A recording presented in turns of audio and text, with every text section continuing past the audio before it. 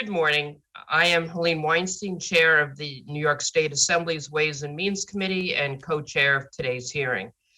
We begin the ninth in a series of hearings conducted by the Joint Fiscal Committees of the Legislature regarding the governor's proposed budget for fiscal year 2022-23. The hearings are conducted pursuant to New York State Constitution and the legislative law. And today, our joint committees will hear testimony concerning the governor's budget proposal for local governments. Let me introduce the members of my conference who are here, and then my co-chair of today's hearing, Senator Liz Krueger, Chair of the Finance Committee, will introduce the members of her conference.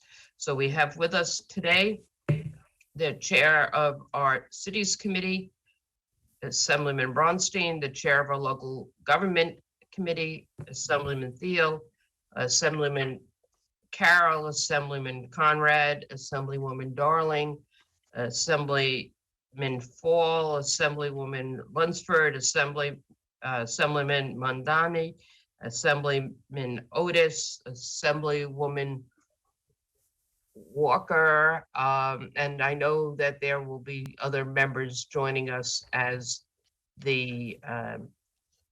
I see Assemblyman Jacobson, Assemblywoman Rozek, Assemblyman Rivera, and other members will join us. Assemblyman Zabrowski will join us as the day goes on.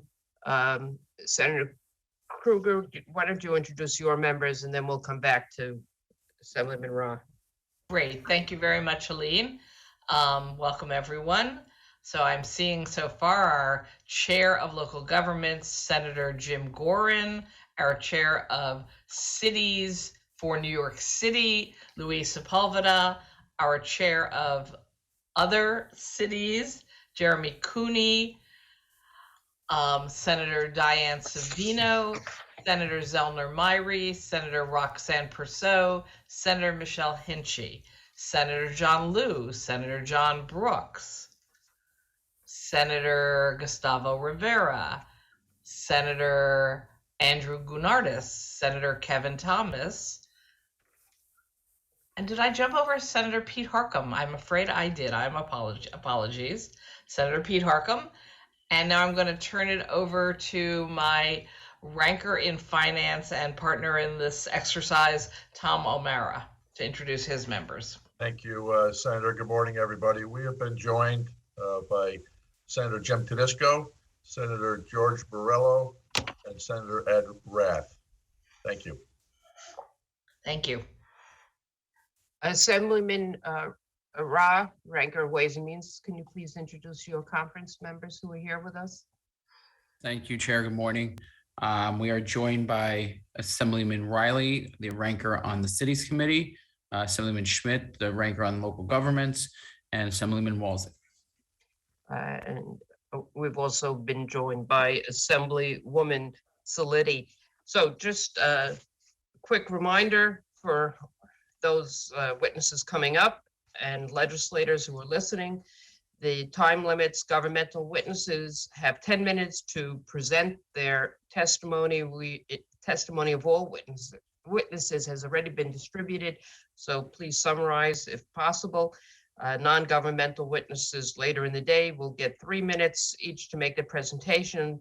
The chairs of the relevant committees of the hearing will get 10 minutes and a second round of 3 minutes if desired to ask questions. Ranking members of the committees get 5 minutes and all other members get 3 minutes. And as I've mentioned, the time limit is for both the questions and the answers, and keep an eye, the clock should be in the upper left-hand corner. With that being said, I'd like to welcome our first witness today, the Honorable Eric Adams, the Mayor of New York City and a former colleague of many of ours. Mr. Mayor, the floor is yours. Welcome. Thank you so much. It's good to see many of you who I have served with. I feel like this is a Virginia Slims moment. You know, we've come a long way, you know, and I was on the other side of that, this discussion, And now to be here as the mayor of the city of New York and once again partnering with you, it means a lot to me. And I'm really proud to have served with you and now to serve as the mayor. And I want to thank you, Chair Kruger, Chair Weinstein, ranking minority members, O'Mara and Ra, and all members attending today's hearing. I would like to also thank Speaker Carl Hastie and Majority Leader Andrew Stewart-Cousin. I'm Eric Adams, as you stated, and I am honored to appear before you today as the 110th mayor of the great city of New York. I'm joined here by my budget director, Jacques Jihar, and Tiffany Raspberry, Senior Advisor for External Affairs. At this moment, our city is focused on 3 significant goals: reducing crime, overcoming the challenges caused by the pandemic, and rebuilding our economy. Today, I will outline 3 key steps we can collectively take to overcome these issues and improve our city. First, an urgent request for more funding for mental health services, particularly for New Yorkers that are a danger to themselves and others. Second, changes to the earned income tax credit to put more cash in the pocket of working New Yorkers. And third, new child care initiatives that will address child care deserts and allow parents to get back to work. These initiatives will have cascading effects throughout the city, advancing the priorities we all care about. Before we can talk about any specific plans, we need to begin with the topic of public safety. Safety and justice are the keys to prosperity. We cannot function as a city unless New Yorkers are safe and feel safe on our streets, our transit system, our workplaces, and our homes. A few weeks ago, I laid out my administration's blueprint to end gun violence, a multidisciplinary approach to reducing crime and addressing its underlying causes. As I said then, the sea of gun violence in our city does not have one single point of origin. It flows from many rivers, each contributing to the problem. Reducing crime will require both intervention and prevention. That is why it is urgent that we request the state's immediate assistance in expanding the number of beds for those in critical need of mental health care and funding for the medical and support staff they require.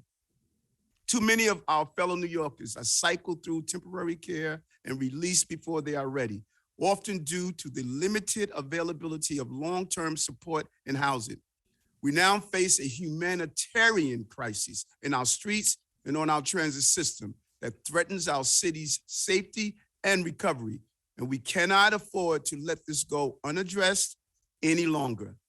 And as I have previously mentioned, we also ask for state to make targeted amendments to New York's bail laws to allow judges to consider a defendant's dangerousness, especially for individuals accused of perpetrating gun violence. We also support removing overly burdensome disclosures. This extensive requirements of the new discovery bill have led to too many delays and dismissals. We urge the state to distinguish what is truly necessary for discovery, especially in cases where a complainant directly brought law enforcement to the scene. My administration supports changes to raise the age legislation. It was long overdue. Too many New Yorkers in their late teens and early 20s have abused this change.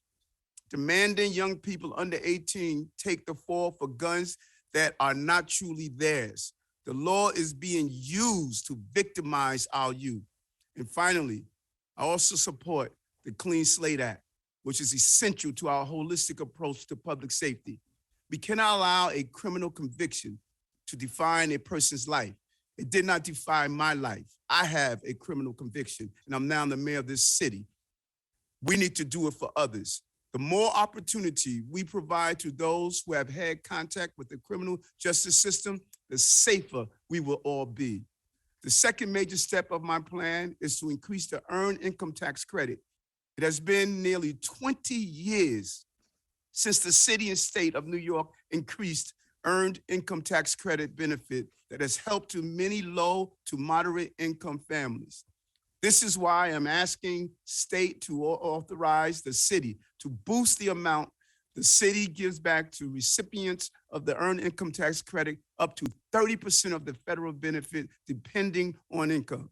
In addition, I'm calling on the state to match our efforts by increasing the amount it gives back to recipients with an additional state investment of up to $250 million.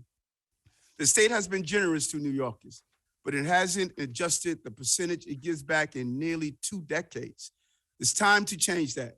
The cost of living is up, and a dollar doesn't go as far as it used to be. We all know that. Expanding the EITC will allow New York to give money to hardworking New Yorkers and build a strong foundation to address ongoing economic inequality. With your support for this proposal, we will ensure that much needed relief will reach those most in need. And finally, we get to childcare, so important for all of us. Many of the hardships faced by working class and low-income parents have become more pronounced during the pandemic. Those who cannot find affordable childcare are trapped in a never-ending negative economic cycle. They need help. We recognize and appreciate that the executive budget expands childcare eligibility.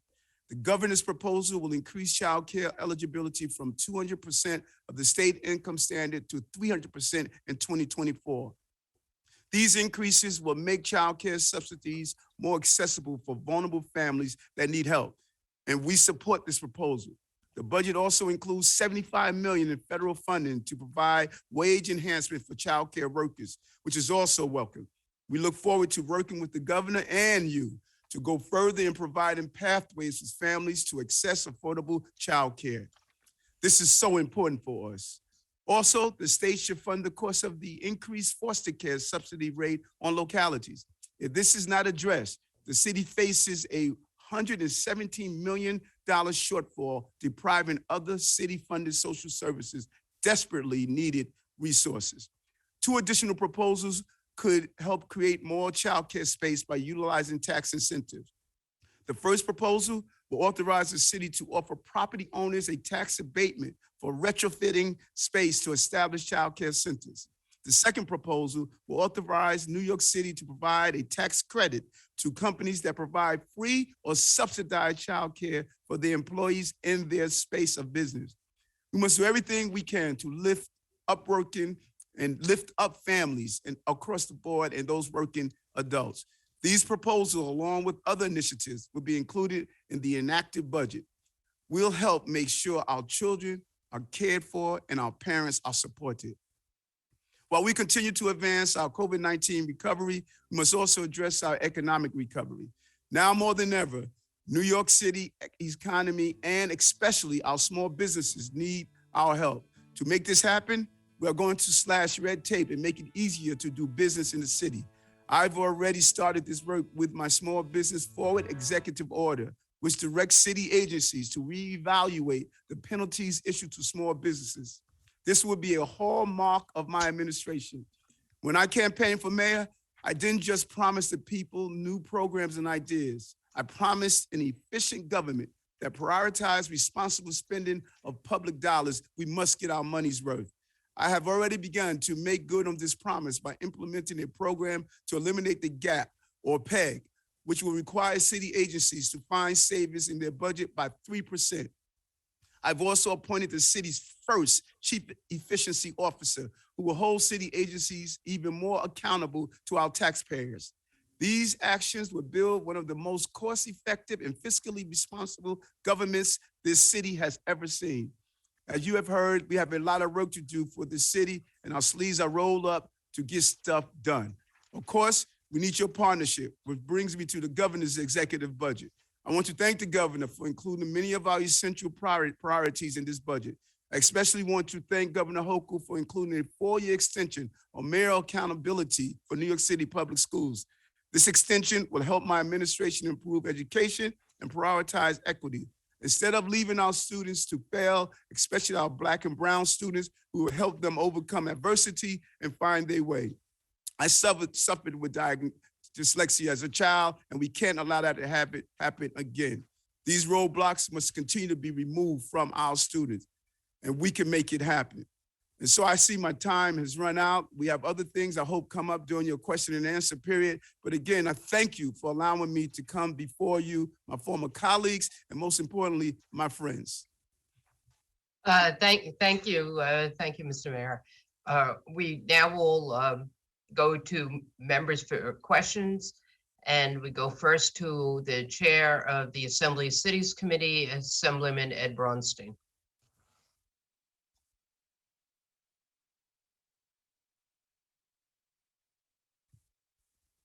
Thank you, Chair Weinstein. I'm unmuted now? Yes, we can hear you. Yes. And thank you, Mr. Mayor, for joining us, and also Mr. Jihad and Ms. Raspberry for joining us today. I just have a few questions about your testimony. The first question I have, Mr. Mayor, is your administration is requesting that the state increase the bonding authority to the New York City Transitional Finance Authority. How much of an increase are you asking for, and what are your plans to spend that money on? Thank you so much. As I stated, I'm joined with the head of my budget, Office of Budget. I'm going to let him respond to that. Yeah, what we're asking for again is to increase our debt capacity, our borrowing capacity by $19 billion, because currently we're looking at debt incurring power, remaining debt incurring power to drop to about $4.5 billion by 2026, which is concerning to us. So as managers, because the city do long-term planning, so therefore, and we have also a number of projects that span over a number of years. So as a result, we cannot wait until 2026 to secure this additional capacity. So that's what we're asking the state to provide us an additional $19 billion of capacity for the TFA. So this is just to help with existing projects. It's not for new projects? It's to help for existing project, because this is only increasing capacity. It's not increasing borrowing. It doesn't mean that we're going to borrow that much money. It's the debt. This is the capacity that we had, and because of the drop in property value in New York City, and the borrowing capacity of New York City is tied to the commercial value, to value of properties in New York City. So because the property value in New York City have dropped, so our debt capacity has dropped. So we're asking the state to basically restore the debt capacity we had before the pandemic. And this is at no cost to the state. You don't anticipate those property values to rebound? Well, we expect them to rebound, but it's going to take some time, because currently we have a commercial vacancy rate in New York City is about 20%, which is big. So you're talking, if you're looking at it a different way, it's basically the entire downtown Manhattan is basically vacant. That's what 20% vacancy means. So it's going to take some time. And also, we don't know whether or not this is a structural shift in the economy because of people working from home, hybrid economy, whether or not companies would basically begin to shrink their footprint in New York City. So again, it's not clear yet. And we cannot wait to for property to say, we're expecting property value to come back. So therefore, we don't need the additional capacity. So as managers, we're doing many things at the same time. We're hoping that the commercial real estate values in New York come back, but at the same time, because we have to plan a capital program, we cannot wait and hoping that it will come back. So that's the reason why we're asking the state to give us the authority so we could plan long term. Okay. Another question. And Assemblyman, it falls in line to what your advocacy and fight for, what you have done to allow us to be on equal footing with Design Bill. We want to make sure we expeditiously get these projects done, and being able to borrow at the right capacity is going to assist in that. So this is in alignment with what you have allowed us to do and the work of the Assembly has allowed us to do here in the city. Okay, thank you. In 2021, we allowed the city to establish a rainy day fund. It seems that in 2021 fiscal year, the city invested 500 million into the rainy day fund, and it's projected again in 2022 that the city will put another 500 million into the rainy day fund. Do you plan to continue this trend of adding funding to the rainy day fund? And if not, or if you plan on taking money out, what would be the criteria for which you would remove money from the rainy day fund? Our goal, and I'm going to let my budget director tackle that, but let me tell you this. Our goal is to continue to put money in the rainy day fund. As we saw, COVID was not a rainy day, it was a typhoon. And not being prepared for the future, in the out years, we're looking at a multi-billion-dollar budget deficit. So we're doing the smart things now. That is why we put in the 3% peg, because we're being prepared for the out years and the challenges that we are going to face. So it's our goal to ensure that we get an efficient government, look at the waste and the cost savings to make sure we can be prepared for the future. We want to continue to place money in the rainy day fund. Jacques. I think you answered the question right, Mr. Mayor. That's the goal. Currently, we have $1 billion in the rainy day fund, and our goal is not to take down the rainy day fund for any reason, unless there is an extreme emergency. But our ultimate goal is to keep adding to the rainy day fund. Great. At the end of December, the mayor's property tax reform commission, the previous mayor's property tax reform commission, finally came out with their full recommendations. Do you plan to implement any of those recommendations, or what are your plans for comprehensive property tax reform? I mean, we all know that homeowners, particularly in the outer boroughs, pay higher effective property tax rates than generally wealthier homeowners in Manhattan and parts of Brooklyn. Do you plan on pursuing property tax reform? It is crucial. And, you know, I say all the time, I am not the choir. I wrote the song. When former finance chair Martha Starks approached those of us who were impacted by an unfair property tax system, I was one of them that wanted to be part of the initial lawsuit, but I was not allowed to be a part of it. And I wanted to do an amicus court brief because it was an unfair system. And so our administration is going to be focused on creating a fair system that is not overburdensome and unfair to those in the outer boroughs.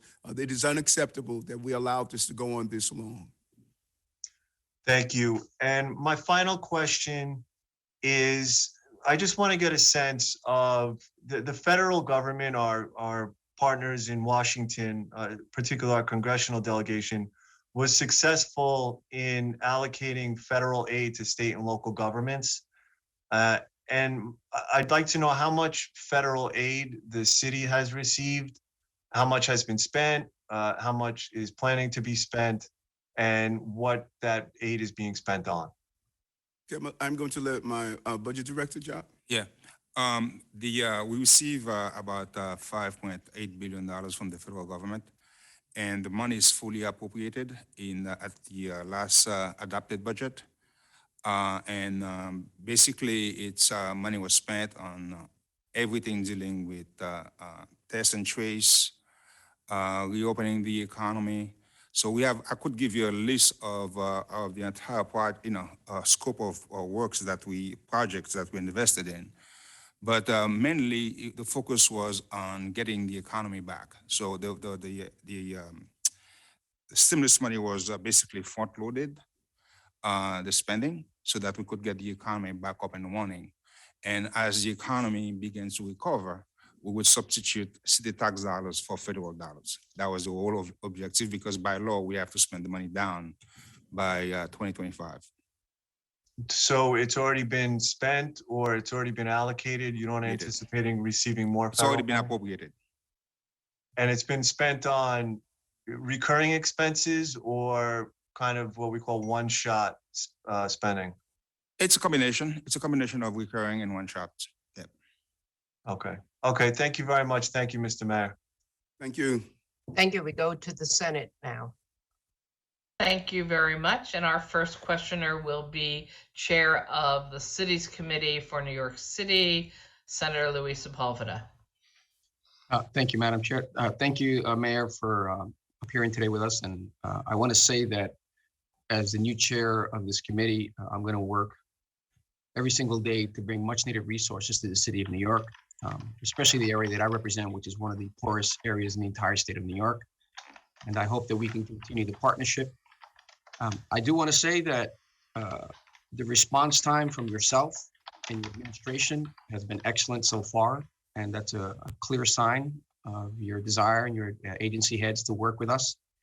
So I want to congratulate you so far on the rapid response that you've given to me and your administration has given to people in my office with issues that we've had.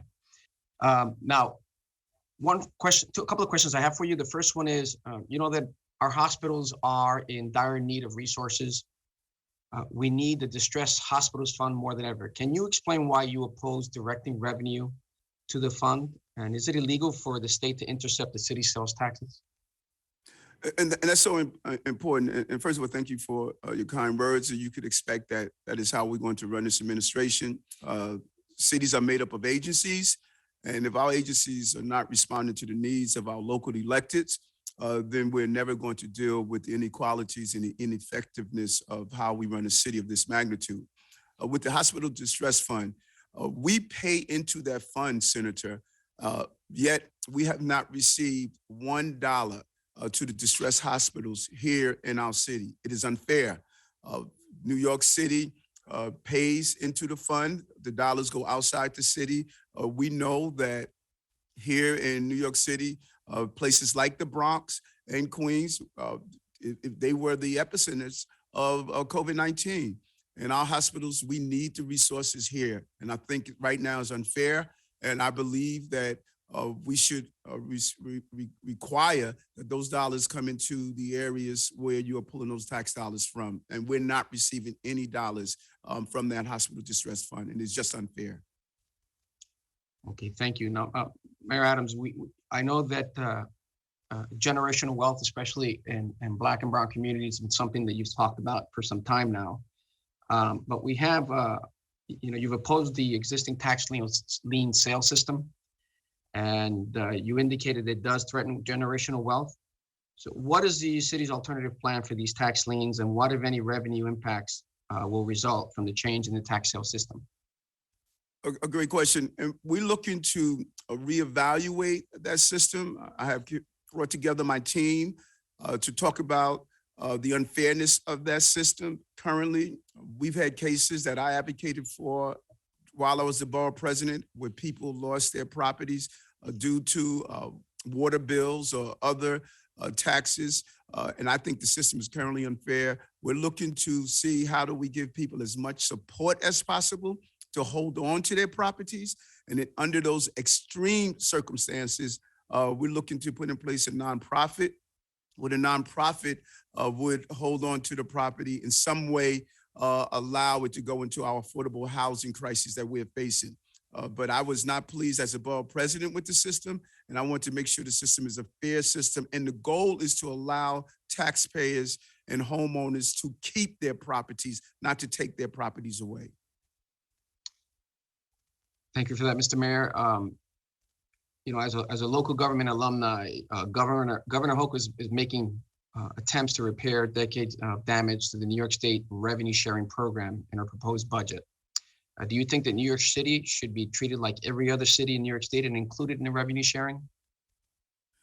Well, that's something I want to look into, and I could better answer that for you. That's a conversation I've been having with my OMB director. And we want to see the real benefits of that, and then we could take it from there. Okay, that's important for me to continue that discussion with you at some point. Another question I have for you is the issue of mayoral accountability. Their proposal is to give you 4 years. If that's the case, Mayor Adams, what are your priorities to enhance education in New York City? I'm in the area with one of the highest dropout rates in the entire state, one of the highest unemployment rates, and I think education goes hand in hand to repair that problem. So what programs do you have, or what plan do you have to enhance the level of education the kids, especially in my community, get? You know, when I think about it, Senator, I remember the early battles we had for campaign for fiscal equity, the fights. We finally we were able to get the money here to the cities. When you look at our budget, over $30 billion we spend in education in New York City.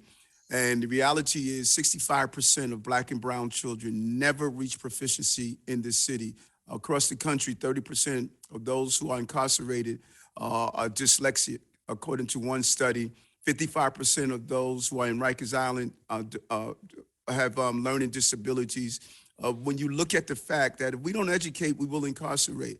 And I need the time to turn around a school system that has failed New Yorkers in general, but specifically Black and brown communities. We know what's happening in the Bronx and what's happening in other parts of our city. And I want to zero in on that. What does it look like? Number one, education is not K through 12. Education is from the time the mother carries that baby, giving her the support, the right nutrition, the right support that she needs, all the way through careers. And we want to turn that around. We want to make sure that we give our children the inside the classroom support, look at CTE programs, bringing in our industries to ensure that children are ready to fill some of the jobs as we see our city continue to evolve, dealing with some of the mental health issues that our young people are experiencing, and then identifying the barriers that's preventing to encourage young people to learn, putting the resources in our school buildings and making sure that those resources are there. And some simple things, washing machines. I can't tell you how many children state that they can't make classes because they don't have clean clothing, or food pantries inside our schools. There's so much that we can do differently to bring a qualitative environment. And I need 4 years to turn around the school system in a way the way we should expect our schools to produce our children for the future. Our system is unfair. We produce an unfair product every year that our children graduate. We must return the joy of learning in our schools, everything from around healthy food. And it's good to speak to a further plant forward senator. We're going to look at healthy food, a healthy environment, and make it a safe place for our children. And I need 4 years, and I really need your help to give me an opportunity to finally turn around a school system that has failed children. I couldn't agree with you more, Mr. Mayor. Now, let's talk a little bit about housing in the city of New York. You know, the administration has a 5-year housing plan. We think the proposed plan will have a significant impact, but does the city of New York have a comparable housing plan? Yes, we do. I brought on an amazing housing team. We're going to be rolling out the entire housing plan that's going to include NYCHA and what we want to do inside NYCHA. We are putting together a plan, a $25 billion comprehensive housing plan that's going to impact affordable housing throughout this entire city. We just announced the appointees that's part of that team, and we're looking forward in the next few weeks to roll out the comprehensive plan that we're putting together. And we believe that we have failed to look into areas throughout the city, such as rezoning some of these areas that historically have been ignored when it comes down to affordable housing crises. The affordable housing crisis is crucial that all of us carry the weight of what we want to accomplish inside our housing needs throughout this city. And so and just to be correct in my $25 billion that I stated, the $25 billion state plan, we want to build on the state plan and make sure that we utilize the dollars that are coming on the state level. That plan, we want to complement here in the city.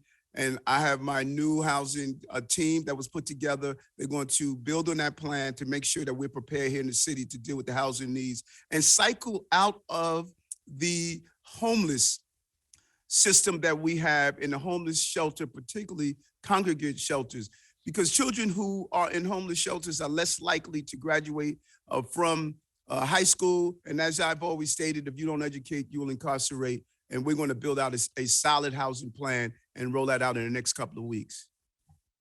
Well, that's all for me, Mr. Mayor. Thank you so much. And again, I want to reiterate that as chair of cities, you have a partner that will work diligently for the lives of the residents of the city of New York. Thank you so much. Thank you. Thank you. Back to the assembly. While the mayor was speaking, we were joined by Assemblyman Weprin, Assemblywoman Kellis, Assemblywoman Seawright, Assemblyman Cusick, and we go to the ranker on cities, Assemblyman Mike Riley for 5 minutes. Although before Mike starts, let me just read Sure. off the senators also, sorry. We've been joined by Senator Robert Jackson, Senator Cordell Clary, Senator Sue Serino, Senator Shelley Mayer. I think I've gotten all the senators for And I now. see Thank you. Senator I see Conrad. Leroy Conrad. Oh, Leroy excuse me, waving. Senator Leroy Comrie. How could I forget you? Excuse me, Leroy. Thank you. That's my old neighborhood, Senator Kruger of South Jamaica, Queens. There you go. Good morning, Mr. Mayor. Good morning, everyone. Good morning. We go now to Assemblyman Riley. Good 5 morning. minutes. Good morning, Senator.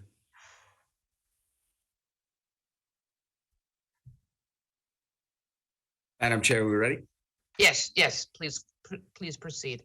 Thank you. Thank you, Madam Chair. Thank you, Mr. Mayor, for your testimony and for appearing here today. I appreciate your candor and your opening remarks. I wanted to touch on something that you spoke about with regards to raise the age law. One of the things I've been talking about, and I actually introduced legislation about, was the 16 and 17-year-olds being able to remain in youth part criminal instead of automatically going to family court. And one of the things there is firearms, and they're only allowed to go to youth to be prosecuted in youth part criminal if they display a firearm currently. One of the things that I think should be added to that is the mere possession of a loaded firearm, which would allow district attorneys to petition to keep it in youth part criminal court. Do you think that's a minor fix that we can use regarding the gun violence in New York City, especially under the state of emergency that the governor announced? Thank you for that question. First, I'm a strong supporter of Raise the Age. I'm a strong supporter of Raise the Age. We need to tweak that aspect of Raise the Age. And oftentimes people misinterpret how important that tweak is. If you are stating that a child that is considered for Raise the Age carries a gun but does not display that gun, then they're treated in family court. That is a problem. Similar to what many of us are aware of, what happened during the 70s and even early 80s, drug dealers would have the younger children carry the drugs because they knew they would be handled in family court. They are doing that now with guns. And I like to be very clear. I don't know if you can see this, but last year, 10% of individuals under 18 were arrested by NYPD with a gun. 6 years ago, that was only 1%. 1%. That is what's happening.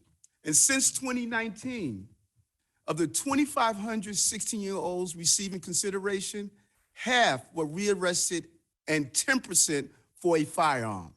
I mean, sometimes when we hear these numbers, they're sort of a vague soundbite. No, these children are being exploited by adults to carry guns. And when you allow them to go to family court and they're adjudicated in family court, then you are going to constantly have these young people being exploited. We had a young person who was arrested with a gun, then while placed on probation in December, January, he was caught with another gun, shot himself and a police officer. If he did not shoot the police officer, he would have been treated in family court because that gun was not exposed.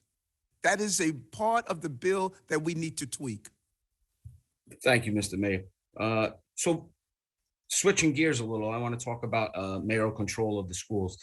I know that we're discussing extending it for 4 years. I'm more in line with 3 years because I think that should be, and it regardless of who is mayor. I support mayoral control. I just think there's always room to reevaluate and tweak, and we've seen that over the years, especially during my time as a member of Community Education Council. for District 31 in Staten Island. But one of the things that I've been trying to advocate to change in mayoral control is to increase parent engagement. And that involves maybe the PEP members having more parents assigned. And additionally, I would like to remove the ability for the appointing authority to automatically remove a PEP member. I think that if we allow only to remove a PEP member for cause, that will make sure that when they're voting on the proposals by the mayor and the chancellor, regardless of who that is, the merits of that plan will stand the vote, not necessarily because there's maybe some arm twisting because of the person who appointed you. Could you touch on that? Yeah, I am fully supportive of parent engagement. That was my number one complaint about mayoral control, is the lack of engagement with parents and having them have input.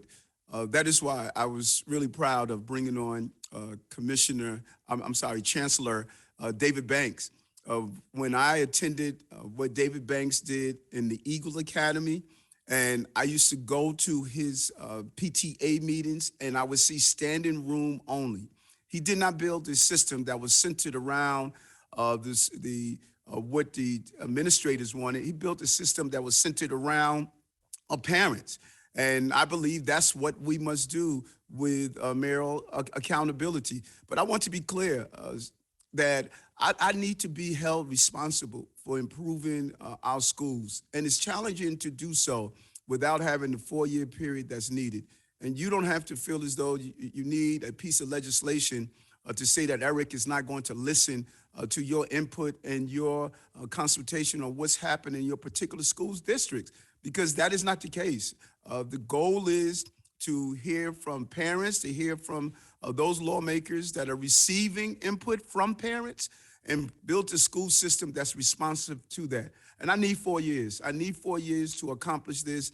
I saw what happened when I was in Albany, and I saw what happened this year. Every 2 years, you're trying to figure out and plan forward on what to do. We can't go back to the old system, and we need to hold the mayor of the city of New York responsible for educating our children. Parent feedback is important. We're going to seek that, and I was very clear with my chancellor, and we're going to get that feedback from our parents. Thank you, Mr. Mayor. Thank you, Chair. Thank you.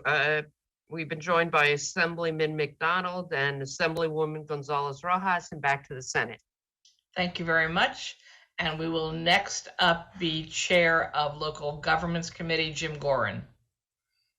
Thank you, Madam Chair, and thank you very much, Mr. Mayor. I do have to say, as a senator from Long Island, I find both the tone and the initial agenda of your administration very refreshing. And I think many of the issues that you've raised, and especially here today, are not only regional issues, but statewide issues as well. So I guess I want to start with criminal justice and your opening remarks, referencing that the problem has many rivers that we have to deal with. So one of those rivers, and when you referenced the bail reform law, I think it's clear you're talking about targeted amendments. You're not talking about repealing the law. You believe in the underlying changes that were made to make sure that we don't have two different systems of criminal justice based on the particular wealth or lack of wealth of the defendant. Would that be fair to say? Yes, that's the question you're asking, correct? Yes, you support the underlying criminal justice reforms that we passed, but feel that we need to make, as you refer to them, target amendments, that we should no longer continue to have, two different systems of justice as it relates to somebody's ability to pay. Well said. Not only do I support it, sir, I advocated for it. As a sergeant, I went to Rockefeller Plaza and protested against the Rockefeller drug law. Then I went to Albany as a senator, and I co-sponsored the bill to repeal the law. This is my life work, and so I'm pleased with what the Assembly and the Senate did of making this system that was unfair to make it a fair system. Tweaking it is saying We did the justice part. Now let's address the public safety part. That's where I think we went wrong, and I think we can tweak it and make it right and get what we're desiring, because we're doing our job here in the city. We removed 6,000 illegal guns off the street last year, close to 400 this year while I've been in office. We can't continue to allow these rivers of violence to continue. Let's remove the illegal guns, and let's remove the small percentage of people who are carrying out the act. That's what we're missing, and that is what we have to zero in on with precision policing. So along those lines, and I think it would be fair to say, whether it's the state legislature or it's our Congress, anytime you pass major reforms of this magnitude, you constantly have to look back and see where changes perhaps need to be made.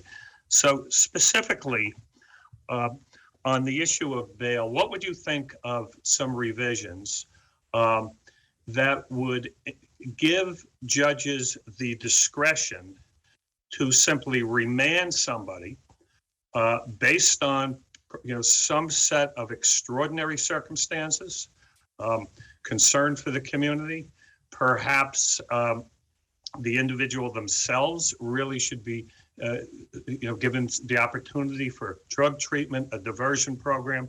If we gave judges a remand provision for certain circumstances, and we'd have to define that, and we asked the judge would have to put on the record what those circumstances are very specifically, had it reviewed subsequently in a quick period of time, perhaps by another judge, but just based on the facts and circumstances of a particular situation, giving that judge some narrow discretion. What would you think of something like that?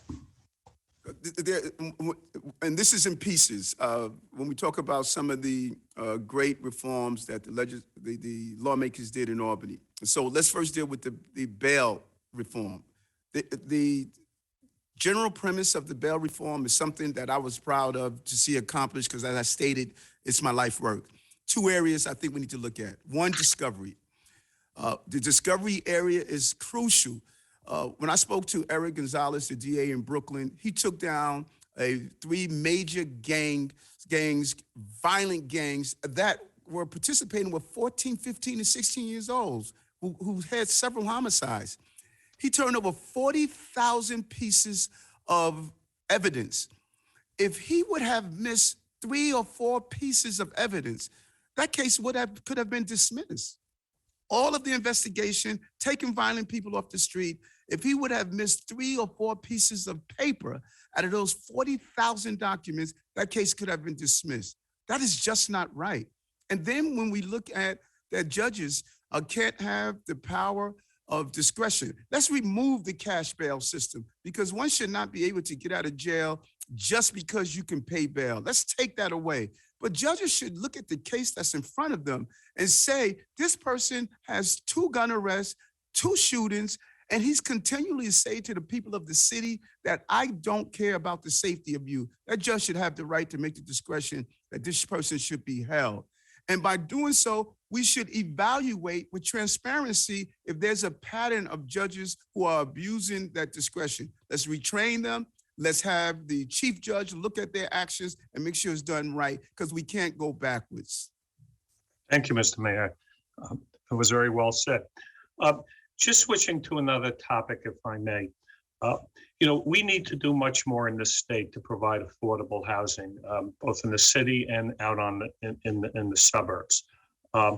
And however, there is a proposal in the governor's budget that would, in effect, I believe, take away the ability of local officials to have any sort of discretionary review or hearing as it relates to requiring accessory dwelling units to be built on single family lots.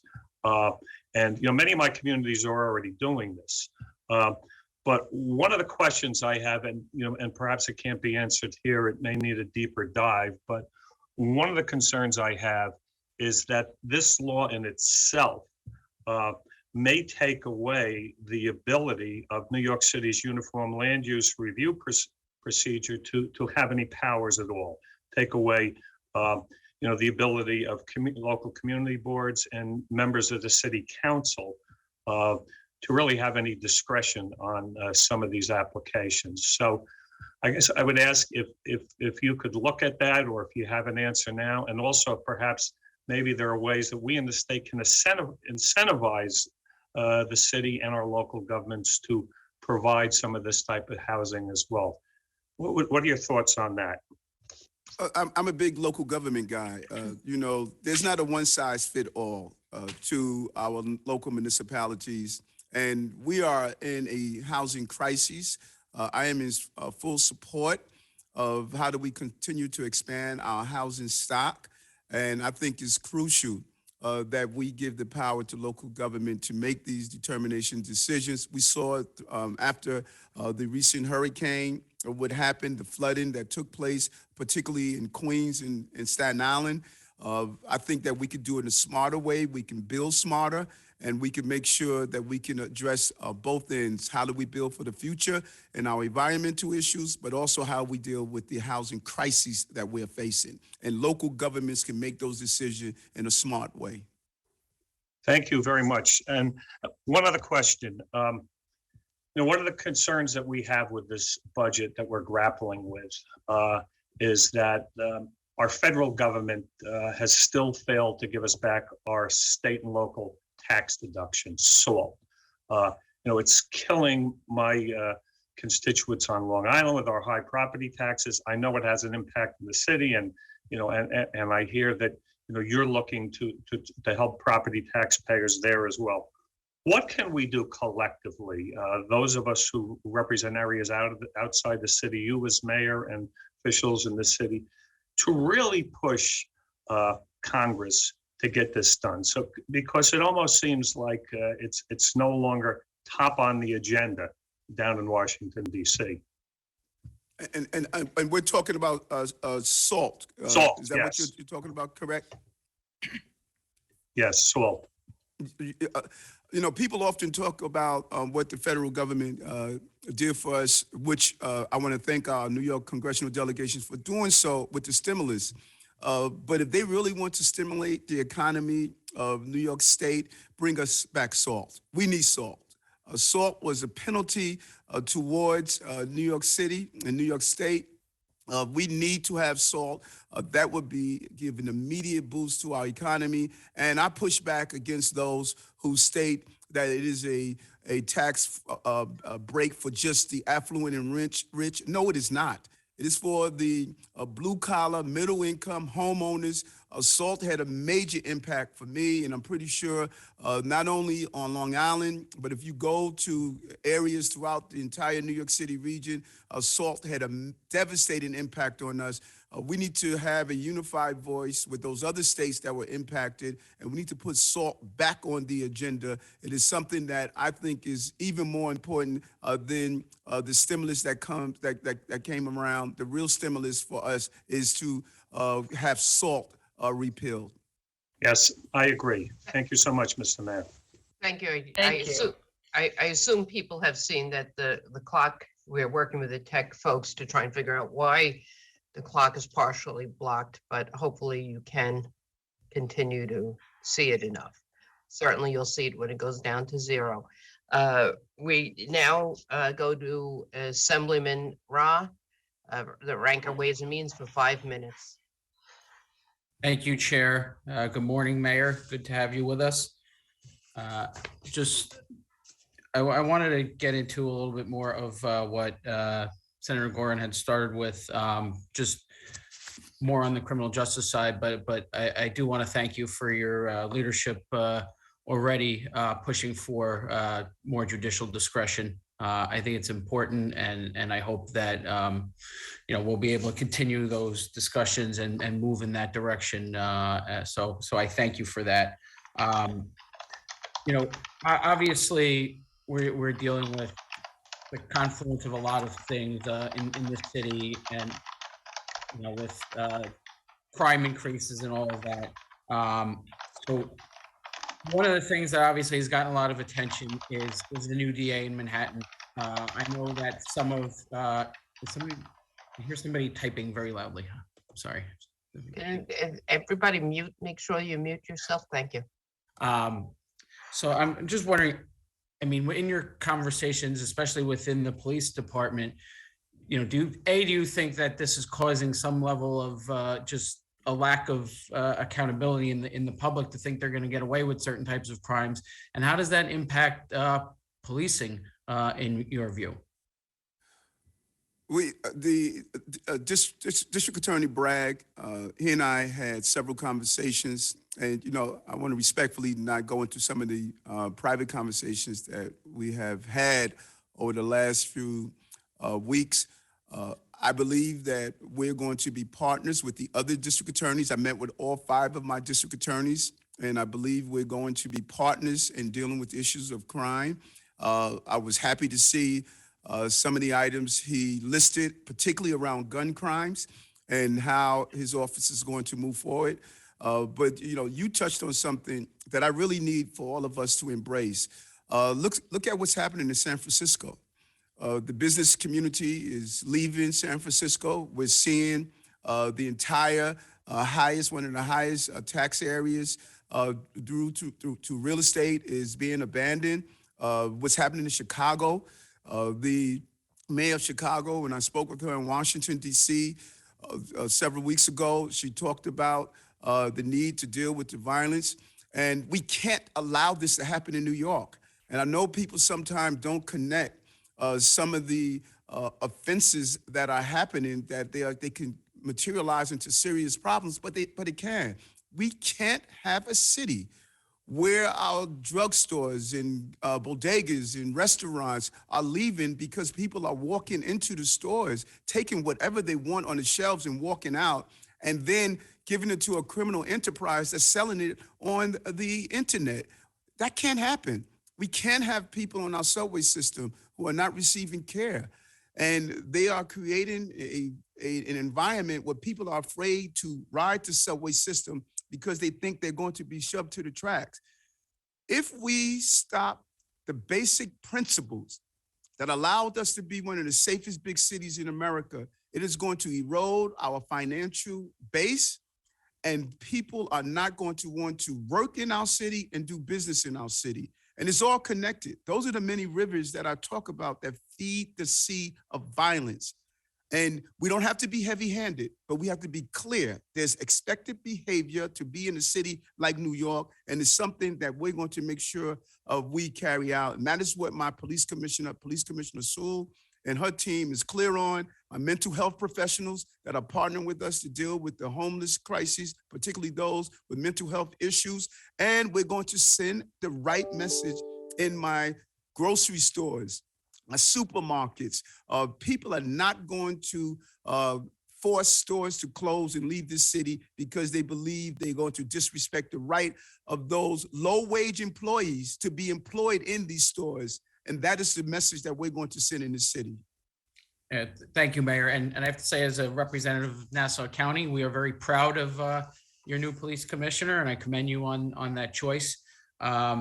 Just lastly, I'll only have a few seconds, but you mentioned how this is all related, and I think anything that we can do on the public safety side, and certainly continuing the conversation on the financial side to make sure that New York City is thriving. It benefits obviously not just New York City, but us on Long Island and the entire state. Well said. And the images that come from New York are cascaded throughout this entire country. And if people see that total disregard for the basic right of our fellow New Yorkers, that is an image that's going to cascade throughout this entire country. And we can't go backwards in heavy-handed policing, but we can't go backwards to 2,000 homicides a year, 98,000 robberies, and the equivalent amount of felonious assault. We're moving forward as a city, and we can do it together with the proper balance of public safety and justice. That's the prerequisite to prosperity. And I believe that, and I'm pretty sure all of us on here believe that. Thank you. Thank you. We've been joined by Assembly members Gallant, Meeks, Friend, and Taylor, and the clock is fixed, and we go back to the Senate. Thank you very much. And we are going to hear from Jamal Bailey, our Chair of Codes. Thank you, Madam Chair. Mr. Mayor, good to see you. Thank you for testifying. And let me first just say thank you for your responsiveness to me, to my team. You and your team are incredibly responsive anytime we reach out, and it's grateful, especially in the wake of the Bronx fire and so many other things. So I just want to thank you for your consistent responsiveness. Thank you. You know, as the chair of the Codes Committee, and we've had some brief conversations about this, the conversation about the justice reform, the bail reform, the discovery reform. I am of the opinion that we need to continue to have these conversations on a fact-based level. When we refer to some of the judges that you've spoken about in the past, about a third of the judges that have not set bail or remand on the remandable offenses, I think that we have to be very surgical in the conversations that we're having as related to the justice reforms that we're having, as opposed to just looking at a headline and saying that we should make wholesale changes.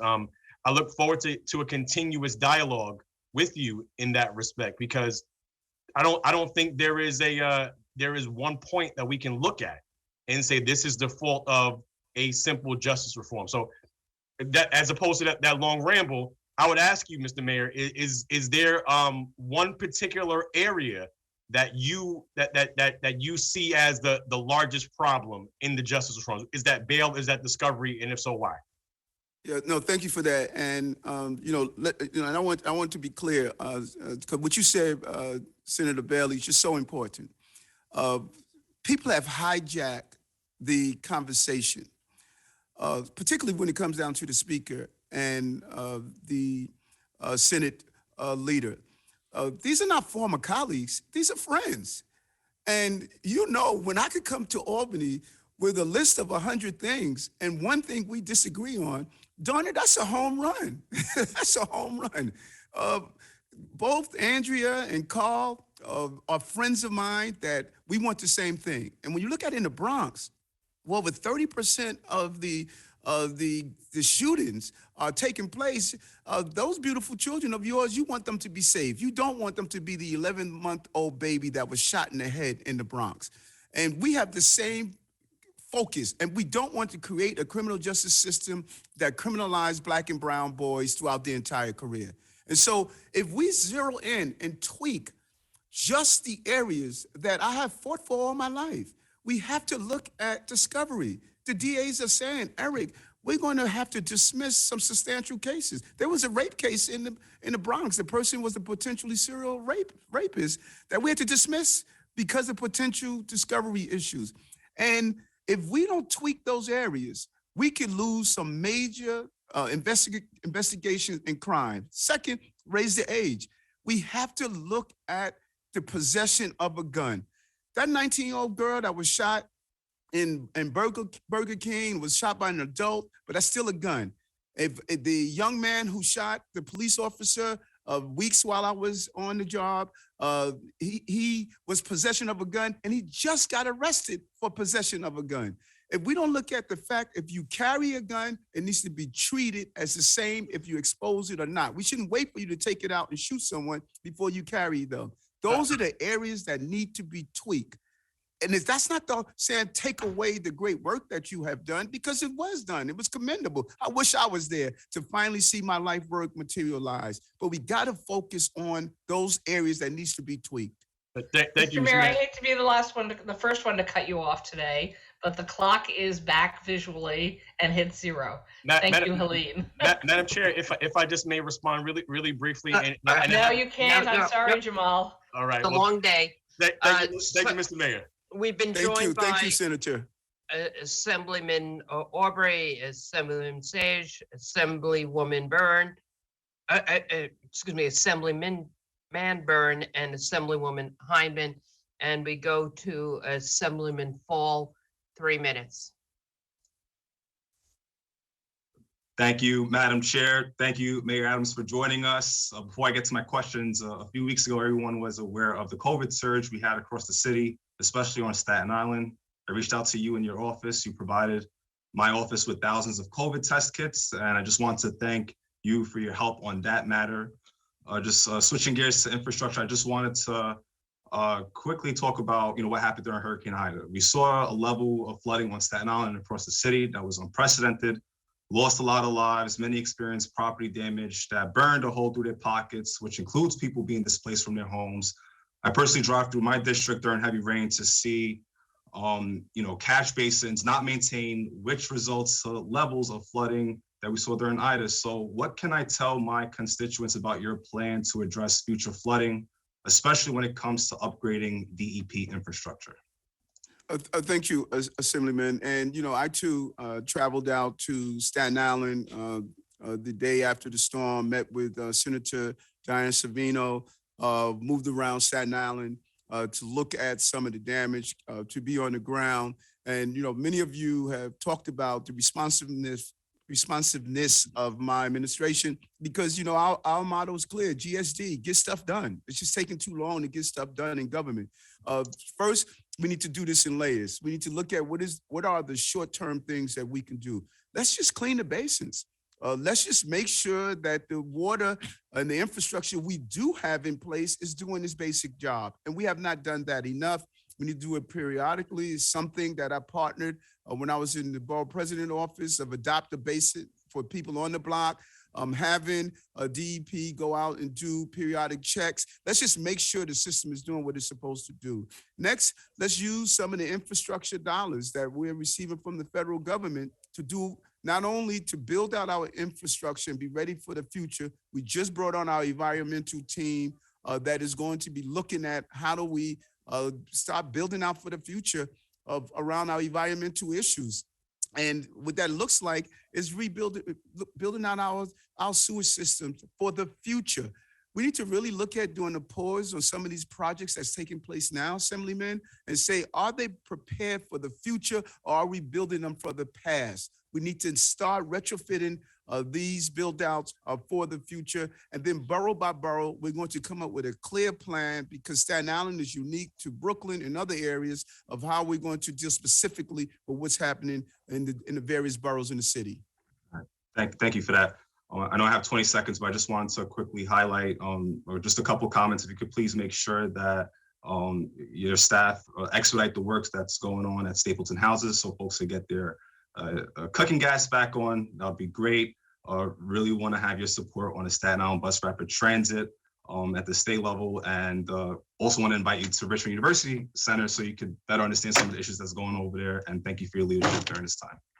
We get out there next week, brother. I look forward to do it. And NYCHA is facing a $40 billion capital shortfall, and bureaucracy is in the way. We're going to be rolling out our NYCHA stat because we should not find out about the tragedies after they get on the front page of the paper. And I believe in ongoing conversation with you is crucial. Thank you. Thank you both. Back to the Senate.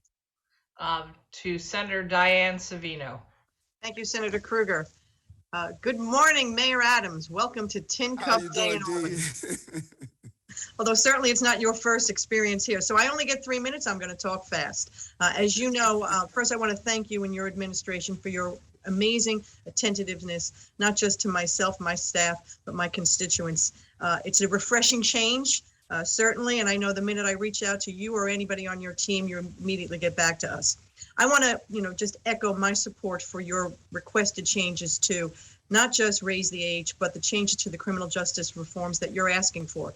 You know probably better than any mayor who sat in this chair that's asking us to do things, how difficult it is to move legislation, to change legislation. Your experience as a member of the Senate, when you walked in the door 15 years ago, you were one of the leading members who taught us how to implement the anti-gun violence programs. The SNUG program was a creation of Eric Adams. You were one of the leading members who led the fight to reform the Rockefeller drug laws. So you understand probably better than any mayor of the city of New York how we have to reform legislation with precision. And so I don't think people understand, you're not suggesting that we repeal what the legislature did, but that we look at legislation as we are required to from time to time and tweak it. So towards that end, Assemblymember Cusick and I are introducing legislation to reform Raise the Age, to address those gun charges that you eloquently pointed out don't belong in family court. We're working with the DAs. I'm also introducing legislation after having worked with the CEO of the HHC, Mitchell Katz, and Kathy Wild, to address the challenges that face our chronically mentally ill homeless population, who cycle in and out of our emergency room, wind up in our subway tunnels, and in chronic mental health crisis. We need to change the definition under mental health law of what is a person who is incapable of taking care of themselves and a danger to themselves or others. So working in that precision capacity, we're going to try and provide you the tools, also addressing the shortfall in funding so that you can have the money you need to have mental health beds in your in the HHC in the city of New York. I only got 48 seconds left. So again, we stand here as partners with you. I'm very excited. I believe you should have 4 years of mayoral control, and I support that. And of course, as always, we are your friends, your colleagues. I'm very excited to see you as the mayor of the city of New York. You know, thank you so much, Senator. And, you know, I joked on the campaign trail that I felt like Anthony Fauci when they stated, you know, what was he during the COVID. And when I hear people who are new to this advocacy, this is my life work. And, you know, when I was up in Albany with my colleagues, you know, we sat down and, you know, my team came to me to ask for that proper balance of justice and public safety. And that's what I'm doing now. We heard and we did an amazing job around the justice aspect of it, but public safety is crucial. And if someone that is a former colleague, that was a trusted former colleague on these law enforcement issues, from the days of 100 Blacks in law enforcement, from the days of advocacy for prison reform, visiting the prisons up in Albany, if a former colleague is saying, hey, you guys did a great job, but there's areas we need to tweak, we should not feel as though that this is an attack. This is love to make sure that we don't allow the small number of people who commit crimes to endanger our communities. So some people would say, Senator Savino, that 95% of the people who commit crimes are not impacted, or they won't come back and do something again. But what about that 5%? That 5%, those are the people who are wreaking havoc in our cities. 5% comes to thousands. You know, there's a small number of people that are committing crimes in the city, and they're slipping through the cracks, and a simple tweak would help us through this problem. Thank you, Mayor. I imagine there'll be some more opportunities to expand on this topic based on a number of witnesses that are here. I wanted to just mention that we've been joined while the hearings began by Assemblywoman Nolan, Assemblyman Otis, Assemblywoman Wallace, and we're going to go to Assemblyman Schmidt for 3 minutes. Thank you, Chairwoman. Mr. Mayor, I represent the Hudson Valley. A lot of my constituents commute to the city or utilize the city for medical services, et cetera. And the overarching concern that I hear are the concerns about safety. We've heard some of your comments already, and we know there's resistance from some in the legislature to move forward with badly needed changes on the law and order and safety side. What immediate steps are you taking or can you take to reassure my constituents and the millions of folks who visit New York City before the legislature acts that safety is going to improve, that they will feel safe no matter what they need to do, whatever their business is in the city of New York? Thank you so much for that. First, as I stated, and I really need for us to, lean into the analogy that I use of many rivers. Those rivers are feeding the sea of violence. We need help on a federal level. We'd have to stop the flow of guns.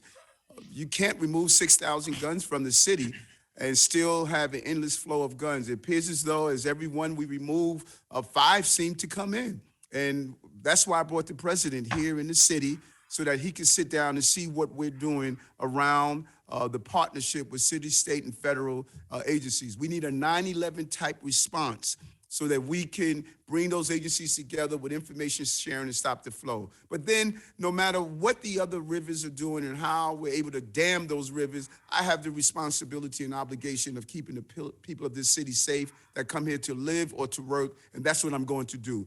We're going to institute my anti-gun unit, not anti-crime. These are not officers that are going out in plain clothes.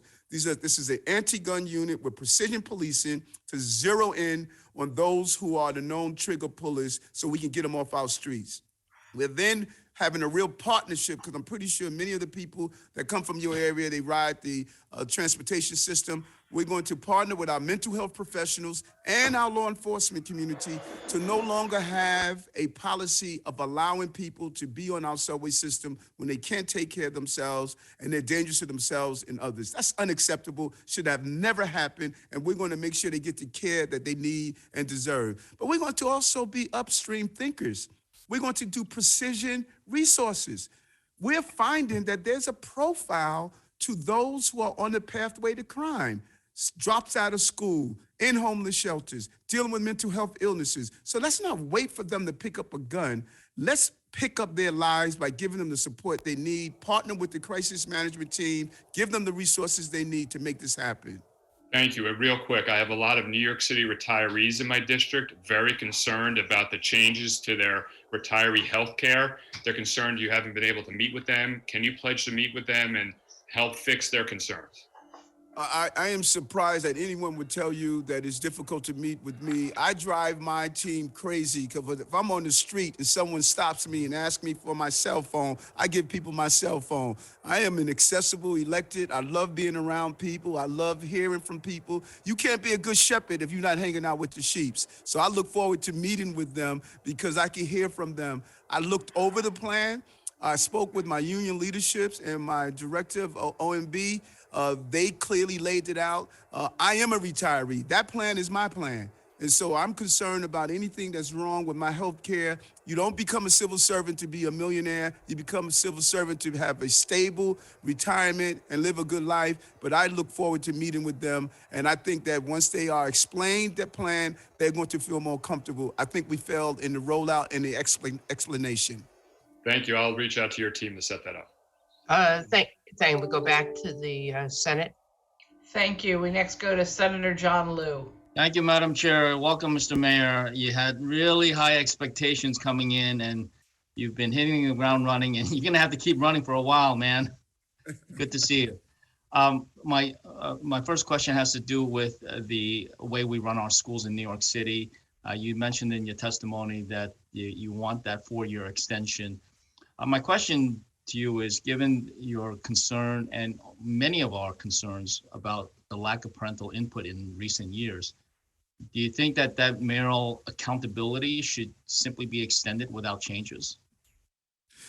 Yes, I do. And I know people are jaded because of, the lack of communication, lack of really having engagement. I am asking that, give me the chance to do what I've advocated for. And it's difficult to really plan for the future, that if we're unable to know where we are going to be in the next 4 years. There are areas we want to look at and tweak to make better, and I'm looking to hear from you on some of those areas. But we should never take away the ultimate responsibility that the mayor should be responsible for improving our educational system. So, Mr. Mayor, you don't want to be the one to offer the changes. You want us to tell you what changes we think are necessary based on the input that we get from our constituents, and we'll work together from there. Well, I want to hear from you. I want to hear from your overall, based on what you hear from the constituents. But let's be clear, New York City residents, we may have 8.8 million people. We have 20 million opinions. They're not shy in telling me, Eric, where we think things are wrong. And so when we listen to what's coming from our lawmakers, based on my communication with parents, we will come up with a good plan, but it should end with the mayor being responsible for the school system. Sure, but that doesn't necessarily mean that there shouldn't be improvements made to school governance in New York City. You look at what happened in Chicago, they went away from mayoral control and went back to a more, what they would call a more democratic system of how to run our schools. My question to you is, did you ask Governor Hochul for a 3-year extension, as was reported in some newspapers? And she said, you can have 4? No, I don't know. Newspapers sometimes report what their interpretation of the conversation is. And, you know, I've always have a standard, even when I speak with you, John, you know, I have never mentioned our private conversations. So it's my belief that private conversations should not be put out in public. But I am clear on this. I want the responsibility of turning around a school system that has failed New Yorkers in general, but specifically Black and brown children. It is a stain on our city that 65% of Black and brown children don't meet proficiency every year. Unacceptable. If we need $3 billion for schools, then if the news reports are right, I think you should, I'm sorry, we need $4 billion for our schools. You should ask the governor for $3 billion and maybe we'll get 4. The last comment I will make to you is that you campaigned, you left no stone unturned in the city. And you campaign in every single community. You're in fact like the first Asian American mayor in New York City. Along those veins, I would like to encourage you, every time you say Black and brown, you can say Black, brown, and yellow. It's okay to refer to Asian Americans as such, because we are a community of color just as much as anybody else. Thank you.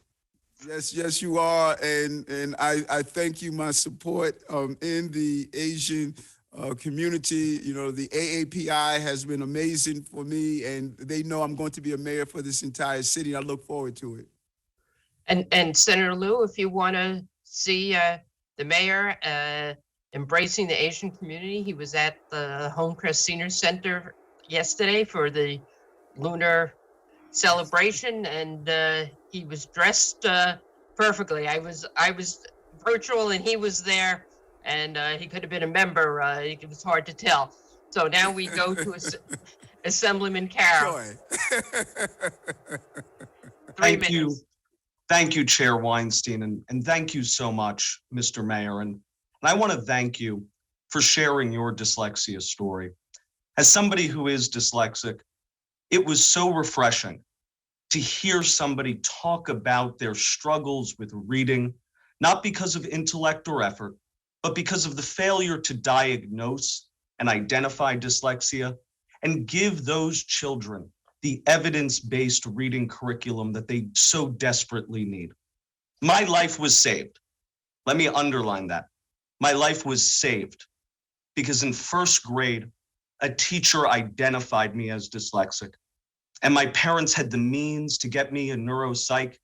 And then I was able to go to a school that provided me with an evidence-based reading curriculum that was multisensory, sequential, and rooted in phonics. I would never have gone to law school. I wouldn't be standing here today if not for that. Your advocacy during the campaign to talk about screening for dyslexia, to talk about evidence-based reading curriculum is a breath of fresh air that we so desperately need. I commend you so much for what you and Chancellor Banks have done. I'm working with Chancellor Banks right now to circulate a letter among my colleagues for $10.2 million for identification and for curriculum interventions. Think about that, just $10.2 million in an education budget that's $30 billion. Can you tell us a little bit more about what you and Chancellor Banks are doing to make sure that we reach all of our children so they can meet their potential? You mentioned that 65% of Black and brown children in New York City are not at a proficient reading level. And we know if that's at 5th grade, if a child is not reading at grade level, they're rarely ever to catch up. This is a crisis. You've identified the crisis. You've taken your pain and put it to purpose. It's work that I've done here in Albany for the last 6 years. And I can tell you, we've only made incremental gains, but I feel the sky is the limit with you. So I want to thank you, Mr. Mayor, for that. I want to know how we can help you to make sure that we can have universal screening for dyslexia and we can get evidence-based reading curriculum in our schools, because right now we don't. And you know what? If you're a denier of evidence-based reading curriculum, you're no better than a climate denier, because the evidence is there, the science is there. We desperately need it. How can we help you, Mr. Mayor? Well, first of all, you know, and I almost get sort of emotional when I think about it. You're thanking me, but I want to thank you. You know, I was ashamed even as an adult for being dyslexic. And I heard you talk about it one day, Assemblyman, and I made it my decision to talk about it on the campaign trail. I said, you know, I'm no longer going to live in the shadows of having a learning disabilities because people stigmatize you, not knowing that you just learn differently. And when I saw your boldness about how you talked about it and you fought for it, we reached out in the borough president office and we said we wanted to partner with you. And you were receptive to that. And you're going to change the lives of people. It's unimaginable in this country that it is expected that 30% of our prison population is dyslexic. The crime is not what they did only on the streets. The crime is an educational system that denies families for so many years. And we're going to get it done. Right here in New York, we have already started on some preliminary actions here in the city. We're doing reading screeners for students in grades K through 12. But our goal, as you stated, is that we want to do universal screening for dyslexia. And then we have to stop demonizing what we are having parents feel if their child have a learning disability. They just learn differently. And our goal is to continue to work on a more substantial dyslexia screening plan that's universal. And DOE arena screening is crucial for the grades of K through 2. I'm sorry, not K through 12, but K through 2. And it's imperative that we continue to expand that out because if we could identify it early, we could give the support. And then we need a school that's specifically for children with dyslexia. And that is part of the goals we want to accomplish. So I'm excited about the future. I'm excited about your partnership. And so I say to you, thank you for taking the weight off of my shoulders throughout life that made me feel I had to hide my dyslexia. And you and Joanne Simon, the Assemblywoman, y'all made it a different approach, and people are now thinking differently and they're acting differently, and we're going to save the lives of children and families. Thank you, Mr. Mayor. You're amazing. Thank you so much. Whatever you need. Thank you to the Senate. Thank you very much. We are up to Senator Pete Harkam. Good morning, Mr. Mayor. Great to see you as always, and thanks for being here and thanks for your honesty just before. Two quick questions, unrelated. I represent the East of Hudson watershed for New York City's drinking water supply, Westchester, Putnam, and Dutchess. And through prior agreement, the local municipalities protect that unfiltered water source through a variety of methods, mostly by constructing sewer districts and converting old septics to sewer. Very expensive process. New York fills some of the bill with the water quality improvement funds. That is a finite amount, and our municipalities need to plan long-term. The policy of New York has been to not release more money until the current money is spent. That's fine, understood. But the municipalities need to know how much the next level of funding will be so they can do long-term planning to protect the water supply of New York City. Last year at this time, your predecessor said he would release the amount. He didn't. Are you in a position where, I mean, not today, obviously, but can DEP at least let the municipalities know in the future how much money will be in the next round of funding so they can at least do some long-term planning? First of all, transparency is clear, and transparency allows us the opportunity to plan forward. I want to turn it over to my budget director, but I can tell you that we want to be as transparent as possible. Jock, you want to add on to that? Yeah, I will work with, working with DEP to know exactly what the story is, and I will come back to you. All right, terrific. Thank you very much. One other question. Just want to correct a mischaracterization from earlier in the public hearing. The governor's ADU proposal, accessory dwelling unit proposal, does not strip local discretion in land use. Rather, it just requires each municipality to create a law to allow for residents to create ADUs within the existing footprint that they're already zoned. Part of that proposal is $85 million to bring illegal accessory dwelling units up to code and make them legal. So whether it's illegal basement apartments in New York City or illegal attic apartments or basement apartments in Westchester County, I think it's vital that we use that money to make those units safe. Is that something that would be beneficial for the city of New York, Mr. Mayor? Yes, I strongly support the governor's proposal, and it really plays into our pathway to new housing. And I think it was a smart way to do so, to legalize these units. We had a proposal that was pushed, last year around how do we make even our basement apartments safe by using FDNY and DOB, and we want to further lean into that. But I strongly support the governor's proposal. Thank you very much. Thank you. Thank you, Assembly. We go to Assemblyman Tanusis. 3 minutes. Thank you very much. Good morning, Mr. Mayor. Good to see you this morning. Good morning. Good to see you as well. Good to see you. I just have two separate questions for you. I'm going to try to fit them in the 3 minutes.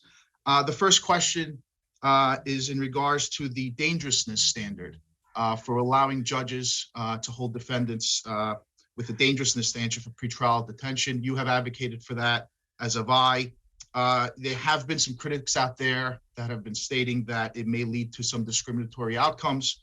What do you say to those critics as far as if that will indeed have an effect, discriminatory effect upon these defendants? And how are ways we can combat that if possible? When I started this pursuit of doing criminal justice reform, I was concerned when I saw the number of cases where the bail and other, even sentencing, was heavily unfair to Black and brown defendants. And I was extremely concerned about that. And I stated the way we can really keep this in alignment is to make sure that we have transparency. Every judge should do a clear analysis of their sentencing as well as their bail. And this can put that concern to rest. We could immediately identify it, and you could do this in real time. And that is how we address that issue that I was concerned about. And I believe there are mechanisms right now to make sure we don't have the unfair bail. But again, I'm for removing cash bail altogether. I don't think your ability to pay should determine if your violence is something that you're dangerous to society. And I want to be clear on that. Dangerousness is an important part of determining should someone go back out into our communities. Thank you, Mr. Mayor. The second question I wanted to ask you is in regards to charter schools. Charter schools have helped children in minority communities across the city. Would you support lifting the charter school cap to help our students in struggling communities? Well, of course, that's going to come out of Albany to make the final determination. And I'm a big believer with the chancellor, something we talk about all the time. It's about scaling up excellence. And wherever we find the excellence, if it's in district schools, public schools, charter schools, we say scale it up. We need to have the best educational opportunities for our children, but we also should look into the zombie charters. We have a large number of charters that are not being used. Let's get those zombie charters also back online so that we can get the best system in support of that. So I'm in support of scaling up excellence wherever we find scaling up excellence. Thank you, Mr. Mayor. Guess it's back to the Senate. Our next is Senator Roxanne Persaud. Well, thank you. Thank you. Good morning, Mr. Mayor. It is great to see you. I just want to thank you for everything that you're doing. And are you hearing me? Yes, I can hear you well. Oh, thank you, because my machine is going in and out. Thank you. I just want to thank you for everything that you promised that you will do, and you have indeed lived up to GSD. So I appreciate all of that. I want to ask you about summer youth employment. We've seen a spike in gun violence, primarily across my district. As you know, I have 7 numbered precincts, and up to yesterday in the 75th, there was another shooting, and on the 69th, there was another shooting. What do we intend to do to ensure that more youth are employed under the summer youth program? Can the city commit to increasing the number of employment slots that are funded? Thank you, Senator. And when you do an analysis, I had a briefing the other day of an analysis where the violence is coming from. Canarsie is one of the areas. We have a real gang problem that's taking place with a number of gangs, violent gangs in that area. A traditionally stable community, homeowners, heavy community from Caribbean from diaspora, and we need to zero in on that problem that's happening, and it's coming from a lot of the rap industry and social media. They are feeding a lot of this crime. So several things. Number one, we believe every child that's looking for a summer job should receive a job. We're going to launch an unprecedented summer youth engagement program where we can get our young people employed, because it's more than just keeping them busy over the summer. This helps compensate for their families. I don't know what my family would have done to pay for school supplies and clothing if we didn't have a summer youth job during the summertime. So we're going to do that. But we're also asking our corporate leaders, it's time for them to step up. We should do 100% paid internship program for every young person that wants a paid internship, to allow them to be exposed to a corporate environment and put them on a pathway to employment. So it's imperative that we have our partnership from Albany to continue to expand the summer youth. But I'm a believer, Senator, 100% summer youth employment for all of our young people, and we need to accomplish that task during the summer month in particular, where crime normally is the highest. I'm not sorry to cut you, Mr. Mayor. My 24 seconds that I have left. Can you touch on why why NYCHA needs the public trust? Can you touch on that quickly? And also, I want to commend the commander of the 61st precinct for the mentorship program that he's implemented, and I want to see us replicate that across the city. If your team can look into that. But can you touch on the public trust for NYCHA? So important. You know, NYCHA, Senator, NYCHA has a $40 billion capital problem. And, you know, we often talk about, well, you know, when the federal government comes, listen, those bugles we're hearing, that is not the cavalry, that's TAPS. NYCHA is dying. And we need to get resources now into NYCHA. And I know there's a lot of distrust, and I'm going to continue to go to all of my NYCHA facilities to talk about the distrust that they're feeling.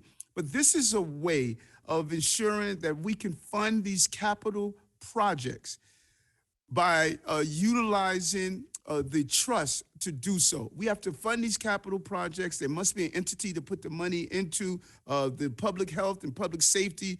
NYCHA is facing, this resident has gotten worse throughout the years, and you know that because you have been in a lot of the various facilities. And I believe the ongoing conversation by establishing this trust could qualify NYCHA for more federal subsidies and establish better procurement rules. And I think it's critical for us to institute it. And we want to do a tour to all of our NYCHA facilities to explain to them what this trust is about, so we can rebuild trust with NYCHA and make sure that it's done correctly.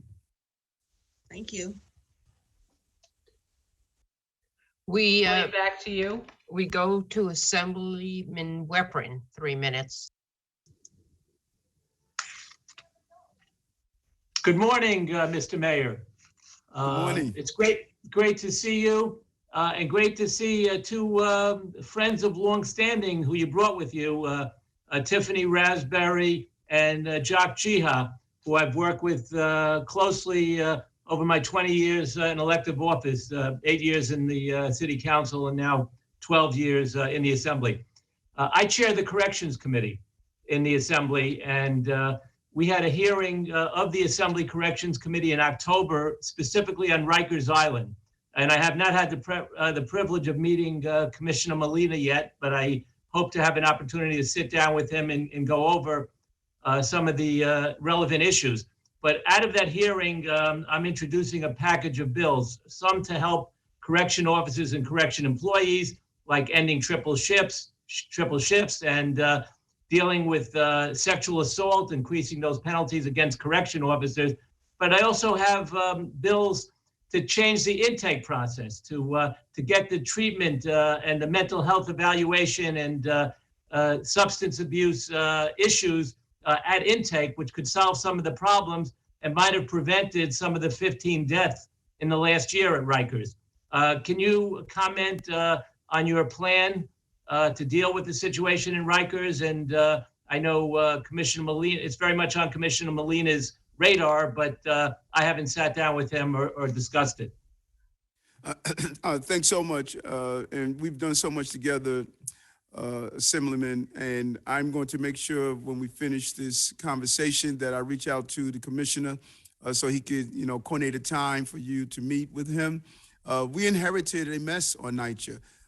The lack of having a full understanding with the employees there. People think of employees as only being correction officers, but also the civilian employees that are there.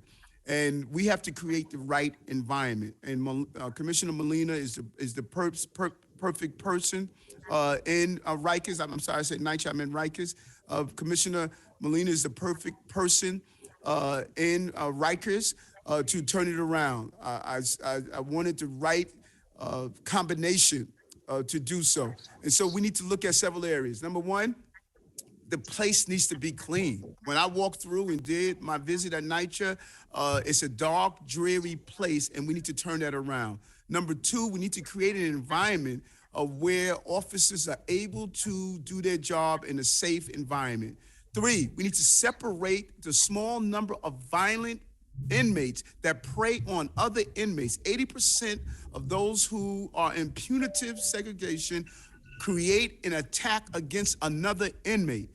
And then we need to make sure that the inmates that are there are able to serve their time without violence. And then we need to make sure that we move towards a very safe way of transitioning into the plan of closing down Rikers in a safe way to do so. And that's what Commissioner Molina is doing so. I'm proud of what he's doing already. We were able to bring back to the women and take them from the state facilities. We were able to bring back almost 1,000 officers who were out sick.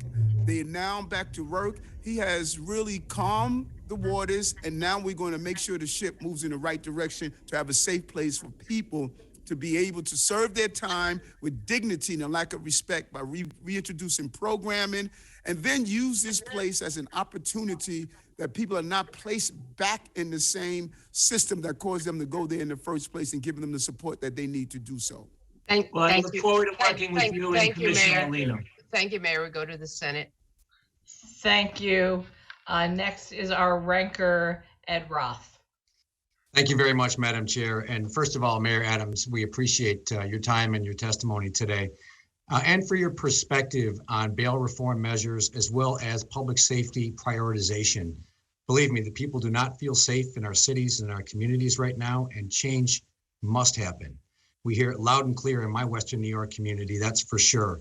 My first question is, does your team have any projections as to what the costs to New York City may be if the state fails to act on the public safety revisions you mentioned?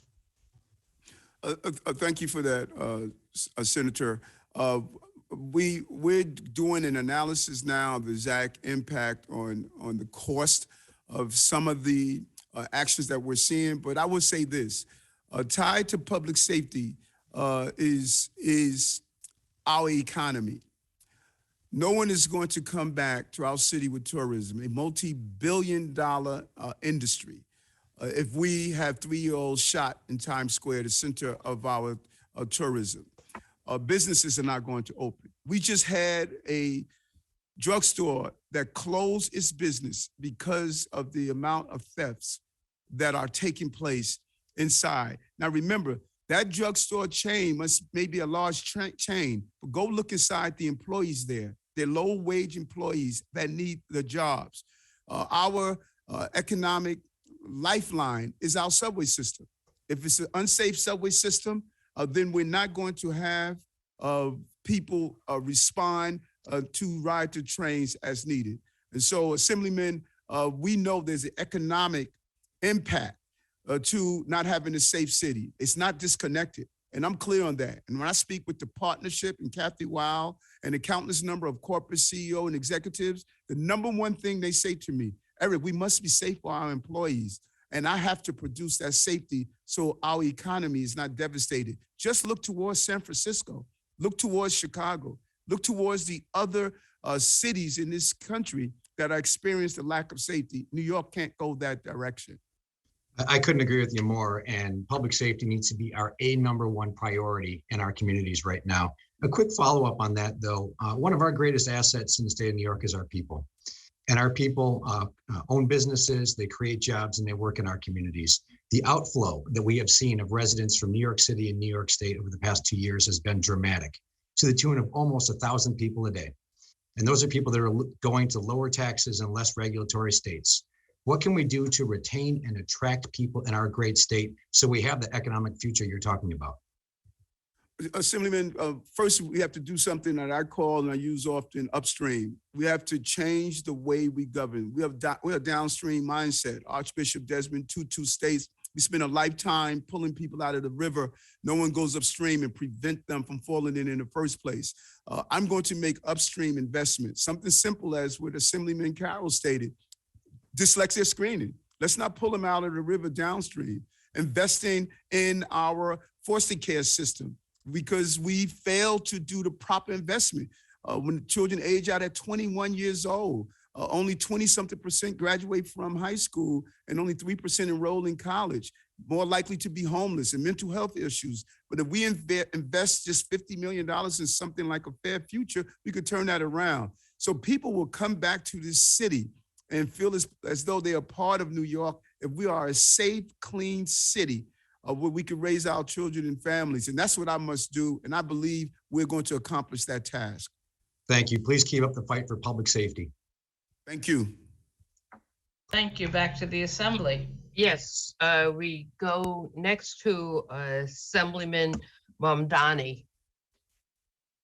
Thank you. 3 minutes. Thank you, Chair. Thank you, Mr. Mayor. In your testimony, you said we, quote, must use every available option to increase housing affordability and stability in our city. One of the key tools you have at your disposal in that fight is the Rent Guidelines Board and your appointments to that board. The previous mayor's board froze rents 4 times. Do you believe that tenants in rent-stabilized units should face rent increases this year? I think we're going through a very difficult point and place in what the impacts of our tenants and the Rent Guideline Board is going to do the right analysis to determine the outcome. I don't believe we need to do a further burden on our tenants. Almost 1 million tenants are behind in their rents, and I think it's imperative that we do everything that's possible to ensure the stability of that, but also know something else that's often missed in this conversation. It's called small property owners. Tied to their rents is their ability to pay their taxes, their utility bills. We need to give help to them as well. We need to make sure that we don't hurt those small property owners because particularly in New York City, they're Black and brown and immigrants. Mr. And Mayor, people I'm so of sorry to color that need the income that comes from their rents. And so there needs to be some support for them, and they're often missed in this conversation, and we need to be there for them as well. Thank you, Mr. Mayor, but just respectfully, if you could answer the question, do you believe that tenants in rent-stabilized units should face rent increases this year? I believe I did answer that question. I believe the Rent Guideline Board is going to do their analysis. I will hope that we don't have to give an increase to those tenants because of what the burden has been placed on them. Many of them have been unemployed, laid off, our economy is being hit. I think there's a balance. Sometimes we only focus on one end of the spectrum. Let's freeze the rent of the tenants, but let's give the support to those small property owners as well. And I think that support can come from Albany to make sure we don't lose those homeowners that are holding on. Because just as the tenants have been impacted, those homeowners have been impacted as well. And sometimes we forget those homeowners. And so if we can freeze it, let's do so with that evaluation. Thank you so much, Mr. Mayor. A different topic. New York City's own data from your Office of Criminal Justice shows that pretrial rearrest rates remain nearly identical pre and post bail reform. In other words, releasing people earlier has statistically had no effect on crime. Given this data, why are you claiming that the bail laws are driving a crime wave in New York? Well, a couple of things. That data, you need to really look at it. Let me just go to another one of my signs here. Number 2019 to 21, number arrested for homicide out on bail for gun offenses tripled. We're talking homicides. We lost lives. Second, number arrested for shooting out on bail for gun offenses nearly tripled. And so what I'm saying, if you look at my history in this conversation, not as mayor, not as borough president, but my history is for reform of the criminal justice system. And we often look at the total picture of everyone who commit dangerous crimes. I am saying there's a small percentage of them that's driving up the gun violence, that's driving up some of the felonious assaults with weapons. That's what we need to zero in on. My tweak zeroes in on them. It doesn't hurt the overwhelming number of people who are arrested in the criminal justice system. It zeroes in a precision, strategic way on the violent people that live with the numbers that I just reported. That is who we have to go after. Thank you. And we'll go Discuss these tweaks together so that we can come to a real resolution as a person who has been a leading voice for 35 years on criminal justice reform. I'm not new to this. I'm true to this. This is my life's work. Thank you, Mr. Mayor. We go to the Senate. Thank you. And Mr. Adams, you are not new to this, so I'm going to remind you to please watch the clock when you're finishing your statements. Yes, Next ma'am. up is Senator Leroy Comrie. Thank you, Madam Chair. Good morning, Mr. Mayor. Good morning, Mr. Hey, how you doing, Leroy? Good You morning. may not to my know it, but my middle name is Leroy. All right, right. That's right. And also to Commissioner Jacques Jiha, who is a constituent of mine, I hope still, but I don't know, you're probably going to have him working so hard, he might have to move to Manhattan just to keep up. And also to Sister Raspberry, good to see you also.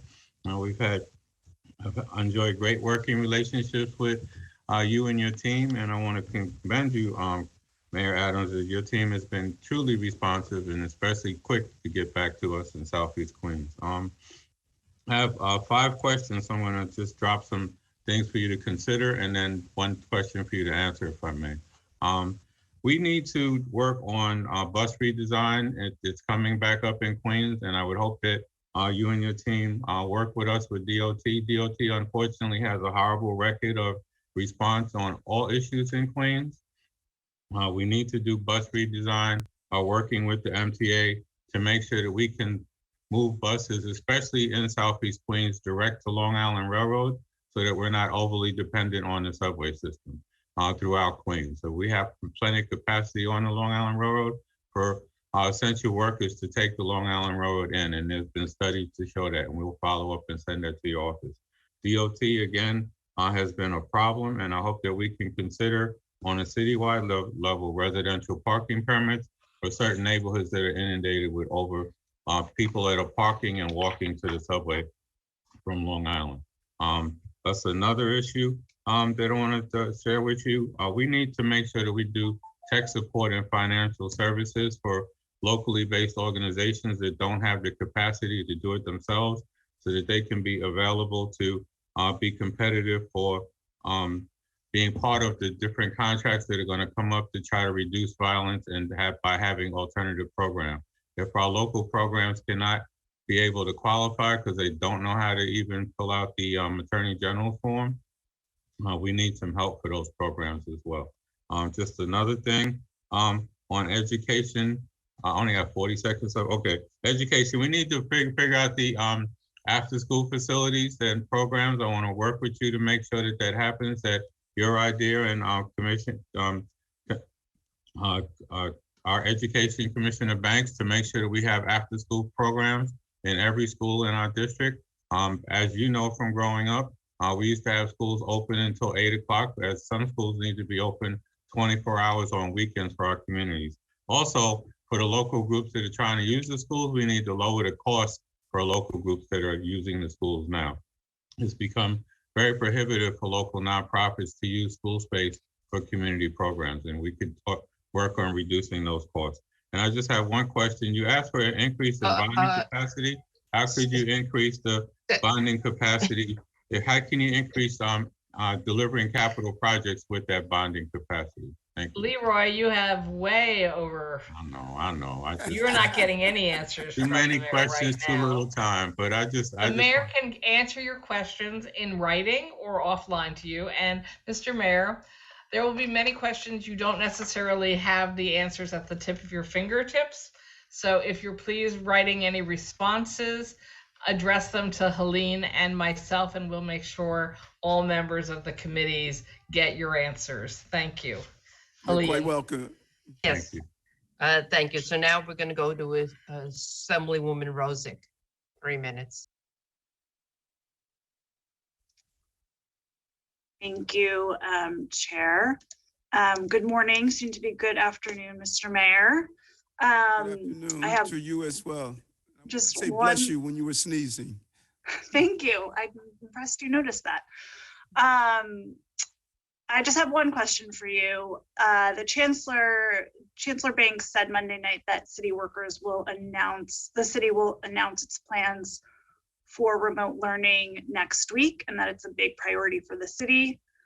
In a similar vein, I have legislation pending with Senator Comrie to allow for telework for city workers where possible.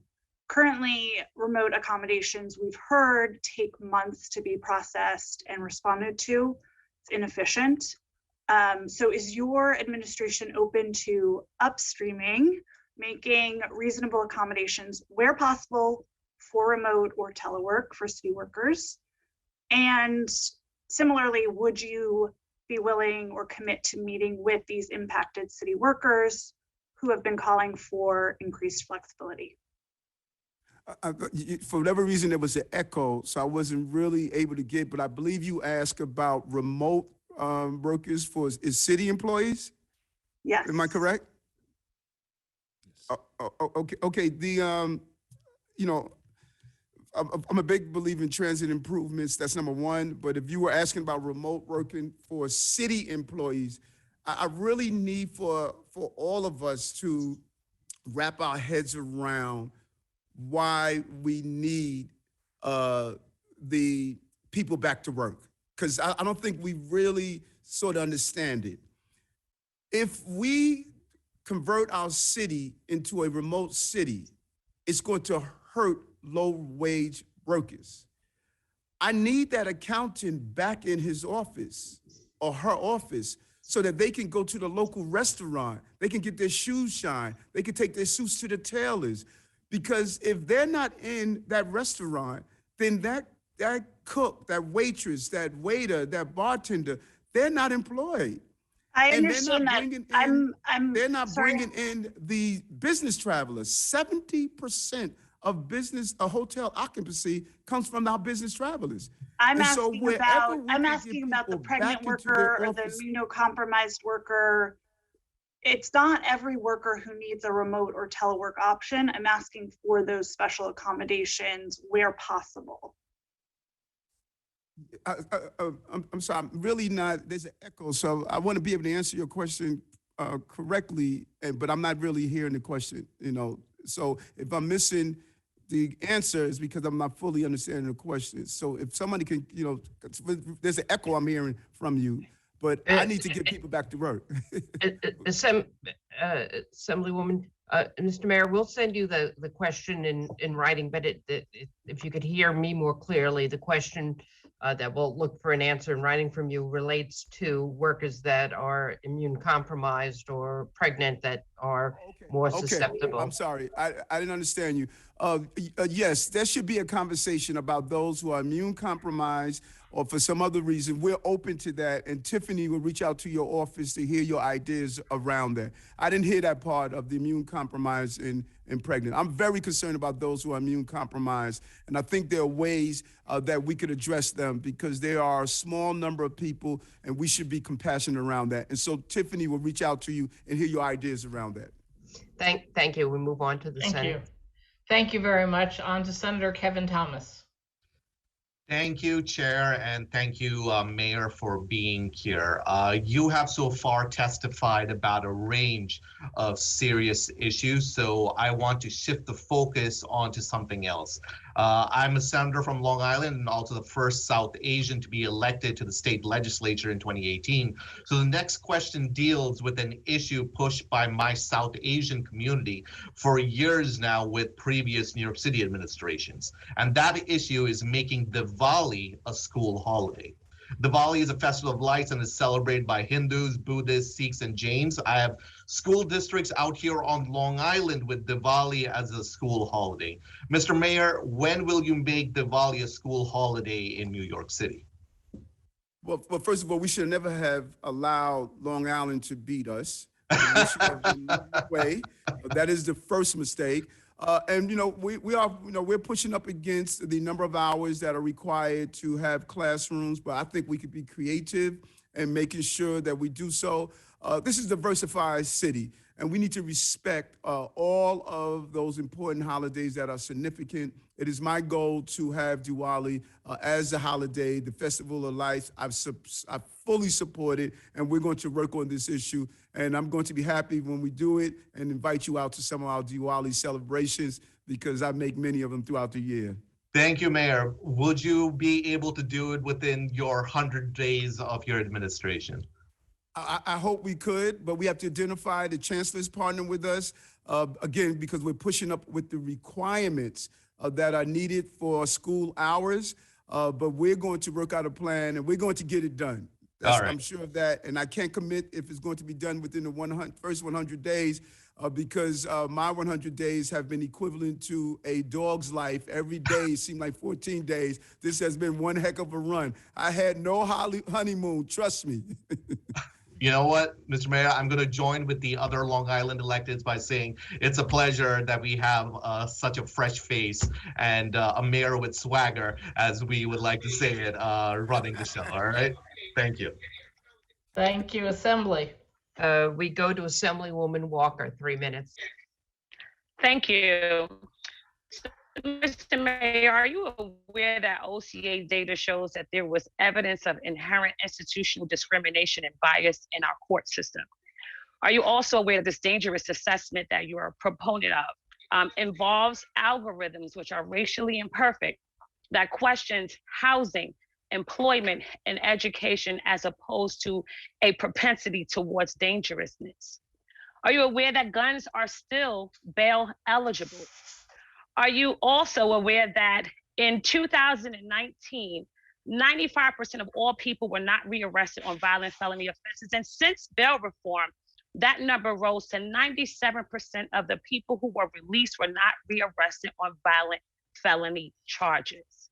And in fact, are you also aware that New Jersey, which has implemented a dangerous standard, did not result in a different outcome from New York, which has not implemented a dangerousness standard, whereas 14.4% in New Jersey, 14.4% of the people in New Jersey were rearrested on felony offenses. And here, only 13.3% of the people were rearrested on pretrial felony offenses. And so it is a cautionary tale that we are very cognizant of the Jim Crow remnants of criminal justice in our country. Dangerousness is not a tweak, but it is a wholesale change to our bail system and the way that we've been handling bail in the state of New York.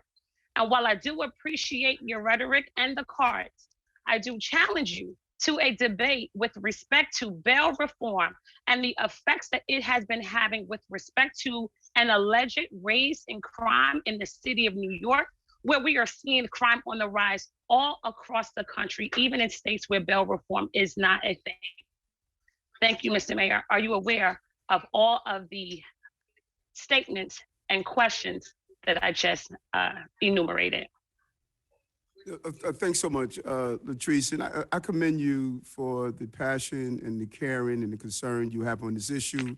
And I commended you both publicly throughout this entire endeavor. And I talked about you on how you leaned into a very difficult conversation. And I thank you for what you have done. I've seen the actualization of my life work materialize to this. I didn't start doing this, Latrice. And I don't think you should debate me. You should debate the 11-month-old baby's mother. You should debate the 2 police officers that we lost. You should debate the people who are No, watching it's violence you in who are your making community and this throughout a the city. political issue. And so, You don't have to tell me to debate a person who lost an 11-month-old child, because I lost a brother at the age of 19 years old to gun violence. And I want to be safe, and I want to make sure that this city is safe to raise my children, as well as all children across the state of New York. But when you are adopting the rhetoric of people who are male, pale, and still in this state to say that racially insinuated criminal justice reform in our country is harming our city, I just think it's wrong. And I think that it is something that we need to discuss as elected officials, and not in 6-second bites in the media, but in a forum that will allow for us to debate the issues, to debate the facts and the circumstances, so that we can make sure that this country remains one that is safe for all people to live, and not just some who declare that they want to be able to come to New York City for a visit, but for each and every one of us, including those who live in impoverished, disadvantaged, and crime-ridden communities. well, I don't think I came here just for a visit or to live. I think I came here as a person who put on that uniform and protected communities, as a person who was arrested and assaulted by police officers, as a person who visited many of our state facilities, as a person who pushed the Rockefeller drug law, as a person has been a consistent advocate for this. And so I look forward to an ongoing conversation, and we could disagree, and we don't have to be disagreeable. We philosophically disagree on the impact of the small number of people who are using the bail system to perpetuate violence in communities like yours and mine. And I look forward to this conversation with you, because again, I commend you for what you have done and what we could continue to do to get that balance that you and I both are looking for.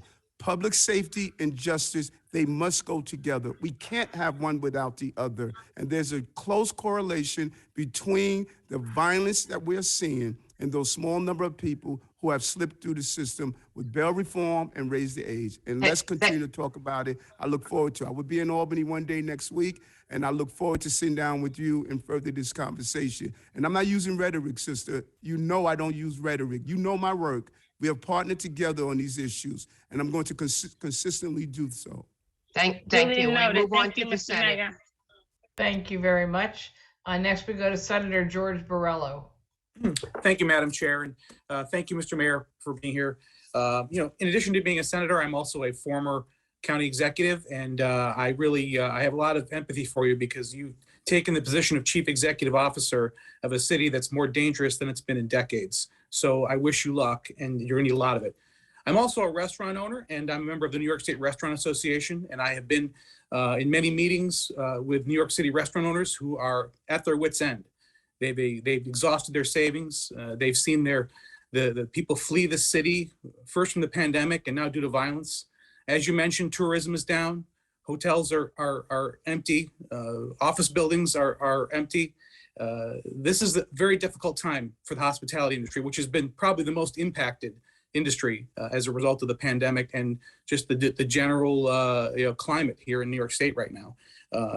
And so my question to you is, with the proposal that our former governor and the former mayor had of taking empty office buildings and empty hotels and turning them to public housing, how that might impact the ability to bring people back to New York City, and the unfair mandates that have really been visited most heavily on the hospitality industry.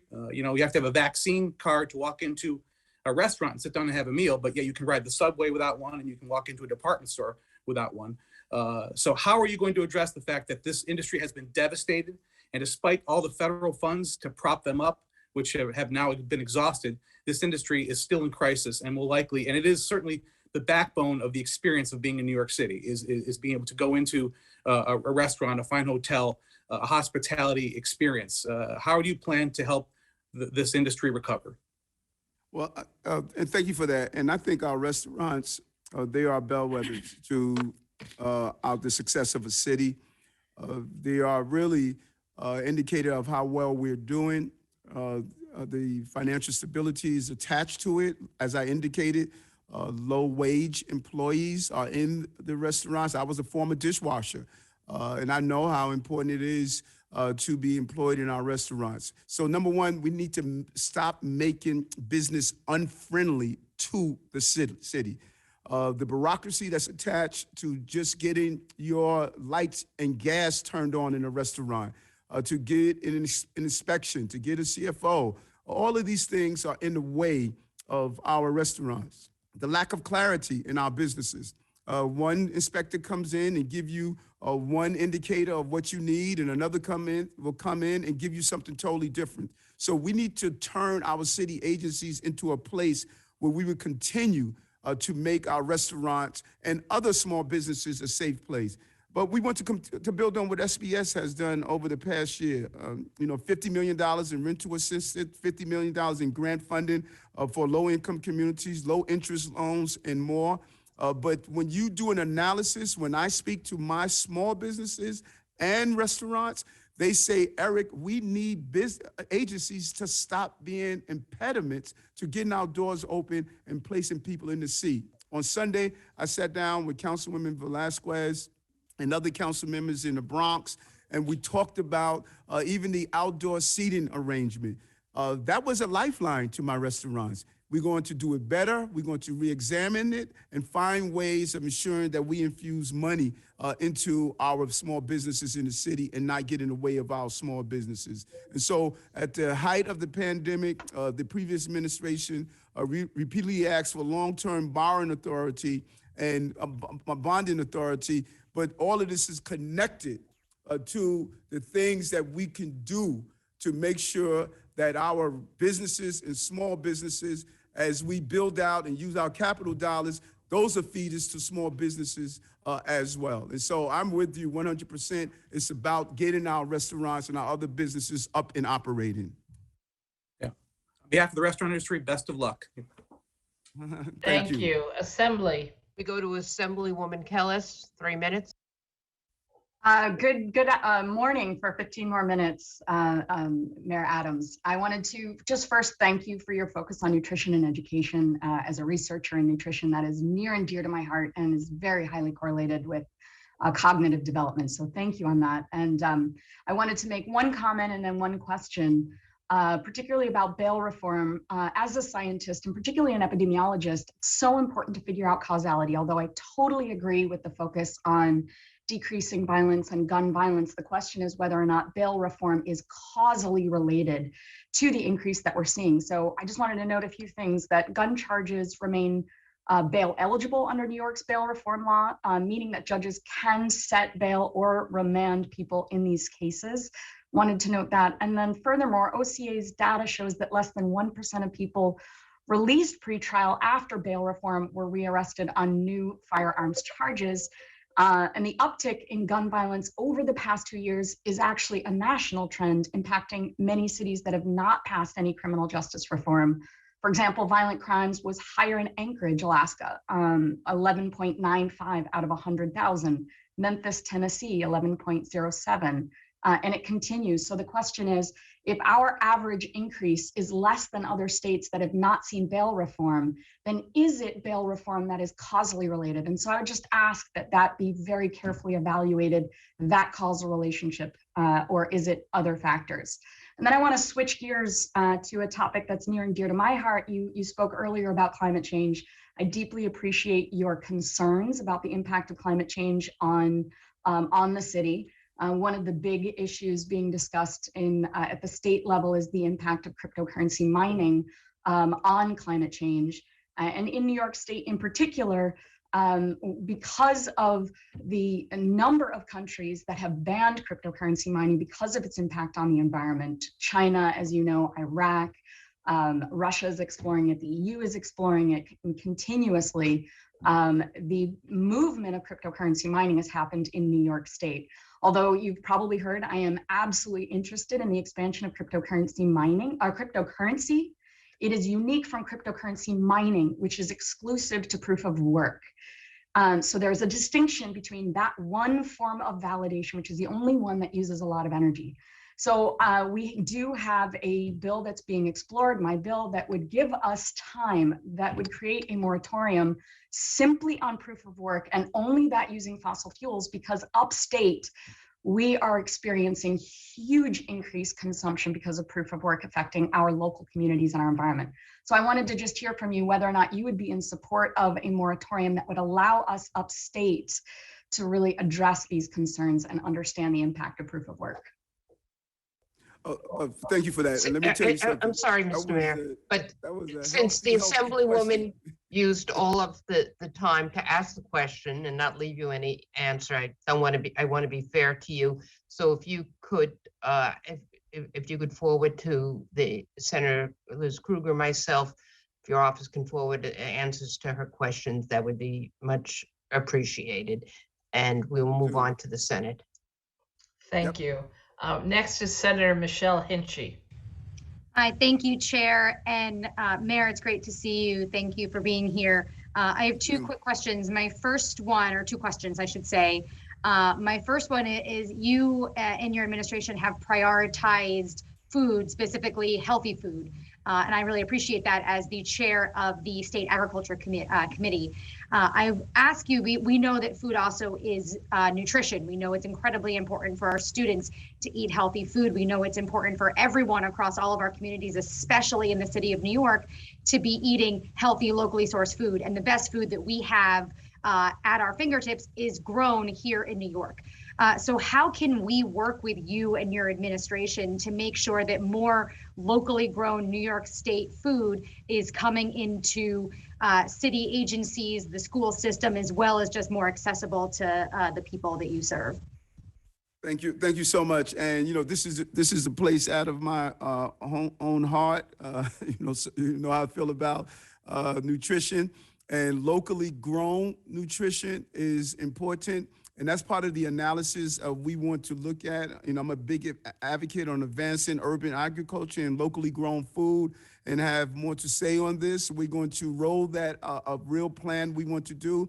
But I would say this, every agency where we feed people, we should not be feeding the crisis. And that's what we're doing right now. In our schools, in our jails, in our hospitals.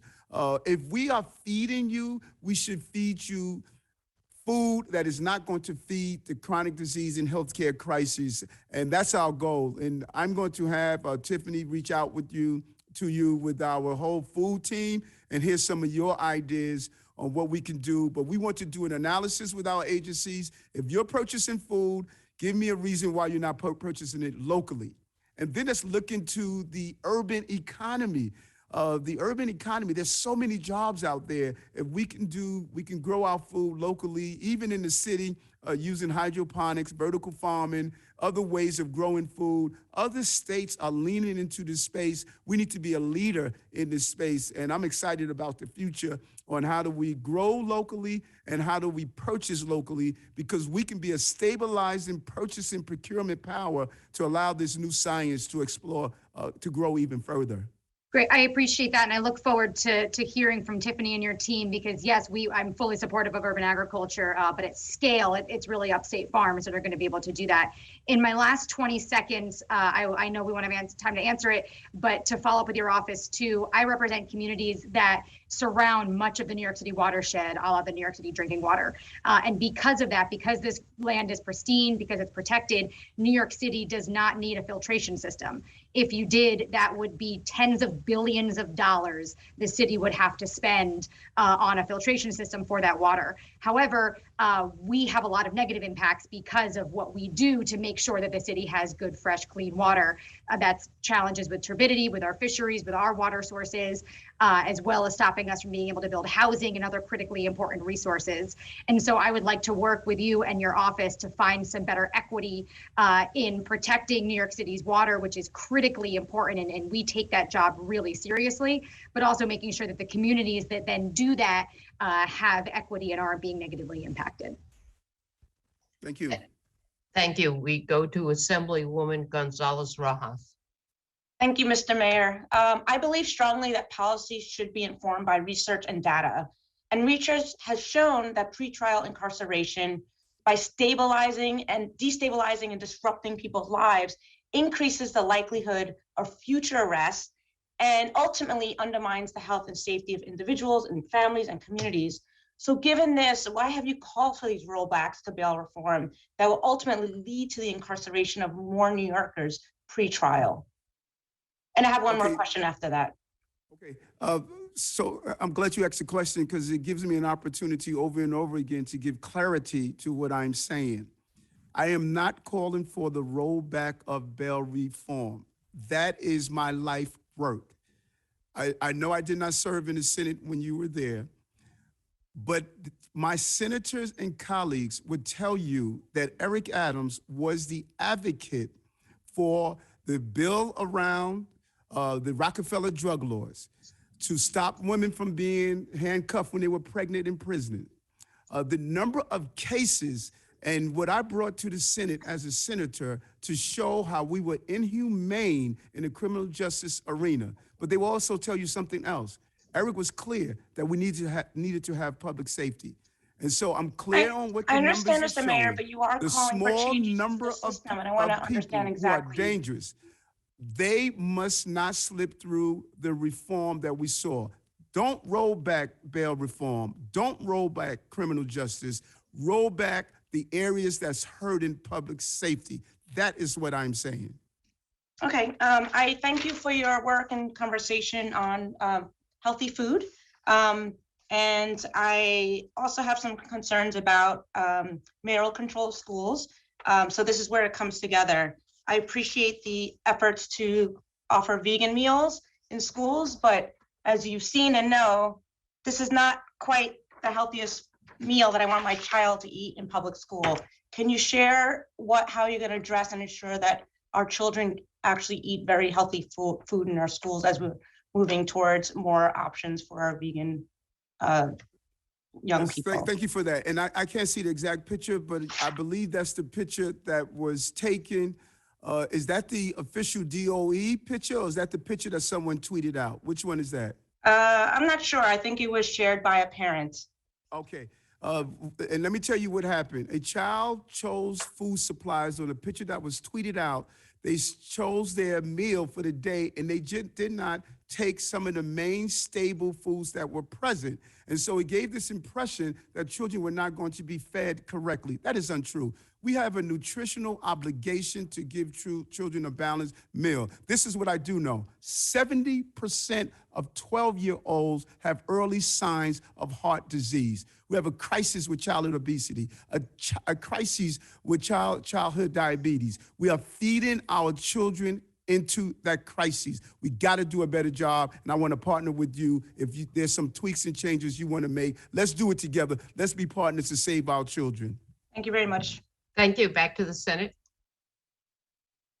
Very much. And we are up to the newest Senator Clary. Good morning, Mayor. First, I want to say thank you for your office being responsive in my district to heating and hot water complaints in 2 of my housing developments over the last 2 weekends. I just want to also echo the caution raised by Assemblywoman Walker and Kellis related to bail reform. And then I'm just going to ask a few questions. I hope I leave time for you to answer them. I'm asking that groups like Save Harlem, East Harlem, Save East Harlem, and Street Corner Resources are included at the table when gun violence is being discussed. These are the groups that are on the ground diffusing violence. They are talking and working with people who are at-risk individuals, and they also need additional resources to deal with the issues that those people are dealing with, the underlying conditions to some of the crime and violence that we see happening in the streets. I also want to deal with another public safety issue to me, and it really is serious, though it may not sound that way, but increased rats and garbage continue to be a problem in our districts and in our communities. Increase in sanitation pickups and replacement of the garbage cans that were removed by the previous administration are what my constituents are looking for. We would also, parents are asking for a parent representative from each borough on the PEP. I know that you spoke about mayoral accountability earlier, but parents know best as a former school board member, as a former CEC member, parent association member. I really would like to see more parent participation and involvement at that level. Affordable housing is not affordable to many in my district. Can you speak about your plans for low-income housing that they can afford? And one of the keys to equity and fairness is economic empowerment. Blacks make up approximately 23% of the population in New York City, yet less than 3% of small businesses are owned by Blacks. Can you speak of your plans to increase the number of businesses and support the many who are struggling? Thank you. You gave me a nice laundry list. First of all, it's exciting to see you up there in Albany. Your years of advocacy I think is needed to continue this conversation forward. And I agree with you. The quality of life issues, such as rats. I recall a group of parents visiting me where their babies had rat bites on them, and we implemented our a rat trap that is going to be used in parts of the city to look at how we mitigate that real issue. I think is crucial to deal with the sanitation issue that we're facing. And so what I would do, Assemblywoman, because you gave me a nice list, Tiffany will reach out to you and we'll sit down and go through that list line by line, particularly around the economic opportunities in the city. Thank you. Good to see you too, Tiffany. We're going to go to Assemblywoman Seawright. 3 minutes. Thank you, Chair Weinstein. And Mr. Mayor, it's great to see you again. Thank you. I have two questions. One is more citywide and one is more centric to the Roosevelt Island portion of my district. First, I just want to say I'm honored to have Gracie Mansion in my district on the Upper East Side. We are facing more and more development on the Upper East Side with the unfortunate approval of the Blood Center expansion by the previous city council. More people, cars, traffic will be flowing in to the neighborhood. How can we reinvigorate the neighborhood, yet at the same time help our small businesses that are facing closure? We're seeing more and more crime around our public schools. And every day I'm hearing from constituents walking into the office with issues about affordable housing. And then as far as Roosevelt Island, it's governed by the Roosevelt Island Operating Corporation. As mayor, you have appointments to that board. And for several years now, there has been no woman appointed to the Roosevelt Island board.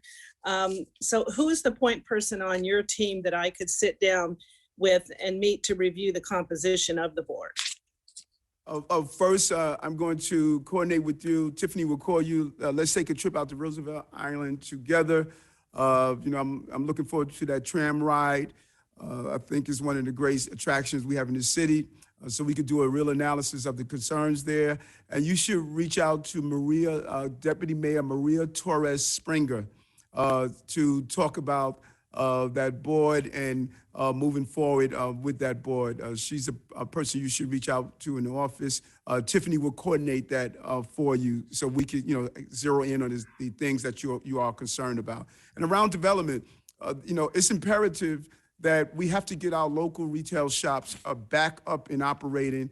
I always find it interesting, Assemblywoman, some of the same people who talking about, getting the stores open and the retailers open, they're quick to go to Amazon. They don't know that they're impacting those everyday retail shops. We want to do some shop locally initiatives. We want to get people back in those stores so they can hire. Our retail shops are really dealing with a real crisis. And it's imperative that our New York City economy remains competitive by having these shops open up and operating. And we're looking forward to partner with our committee of small businesses we have been meeting with, and we're going to continue to communicate with them and give them the support that they need. Thank you, Mr. Mayor. Thank you. Back to the Senate. Thank you. Senator Brad Hoylman is up next. Good morning, Mr. Mayor. Good to see you. A highlight of my daughter's recent young life was when she met you during the campaign, and you relayed to her that she was dyslexic, but you were too. So thank you for that. Thank you. Mr. Mayor, you recently came out in support of the Penn Station redevelopment project, I think this week. which, as you know, would not only redevelop Penn Station, but also more than 5.5 blocks in Midtown Manhattan, build up to 18 million square feet of new development, basically the size of an additional Hudson Yards smack dab in the middle of Manhattan. The project, as you know, isn't going through the city's uniform land use review process, instead going through the state's general project plan, which cuts out a lot of local decision making. The GPP envisions that it would use a value capture framework, including payments in lieu of taxes, which could result in New York City being deprived of up to $330 million a year in potential property tax revenue. Given the potential financing structure and the hit that might be to your finances, to the city's finances, do you agree that we should have an assessment analyzing the potential impact on the project, of the project on the city's finances before the state proceeds any further? Thanks, Brad. First, I want to be clear. We support the concept of the plan, but we should continue to explore the potential amendments that are needed. We support the concept of the plan. There's a great opportunity there, but we must get it right. If we don't get it right, as you just pointed out, we could lose the benefits for our city. So the concept of the plan we support, but let's make sure we get it right. Jock, do you want to add anything to that? Yeah, we would proceed with a cost-benefit analysis to see whether or not the project is worth, while for the city to pursue. So we'll continue to make adjustment to it, like the mayor said, and discuss with the state, and in order to protect the revenue base of the city. Thank you. And the city planning commission made some great points, and we're going to, take all of this into view as we move forward. And so I thank you for raising that. Thank you, sir. And the last point I would make is, in my remaining seconds, is that right now the plan envisions only 539 units of new affordable housing. That's across 5.5 blocks. This is a great opportunity, I think you'd agree, to build much more affordable and supportive housing. Well, can I say it better? If we want to deal with underlying causes, we need to diversify where people live. If we want to give people great access to schools, let's diversify housing. Great access to healthy food, let's diversify housing. Housing is the diversification we need to stop a city that's segregated and that we are not allowing everyone to benefit from great transportation, food, education. So I'm with you 100%, and Tiffany would do a follow-up so that we can further discuss it, and I look forward to discussing it with you. Thank you, Mr. Ray. Some while ago, we were joined by Assemblyman Pretlow, Assemblywoman Clark, and Assemblyman Burgos. And we go to Assemblyman Sayaj for 3 minutes. Thank you very much, Madam Chair. Mayor, I wanted to congratulate you and really compliment you on addressing what are key issues impacting not only New York City, but the state. And I represent the city of Yonkers, which is your neighbor to the north. So a lot of the similarities that impact New York City impact urban settings in cities like Yonkers, New York. Your focus on crime reduction, on education, healthcare, and small businesses is really crucial, not only to the city, but to many communities in Yonkers. So I commend you on that. And I also wanted to express a very important concern as an Arab American, just following the discussions of Senator Lieu. In addition to Black and Latino and people of color, there's a large component of Middle Easterners and others. And having been involved with a group called YAMA, Yemeni American Merchants Association, they, to my surprise, they represent nearly 5,000 small businesses, grocery stores, stationery stores, and during the pandemic played a crucial role. We circulated a letter of support that allows this association and its business people that have been impacted by crime and in many cases murder to receive funding that would allow them to have special cameras within their stores and outside their stores so that law enforcement officials can help detect and resolve and investigate potential crime. I hope that the administration looks at efforts to support these initiatives and really, as you stated earlier, recognize that New York needs to keep New Yorkers in New York, to keep businesses in New York, and to really find common ground where we can address criminal justice in a way that addresses the needs and the concerns of all. Thank you, Mayor. Thank you. And first of all, your representation means so much. To be the first person of Jordanian American descent to be elected is crucial. When you talk about Yama, you're talking about my family. Debbie and Naji, they came to me when we did the first bodega strike, when Donald Trump wanted to do the Muslim ban. My long record, even going back through in 2001 and 9/11, of standing with those of Muslim descent, Arab descent, and fighting against the horrific draconian measures in law enforcement, starting the first Muslim association in the police department. So there's a long record of my collaboration with you, and we're going to continue to do so together. And I look forward to coming up and seeing you and speaking with you and have some great Jordanian coffee that I hear about. Thank you very much, Mayor. Appreciate it. Back to the Senate. Thank you very much. And our next senator is Senator Gounardes. Thank you very much, Senator Krueger. Hello, Mayor Adams. Really great to see you at that side of the table. I just first want to really just thank you for your laser focus on a targeted multi-pronged approach to tackling gun violence. I think it's really, really important. There's a lot of pieces to that strategy, and we shouldn't let one or two pieces kind of crowd out all of the comprehensive approach that you're laying out with your public safety blueprint. So I want to thank you for that. I have a couple of quick questions. First and foremost, I want to talk about resiliency, specifically in Southern Brooklyn or coastal communities.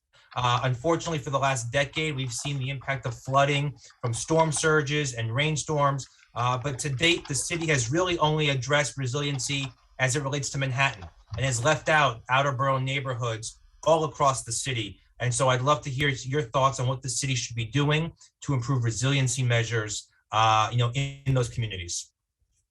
Thank you for that. And Andrew, I cannot tell you how proud I am of what you have done as a former staffer in Borough Hall. You just really took the helm as your role as a state senator and continue to touch on those very important topics, and particularly the one you're speaking on now with resiliency. And I'm going to have Tiffany bring in our entire environmental team, our new head over at DEP, and the entire team on this issue, and lay out in Southern Brooklyn and some of the things that we want to do in Southern Brooklyn. We should be clear on this, as you stated. When we talk about resiliency, historically, we left out Staten Island, we left out Southern Brooklyn, we left out the Rockaways, we left out those issues in areas that were impacted, and we can't continue to do so. And so I agree with you 100%, and we have a real outlook of how we're going to use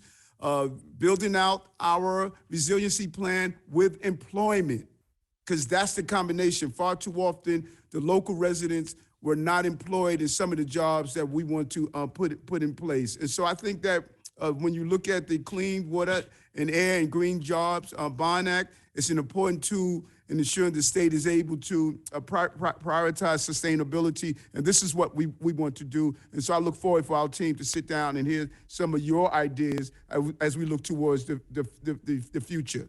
Thank you. I have two other quick questions I'll lay out. Number one, in your written testimony, you've asked us to give you the city authority to run their own speed camera enforcement program, bus camera lane enforcement program, and to revert home rule back to the city over the city streets. Can you talk about your strategies around street safety?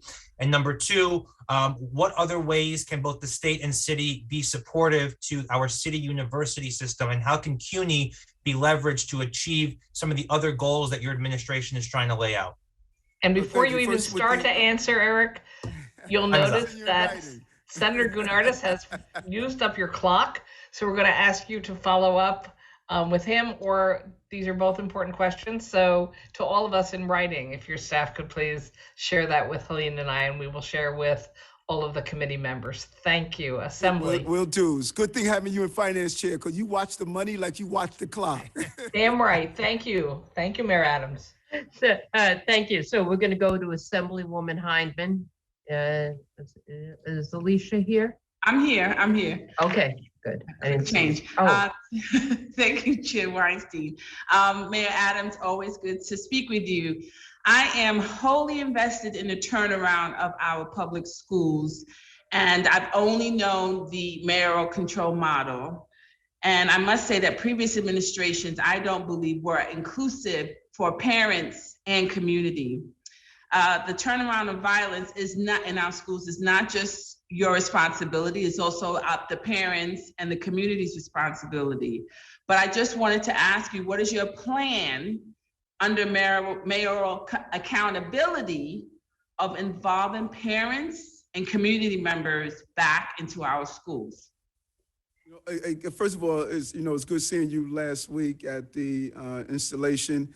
And you're right. We need a safe space for our children. We can't have children stabbed in school. Weapons are brought in school.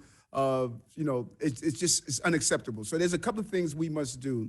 Number one, Senator Comrie pointed to this. I had something called the Extended Use Program as the borough president. We want to make this citywide. What it said is that local community-based organizations that would like to use school spaces should not have to pay to do so. We should be paying for the school safety agents, for the staff that comes in. This way, we're allowing people to do their volunteerism. Then you have great crisis management team, Kay Baines out in Queensbridge, allowing them to put some of these good programs in place. David Banks has been meeting with on the ground community groups and organizations, Rites of Passage program, and teaching our young people to how to evolve into adulthood, having some real programs in those schools, financial literacy, technology, robotics. We are not using the school buildings correctly. They should be the focal point of the community. A school building is the only place where everyone, no matter what their language barrier may be, where they're comfortable in going into. We're not doing that, and I'm going to do that and encourage a better use of our school building and be preventive of when we deal with this issue. And mayoral accountability is an extension. In 2019, increased parental engagement, and I want to continue to increase parental engagement. And here's some of your feedback, Assemblywoman, on what we can do a better job as doing so. Thank you. And I just want to plus one the previous speaker about resiliency in Southeast Queens. We definitely have a groundwater flooding problem. And as you know, Hurricane Ida did the devastation in Hollis. So we just want to make sure that we work together in making sure those homeowners are made whole. So thank you. Back to the Senate. Thing down pack, Liz. Thank you very much. Our next speaker is Senator Gustavo Rivera. Thank you, Madam Chair. Good morning, Mr. Mayor. Hey, how you doing, Gustavo? Doing all right. Credit where credit is due first, sir. Certainly you have been responsive, not only to many offices, but certainly my own. I remember the conversation we had just a few weeks ago when you came to my district. This is when after that child was shot in the cheek, and we had conversations with violence interrupters that were very important part of, and I was certainly very thankful that you came there, and very thankful for some of the discussions that we had privately. Now, certainly we've seen over the last couple of hours has been the definition of a honeymoon period, and certainly you have earned it. But a couple of things, sir, that I want to make sure that I say. I want to certainly join Assemblymember Walker, Assemblymember Kellis, Assemblymember Mandami, Assemblymember Gonzalez Rojas in their concerns about some of the stances that you have taken. And this is what I would say, sir. I would implore you to proceed with caution. And when I say that, it is certainly recognizing that, as you have reminded us many, many times, you certainly have been an advocate on issues of criminal justice when you were up here. We served together, but you were here before me. And certainly these are all facts that you point to. This does not, however, sir, excuse you from what some folks have done to use some of your statements in their efforts to fearmonger. because it is a reality that as far as discretion is concerned, there are many instances in which judges already have discretion and they have not used it. We also, and you know this as somebody who has been an advocate, the reason that you fought to change some of these laws is that you recognize that laws are not colorblind. And that when you, for example, talk about dangerousness, the reason why many of us are so concerned is because, as you yourself hopefully would recognize, when you create a piece of legislation, language that seems colorblind, history has taught us that that is not the way that it is utilized. So we have to be exceedingly careful as we establish any of these patterns. I would also, sir, ask you to consider when you're talking about exploited youth. It was a little bit concerning to me when you both recognize that when we're talking about the potential rate changes to raise the age, you should want to say, you want to change the age, raise the age pattern, that what we did. Well, you recognize that some of these kids are exploited, and yet you do not actually recognize that we should focus on that exploitation as opposed to just putting them through a criminal justice process. I have 27 seconds. This is more, the question is a longer one, and this is all that I would ask you to do. Please, sir, be very cautious, because the process that we will go for the next couple of weeks and months has to be ultimately about public safety. Communities are safer when they have more resources, not when they're over-policed. And these laws changes that you seem to be supporting to change back to are not going to make us safer. Thank you for your time. Thank you. Thank you. We go to Assemblyman Otis, 3 minutes. Thank you, Mr. Mayor. Congratulations and good luck in your tenure. I want to follow up on the cryptocurrency question that you got a little earlier, and issues certainly a lot of us are involved in, which is that there are multiple forms of cryptocurrency authentication. There is one form, proof of work, that uses about 100 times as much energy as the other forms and is causing community problems upstate, water quality, air quality problems for upstate communities. And the real threat is to our ability to beat climate change. And we're not going to meet our targets if we have this new energy source when there are reasonable alternatives. So I think what I would ask is if you would sit down with some of the New York City-based advocates on this issue and walk through some of the differences in terms of types of cryptocurrency. Cryptocurrency is a great opportunity, economic opportunity for the state and beyond, but there's one method that really causes problems statewide, nationwide, and internationally. So any comments, but we'd be happy to set up a dialogue to get into these impacts more closely with you and your team. Thank you so much. And clarity is important, because the lack of clarity brings a feeling of uncertainty. And I want to be clear as much as possible. I support cryptocurrency, not crypto mining. And I think it's imperative that the lawmakers, compel that we move forward to do the duality of ensuring innovation, but not hurting our environment at the same time. And we can do so, because remember, we used to run cars on leaded gas. And when we went to the auto industry and say, listen, that game is over, they pushed back, but we compelled them to move to unleaded. And then we say it's time for us to go to electric cars. Then we compelled them to go to electric cars. That is what evolution is about. We cannot be afraid of evolution. My goal is to make New York City the innovation capital, where our young people can be employed in these new industries that are growing around us, and then use the right laws to make sure they don't abuse the economy or abuse our environment. And so we're really looking forward to sitting down, speaking with some of the leaders in this industry. And because nothing gave me a greater joy when I walked into Marcy Housing, and a young person said to me, hey, I heard you taking your paycheck in cryptocurrencies. Can I do the same? This is how we excite growth, by using my bully pulpit to talk about innovation that has historically been ignored in the inner cities of our state, not only New York City. Thank you, Mr. Mayor. We'll work with you.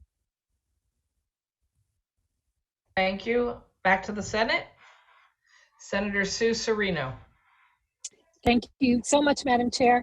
And thank you, Mayor Adams, for being here today. I would just like to really say thank you. Thank you for your advocacy for giving judges the ability to consider dangerousness as a tweak to bail reform. You know, I've carried a bill since 2019 after hearing how dangerous the bail reform changes could be for victims of domestic violence. And that actually came from the domestic violence advocates. We had a press conference when all of this first happened, but this was not an R or a D thing. There were Democratic DAs, Democratic law enforcement, and victims at our press conference. And sadly, it's turned into this, you know, at the risk of public safety.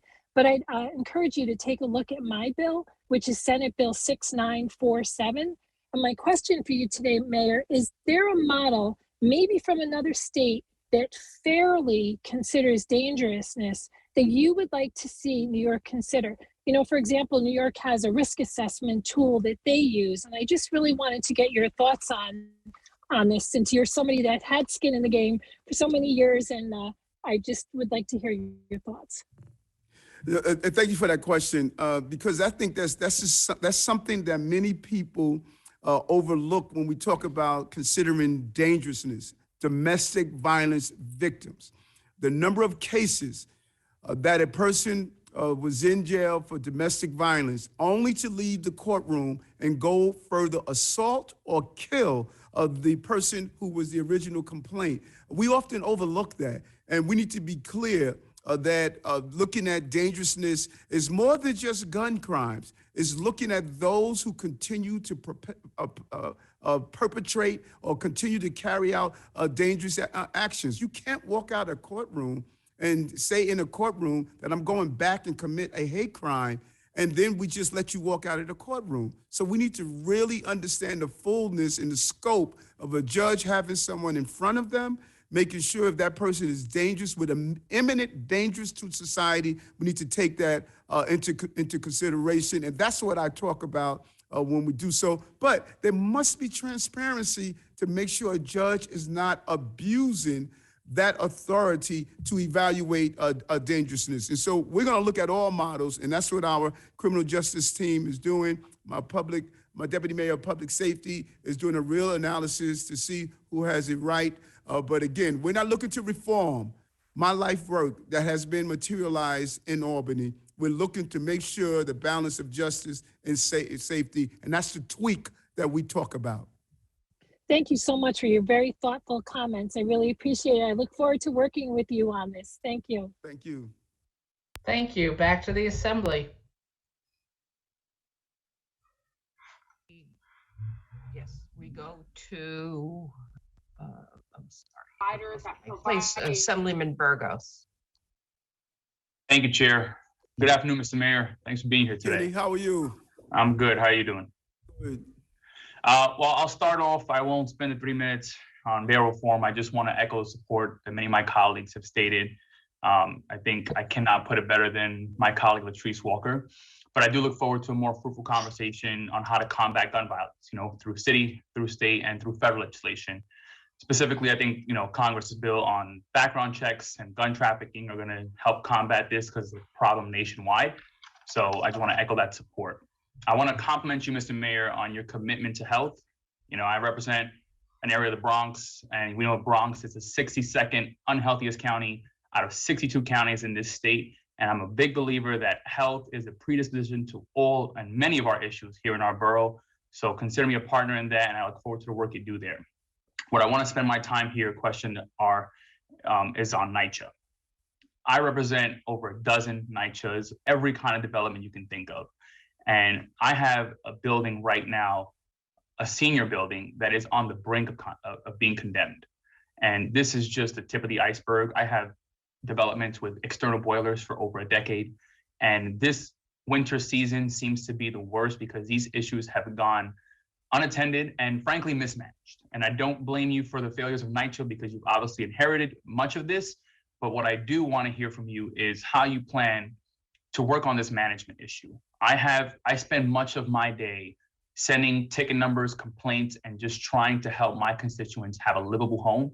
And I'll be very honest with you, a lot of this falls on the management team at these specific developments. So I need to hear from you how we plan to combat these issues at NYCHA, that we need capital dollars, but we need the right management. Well said. And first of all, and I agree with you on, listen, Latrice is a friend. I have much respect, and people shouldn't take the passion that she showed as that there's not a real relationship here. What she has done in Brownsville is just commendable, and that is my friend.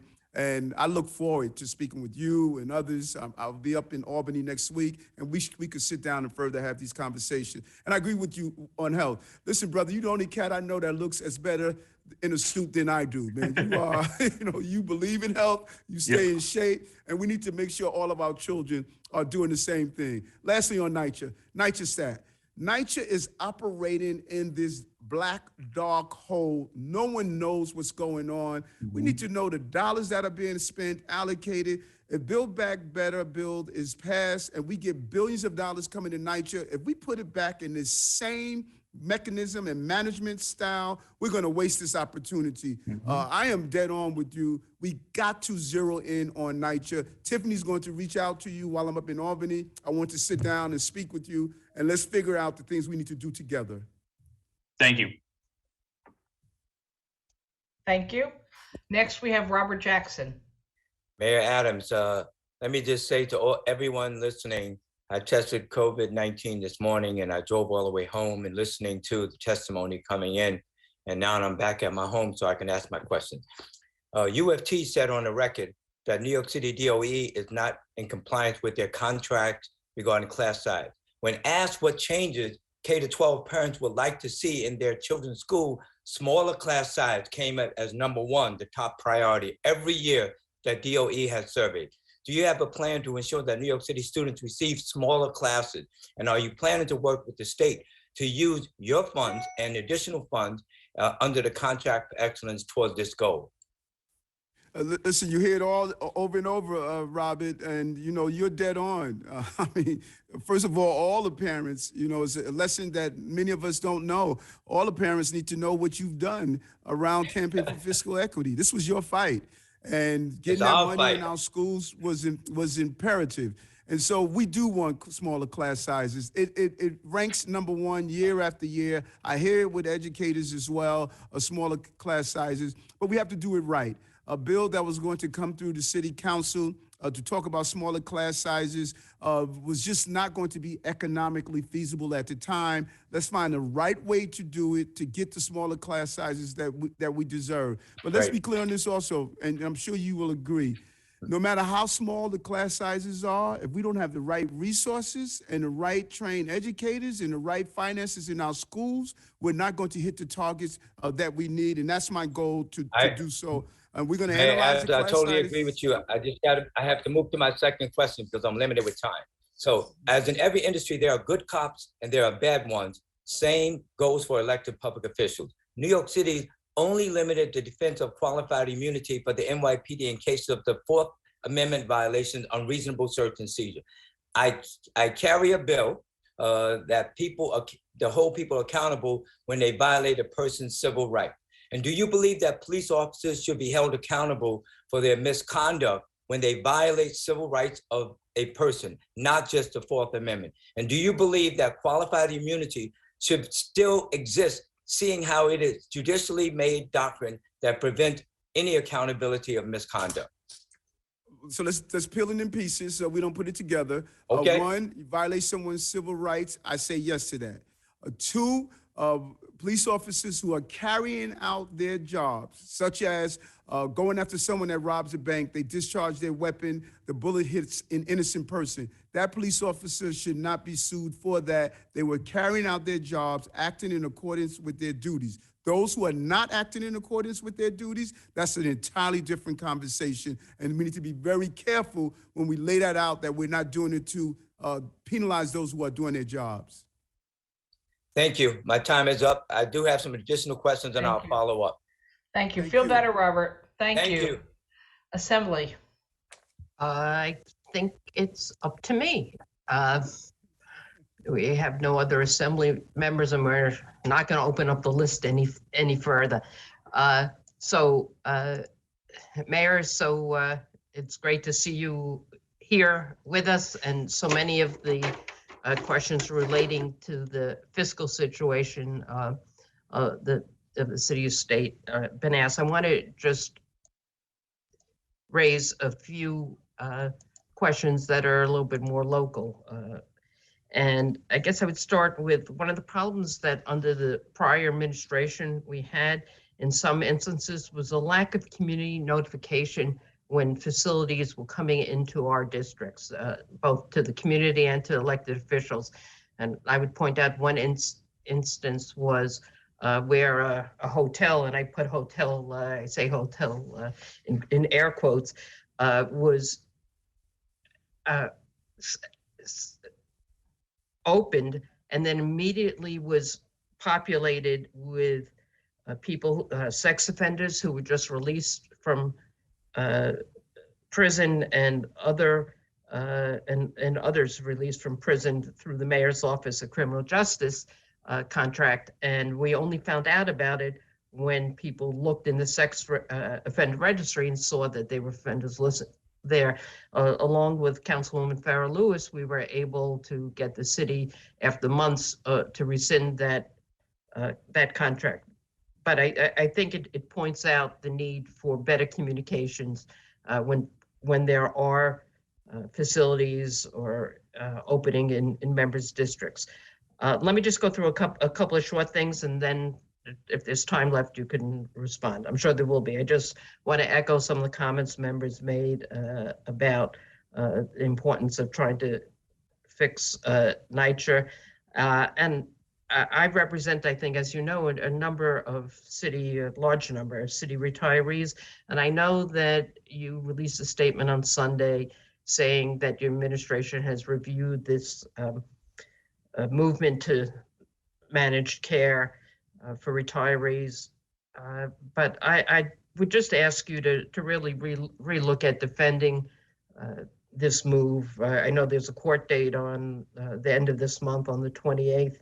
And while it may be in the interest of taxpayers in terms of saving some money, I don't believe it's in the best interest of retirees, because particularly a lot of our older retirees who can't, or are on low pensions, can't afford the $2,300 a year to opt out.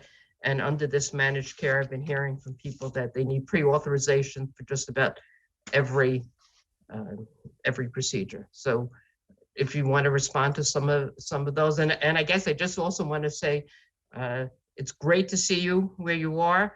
I know you've been such a strong advocate as borough president. I stood with you many times fighting hate crime, and I really look forward to working with you in this new role.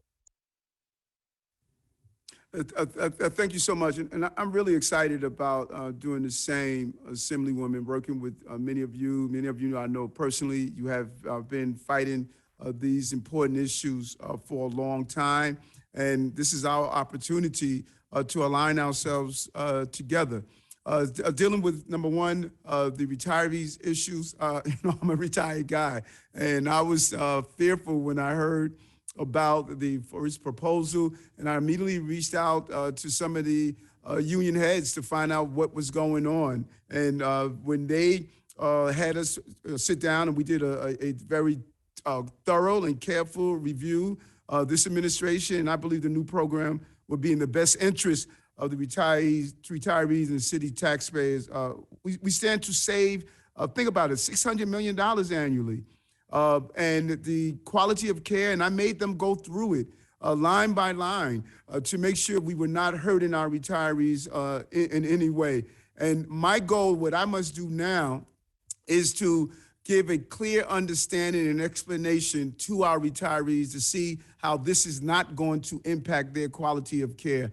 And because that's the quality of my care. And I believe once they hear it, they would not go by just some of the sound bites that were put out there to feel as though they're going to lose their retirees. We have a real crisis with our healthcare system, and I'm going to need your help around this. The amount that our hospitals are charging for procedures, we have to rein this under control. Union heads are going in, negotiating pay increases for their members, only to lose it based on medical procedures. You could go to different medical procedures and get a different outcome based on what hospital you go to. We must really rein in the problems of the cost of healthcare in our city. In the area of the reentry hotels, the reentry hotels were open as a temporary response to COVID. We had to deal with placing people in housing to stop the spread of COVID. It was a public health emergency, and we're going to always strive to do the notifications properly. And I want to hear your thoughts on how we could do it better, because many people, my local electeds, talked about this notification problem. And so Tiffany's going to reach out when I get up to Albany. Just think of some ways we can do a better job in doing so, because we want a partnership in doing so. Thank you. I look forward to having those conversations and long working relationship with you. Back to the Senate.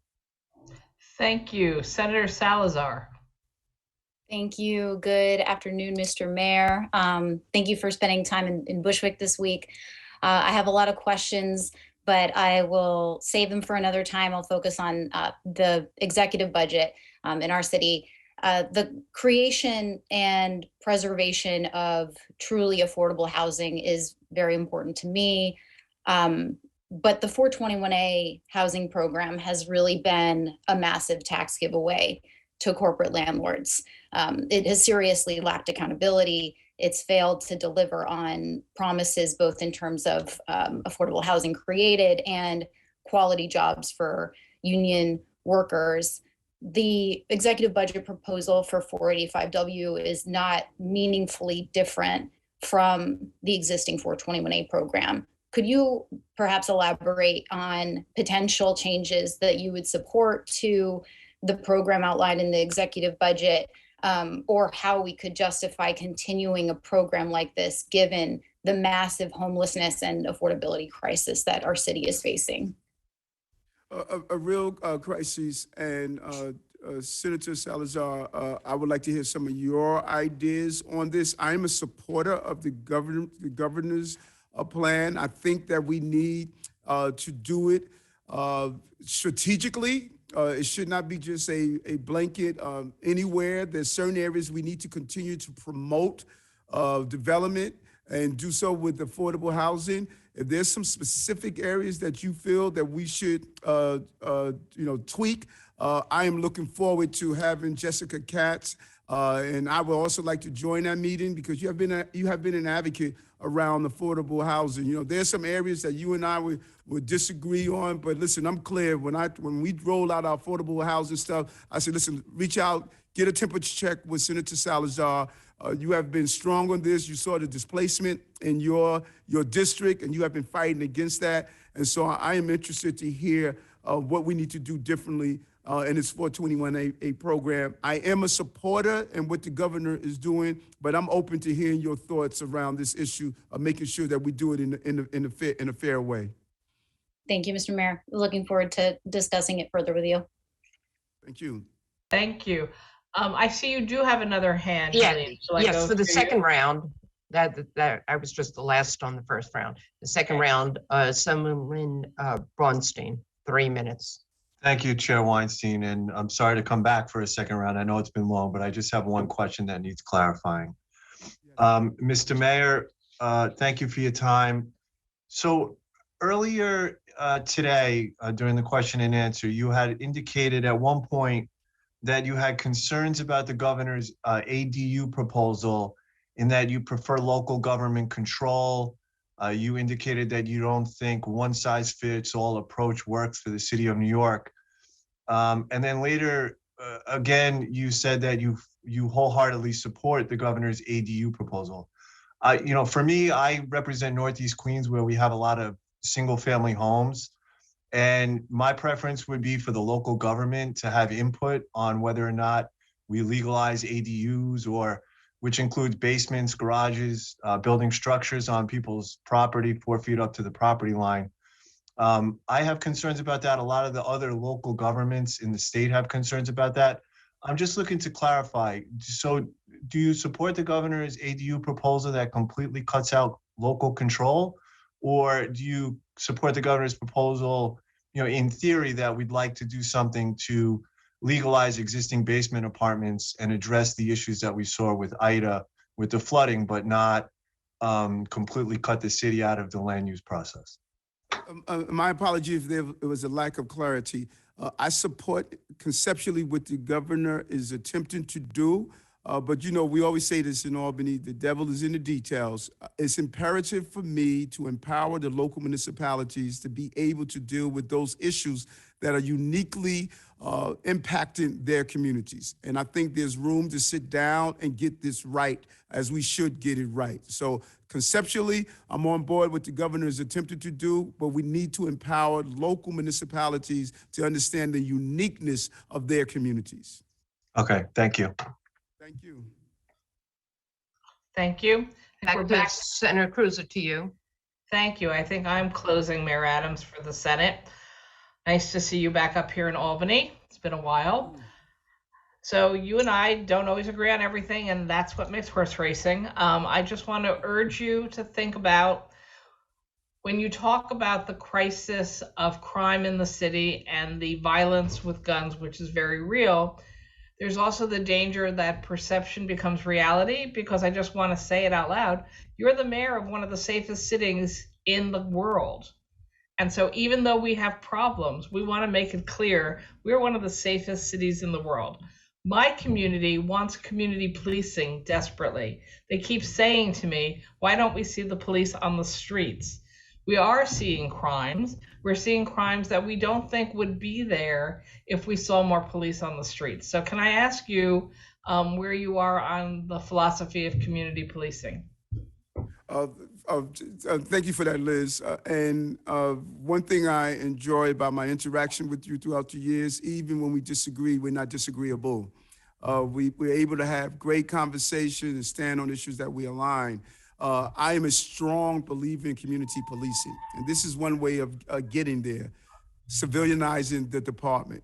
Too many officers are in civilian positions in our police department. We need to civilianize that. Second, we need to look at how do we have New York City residents become police officers. I'm looking at my school safety agents, traffic enforcement agents, correction officers, all of these entities where they are 100% New York City residents, allowing them to cycle into the police department. That is imperative. They New Yorkers, they would be our residents next door. They live here. Our tax dollars will stay here, and that's important. And third, my conversation with the police commissioner. We need to be visible.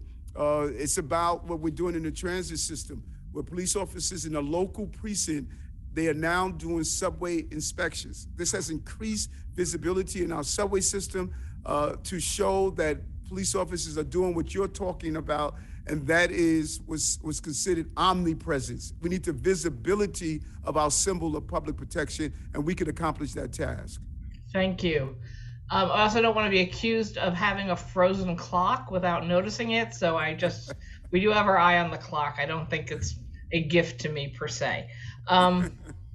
You also, even though it's not budget related, I know you like cryptocurrency.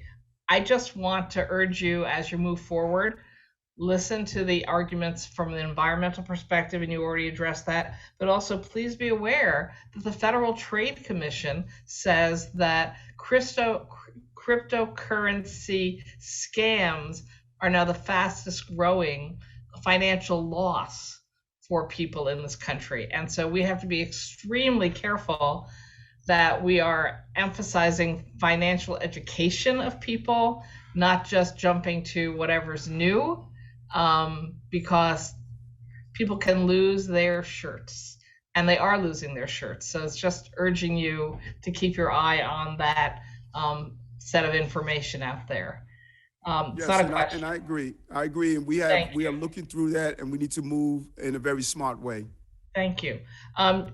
We do completely agree that we need to address the issues of the number of mentally ill people acting out on the streets of New York without homes, without healthcare services, without the right kinds of treatment plans.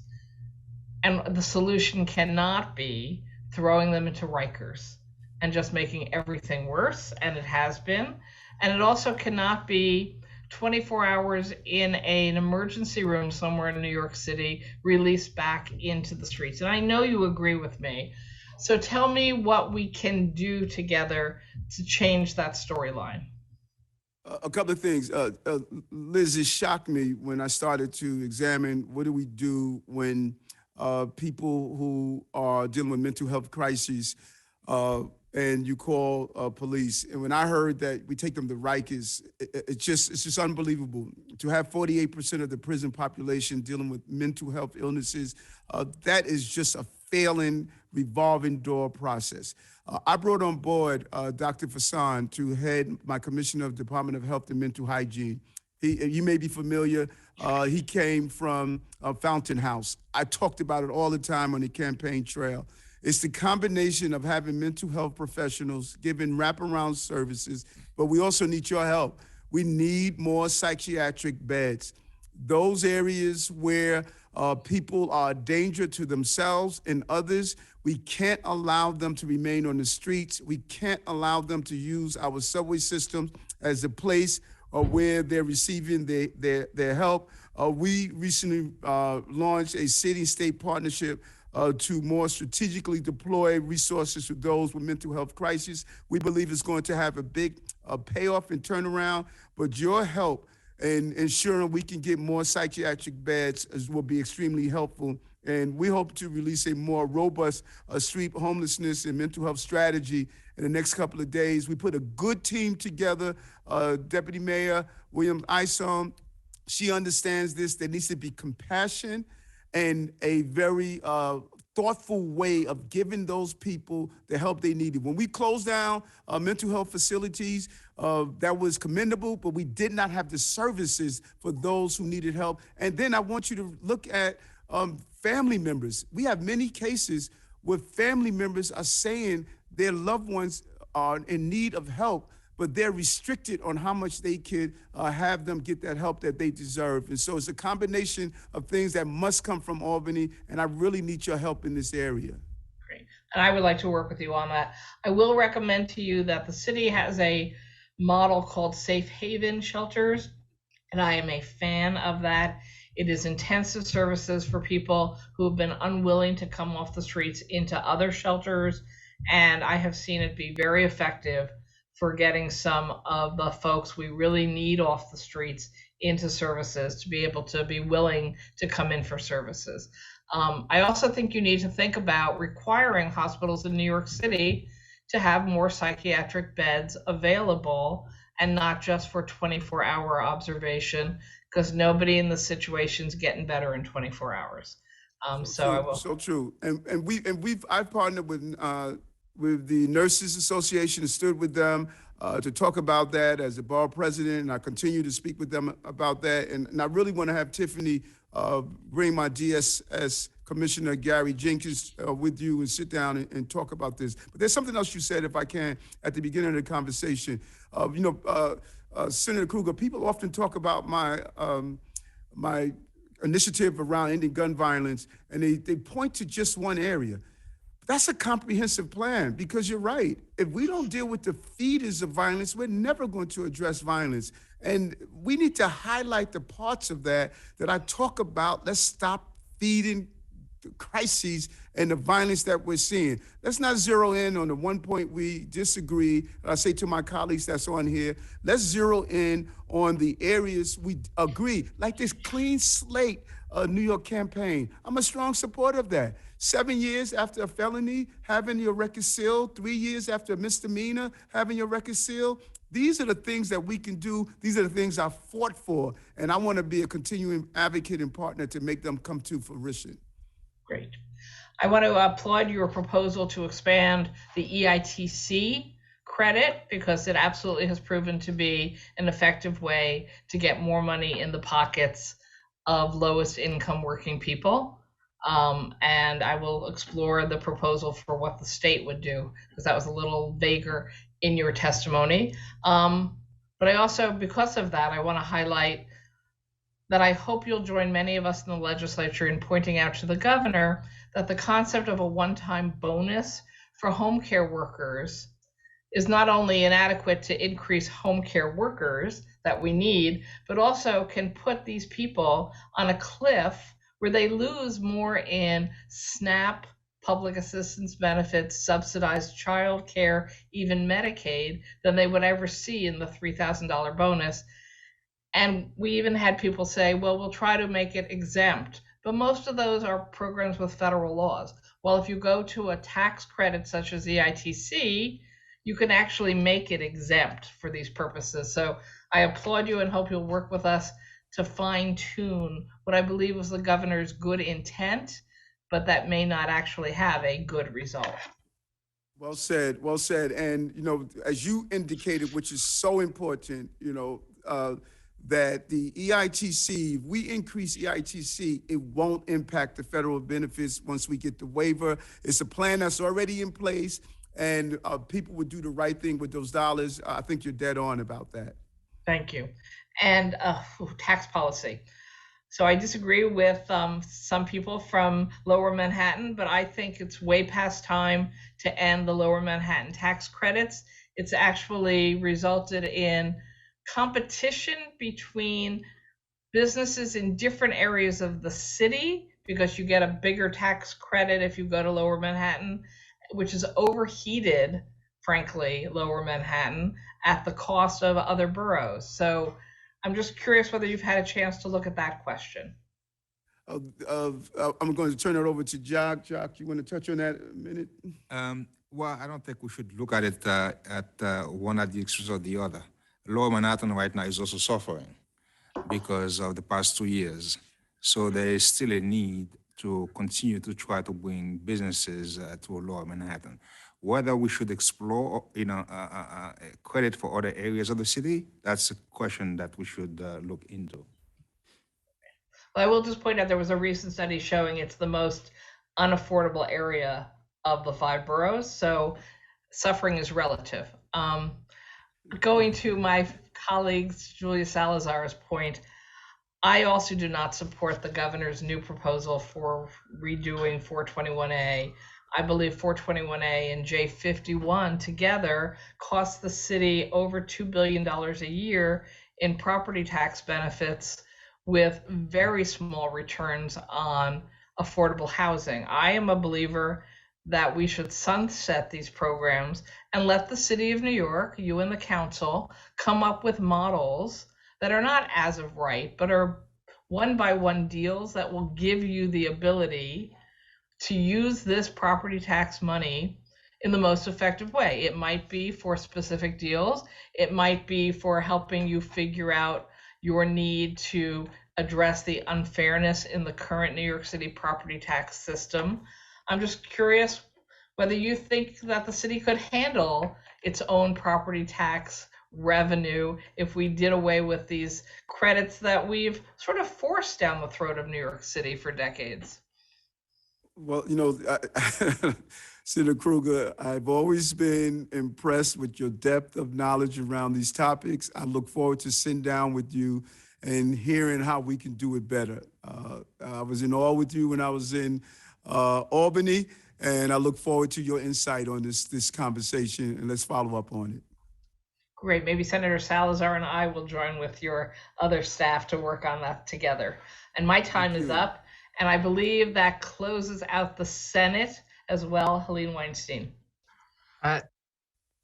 Yes, and it also, we have no further questions from the Assembly. I just want to thank Mayor Adams for spending so much time with us, and I know all of the legislators look forward to continuing the discussions both with you and with your staff as we move forward. So thank you, Mr. Mayor, for being here, and look forward to continuing conversations. And with that, I'm going to call up our next witness is going to be the Mayor of the City of Buffalo, the Honorable Byron W. Brown, also a former colleague. I'd like to I would like to thank the New York State Legislature for this opportunity to testify before the Joint Legislative Budget Committee on the impact of the proposed 2022-2023 executive budget on the city of Buffalo.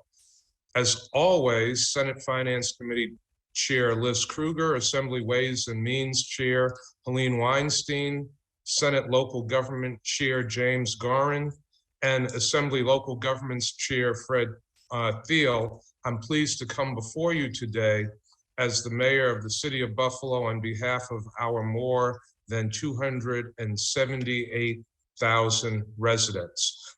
With me today is City of Buffalo Finance Commissioner Donna Estrich and Budget Director Jessica Brown. I'd also like to express my gratitude to our delegation leaders, Assembly Majority Leader Crystal Peoples-Stokes and Senator Tim Kennedy, and the other members of the Western New York delegation who continue to effectively advocate on behalf of the city of Buffalo's residents. Governor Hochul's executive budget proposal represents a once-in-a-generation opportunity, in my estimation, to restore the integrity of the neighborhoods through strategic investments in commercial corridors, cultural anchors, and affordable housing. By investing in the physical and social infrastructure, the governor's budget is providing Buffalo and other upstate cities a foundation for a sustainable, equitable, and rapid recovery while we emerge from the worst impacts of the COVID-19 pandemic. Last year, I spoke before this committee on how Buffalo would respond to the social, racial, and economic crisis the COVID-19 public health emergency posed. Because of the Emergency Rescue Plan Act, Buffalo and New York State have resources to address both the immediate and long-term social determinants of health, which cause disparate health and economic impacts, which resulted from and were also highlighted by the pandemic. With the passage and adoption of the Federal Infrastructure Investment and Jobs Act, Buffalo and New York State will be able to finally address many of the transportation infrastructure needs which have limited our growth and strengthen neighborhoods whose residents have been denied access to the mobility options that will enhance their economic outlook, connect to each other, their school, or their workplace through affordable broadband internet and foster a cleaner and greener transportation landscape for the future. The governor's budget highlights how these funds will be used to support initiatives that Buffalo's residents will directly benefit from, and I urge you to support the proposed allocation of those resources during the upcoming negotiations. From these new state budget funds, I would also ask you to consider specific support for Buffalo's car sharing Main Street project, my administration's people's infrastructure agenda, the further development of historic corridors necessary to expand our growing cultural tourism industry, and critical investments in our public health sector, like the proposed Community Health and Education Center, which will serve as a conduit for public health outreach and education in the Buffalo area. Buffalo is a city of neighborhoods, and the continued redevelopment of our downtown must coincide with a place-based development strategy that invests in our neighborhoods. That's why car sharing Main Street remains a priority. Automobile traffic was removed from Main Street over 30 years ago to allow for the construction and operation of a light rail system. And while Metro Rail has been a benefit to Buffalo, prohibiting vehicular traffic essentially killed retail in downtown Buffalo, resulting in vacancies, blight, loss in property values, and an impediment to growth in one of our premier retail and entertainment corridors. My administration has focused on realigning the Metro Rail infrastructure so that it truly benefits the entire community by fostering an approach which encourages housing development and multimodal traffic along Main Street. As a result, we have worked to reopen several blocks to vehicular traffic, which has had the effect of stimulating retail, housing, and various mixed-use development, while also providing millions of dollars in economic activity and job growth. We are requesting state assistance to continue this project at a cost of $100 million. The success of this project is critical to continuing the redevelopment of downtown Buffalo and creating a thriving, vibrant environment to live, work, play, and visit. The investments in Main Street must be matched by a cohesive set of investments across neighborhoods, but especially in those neighborhoods which have been subjected to historic disinvestment, like Buffalo's East Side. My administration's People's Infrastructure Agenda will enhance mobility and create more transportation options for Buffalo residents while creating jobs that will be key components of speeding our economic recovery and promoting greater racial equity. The city of Buffalo has identified approximately $100 million in shovel-ready projects in every neighborhood that will help transform the lives of low-income residents. These projects are critical to improving the mobility of residents, developing place-based economic development strategies that will strengthen commercial corridors in minority communities and bolster a green transportation revolution that is critical to reducing Buffalo's carbon footprint. The level of CHIPS funding in this year's budget is very helpful, but additional infrastructure investment will be needed for Buffalo to remain economically competitive in the future. Another component to stable and healthy neighborhoods is affordable housing. Specifically, public housing is essential for families, seniors, and disabled people on fixed incomes to avoid homelessness or housing instability. Buffalo's public housing stock is among the oldest in New York State, and much of it is obsolete and in need of repair, maintenance, or demolition. A physical needs assessment conducted by an outside contractor in 2020 concluded that more than $300 million would be needed just to repair and bring up to current standards our existing public housing stock.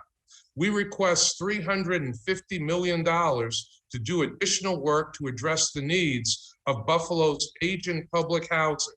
This funding will enable us to embark on a multi-year plan to modernize our public housing, replacing developments with more modern and energy-efficient units, as well as providing safer, cleaner developments which more appropriately fit into the larger community and position people to be lifted out of poverty.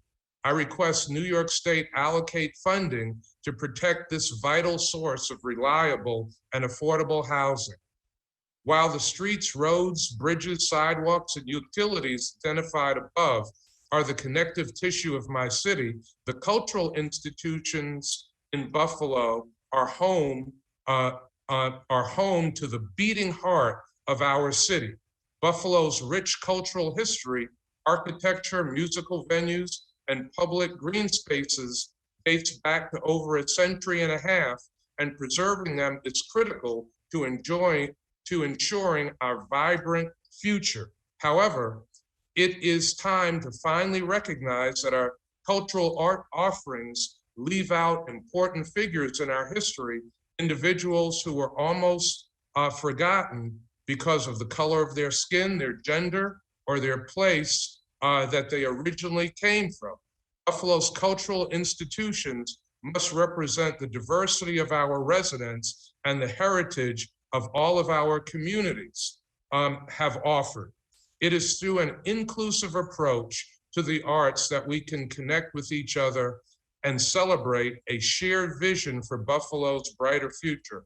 I urge the legislature to ensure that investments in Buffalo's cultural institutions reflect our Black and Hispanic as well as New American communities, while also supporting the institutions that have helped make Buffalo a cradle for artistic expression across the nation.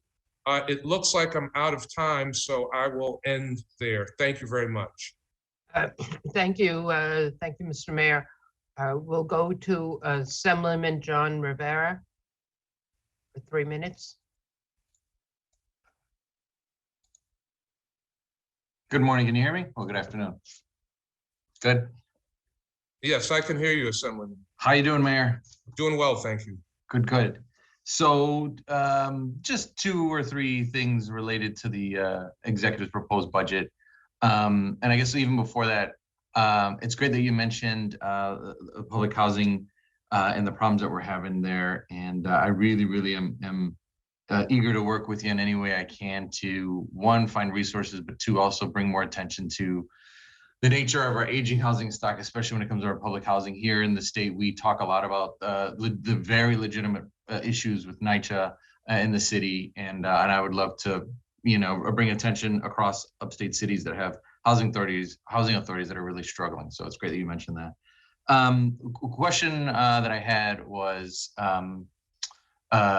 after a long time of population decrease, for the first time probably in my lifetime, we've seen a pretty substantial uptick in our region. And I am a firm believer that a big part of that has to do with our city being a city in a region where we have welcomed so many refugees.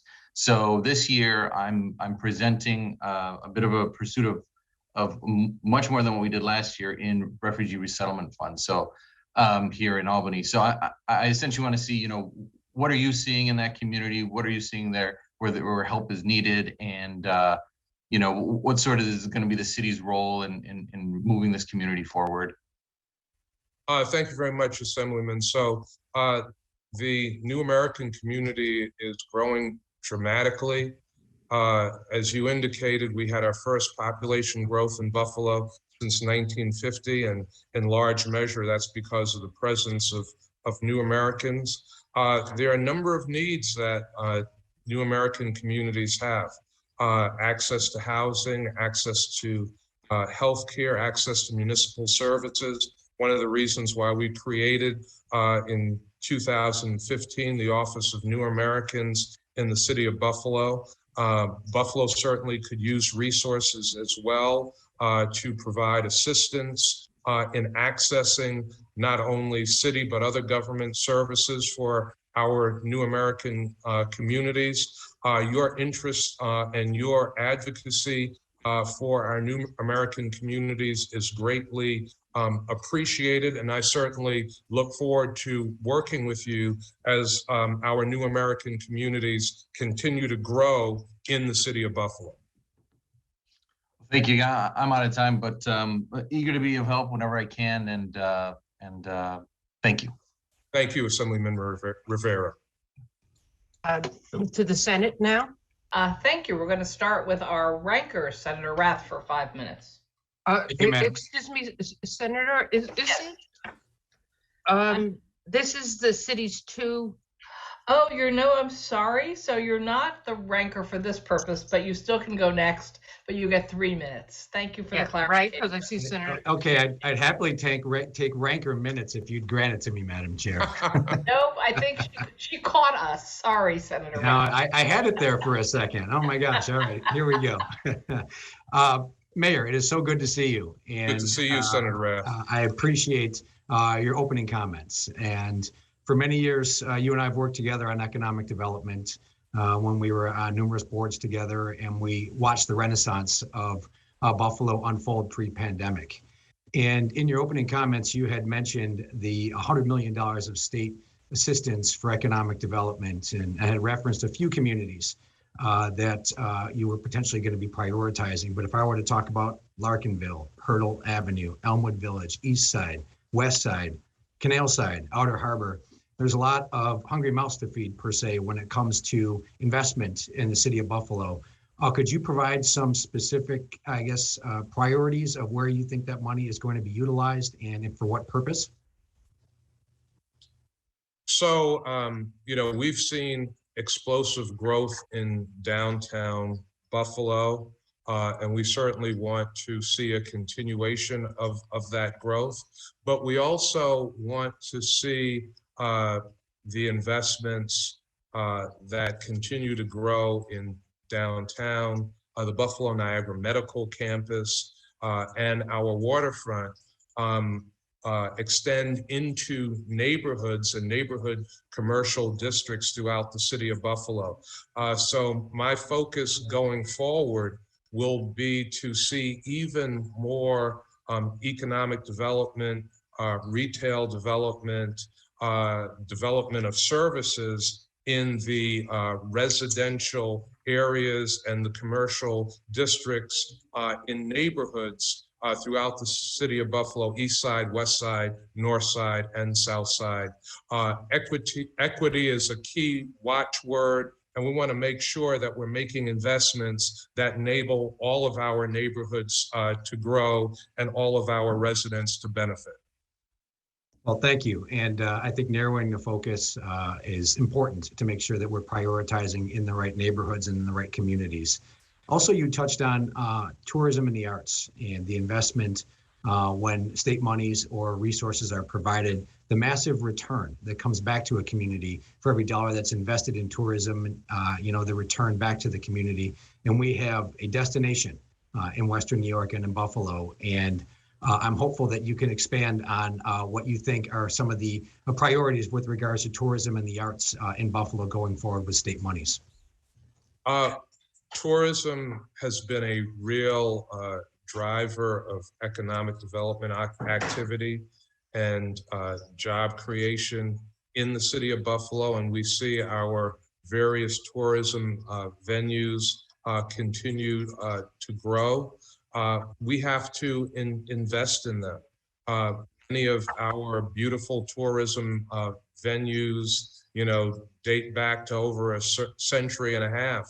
So preserving them is critical to preserving the vibrancy of tourism and arts and culture in the city. I want to make sure, though, as we make those investments, we are also investing in our cultural institutions and cultural destinations of color as well. And that will also be a part of the equity that I've talked about in terms of investments in arts, culture, and tourism. Well, thank you, Mayor. I appreciate your leadership and look forward to continuing to advocate with you for Western New York. Thank you very much, Senator Rath. I appreciate you. Thank you. We go to Assemblywoman Wallace. Good afternoon, Mayor. Thank you so much for your testimony today. We really appreciate it, and for your leadership. I, as you know, represent suburban communities in Western New York, but I am a firm believer that we need to take a regional approach, and that the health and well-being of the suburban communities I represent really rise and fall on the health and well-being of the city. So I've always been very supportive of making sure that we have a strong city. And so toward that end, you mentioned transportation initiatives that you're involved in. In particular, I think you said the People's Mobility Agenda. Transportation is always an issue, not only for residents in the city, but also for suburban communities. And I'm wondering if you can highlight a little bit of what that People's Mobility Agenda involves. That's my first question. My second question relates to accessory dwelling units. I'm sorry.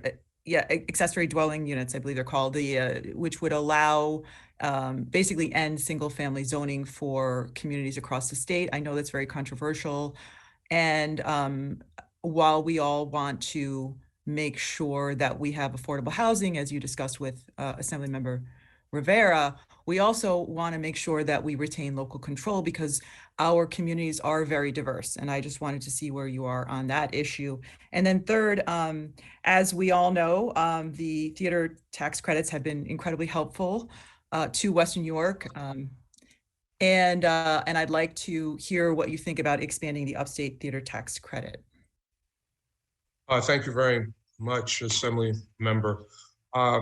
The People's Infrastructure Agenda is a comprehensive look at infrastructure in the city of Buffalo, roads, sidewalks, bridges, broadband, internet, and actually a shovel-ready look at what the cost would be to make needed infrastructure repairs and investments in the city, which go into the hundreds of millions of dollars. I can provide you with more information on that. I think, local control for our housing development and how we protect housing is critically important. So I look forward to working with you and the delegation on that as well. And your final question was? Just regarding the upstate theater tax credit. Yeah, I would love to see the upstate theater tax credit and film tax credit expanded. They have been tremendous in bringing theater and film to the city of Buffalo. So, well, thank you very much, Mayor, and I look forward to working with you on these things. Thank you, Assemblymember Wallace. Thank you. And good afternoon, Mayor Brown. Nice to see you again. Good seeing you, Senator Krueger. Thank you. And we were also colleagues. All mayors apparently were colleagues in Albany before. Not all, but quite a few. Senator Jeremy Cooney, our chair of cities. Thank you so much, Chair, and great to see you, Mayor. So pleased to be able to see you here. I wish you were here in person, but we know that you are holding down the fort in Buffalo and Western New York. And thank you. Let me echo my colleagues who came before me, and thank you for your leadership and service. I think about our new mayor in Rochester, and he's so fortunate to have friends so close by in Buffalo to help guide him as he takes on an important role in Rochester. Mayor, I know we've worked on a number of issues together, but a new issue to me, which kind of builds upon some of the conversations that we've already had so far with my colleague, Senator Rath, as well as Assemblywoman Wallace, on the arts. And I had the opportunity to spend some time in your city just a few weeks ago, spending time at the zoo on a day that was closed and very, very cold, and also spending time at Albright Knox, AKG. I got to get that new moniker in my mind after 40 years of calling it Albright Knox. And it occurred to me that there are some ways of creative thinking as a region, as Western New York, as the Twin Cities, if you will, between Rochester and Buffalo, that we could find resources to do some collaborative marketing so that if you are coming in from New York City or from an international location to view the collection at Albright Knox, did you know that just down the road, 40 minutes or so away, we've got a wonderful collection at the George Eastman Museum or the Memorial Art Gallery in Rochester. And the same for our zoo collections, right? If that's what motivates you, we've got world-class facilities in both cities. And yet, oftentimes our marketing dollars and our resources at these institutions, which are bringing in a lot of tourism dollars and people to our region, stay very myopic, right? It's just AKG, it's just the Memorial Art Gallery. And I'm wondering if we can think more innovatively as cities and how we can support each other so that you're bringing in folks who can then come to Rochester, and we're bringing in folks to Rochester that can come down the Thruway west to you in Buffalo and have both communities flourish because of that. And so I guess my question to you, Mayor, is your thoughts on more in the context of the arts and culture, on how we could better market opportunities between Rochester and Buffalo. Thank you very much, Senator Cooney. Would be very interested in working with you on that. Obviously, New York State is a magnet for people from all across the world. I know that Buffalo gets many visitors from across the nation and internationally, as does Rochester, and would be very pleased to work with you and the new mayor of Rochester on some shared marketing initiatives. A few years ago, prior to the pandemic, I worked with former Mayor de Blasio in New York City on some shared marketing initiatives between New York City and the city of Buffalo, which were very successful in Buffalo in getting residents from New York City to actually come here to Buffalo to visit some of our cultural and arts and entertainment destinations. And I think we could do the same thing between Buffalo and Rochester.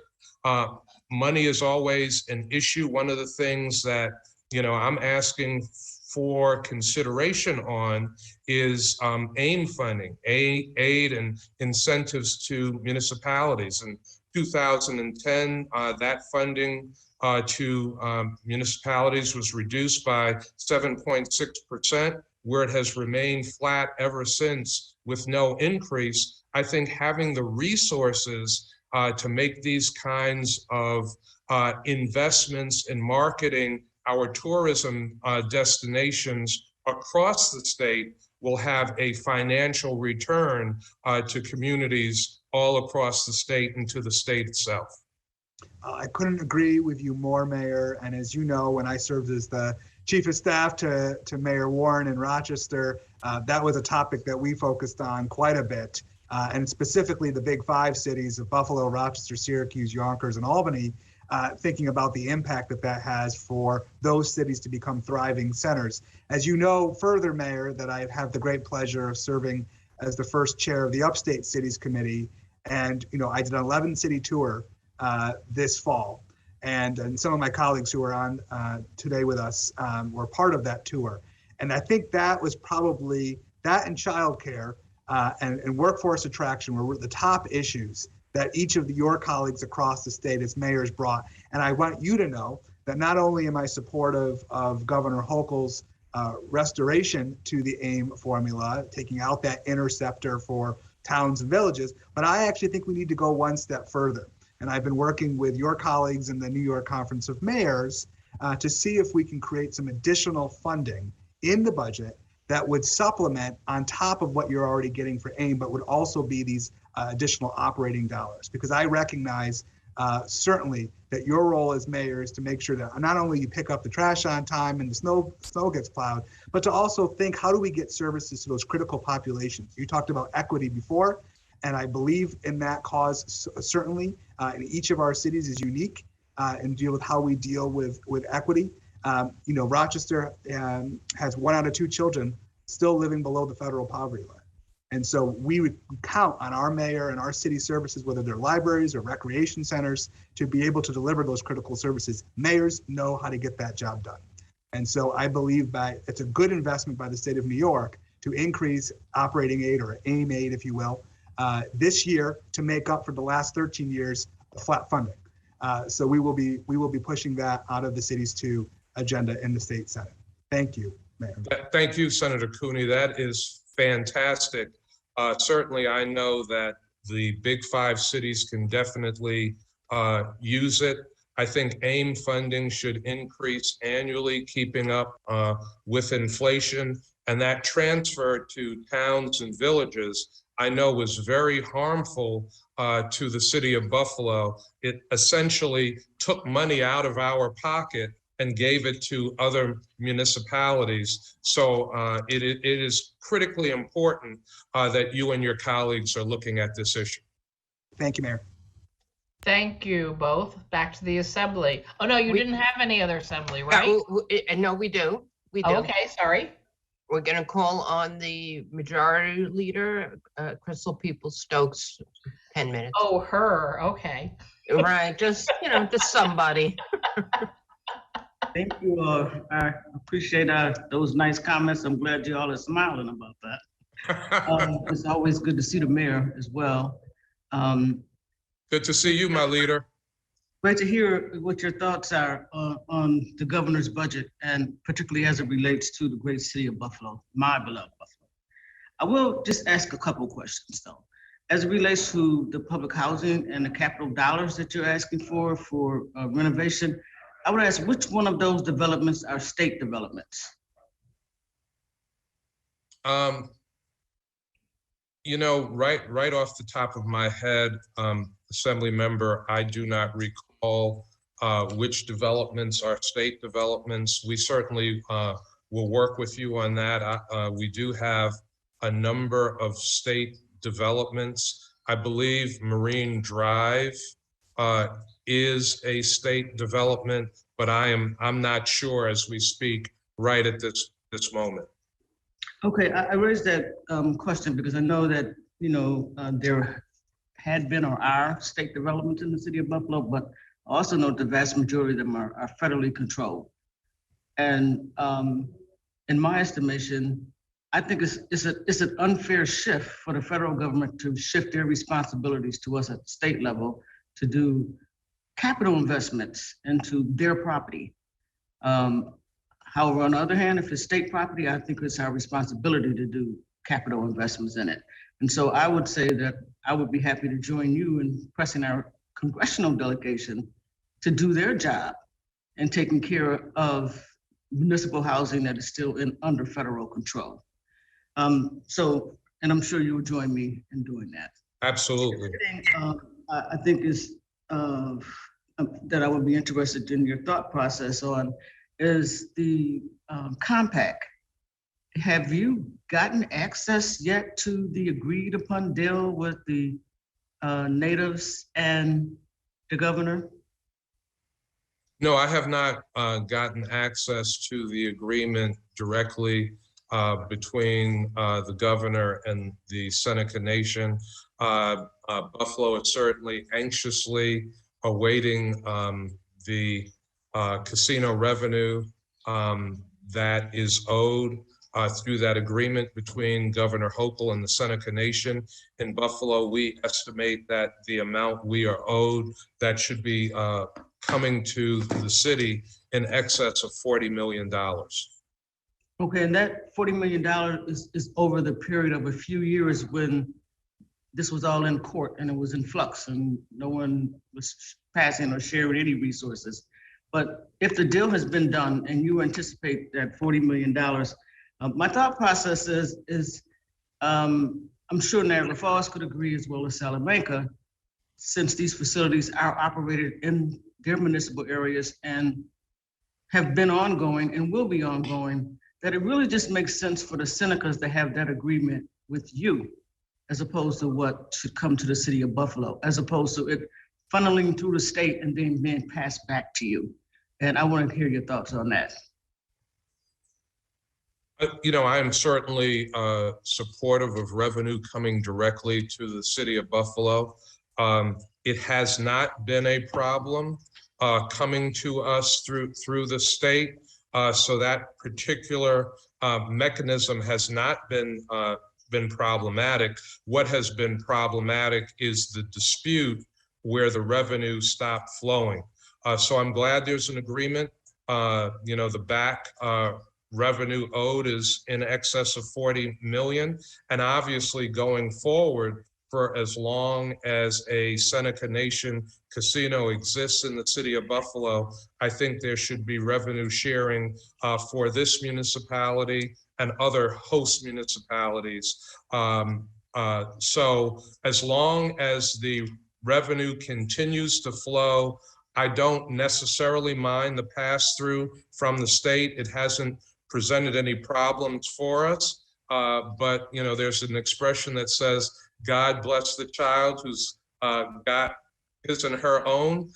If it could flow directly to the city, we certainly would not object to that.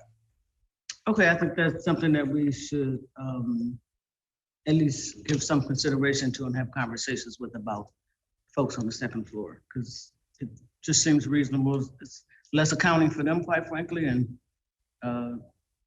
it just is an easier flow. So my last point, I want to be really grateful that you included investing in cultural institutions in your budget, actually. I think along with education, that is probably one of the most critical things we can do for our citizens, is provide them access to culture, be it our own personal cultures or the cultures of other people, as well as the arts. So I'm excited about that, and I hope that and in all honesty, that it can be honored.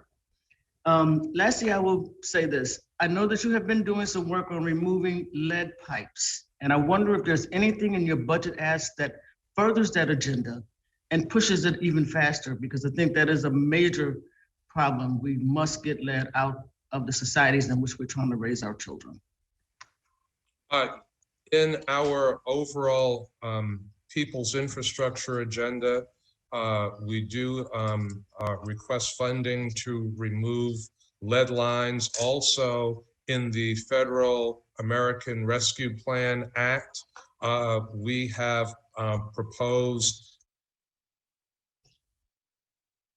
significant dollars, again, replace old lead lines. This is something that the city of Buffalo, as you know, Majority Leader has been working on aggressively for several years. And with requested state dollars as well as federal dollars, we plan on ramping up that focus exponentially and spending tens of millions of dollars, if it is available to us, to accelerate the pace of removing lead lines from homes throughout our city.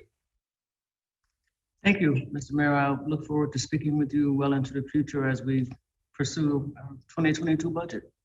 Thank you very much, Majority Leader Crystal Peoples-Stokes. My pleasure. Back to the Madam Chair. Senate. Thank you. And nice to see you, Majority Leader. Likewise. Thank you. Next up is Senator George Borrello. Yeah, thank you, Madam Chair. Mr. Mayor, it's good to see you again. I think the last time I saw you was back in September at the Meatball Street Brawl. So yes, good to see you too, Senator. Yes.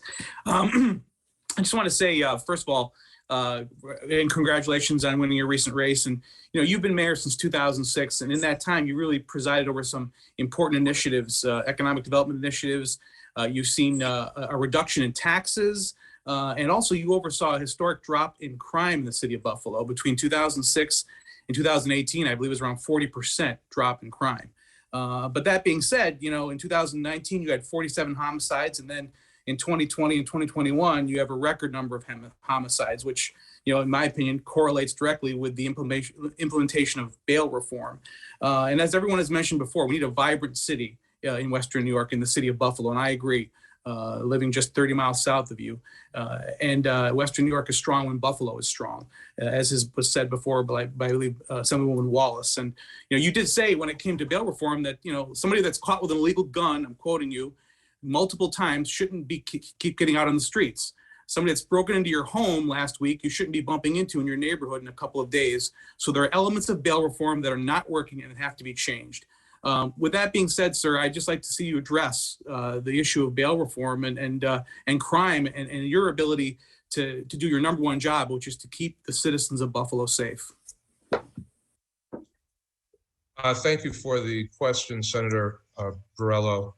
I think the legislature in its deliberations around bail and cash bail, we're certainly concerned about inequities in the system and people, low-income individuals not being able to come up with bail and waiting in jail for inordinate amounts of time. That being said, I think bail reform does need to be looked at. I think the legislature is wise to listen to the calls around the state to look at improving the system. You know, people who have been in possession of illegal weapons, who have used illegal weapons, should not be able to get out on bail. People who are habitual lawbreakers should not be able to get out on bail. So I am very appreciative of the concerns of the legislature and the fact that bail reform is being reviewed. Well, thank you, Mr. Mayor. And again, best of luck, and we'll see you at the next big event downtown. Thank you, Senator Borrello. Take care. Thank you. Assembly. We go to Assemblyman Jacobson. Thank you, Madam Chair, and good to see the mayor again. Just a quick shout out to the majority leader. There's $115 million coming to the state for lead line replacement. So we need it in the cities I represent. And I hope that there would be a line item in the budget so there's more transparency so we know where it is and that it doesn't get lost. I represent 3 small cities in the Hudson Valley, Beacon, Newburgh, and Poughkeepsie. I'm from Newburgh. And unfortunately, Newburgh and Poughkeepsie have not regained their prior economic heights. And I look with envy at what's gone on in Buffalo. So I would like to know, I'll give you just a very easy question. What would you recommend for cities, because our cities face the same type of challenges that you have and continue to face in Buffalo, but you've done had some great advances. What would you recommend that our small cities do to achieve better economic development and prosperity? I think it's critically important for small cities to work with different levels of government. So to work with state government, to work with federal government, and to develop economic development plans that can be presented to the state legislature and can be presented to the congressional delegation to bring in additional resources to invest in your strategic planning. In Buffalo, we focused on developing strategic plans for economic development, recognizing that we couldn't invest everywhere at one time, and really focusing our investments strategically in a way that would attract other investment, that would bring jobs to the community. So that would be my recommendation to some of the smaller cities in our state. All right, well, thank you. And I'll see what we can do, and we all work together because we're all in the same boat and we have very similar situations, even though the size might be different. Thank you. Thank you, Assemblyman Jacobson. Back to the Senate. Thank you. Now to the last Senator, Diane Savino, who needs to get off her phone. I'm coming. Thank you, Senator Krueger. Good to see you, Mayor Brown. It's been good to see you, Mayor Brown. It's been a long time since we were seatmates together. Yeah, good to see you, Senator Savino. So I only have 3 minutes. I'm gonna ask you the same question I'm going to ask all of the mayors and the Conference of Mayors. One of the biggest problems that local governments are facing around the country, in fact, the President of the United States recently signed an order declaring that cybersecurity risks and ransomware attacks are the national security threat of our time. So I know that many local governments have been dealing with these ransomware attacks, struggling on their own. What do you think the state can do to help the city of Buffalo to prepare for them, to respond to them? And are we doing enough to help local governments deal with what is, we now know, the national security threat of our time? Thank you very much, Senator Savino. A number of local governments, a number of governments across the country and entities across the country have been under cyber attack. And I think this is something that every government has to pay attention to. But hardening a government, hardening an organization, an entity against cyber attack is expensive. It takes resources. So, in the city of Buffalo, we've done a number of things to protect ourselves, including purchasing insurance, but all of the things that we have had to do by ourselves are expensive. So if there was an allocation of resources and not only an allocation of resources, but a focus on what the playbook could be to harden government entities across the state against cyber attack, that could be very helpful. We have governments of different sizes.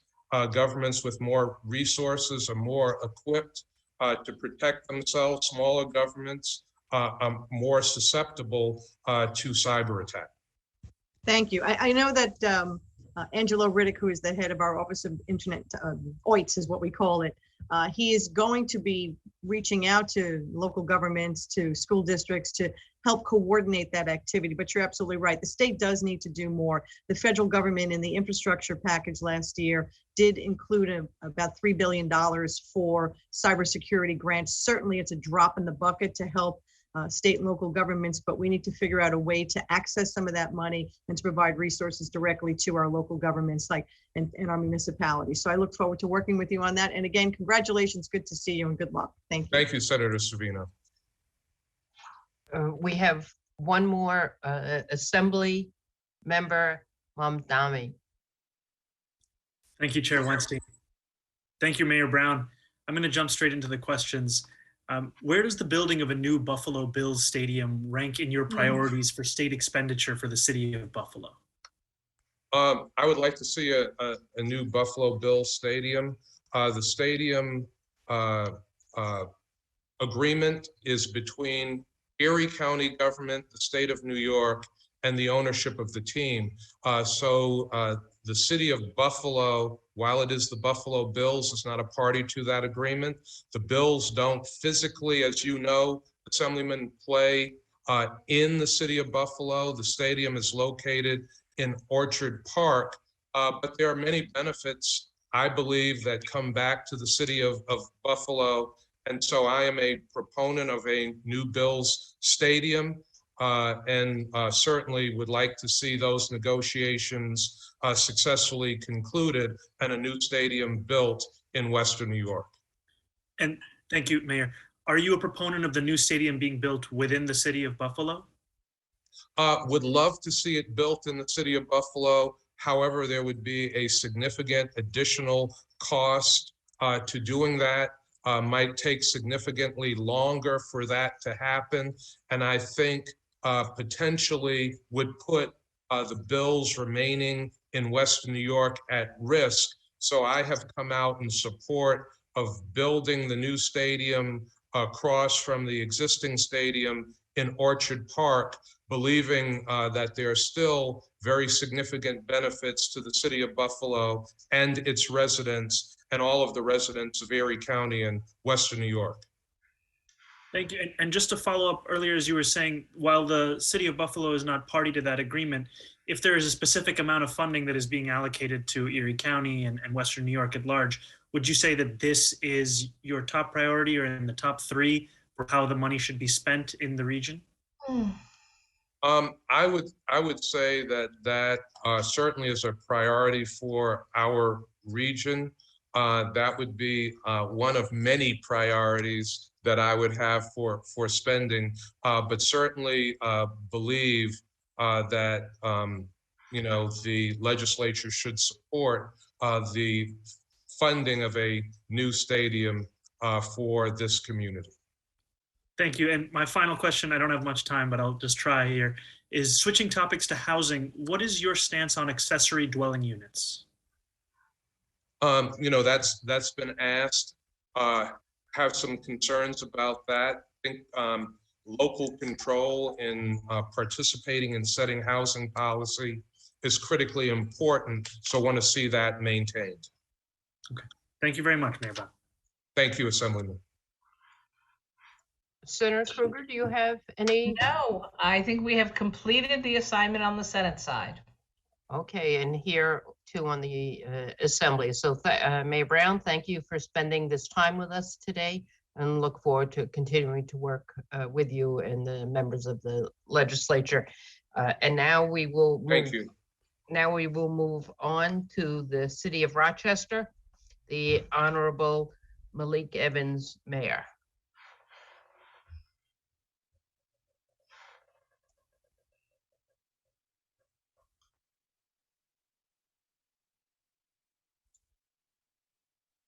Is the mayor here? The mayor is on his way. Okay, I assume that means he's in the. He's in the green room. They're He's in the trying to green get room, him so over. you're just moving him over. Okay, thank you. Yes. In the old days, that could mean they could be in the parking lot of the LOV, Right. never to be found again. make it much more convenient. People don't Yes. have to drive here from Buffalo and Rochester. Exactly. It's not that bad, though. No, there have been times because of the weather, people haven't been able to join us, so it's good that we have this.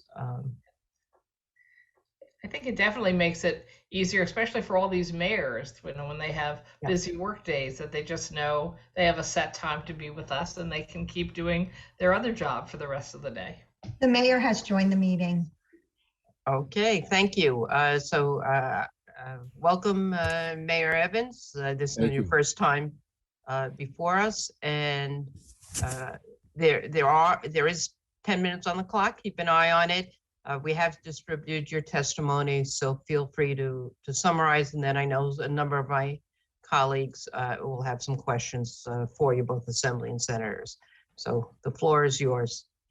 Thank you. Good afternoon, Chairwoman Kruger and Chairwoman Weinstein, members of the Ways and Means and Finance Committees and other members of the Senate and Assembly. I am honored to have this opportunity to speak on behalf of the residents, business owners, and all the stakeholders of Rochester. As you know, I am a newly elected mayor of Rochester, and when I look around, I see a lot of things that are new or almost new. We are living in a tremendous a time of change and a tremendous challenge in a time of tremendous opportunity. But I like to choose the word new to describe all of that because it inspires hope and optimism. We all love a new day, and I am certainly relishing my new day as mayor of Rochester. And despite the incredible and very tragic challenges we are facing related to the twin pandemics of the coronavirus and unprecedented violent crime, we must never forget that it's a new day for Rochester in New York State. New York has a new governor, America has an almost new president, and our county, Monroe County, has an almost new county executive. The New York State Legislature has a host of almost new members and an almost new leadership team with a new mandate to bring much needed transformation to our state. And they have unprecedented levels of resources to deliver opportunities that are so new that we could barely imagine that a year ago. But we're also filled with more than a little trepidation, because new opportunities also carry risk and pressure to get them right. We have to get them right the first time because we likely won't get these opportunities again. And that risk and pressure are very real. I've been on the job for just over a month, but on my very first day in office, I found myself talking to a mother because her 14-year-old child, her 14-year-old baby, was shot down in cold blood while walking to the store to buy noodles. These tragedies and so many others like it do not have to happen. They do not have to be inevitable, but they will keep happening again and again and again.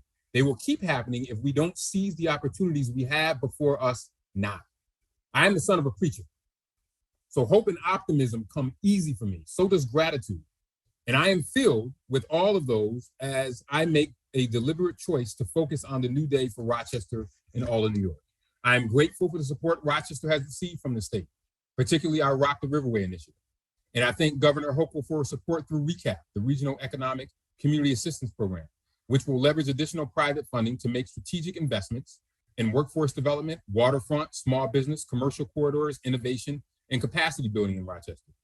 These funds will allow us to make additional progress with the Rock the Riverway, which includes exciting plans to create the Rochester High Falls State Park, revitalize the Rochester Riverside Hotel, update the Joseph A. Floriano Rochester Riverside Convention Center, and renovate the High Falls Visitor Center. These projects are critical to the revitalization of our waterfront in our downtown. Rock the Riverway is a product of our strong state and local partnership that only improves the quality of life of all of our residents, but also elevates Rochester's potential as an economic engine for the entire state. As a result, our city is a more attractive destination for tourists, employers, and especially those in the gaining knowledge economy, whose workers covet a strong work-life balance with ready-to-access natural resources like the Genesee River. And there's some other things in the state budget that I'm very excited about. Funding for infrastructure through the Bridge New York, Pave New York, Consolidated Highway Improvement Program, or CHIPS, and the Pay for Potholes program. Any mayor loves potholes. Economic development investments, including the RECAP program I mentioned earlier, numerous investments in public safety initiatives, including the Gun Involved Violence Elimination Program, or GIVE, and SNUG outreach program, the Community Stabilization Units, partnership capital for communities to combat gun violence, and funding for community empowerment and crime reduction programming for areas victimized by gun violence. In addition, I greatly appreciate the governor's dedication of funding to housing to create and preserve affordable homes, support the operation of shelters and supportive housing units, and provide rental subsidies. And for her promise to further strengthen neighborhoods through the Restore New York program will combat blight by supporting efforts to address vacant and abandoned properties. And I applaud the governor's commitment to educate our children through an increase in school aid. Our children are the future, and it's important that we invest in them. But I have 3 more things that I want to ask. The first one is an increase to AIM aid. The second is money to get the lead out of our water system. And the third is legislation to make our persons in crisis team Medicaid eligible so we can sustain this alternative response model. Regarding AIM aid, Rochester had this funding reduced to its current level of $88.2 million in 2012, where it stayed ever since. And that time, Rochester's concentration of poverty, a blight not just Rochester, but the entire state, remained shamefully high. These numbers are especially reprehensible because they are the underlying cause of 81 homicides our city experienced last year. It is incumbent upon every New York lawmaker to help reverse this trend, whether they represent our city or not, by eliminating the disparity in AIM formula. As you are forecasting surpluses in the billions, I believe that this current year is a time to really help us in the AIM aid category, and I implore you to do so. Rochester continues to have a high maintenance of effort and much lower per capita aid incentives to municipalities in Buffalo and Syracuse. Because of the state's MOE requirement, more than 63% of our tax levy goes to the school district. Secondly, Rochester has made great strides in reducing lead poisoning in children through programs that remediate lead paint in homes. Now it's time to continue to get the lead out of our water system. Increased federal regulations require it, but federal funding will fall far short of the estimated $200 million it will take to eliminate lead pipes. This is a burden that a city with one of the highest child poverty rates in the country cannot bear alone. Rochester started to remove these pipes years ago, but without exhausting all of our ARPA funds, which are needed to help us recover from the pandemic, we simply don't have the resources to do it in a reasonable time frame. New York State is fortunate to be in a position to help. So I'm asking, please help us. A commitment of $125 million will address the shortfall we anticipate after federal infrastructure funding and city ARPA investments are exhausted. And finally, I ask that the state pass legislation that will make our persons in crisis team eligible for reimbursement through Medicaid. Arising out of the Daniel Prude tragedy, the PIC team was developed to respond to mental health calls as an alternative to police response. It aims to divert nonviolent 911 crisis calls towards a mental health or social service focused response, de-escalate crisis calls, connect service users to appropriate community resources, and provide referrals and supports to stabilize service users and prevent future crises. The service is available 24/7 across the city, across the entire city of Rochester, to provide rapid mobile response to individuals in crisis. We need a funding stream to make this critical service sustainable. In closing, I again thank you for the opportunity to speak to you today on behalf of the people of Rochester, and I look forward to answering your questions, the questions you may have. I came from the background of the 5 B's, be brief, brother, be brief. So I still got 1 minute and 53 seconds on the clock. So I hope you will give me some bonus points for finishing in under the time. And I welcome your questions. Definitely bonus points. But I'm not sure you could trade them for dollars. So we go to Assemblyman Bronson. Thank you, Madam 3 minutes. Chair. And Mayor Evans, great to see you here today. I want to thank you for your testimony. More importantly, I want to thank you for your leadership, especially as a new mayor, helping to build bridges, making sure that you're working collaboratively and in partnership with other leaders in government and with community leaders and our families in the city of Rochester, so we can do what's right for our families and children in the city of Rochester. I want to focus on one area. You mentioned the 14-year-old, your first day in office. The level of violence in our city is unacceptable, and we must address it. 81 homicides, historical level of homicides last year. As chair of economic development, I'd like to think about the intersection of economic development with public safety and anti-violence measures. Could you speak a little bit about the linkage of those items?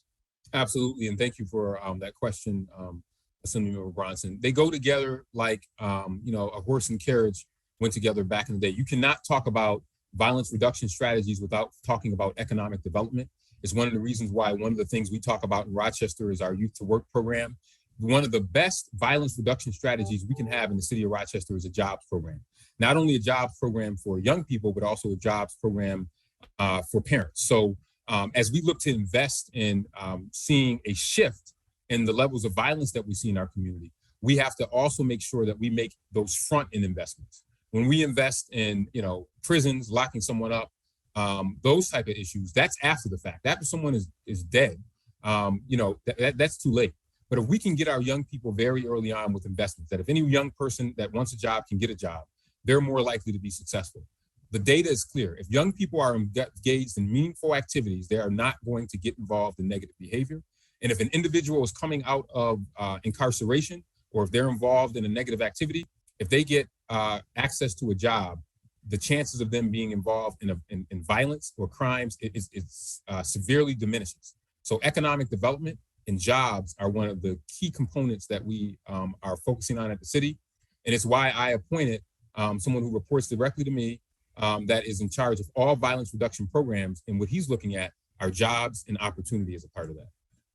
Thank you, Mayor, and look forward to working with you on that issue, as well as the capital projects you mentioned, the AIM disparity, making sure that we rectify the lead exposure through our water infrastructure, and also the mental health crisis response, so that we're doing it in a way that is compassionate and caring, and not in a way that uses excessive force and control. So a lot of work ahead, but I'm looking forward to partnering with you, Mayor. Thank you. Thank you. Thank you, Assemblymember.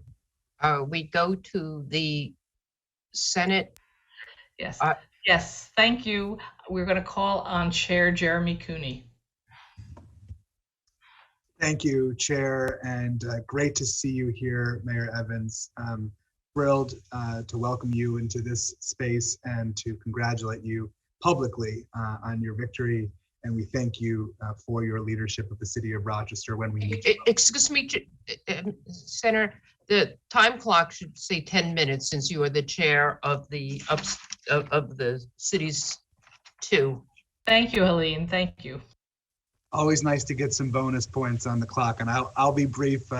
Following our mayor's lead here, we won't need to use that full 10 minutes, but thank you, Chair Weinstein and Chair Krueger. Mayor, I want to continue the conversation that Assemblymember Bronson started around public safety, because I too am concerned and frustrated and want to support you as much as we can as it comes to reducing gun violence. You mentioned investing in SNUG and GIVE, and those are programs that we definitely want to continue to fund. But you've been around the block for a long time. You know a lot of the not-for-profits in our community based on your time on the school board and as a community leader.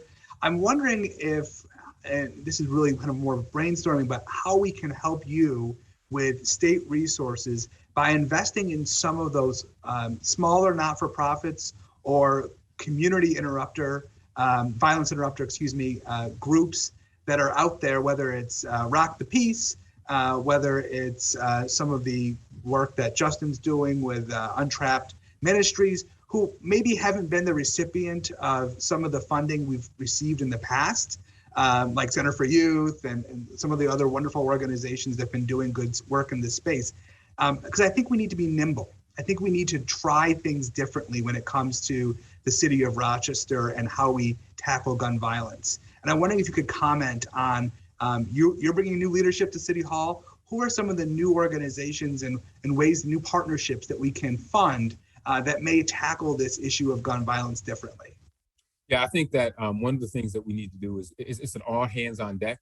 And in order to deal with violent situations, you have to use multiple tools within the toolbox. So if there's an organization, for example, that is good with dealing not only with the young man that might be getting ready to pick up a gun, but can also deal with the whole family. And a lot of this violence, it stems from things that are also happening in the household. Because, for example, if you have a person that is involved in violence, you also have to deal with that person, but then you also have to get into that household. So any organizations that is looking at the whole family, because if you're a young man, you're 14 years old, you may have an older brother that might be 21, that might be influencing you. So you can't just deal with that 14-year-old. You also have to go in and deal with the older brother that might be in the house, or the grandmother or mother or father that also might be living there, that also may need some type of services to go along with what's happening in that household. So we're interested in partnering with organizations that looks at it from the holistic standpoint.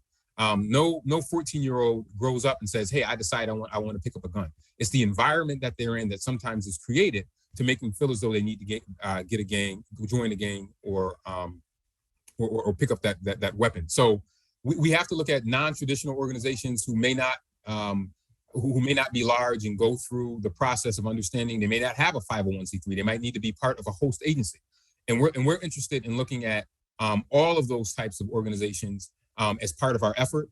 Victor Saunders, who is running all of our violence reduction efforts, the one thing we did was we centralized them all under one place. And what we're saying is that all of these multiple organizations that kind of operate like octopus arms, we're saying we want you to centralize under one place, see how we can fill any of the gaps that are missing, and then get those folks to coordinate and work together. Because not only do we need the traditional organizations that might have operated in the space before, because we are living during different times, we need to try different things. And I will tell you, we had something similar to this in the 90s in Rochester when we had high levels of violence. This is a very similar time to 1993 in Rochester.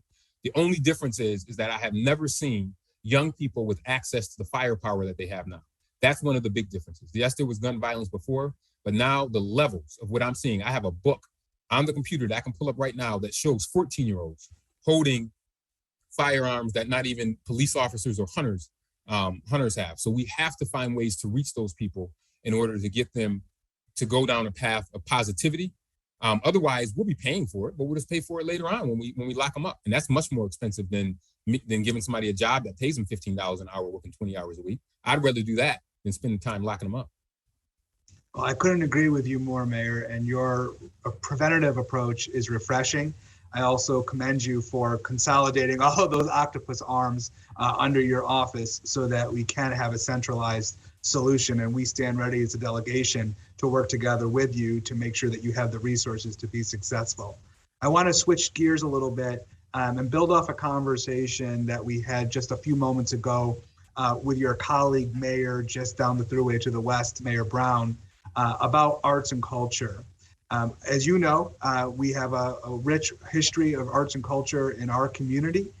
We're very fortunate to have a number of those institutions located within the city of Rochester specifically.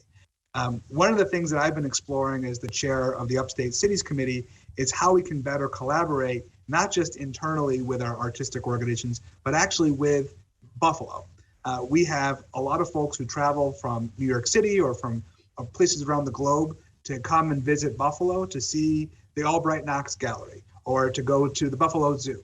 But we have, of course, resources just 45 minutes down the road, like the Memorial Art Gallery or the George Eastman Museum or our own Seneca Park Zoo, to share those cultural experiences and to find opportunities to partner together. And so my question to you, Mayor, is would you be willing to work with Mayor Brown on trying to find those marketing strategies, if you will, so that when the Strong Museum of Play is attracting one family to our part of the state, that same family may travel to Buffalo and experience some of the opportunities that they offer. If that's something that you may be interested in engaging with. Absolutely. You know, one of the first tasks that my chief of staff, who I stole from the state, one of her first tasks was to reach out to the chiefs of staffs of Buffalo and Syracuse as well. Because, you know, Rochester and Syracuse, both places are only about an hour away. And, you know, I got family that live in Maryland and family that live down in the New York City area. That's not really that long of a distance.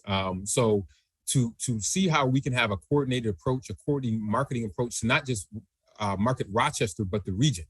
I always mention all the things that Buffalo has to offer whenever we have people who come into town because it is so close. And Rochester has things that we have to offer. So there is absolutely a great opportunity for Buffalo, and also I believe even Syracuse, because we are so close together. Rochester's in the middle. We're like the arm that reaches both sister cities, Buffalo to the west and Syracuse to the east. There is power there. There's power in those three cities speaking with one voice on issues of mutual concern. But it's a great opportunity for us to be able to share the wealth a little bit, because strong economic development in Buffalo, strong economic development in Rochester or Syracuse helps the entire region. So we are excited about working with both Buffalo and Syracuse in ways in which we can collaborate, because it just makes sense. We're close together. A lot of us are Buffalo Bills fans, so we look forward to finding ways in which we can collaborate with both cities, because not only does it enhance our individual cities, it enhances all of upstate New York, and I think that it's high time for upstate New York to work together to make sure that we are able to help lift all of our cities at the same time. Thank you, Mayor. You know, I have a soft spot for those city mayors, chief of staffs who are doing the work. You can relate. And I know Tammy's going to do a great job working in your administration. Let me again switch gears a little bit. We went from the public safety to arts and culture. Let's talk about something that you and I care very deeply about, which is the education of our children. You and I are both graduates, proud graduates of the Rochester City School District. You and I both live in the city of Rochester, and you, of course, have had leadership on the Rochester City School District Board of Education. We've been doing a lot of work as a delegation to support our superintendent and our school board members, and of course, all the families and children that they represent and serve. We're looking for ways to collaborate and to find opportunities between the city of Rochester and the school district on how we can uplift and help our students, many of whom, as you noted, are from families living within poverty. What are some ways that you can bring your experience on the school board in your new role as mayor to help strengthen those relationships? Collaboration. We're going to be joined at the hip with the Rochester City School District. A strong school district is good for me because then it allows me to have a tax base and I don't have parents running out when their kids get 3 years old, 4 years old. Pathways to Public Safety Program is one way in which we will continue to collaborate. Anything that we can do with jobs, employment, and youth, making use of our recreation centers because we have great distribution amongst the city, and making sure that the 133 hours that kids spend outside of school is used to reinforce and support the education of our children and what they're getting in the district. So we look forward to continuing to collaborate with the district. I have the gray hair to prove from my time on the school board, and I look forward to continue to work with our district. How refreshing, and thank you again for being here, Mayor. Thank you, Senator. Appreciate your leadership. Thank you. Assembly. We go to Assemblywoman Clark, 3 minutes. Hello, Mayor Evans. So very exciting to have you join us here today and talk about Rochester. We've come a long way from our days on the Youth Bureau. I can't even talk about how many decades ago that was. I want to sort of push into one of the topics you talked about. We have obviously a lot of challenges in the city, and a lot has been handled by some of my colleagues in terms of what we're so excited to work with you on to bring those resources home. But my focus is on the PIC team. I joined the Mental Health Committee this year because I feel it's just one of the biggest challenges we have to face. I did a ride along with Senator Brook to see the great work the PIC team is doing. If we were able to get that to a sustainable funding model, if we were able to really pay that as the healthcare that it is, it's so valuable as a crisis response. But do you have any thoughts of what you could do if we could expand that because it became a reimbursable expense and something that is really truly part of the healthcare system as well? I think we could continue to enhance, we would be able to continue to enhance training, and we could ensure that more calls could happen so there wouldn't be holes. A lot of calls, and I'm kind of crazy. I actually review all the calls for service that the Rochester Police Department gets. It makes good bedtime reading. And a lot of the calls are around mental health issues. Families are having a problem with their daughter, or someone is suicidal. You'd be surprised how many of those calls that you get, but you have to have a worker available to come. The county will backfill it, but because of in a city our size, when you have a multitude of mental health challenges going on all at the same time, there's only so many people that can respond to that. So if you could beef that up with more individuals, we could do it, also have more training. It will allow us to be able to reach that at a very sustainable level. And the good thing is that it's really not that much more expensive in order for us to beef it up, particularly if it became Medicaid eligible. That would be, and we'd work with the county in that. Because we have such a great relationship with the county, it wouldn't be hard to do. The county executive and I, Adam Bello, we see each other 3 to 4 times a week. We talk almost daily. So it just makes sense for us to be able to do that. But it would be transformative in the mental health space. And I'm sure any of us on this call understands the importance of mental health. So imagine if you don't have the resources. All of us on the call have the resources to go and seek out mental health help when we need it. Imagine if you don't have it. And imagine if it then comes down to a police officer who doesn't have time to be dealing with those types of issues. They have other violent things that they have to deal with. But we can send a trained professional out there. It could be transformational. I agree. And we do know what happens if we don't send the right people. And we've had our own experiences of that in Rochester. I not only am a huge proponent of this idea, I think it could be an example for the entire state of how we take mental health and crisis response to a different place, a more holistic place that actually helps meet the challenges that it is, and with compassion, and changes everything in terms of crisis response. So thank you for your leadership there, and you have a champion here to help you get there.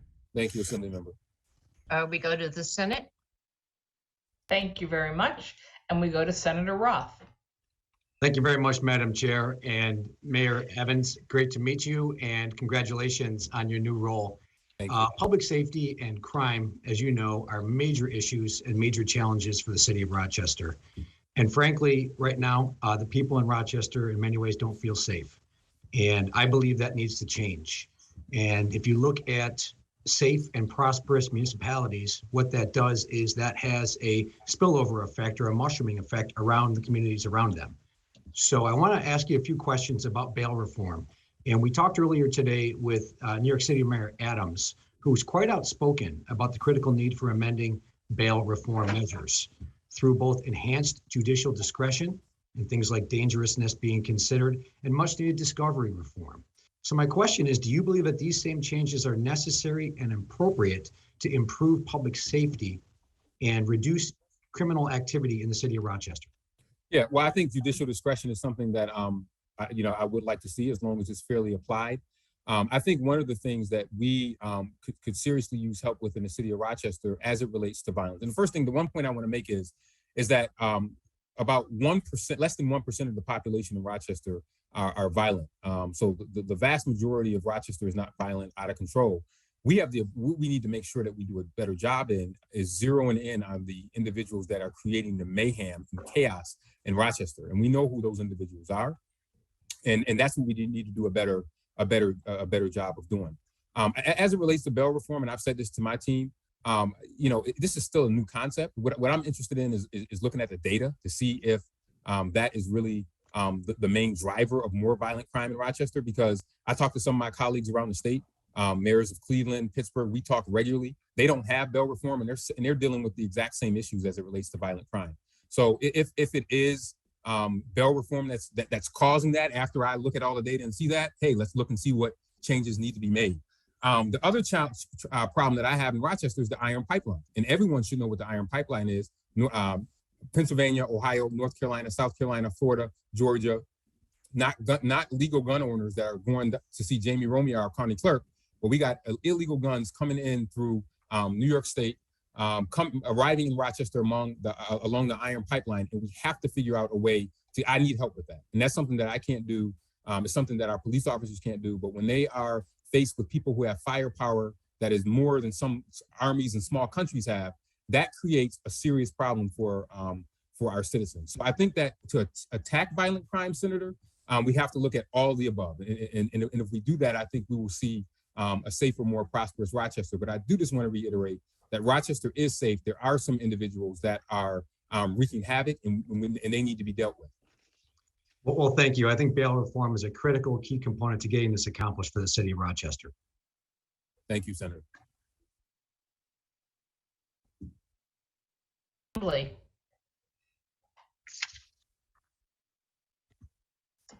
Hi, do we have assembly member? Demand Meeks. I just want to take a deep breath. Definitely a breath of fresh air. Thank you. Yes, I just wanted to touch base with you regarding some of the concerns that we've had as a community regarding housing insecurity and food insecurity. You know, a lot of us are beating the pavement, doing what we can do. What's the game plan if you have any, and how can we be of further assistance? Yeah, I think housing insecurity is something that is extremely important to us. I know that you guys have in your legislation, in your legislature, some conversations around just cause, eviction, and that type of stuff. And I think that you'll have to look at that and see if you see that as something that can help. But housing insecurity is a major issue. I'm very concerned about with the eviction moratorium coming to an end. And then once evictions start again, we need to make sure that we continue to have resources for those individuals, particularly people who may have been displaced from their jobs. Also assistance for landlords as well as homeowners. So that's extremely important. Access to affordable housing is something that is very important in Rochester, as it is in other large cities. People need to make sure that they are living in dwellings that are suitable.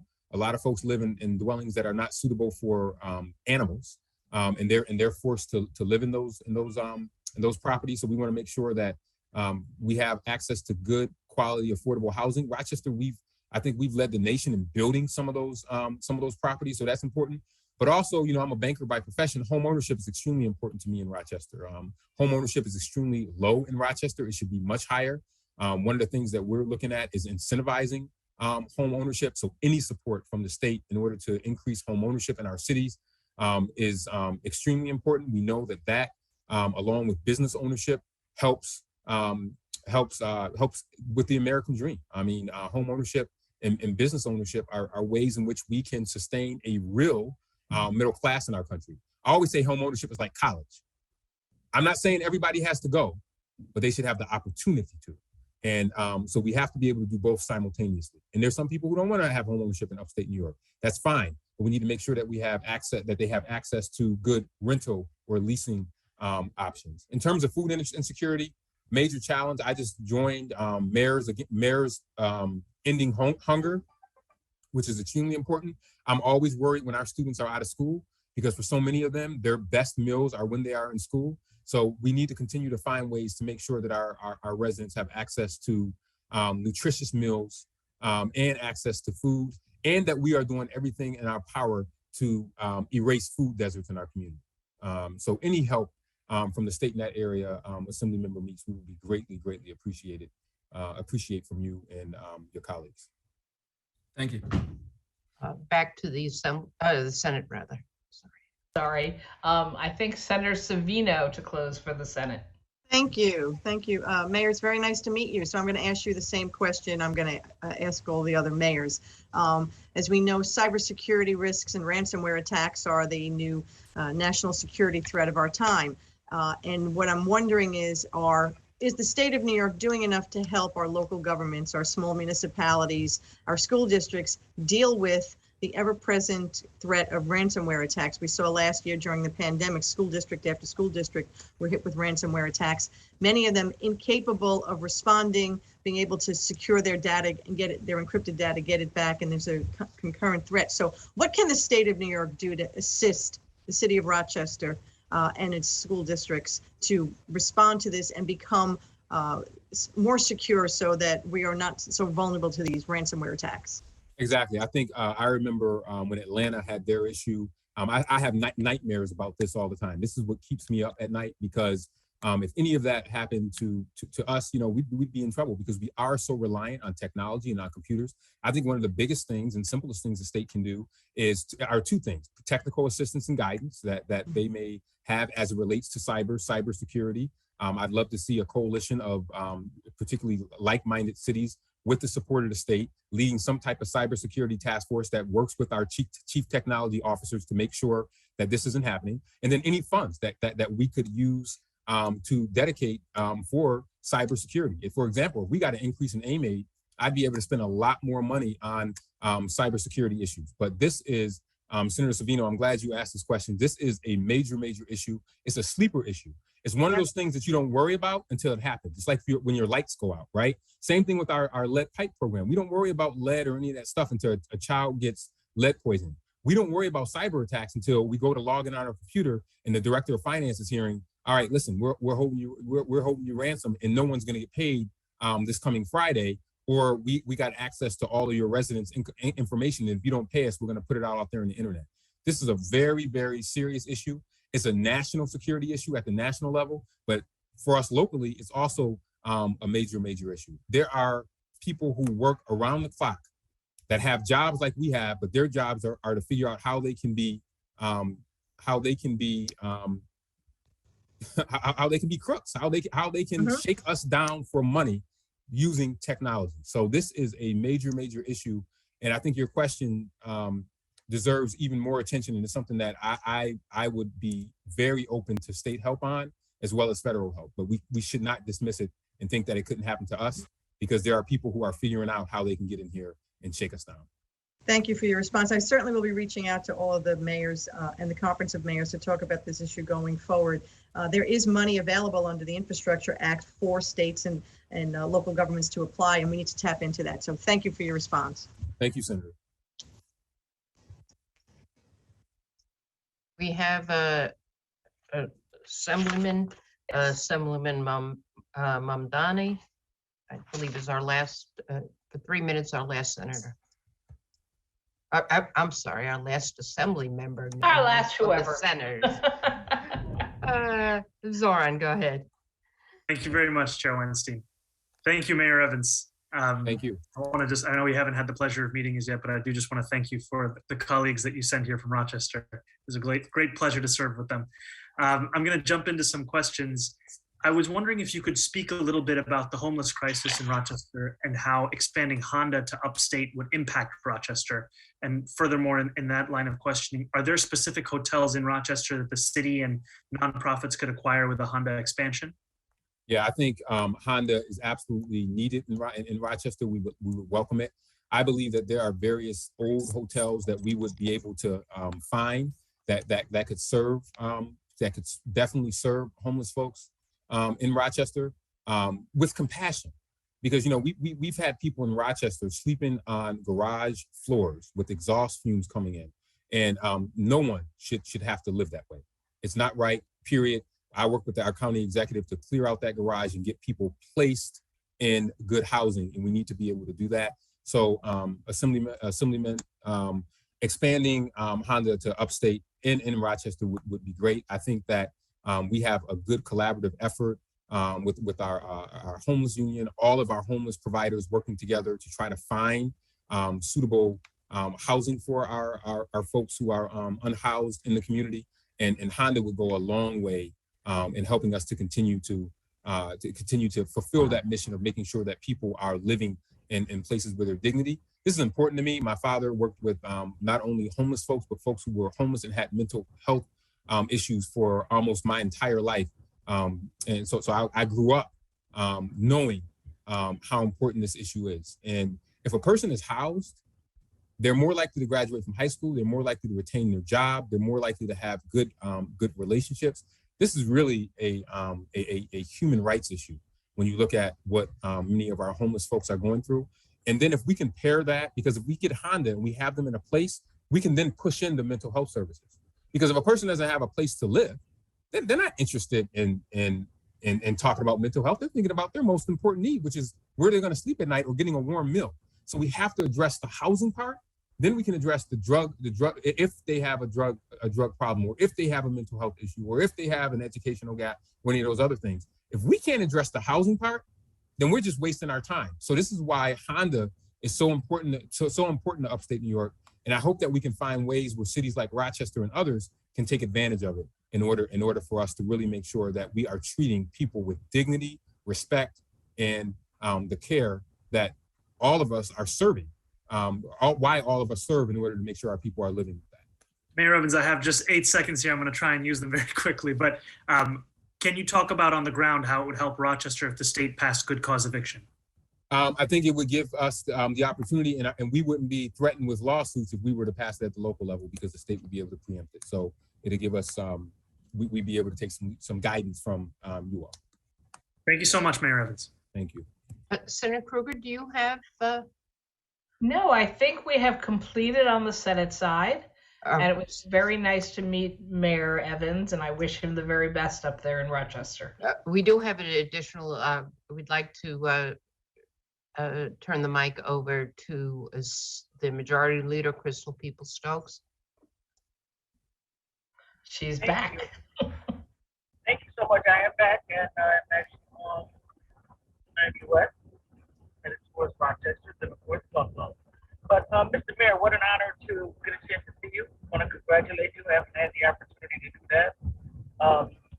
I can almost kind of tell that you're taking Rochester in the right direction, and that is a good thing. I appreciate your comments on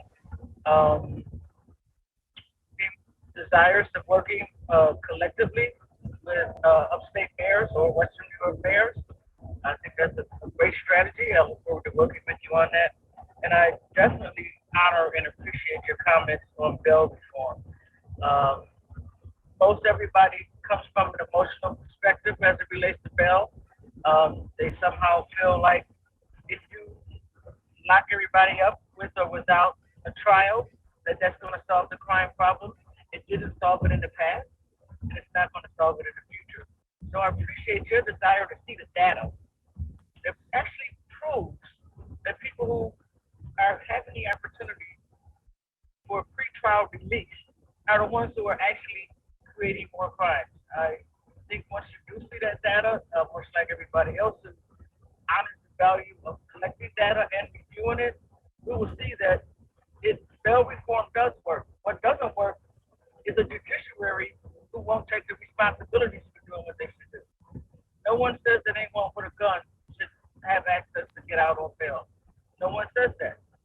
It's against the law. And if it's against the law already, no matter what court you're in, that should be enforced by the judge. And so I just want to honor you for your thought process on bail reform and asking for detailed data before you make decisions on how it may or may not be beneficial. No, thank you. Thank you, Majority Leader. I appreciate that. My background is was in finance, so we always look at data before we make any decisions on anything. So I appreciate those comments, and I look forward to seeing you in person in Buffalo and working with your city on issues of mutual concern. It's always so good to see you. We'll have to make that happen soon, sir. I have a couple things I'd like to discuss with you. Well, I love it. I'm always looking forward to head to Buffalo for my. Rochester has good buffalo wings as well, but I always look forward to headed to those spots in Buffalo for that as well. Awesome, it'd be my pleasure. Thank you so much. Thank you. Thank you, Madam Chair. Surely. So thank you, Mayor Evans, for being with us. We look forward, along with our Rochester colleagues, to working with you as we craft the final budget. Now we're going to call on the City of Yonkers, Honorable Mike Spano, Mayor. There he is. All right. Well, good afternoon, Chairwoman Weinstein, Chairwoman Krueger, members of the Senate and Assembly, my friends and colleagues, our Yonkers delegation, of course, Senate Majority Leader Andrew Stewart-Cousins, Senator Shelley Mayer, Assemblyman Nader Sage, and Assemblyman Gary Pretlow. And thank you again for welcoming me here, or at least to the Zoom call. Similar to years past, I will submit to you the financial needs of Yonkers. I'll try to do it quick because you've heard me over and over again, but I do so now as New York State's third largest city, as was just announced, I guess was announced by the census.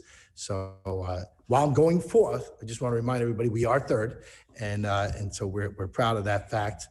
And The issues that have been the issues for our city for a while continue to be. We know that we'll talk about the schools. We'll talk about our need for additional AIM aid. I'm glad that there's a discussion happening about cyber attacks, and of course, casino gaming is always a favorite. The years of inequities that we've always talked about with our schools have now started to go past us, but we all know that there are many years where our kids kind of suffered from many deficiencies in services. And so we want to provide equity in services to our students so that we can mirror the successes that we've started to see in our classroom. Back in 2012, our graduation rate was 72% in the city of Yonkers. And today, the Yonkers graduation rate is at 90%, which exceeds New York State's average. It's a number that sounds a lot like a suburban number than an urban number, but something that we're very, very proud of. And we've continued to do what we can to move a district that is over 70% of our kids live at or below the rate of poverty, but we are still making it work. Some of the investments that we'd like to see created or enhanced career and technical education program, which we think will be a feeder program to our local workforce. The growing population that we've had over the past 10 years means that we need more equitable and inclusive funding to support the new families that are now living here, including greater investments in our UPK and multilingual learners program. The formula, as we start to fund that formula, and I applaud Governor Hochul for her proposed budget. I also applaud each and every one of you in the legislature because you started that last year. By fully funding the formula, we can get to do the things that we need to do, but at the same time, we ask that we continue to look at the formula to see where we can tweak it in such a way that it can help the people and the residents of our city. The regional cost index, the city of Yonkers, as you know, is just borders with the Bronx, is an upstate regional cost. We are not in New York City, Long Island regional costs, and we should be. And we ask that that's something that you look at. And if you were able to make that change by correcting the RCA, just doing that could mean an additional $18 million more in foundation aid for the city of Yonkers. But we can, again, I know through Q&A you may ask me some other questions, but I'll just touch on that a bit. Casino gaming could be a big win for Yonkers and for the region. Yonkers Raceway contributes about $300 million a year to help offset the cost of education in New York State. Since its inception, it has already contributed over $4 billion. That's $4 billion with a B to help offset education in cost of education in New York State. It means thousands of jobs, both direct and indirect. It also is expected that if a license is granted to Yonkers to allow for full gaming, that we could see as much as an additional $1 billion investment. That's pretty significant for the region, significant for Yonkers. And I also want to throw out there, and I think it's important that we always remember that, here in Yonkers and in our region, we are so close to the swamplands of New Jersey, and they could very easily put a casino there. When that happens, which I believe it will happen at some point, it could have an effect on the operations of, let's say, Yonkers in Westchester County, which is right in the heart of our area. And so what we want to do is we want to jump ahead of that. We know by every model that has been put forward, gaming works in this facility, and gaming is a sure bet. It's about a sure bet he's going to come up with. MGM Resorts is expected to invest, like I said, another $400 million in private capital, just as part of their phase one. So I also ask that as you're formulating the licensing and the tax structure that will surround that, remember that the The amount of money that goes to host community, and Yonkers has the benefit of getting about $19.6 million for host community aid associated with Yonkers Raceway, that you keep that in mind when you're putting forth the tax structure, because that has been a real driver for the taxpayers of Yonkers to help offset any lack of funding that we may end up with in any other place in our budgets. I want to say thank you to the legislature for giving us the ability, especially Shelley Mayer, to build 3 new schools. We have one of those 3 new schools being built right now as we speak. That is huge, considering that the city has an oversaturation or we're under classroom capacity of about 4,500 students, and so we need to build new schools. We also need to repair the schools that we currently have. Yonkers has about $600 million in repairs that need to be made to our schools to bring them up to state standards. We've already, just in the past 10 years, have invested over $300 million in repairs to the schools. But the current methodology, as it's applied, relies too heavily on the local property tax share and makes it almost impossible for us to achieve the goals of repairing the schools and putting our kids, frankly, in a place that, that across the river on either side of the city, or on the other side of the tracks on either side of the city, that we would see our kids. But despite the fact, the challenges that they have, we continue to do what we need to do to move our community forward. So I ask that when you're looking at reimbursements for capital needs, that you take another look at Yonkers and see if you're able to either change the methodologies and allow for a greater reimbursement to the school district, or to make a capital grant available to Yonkers that could be separate, that could actually help to offset the local investment that needs to be made in order for us to kind of jumpstart the process, get our schools put in place the way they should be for our kids. The partnership that we have with New York State is real. As you know, Governor Hochul outlined her executive budget to include investments in our state, from clean energy, healthcare, COVID relief to infrastructure, and I want to applaud her again for what she has done. But over the years, AMAID in 2011 was our last kind of big year. 2012, our AMAID was reduced $20 million because of the spin up, and we have remained flat ever since. If you just allow for the 2% growth that you have allowed in your own budgets to be applied to the AMAID, to this particular local government, we would have actually received another $126 million over that same period of time. So now, remember, we have actually increased the amount of money we send to Albany, $268 million via personal income tax and sales tax have been provided to New York State, but our AMAID continues to be flat.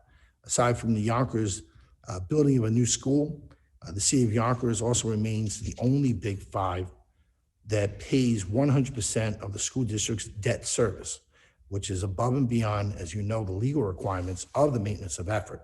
So flat aim and staying within a tax cap makes it very difficult for us to even have the ability to even put additional funding into our own educational system. Our budget continues to grow each year. Our workforce, as you know, is 74% of our total budget. And in the past 12 years, our fringe benefits have grown by 76%, or $74 million. Just the family plan for our health coverage has gone up 12.5% all by itself. So additional AMAID would be really important to our city. We talked about ransomware. I'm glad Senator brought that up. It's too something that I lose sleep over. Yonkers was hit with a ransom attack just a few months ago. We had to make some immediate changes and immediate, appropriations to our budget. We had to make a $600,000 investment with an $800,000 annual investment to the just to deal with our hardware and software. It's not easy, and a lot of people didn't hear about the ransom attack because we're told from the experts right off the bat, well, don't brag about it, because if you brag about having a ransom attack and beating it, then you're going to just incite those who want to do it, give them a greater challenge, and get them in there. And so clearly, at the end of the day, the ransom attacks are going to continue. And I think what local governments need, what we need, are the deep pocket, in this particular the state of New York, to have a robust funding and have a robust program that allows us to maybe to piggyback on in order for us to be a little more nimble and deal with ransom attacks when they happen, reduce the incidence of ransom attacks, because we all know that no matter how good we are, we probably still will have a ransom attack, but I think that we can reduce the chances of it happening. Mayor Spano, gone quite a bit over the Oh, am I? time. Oh, I'm sorry. I'm done. No, but Actually, maybe Senator Sabino doesn't yeah. need to ask you a question now. I, You uh, answered her question, but we'll send it over to. Oh, you're right, Senator. I apologize. It's like, oh. No problem. We actually do have an assembly member, Assemblyman Otis, to ask a question. Thank you, Mr. Mayor. Nice to see you. Nice to see you, Assemblyman.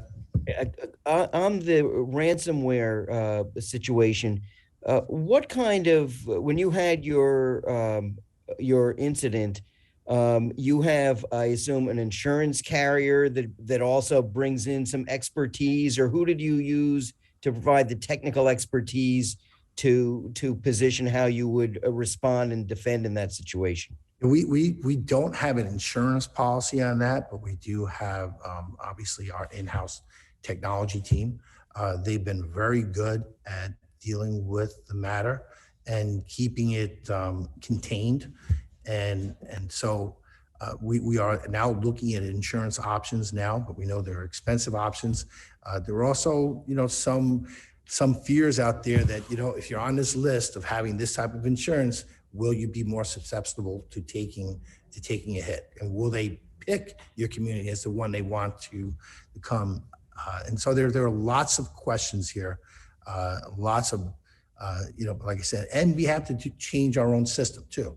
A third-party authorization, right? So the third, making sure that if we want to log onto our computer, that they send a code to your cell phone, and then you can get on, right? And making sure that we have the hardware in place that we need. That we've upgraded all of our hardware to make sure that we have the most up-to-date hardware available. But despite the fact that we, and I think I was just so you know. I was talking, they just reminded, we're talking about two-factor authorization, which you'll hear will solve most of our problems. We are moving in that direction, making those investments, but I really think that if the state had a robust, deep pocket approach where they can use the collaborative numbers of all these different communities together with them, it might reduce our chances down to a minimum. Well, thank you. And, it sounds like you were fortunate that you had some knowledgeable people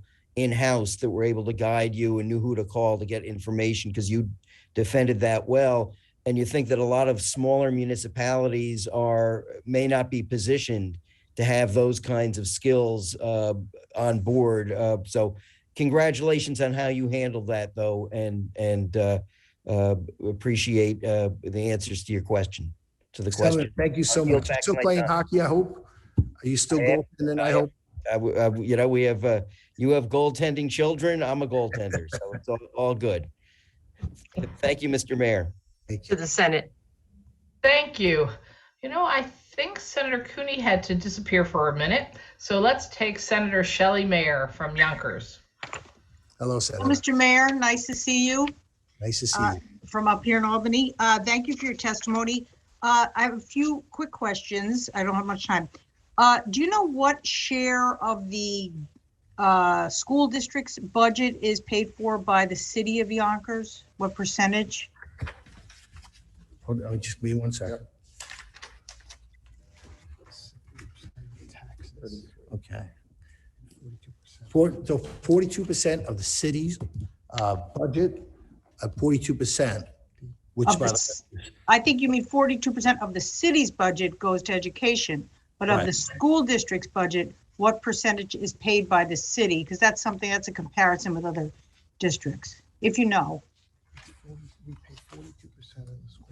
I'm sorry, Senator, give me 1 second. Sure.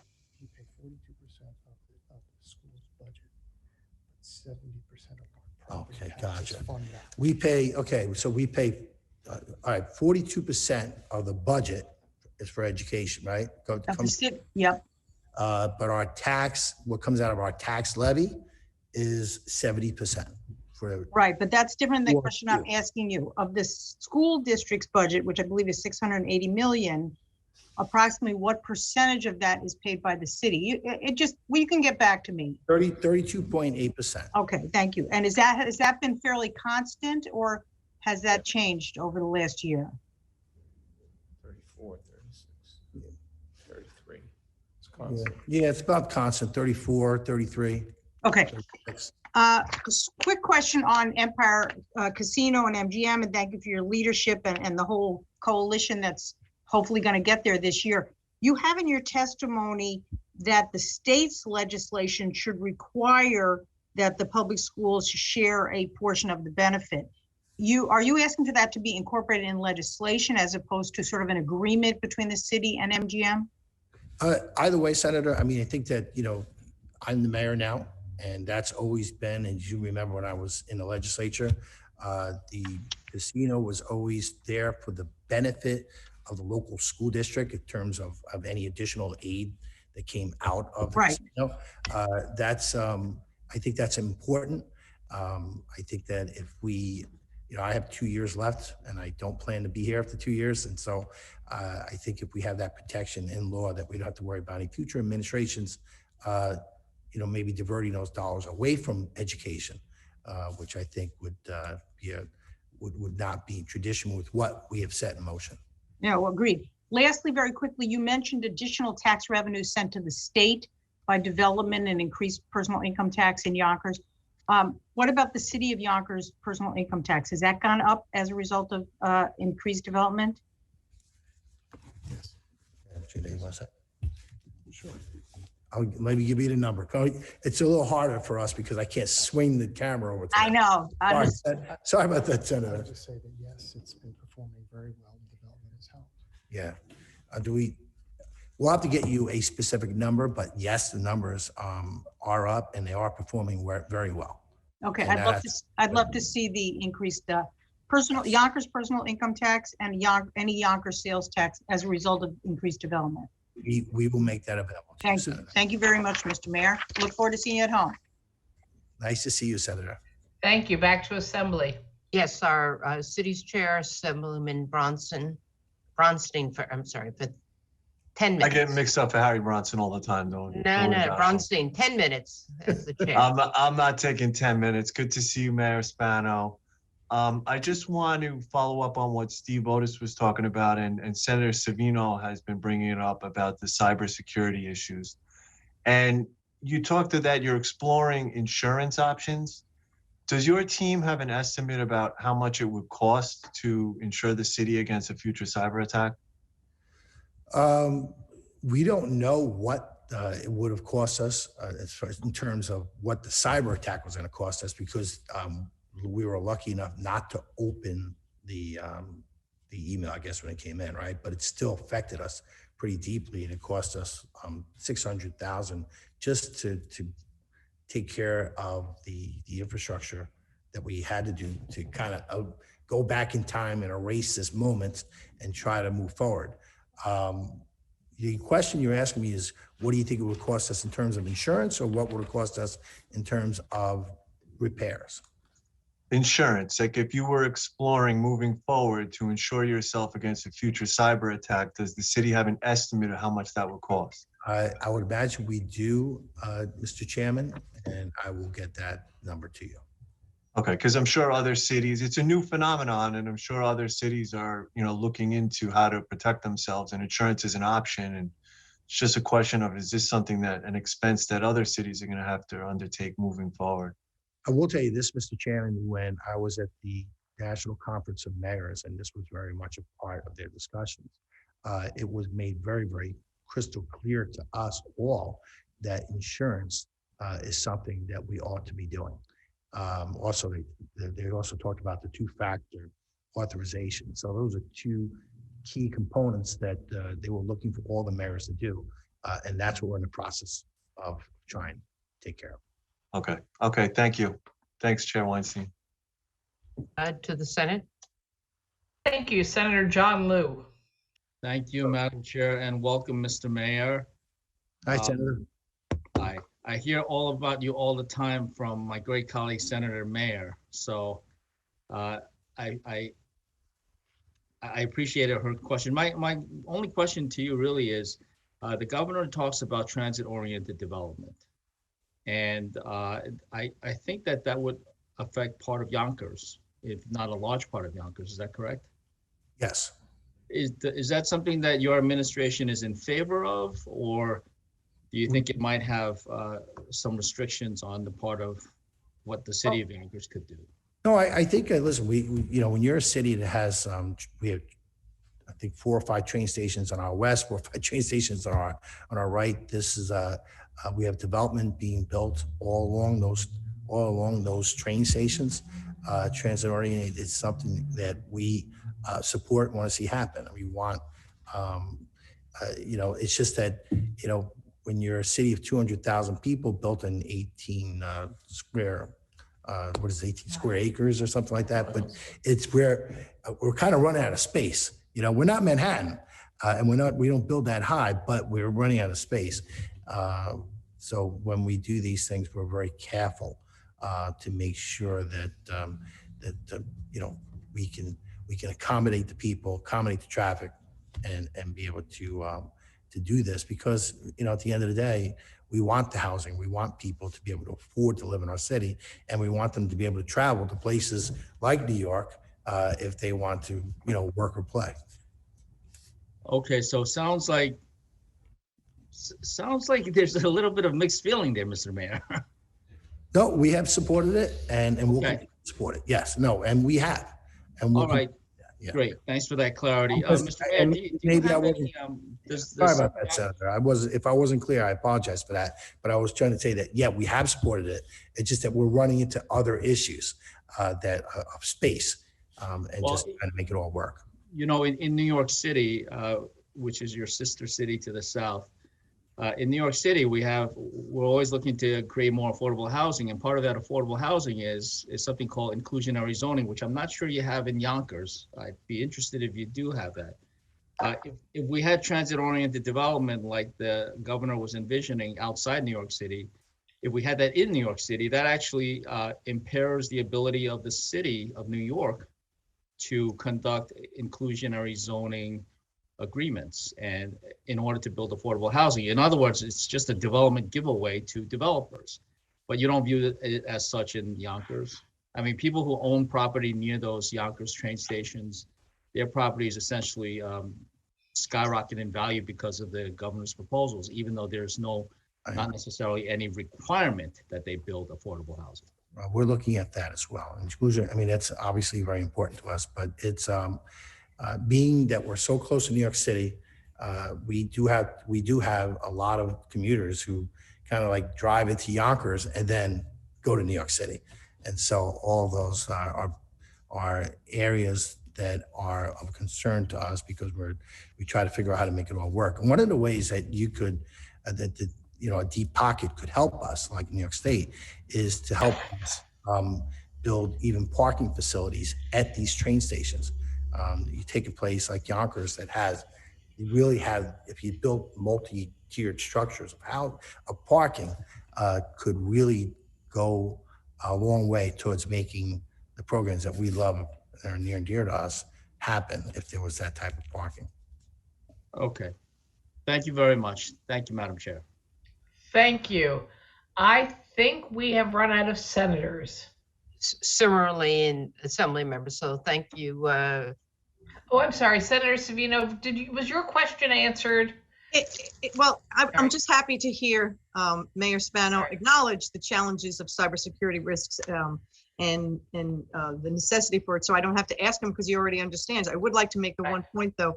I think it was raised by Assemblyman Braunstein, the issue of cyber insurance. While it's certainly a tool in the toolbox, it is not a panacea for risks. What we really need, and I think Mayor Spano's already indicated that, is tools from the state, more assistance, some funding, and most importantly, employee training. It is critically important that employees understand the necessity for multi-factor authentication, because breaches happen at the desktop, at the laptop, by the staff, and that's critically important. And that's where I think we can play a role, working with municipalities and local governments to provide the tools that necessary.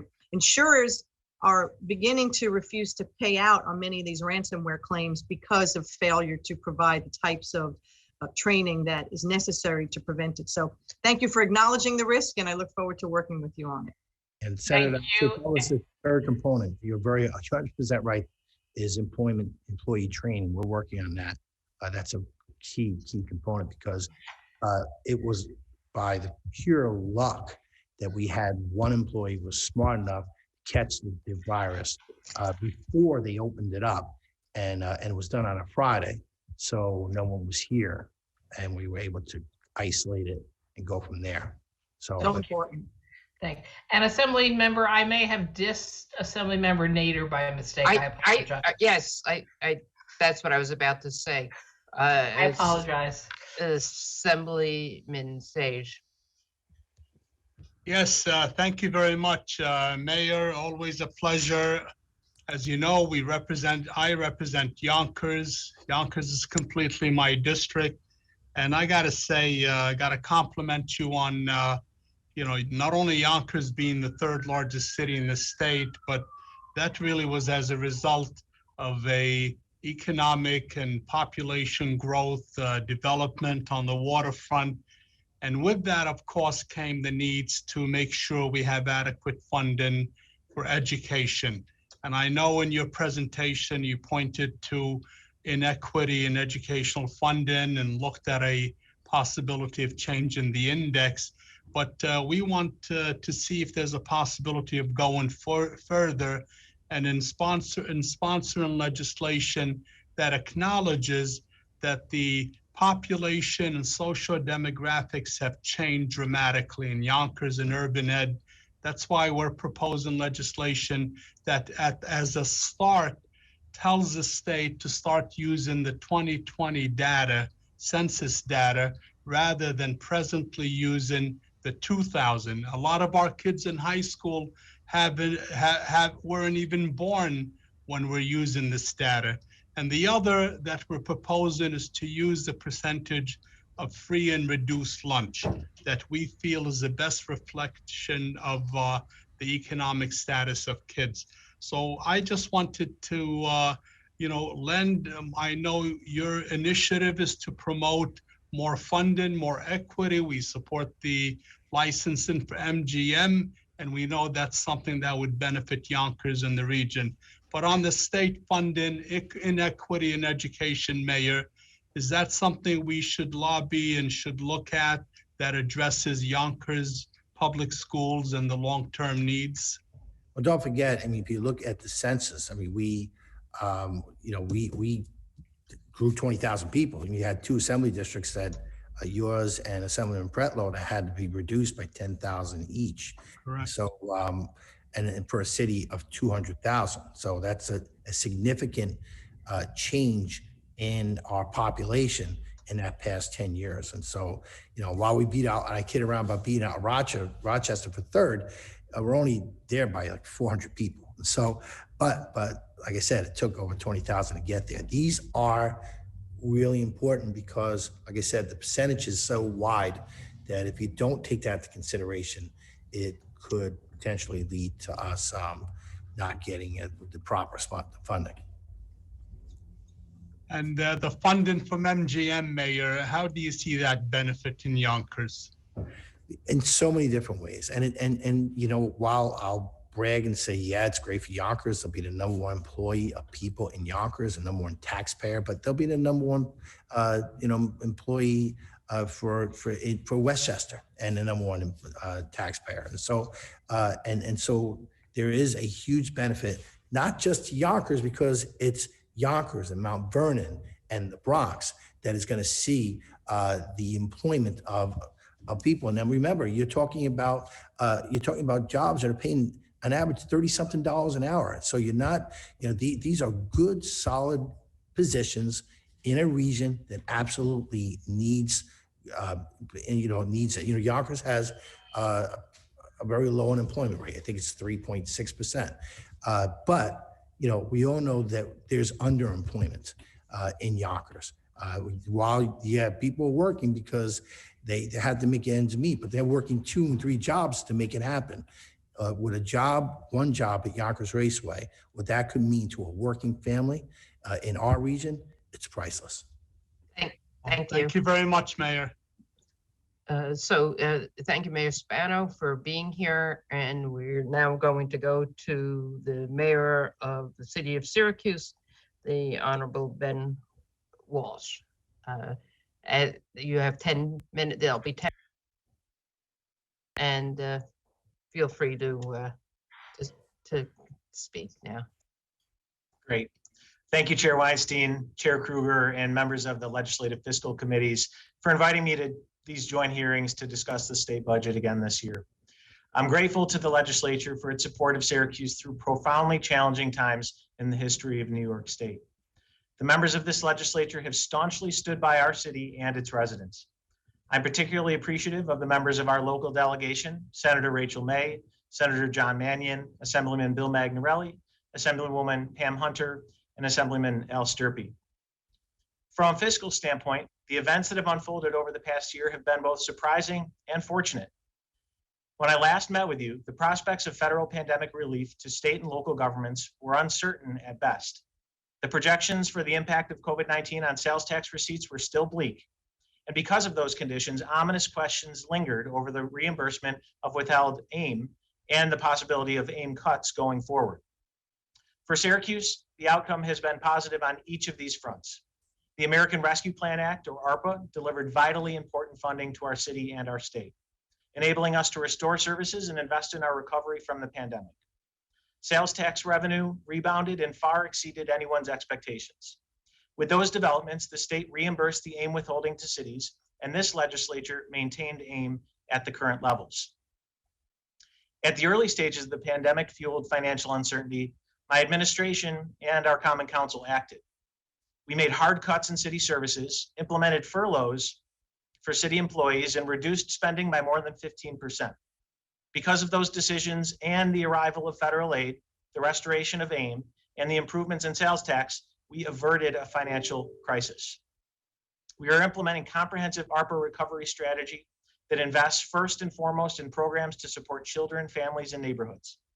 The plan we are following is also committing funds to transform infrastructure in public spaces, invest in jobs and economic opportunity, and enhance government response and resilience. Instead of facing a massive budget deficit, we achieved a surplus in our last fiscal year. Our fund balance is now again at a level that is responsible for a city our size. But despite our positive near-term financial position, the fundamental structural deficit facing Syracuse still exists. So without determined fiscal discipline, continued economic growth, and the increased support of our state government, Syracuse will be back in a state of fiscal crisis within just a few years. I'm heartened, though, by our recent record of financial decision-making, growth, and state partnership. I believe we will become a fiscally sustainable city government, but it's going to take a little longer, and we're going to need your continued support. Today, I ask for New York State's assistance on the road ahead for Syracuse in the following critical areas that will lift up the people we serve and our city government: violence interruption, housing, transportation, infrastructure, and city finances. First, Syracuse, like other cities in the state, has suffered from an increase in violence. The lack of opportunity, addiction, and trauma exacerbated by the pandemic drive too many people to dangerous and violent acts. Violent crime here was up 3% last year. Sadly, that means Syracuse actually performed better on violent crime and gun violence than many parts of New York State and the nation. To push back on violent crime and improve neighborhood safety, we are soon starting our 5th police academy class since I became mayor. We're also investing in anti-crime technologies like more neighborhood street cameras and gunshot detection. Syracuse needs more help, though, with solutions that go after the root causes of violent crime. Our legislative and funding priorities agenda for this year seeks funding for more street-level violence interrupters through the Department of Criminal Justice Services, more trauma response to hospitals to help victims of gun violence break free from cycles of crime, additional funds to expand teen outreach through our new and very successful Syracuse Police Athletic League, and resources to successfully launch our new Police Junior Cadet Program to give training and employment to recent high school grads who want to be police officers but are too young for the academy. I'm proud to report that we are also launching Syracuse's first mayor's office to reduce gun violence. We will model the office after other successful programs and are hiring for a director right now. I urge the legislature to commit state resources to these and other violence intervention efforts. The pandemic revealed massive frailties in housing in Syracuse, and as we've heard today, across the state. We are taking comprehensive actions to hold property owners accountable for ensuring safe and healthy living conditions for tenants. We are pursuing the most extensive efforts to build quality new housing in many decades in Syracuse. We are pursuing our Resurgent Neighborhoods initiative is building 200 new affordable single and two-family homes all across the city. I'm proposing a major infusion of ARPA dollars to build more units quickly. We are also advancing a large neighborhood and housing revitalization in a section of Syracuse's south side adjacent to the Interstate 81 viaduct. This massive effort will address a 27-block, 118 square acre area that includes more than 1,000 units of public housing. Known as the Old 15th Ward, the neighborhood and its residents have been badly impacted by the 81 highway bisecting their community. The plan, known as Reconnecting the New 15th Ward, focuses on redeveloping the aging public housing properties with energy efficient, quality, new public housing and mixed income units. The $800 million project is attracting public and private investment from institutions and businesses across Syracuse and includes a push for a HUD neighborhood grants program that would realize up to $300 million in public and private investment and direct federal assistance. The state's Department of Housing and Community Renewal is an engaged partner in this effort and has committed its support. We applaud Governor Hochul's commitment to investment in housing and urge the legislature to fully fund state programs for quality affordable housing. Regarding transportation, the governor's executive budget includes significant funding to begin construction on the Interstate 81 viaduct. The state and federal environmental review process is continuing, and we anticipate we will begin on the preferred alternative, the community grid, this year. It will remove the aging viaduct that has scarred the center of our city. We are working closely with community stakeholders and the New York State Department of Transportation to ensure we create a more accessible and equitable city and unlock the economic and community development potential for this transformative project. We are also working with DOT, the Federal Highway Administration, and community partners to capitalize on the local workforce opportunities this project will create, especially for women, veterans, and people of color. Syracuse has submitted one of the first applications in the nation for the federal SEP 14 local hiring initiative. Our proposal includes hiring preferences for city residents, especially those in areas that struggle in poverty and have been historically left behind. Syracuse has welcomed additional investment through the Department of Labor for Workforce Development, and I urge the legislature to ensure more funding is allocated so that we use this project and others like it to transform not just transportation, but people's lives. Syracuse also needs strong state support to improve our road infrastructure citywide. Last summer, we reconstructed more than 30 miles of streets compared to about 4 miles the year before I took office.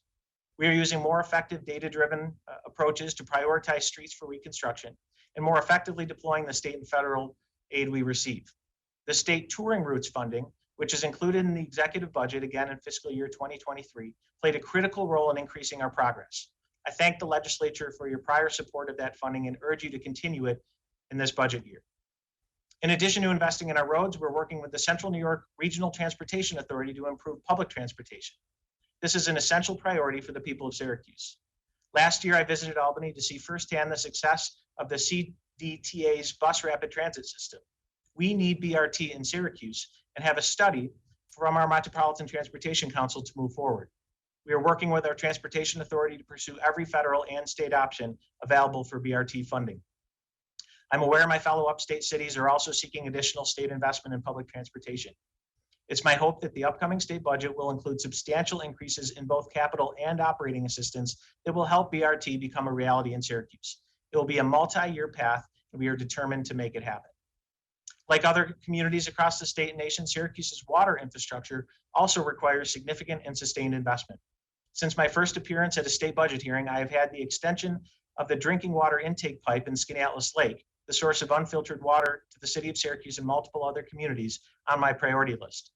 Using ARPA funds to pay nearly a quarter of the total cost, we will move forward on the design and planning phase for this critical project, which will help us avoid the need to build a several $100 million water filtration plant. We continue to need state assistance to fund the remaining 3/4 of this safe drinking water project. As I noted earlier, reaching fiscal sustainability is achievable for the city of Syracuse. We will continue to become more efficient and generate more growth in our city. We also need additional revenue. An essential source of revenue to Syracuse is New York State aid and incentives to municipalities, or AIM funding. I'm truly grateful for the legislature's consistent support for AIM funding. For 13 years, though, it has remained at the same level despite significant cost increases. In the same time period, the overall state budget has grown 75%. Relative to Syracuse's city budget, which has grown about 19%, AIM aid is down 21%. Respectfully, I urge the legislature to increase aid to municipalities, either by adjusting AIM funding or, as recommended by NICOM, introducing a new mechanism for additional state support to build on the successful AIM program. In closing, I want to thank the legislative fiscal committees for the opportunity to testify before you today. As outlined today, our greatest needs are in the areas of violence prevention, housing, transportation, infrastructure, and city finances. To advance from near-term stability to long-term sustainability, we welcome the ongoing partnership and support of New York State government. Thank you. Thank you. I don't see any assembly members, so why don't we go to the Senate? Okay, first we have Senator Rachel May. Thank you, Chair Kruger, and welcome, Mr. Mayor. It's great to see you. Nice to see you, Senator. I wanted to follow up on a couple things you talked about, the I-81 project. So excited that the governor wants to break ground this year, finally. Yeah. But we know this can be a transformative project, but we also know there are still a lot of moving parts to it and a lot of different governmental entities involved. And so we need to make sure that there's good communication, but also some flexibility built into it or for troubleshooting as we go along, I think. Do you feel like that's in place, or are there things that we at the state level need to do to either help or get out of the way in order to make this project the best it can be? Yeah, I think all of the above, Senator.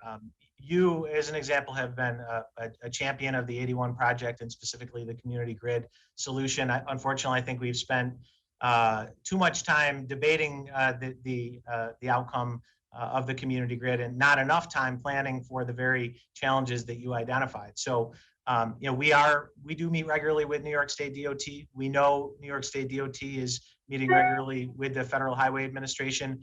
But I do think as we get closer to the project, a more formalized and enhanced multi-jurisdictional approach is necessary so we can really make sure that we maximize this once in a generation opportunity. So I would welcome the opportunity to work with you in your office and your colleagues on that. Great. And then about BRT, what can we do at the state level to make it happen? Well, one, I want to acknowledge and thank you for going on our field trip to see the Albany BRT. And Albany is a smaller city than Syracuse, so we know we can do it here. But we do need resources. We're certainly hopeful that through the federal infrastructure bill and other federal resources that we are able to avail ourselves of those. But we need not only capital resources to fund standing up the BRT system, we need operating resources. And the state's been a longtime supporter of Centro, of public transit, but we're going to need more. And we're going to, as you look at how you might be able to direct more resources to operations, I think we want to make sure that we're doing it in a way that ensures the funding is going to actually expanding and enhancing the service in the form of BRT in Syracuse or in different forms in other communities, rather than just supporting existing operations. Okay, thanks. And then just with a few extra seconds, I wanted to say I'm really happy about your emphasis on housing and affordable housing. We've talked before about the crisis in young people who are functionally homeless in Syracuse. I hope that you'll be really paying attention to making sure that those investments go to the people who most need it. Absolutely. Thank you. There are no, we do not have any assembly members, so why don't you continue? All right, we'll just continue to roll with the Senate. We next have Senator Jim Gorin. Thank you, Madam Chair. It's nice to see you, Mr. Mayor. Senator May only had 3 minutes, so I am sure she had more time, she would raise a question that I'm going to raise. And that is the importance of our state university teaching hospitals. One of the concerns that we have, and of course you have one in Syracuse. One of the concerns that we have is that these hospitals have really been stepping up in the pandemic and are economically really facing some challenges. And unique to other academic institutions in the SUNY system, they're stuck paying fringe benefits and debt service. So one of the big things many of us are pushing for, including Senator May and Mannion, is to have this budget relieve them of their debt service for all our university teaching hospitals. What are your thoughts on that, and perhaps what can you do to help, lobby that we get this done? Sure. I think it's a great idea. I can't even begin to fathom what the last 2 years would have looked like in Syracuse and in New York State without SUNY Upstate Medical University. They have been a champion. They've been a long time gem here in Syracuse and in the state, but I think the way in which they stepped up during the pandemic from their testing capacity to the services that they provided, not just here upstate, but going downstate when our downstate neighbors needed us, make them invaluable to this community and to New York State. So I would happily join in on your efforts to advocate for any financial relief and support we can provide, not just SUNY Upstate, but the other SUNY Sure. institutions. We have them other parts of the state, including Stony Brook and Long Island. Thank you very much, Mr. Mayor. You got it. Thank you. I think we're at Senator Savino. She have her Thank you, hand Senator raised. Krueger. So, Senator, Mayor Walsh, I will ask you the same question I'm asking all the mayors. It is about the ever-present risks of cybersecurity challenges and ransomware attacks. What can the state do to help prepare our municipalities, our local governments, particularly our school districts, which have been particularly hard hit during recent years, responding to ransomware attacks? And what is the city of Syracuse doing, and what can we do to help you? Yeah, thank you so much for the question. We are doing as much as we possibly can, and we do a lot of training for staff. We're moving our systems into the cloud as quickly as we can, but that digital transformation in and of itself takes time and resources. We do have cybersecurity insurance, but it's costly, and we were recently informed that our carrier was going to be dropping us because a lot of the carriers are moving out of this industry, and that our costs could easily triple in the coming year. So any resources certainly that the state could provide could be helpful, but I think related, I think a good analogy is what we've seen during the pandemic, the way in which we've had a statewide coordinated effort that brings municipalities together with state agencies. I think a much more unified, comprehensive, and coordinated effort throughout New York State would be welcome, in addition to more resources. Thank you. And it's important that you pointed out that your insurance carrier may be dropping you. I think there's a false sense of security on the part of many, whether they be in government or even in business, that they just need cyber insurance and that will protect them, when in fact that is not the case. Many of the carriers, as your carriers leaving, they're dropping people, and in fact, in many instances, they're refusing to make payments. And so cyber insurance is not the solution to this. It's It's better security, it's better practices, it's better cyber hygiene, it's training, and support from the state all the way down to the smallest town and village. So thank you for your efforts, and I look forward to working with you on this. Thank you, Senator. Thank you both. Assemblywoman, I think. the Yes, we have Senate- Assemblyman Otis for a question now. Okay. Great, thank you, Mr. Mayor. And I want to follow up on Senator Savino's line of questioning on cyber. Who in Syracuse do you work with now in terms of expertise on what moves you need to make? Is it in-house? Do you use outside consulting firms? Who is your resource to guide you through this uncharted territory? Well, we are lucky to have some really talented municipal employees here in city government, but given the market right now, it's really hard to be able to attract and retain talent given the limited resources that we have. So we do rely heavily on outside resources, as well as we pay a firm that essentially provides 24-hour security for us, monitoring our emails for attachments and other things. So it's a combination, but increasingly relying on outside services. Great. Thank you very much, and keep up the good work in Syracuse. Thank you, Assemblyman. I have to say, I heard you were a hockey guy. Google the Syracuse Pond Hockey Classic. We just had it last weekend. It's our second one we've done. It was a big success, so proud of it. Well, I went to Hobart College and had the privilege of playing some of our games at the War Memorial and at the old rink at the fairgrounds, which I think that old rink isn't there anymore. The old Coliseum, yeah. I still keep my moving parts moving. So thank you. I'm glad they're moving, Steve. Lean, moving to you. Yes, so Mayor Walsh, thank you for being here. There are no further questions. We look forward to continuing to work with you along with our colleagues in the legislature. Thanks so much for your support. Thank you. Thank you. So next, we're going to hear from the mayor of the city of Albany, where many of us are, where we're now located, the Honorable Kathy Sheehan. Good afternoon, and thank you so much to Chairpersons Kruger and Weinstein for the opportunity to talk about issues pertaining to the city of Albany. I do have to say, after watching all of my fellow mayors present, I do miss doing this in person, because we typically then have the opportunity to get together and either celebrate or commiserate, but certainly the camaraderie is similar to the camaraderie that I think you share there.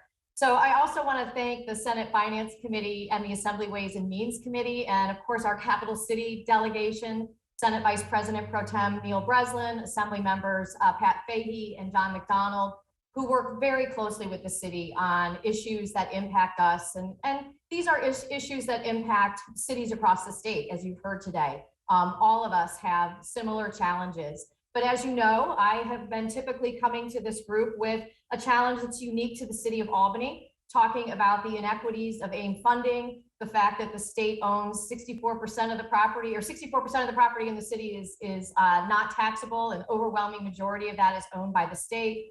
And this body has always been very supportive of our request for capital city funding. And I am very pleased to see that the governor, for the first time, has also recognized that this funding is critically important to the city of Albany and put it in the executive budget. So I look forward to working with you as the budget is finalized, and am very hopeful that that funding will remain in the budget with the support of this body and of all of you. It is critically important to the city of Albany, and I believe that we've demonstrated time and time again the impacts of the inequity on the city of Albany. But I also want to talk a little bit about what our other mayors have talked about, which is AIM funding in general. I've been fighting for capital city funding, but at the same time supportive of the fact that we need to revisit AIM. It hasn't risen, as you've heard, in a number of years. While we've seen other areas of the budget and aid to other very important institutions like our schools go up, we continue to struggle. And now more than ever, as cities are trying to ensure that we have full staffs in place, all of us are struggling with recruitment of police officers, firefighters, and uniquely to Albany, because we are here in the capital, and the state is very generous with their pay and benefits. I feel like almost every other week I'm losing a super talented person to the state. I'm glad that they're going to go and benefit the state, but it makes it a very challenging hiring environment. So I think it's very important that we revisit AIM. I'm currently the first vice president of NICOM, and this is one of our #1 priorities to work with you to ensure that not only is AIM, do we have enough funding, and this, you know, the Assembly and the Senate have supported AIM, and thank you for keeping AIM in the budget all of these years. But I think it's also time to revisit the formula and to really talk about the needs of our cities and how we can use AIM to address those needs, particularly, as I said, as we see health insurance, equipment, supplies, and personnel costs just continue to increase. And there's a lot of pressure on our workforce as we are challenged in delivering essential city services. Right now, I'm down about 17% of my positions are open positions. And these are many of them in critical areas that we really need in order to be able to deliver essential city services. So I look forward to continuing that conversation. We'd love to see the cost of living adjustment to AIM in this budget, and then work to talk about how we can make sure that we're implementing AIM in a way that works for local governments. I also want to mention a problem that's not to be solved today, but don't want anybody surprised.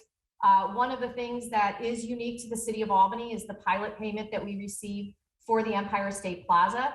That is set to expire in 2031, which is, you know, seems far away, especially given all of the challenges that we've been dealing with for the last 2 years. But I think it's important that we start the conversation. That payment was designed to provide the city, it was a legal obligation with funding for the property that was taken. It represents less than 0.3% of the value of the property that the state owns in Albany. And it is not state aid. So I think it's really important that we make that legal clarification. It's a legal obligation to make the city, or try to make the city, somewhat up for the loss of 90 acres, hundreds of businesses, and nearly 10,000 residents that were displaced when the Empire State Plaza was built. And there's really no way to recreate that in a landlocked city like the city of Albany. I also want to talk about some of the great things that we've been able to do thanks to the hard work and the recognition that local governments need additional resources. And when we invest those resources, we improve our communities. I'm grateful for the focus on making sure that we have funding for violence reduction efforts and opportunities and programs that work and that we can demonstrate work. We are very grateful for the touring routes funding that we receive. It's going to allow us to be far more impactful in the investments that we are making. And in the city of Albany, one of the things that we are really committed to is equity. And so we are looking and grading our roads by ward and really focusing on the areas where we have the highest number of roads that rank in poor or worse condition, and making sure that we are focusing our efforts on those neighborhoods. If we invest in those neighborhoods, we fundamentally believe that the private sector will come and invest behind us because we're creating neighborhoods where people want to live. We're also focusing on our infrastructure. We purchased our streetlights a couple of years ago. The COVID pandemic delayed the full implementation, but we have now have that program fully implemented, and we are seeing not only incredible savings from that, but we're also seeing improved public safety and the opportunity for us to further enhance public safety by being able to install cameras and other equipment onto our new smart light poles to make our community safer. We are looking forward to implementing and continuing to implement our Corning Preserve waterfront plan, and we've been successful in getting grant funding from the state in order to do that. We're very excited about the Livingston Avenue Rail Bridge. This was something that the governor has spoken about and talked about it in her State of the State. We want to work diligently with our local partners to implement MRTA, and I look forward to sharing updates with you as we continue to do transformative projects in the city of Albany. I look forward to inviting all of you to the opening of the Skyway, which would not have been possible without funding from the state. And it is our mini version of the High Line, and it's really exciting to see it come to fruition in the city of Albany. So I want to close by simply saying, please keep the $15 million of capital city funding in the state budget. And I respectfully ask that you index it to make it permanent. And we also want to end that and ensure that we are working with cities across the state to make sure that we have the resources that we need in order to deliver safe, attractive cities that will continue to attract businesses and residents for years to come. Thank you. Thank you, Mayor. We go to Assemblyman McDonald first for 3 minutes. Thank you, Chair. And Mayor, thank you in your dual role, not only as an officer at NICOM and advocating for the long overdue AIM increase, but also for the great work that you've done. And the voters are very happy too, because you're going to be here for another 4 years. You know, you mentioned the arterial aid, which was always a big effort that I always was focused on, being a former mayor. I guess curiosity, as you know, it's allocated again in the budget this year. But it was kind of late coming out last year. Were you able to implement some of it or not, or where do things stand? So we actually are ready to implement it. We have not let the contract yet because we're waiting to see where the tip comes in. The federal funding is coming down at the same time, and those decisions are being made by our planning authority. But we are definitely oversubscribed for the tip. And the wonderful thing about that is that we don't have to disappoint, that we will be able to deliver on the promise to communities of moving forward with some of these long overdue improvements to our touring roads. So we look forward to implementing it very rapidly. That's great. I also want to commend, and I think I want to share with my colleagues as well, with the ARPA funds, your process of engaging the community over a long period of time to solicit feedback has been very transparent and open. Let's face it, all of our cities have a lot of needs. We know that all those needs won't be met, but the reality is you've done an all-encompassing aspect of that, and you should be commended for that. Well, thank you. I appreciate it. And as you know, we have requests out. We're looking to invest $25 million in the community this year. And we are requiring our departments to apply for that funding if they want that funding for a specific, rec center improvement or public safety improvement, so that we can really be transparent. And when we are done, be able to say to New York State and to our friends at the federal government, this is how we spent this money. These are the transformational changes we were able to make. So it's very exciting. Far different from where we were this time last year, and really very grateful to have this resource and this opportunity for our cities. Finally, you're right. Eventually this program expires for the city of Albany, so we need to be mindful, even though I don't think either one of us will be around by then, but you never know. And at the same token, the mention about AIM, not only by yourself, but your predecessors, is critical. As much as everyone seems to be drunk with money these days, we know that party will not last forever. And there are a lot of commitments, particularly in regards to retaining folks in our workforce. So we're with you, and thank you. Thank you. Thank you. To the Senate. Senator Robert Jackson. Thank you, Madam Chair. Mayor, let me say to you that I read your statement, and I wholeheartedly agree with you as far as how Albany is being mistreated unfairly as far as AIM is concerned. I mean, I don't want to talk about New York City, but I just mentioned to you, New York City used to get AIM funding. We don't anymore. This goes back several years. And some people feel, well, because it was eliminated then, that means we're not entitled to get it anymore. And I'm saying, wait a minute, we're a city just like everyone else. And everyone else is continuing to receive funding. But I don't want to talk about New York City, but Albany is our state's capital. And if in fact you need that in order to carry out your businesses as far as Albany is concerned, and I heard you say how much you're losing people as far as employees of the city of Albany to the state of New York. I mean, what's right is right, and what's fair is fair. And quite frankly, you deserve it. And anything that I can do as a state senator from New York City, not, to be advocating for New York City, I can do that separately, but I want to make sure you're treated correctly. When I say you, the city of Albany and the people of Albany, and especially when you talked about that information, the time frame for the state to pay up for the Empire State Plaza, where thousands of people used to live, so forth and so on. And I say to you that even when I'm up in Albany, in the evening, I run in the plaza from one end to the other for about 3 or 4 miles just to get some exercise when it's freezing outside.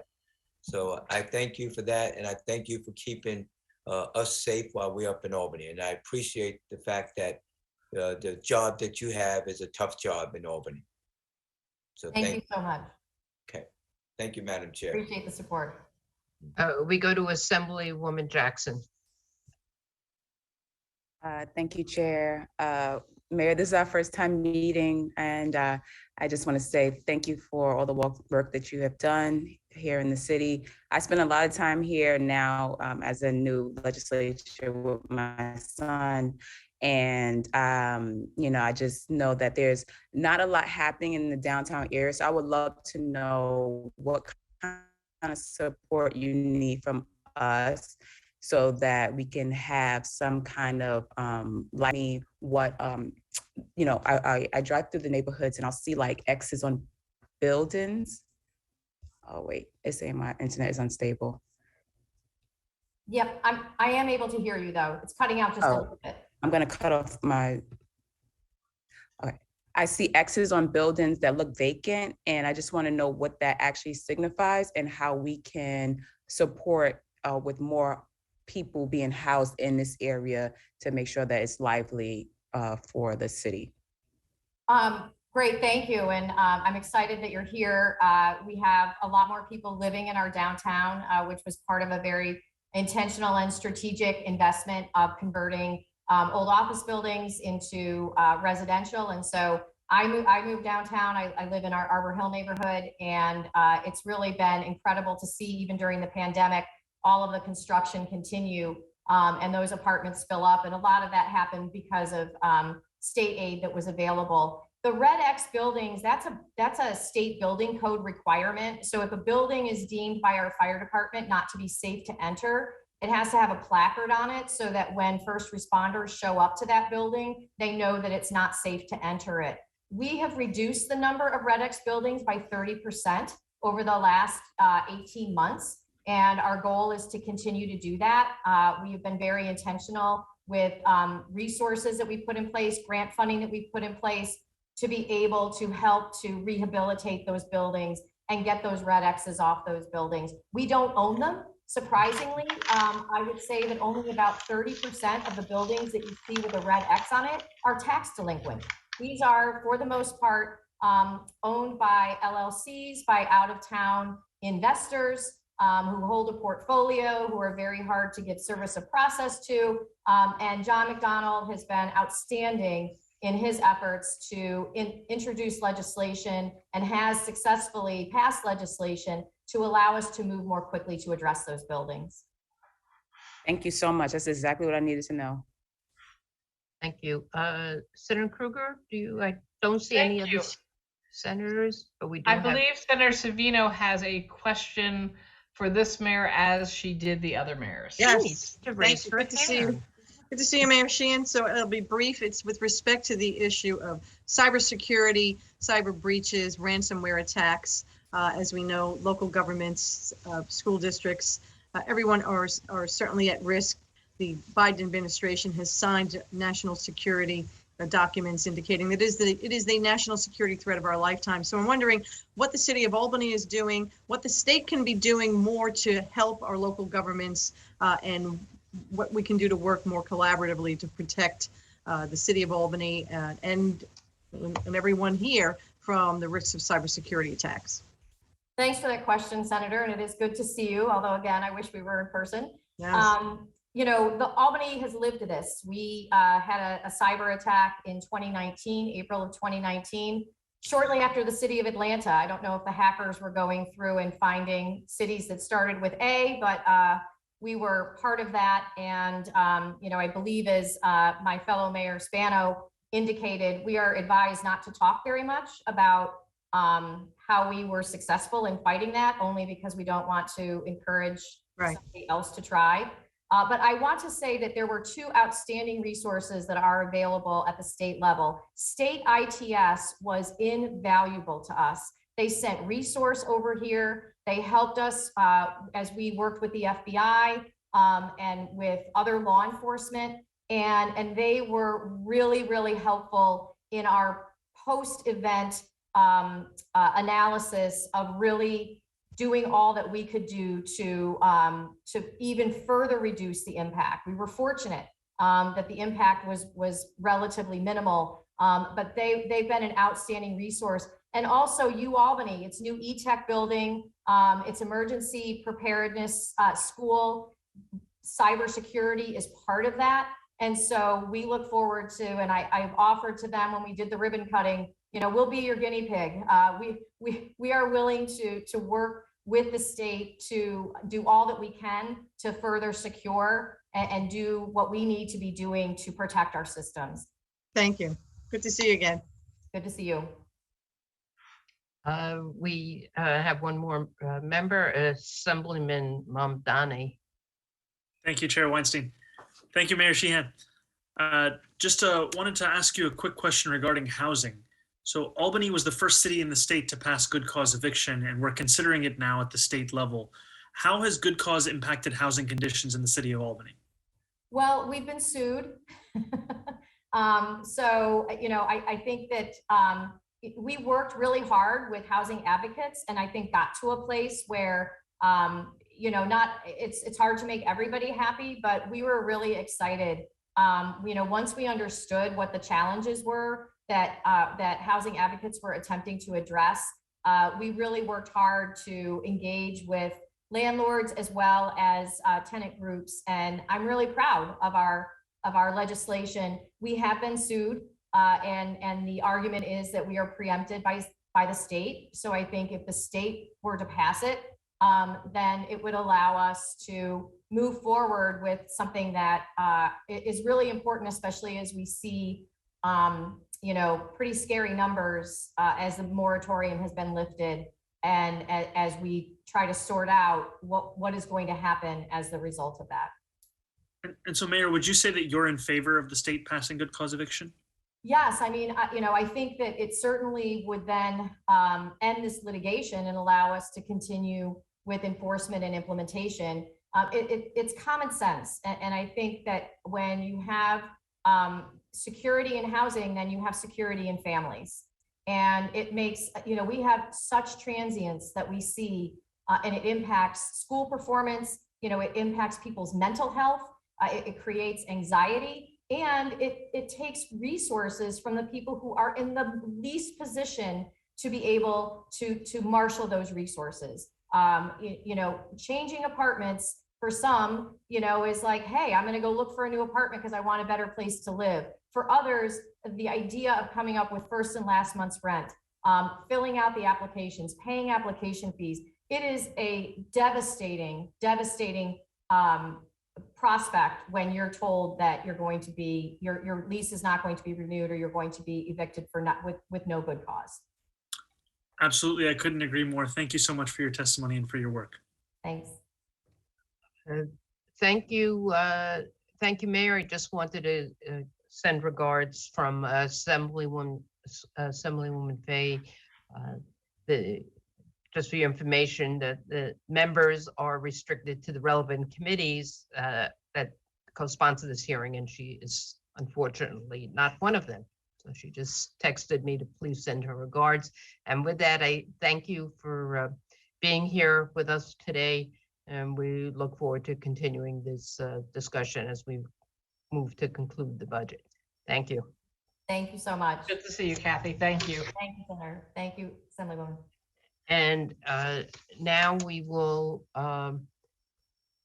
move to, we've gone through the list of our mayors from the big cities, and we're going to next have as our witness the new New York City Controller, Honorable Brad Lander.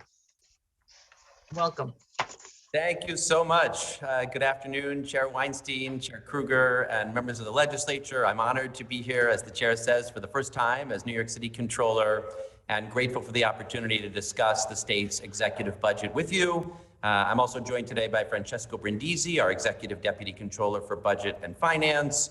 More details are in my written testimony, and I'm happy to answer questions at the end.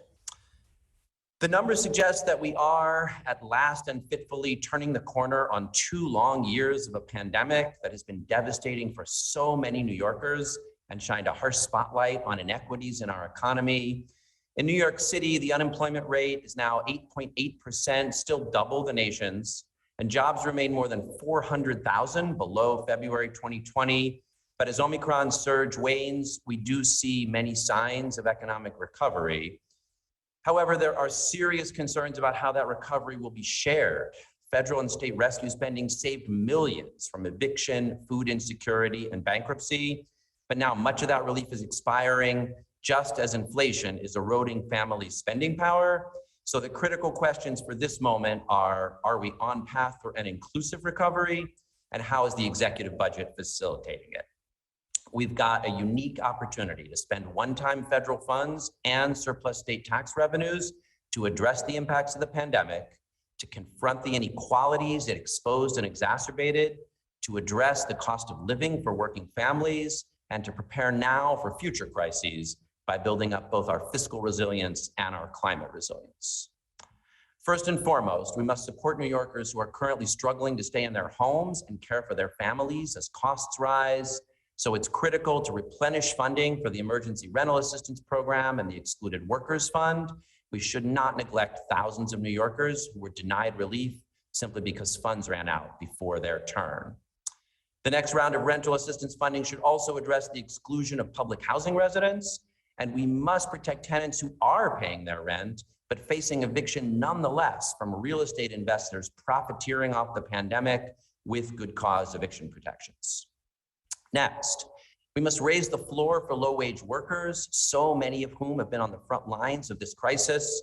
With inflation eroding purchasing power for families, it's time to revisit New York's minimum wage. We can't leave people at the bottom of the income ladder behind. During my time in the City Council, I was proud to pass legislation to create a minimum pay standard for app-based for-hire drivers and deliveristas, but a far better answer would be for the state to pass legislation to properly classify gig workers as employees, to guarantee the minimum wage, workers' comp, unemployment insurance, healthcare, and rights to organize that all workers need and deserve. We must strengthen the social safety net, including expanded access to health insurance for low-income, undocumented adults through coverage for all, mental health investments, as the mayor called for this morning, and to the high-quality, affordable childcare that the pandemic reminded us how urgently parents and caregivers need. I urge you to support the swift adoption of a cost estimation model and establish a $500 million workforce compensation fund to stabilize the sector and build toward a system of universal childcare. And to expand economic mobility for the next generation, the legislature should pass the New Deal for CUNY. These steps toward a more vibrant and inclusive economy must go hand in hand with investments in safe and affordable neighborhoods. This year, we have a unique opportunity, indeed a responsibility, to fix New York City's broken property tax system. The city's tax commission was a good start. It confirmed that the current system is regressive and proposed concrete solutions. So the time is now for the legislature to act, and the expiration of 421A really creates the opportunity.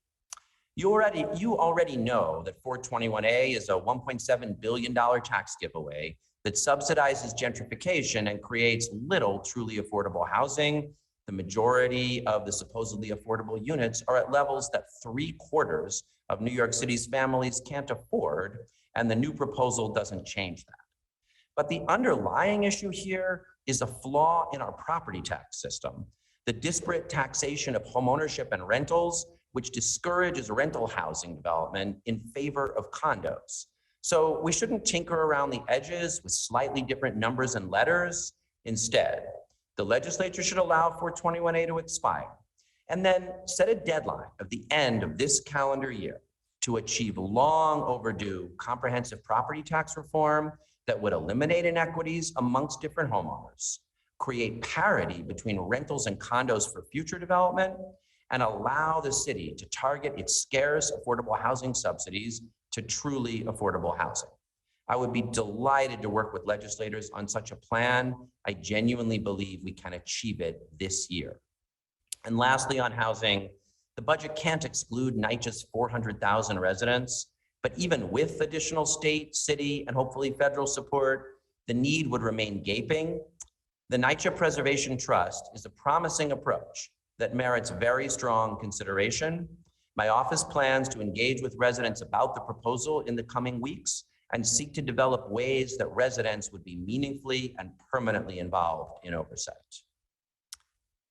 As we look beyond the current crisis, it's clear that climate change is the biggest long-term crisis we face. I'm proud to report that 2 of the city's pension funds recently completed divestment from fossil fuels, with a 3rd on the way. But we won't meet our goals unless public funding matches the urgency of the crisis.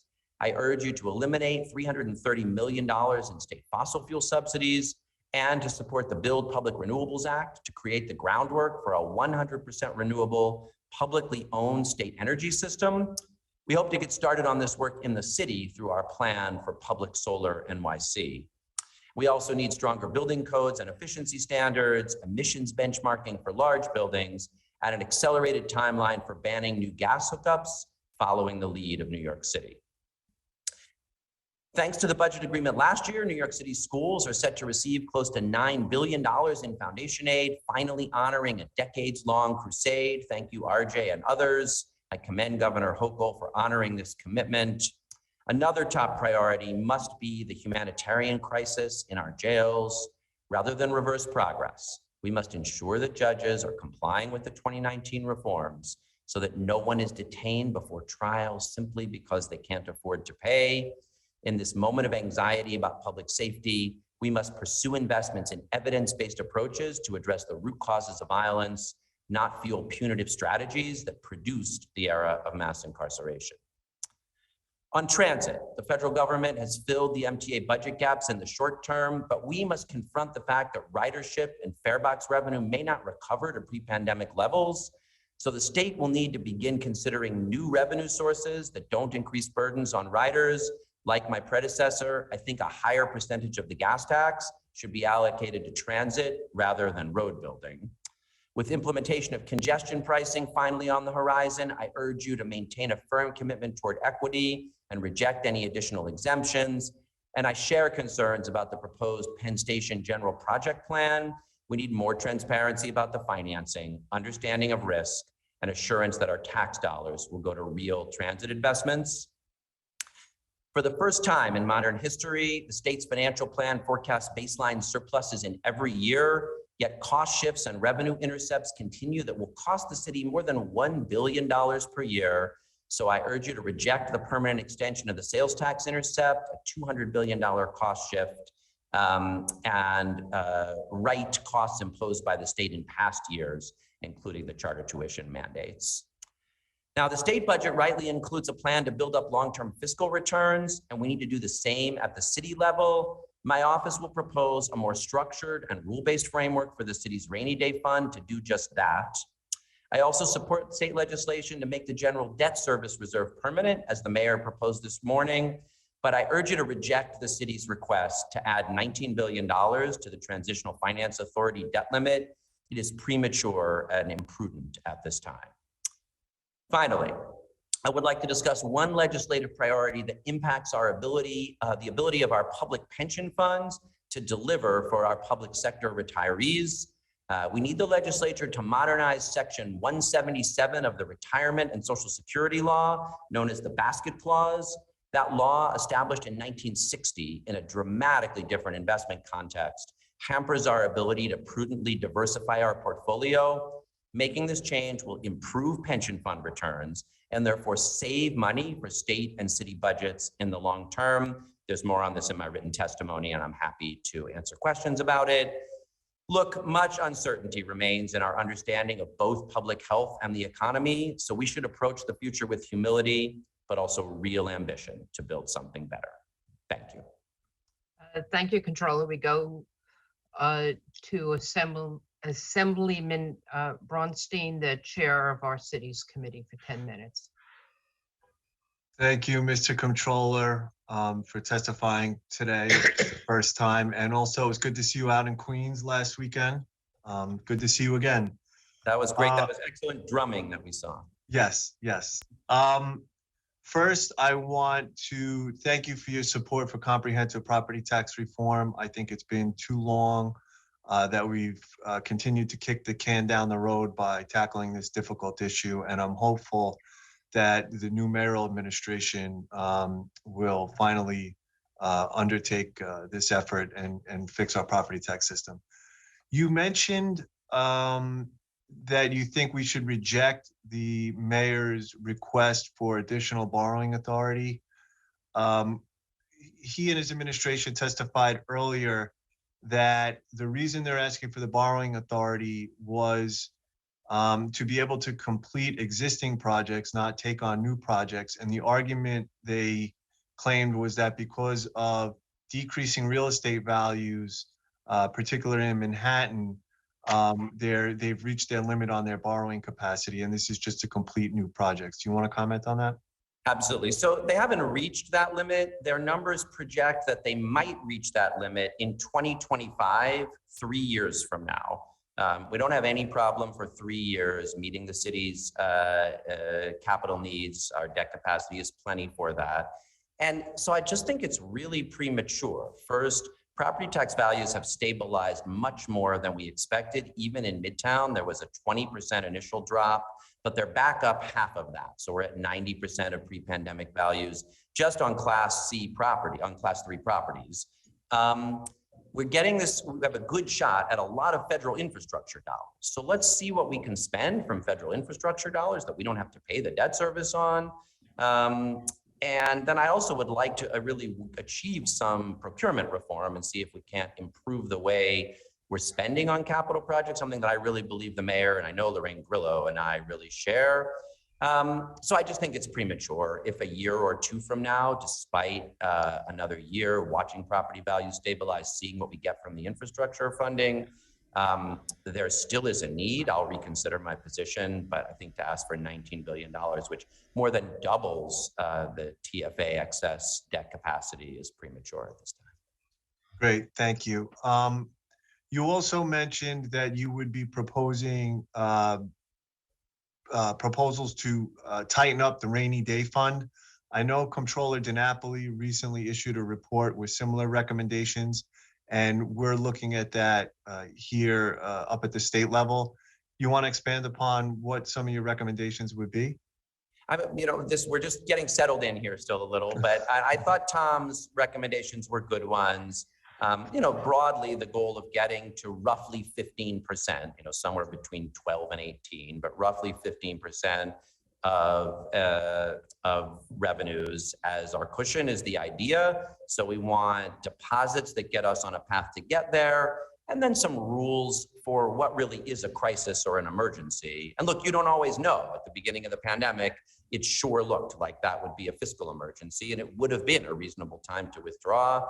Then the federal government steps in with significant stimulus. So, but we need some rules and guidelines both for deposits and for withdrawals. And I would welcome that at either the state or the city. I agree, and we'll talk because I'm going to be proposing something. And the whole point of encouraging an administration to invest in the rainy day fund is you don't want them to have the concern that the next administration is just going to pull all the money out and spend it unwisely. So as I said, we'll talk, and hopefully we can tighten up that rainy day fund a bit. Thank you for your testimony. I appreciate your time. Thank you. Okay. Hi, thank you. All right, we're going to now go to Senator Sepulveda, the chair of the city's New York City Committee. Hi, thank you, Brad, for taking my questions and for appearing today. Assemblyman Bronstein asked some of the questions that I actually was going to ask, but I have a few questions of my own. You know that, I don't know if you know, but I represent one of the poorest communities in the entire state of New York. The 32nd district has a lot of problems with education, unemployment, and so forth. You know, I hope you know that generational wealth and wealth in Black and Brown communities is something that's extremely important to me as well. You have a pretty massive pension fund that you manage, over $240 billion. I have always felt a sense of disappointment with your predecessors because when you look at the amount of money that the city has invested using fund managers, investment firms, companies that are primarily Black and brown, the numbers have been abysmal. I don't think your predecessor passed more than 4%, and some of the firms that were used were from California, not from New York State or New York City. Can you assure me, I know that you just started, but can you assure me or tell me what steps you're going to take to really remediate a problem that is little known in New York City, and that's the lack of investment or use of investments of Black and brown communities and firms in the Comptroller's office? Yeah.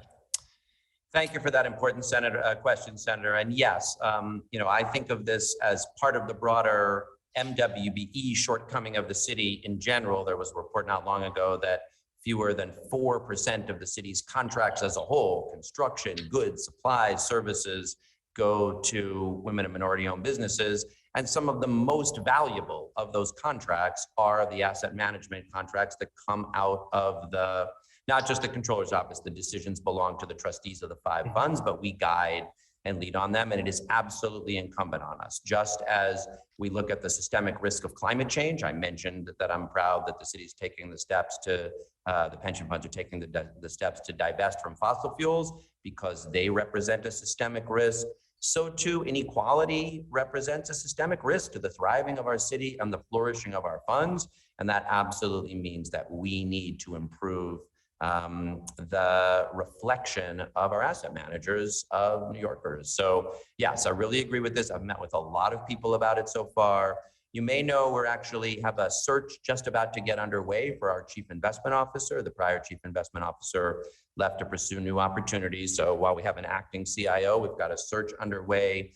And we have a search advisory committee that includes a few people, including Roy Swan, who leads mission investments at the Ford Foundation, who's really been a leader on diversifying asset managers. So this is high on my priority list. What I can commit to you is, you know, I care deeply about it. I'm learning how we do it better. And next year, when you ask me, I'm going to have a story to tell about the steps we've taken.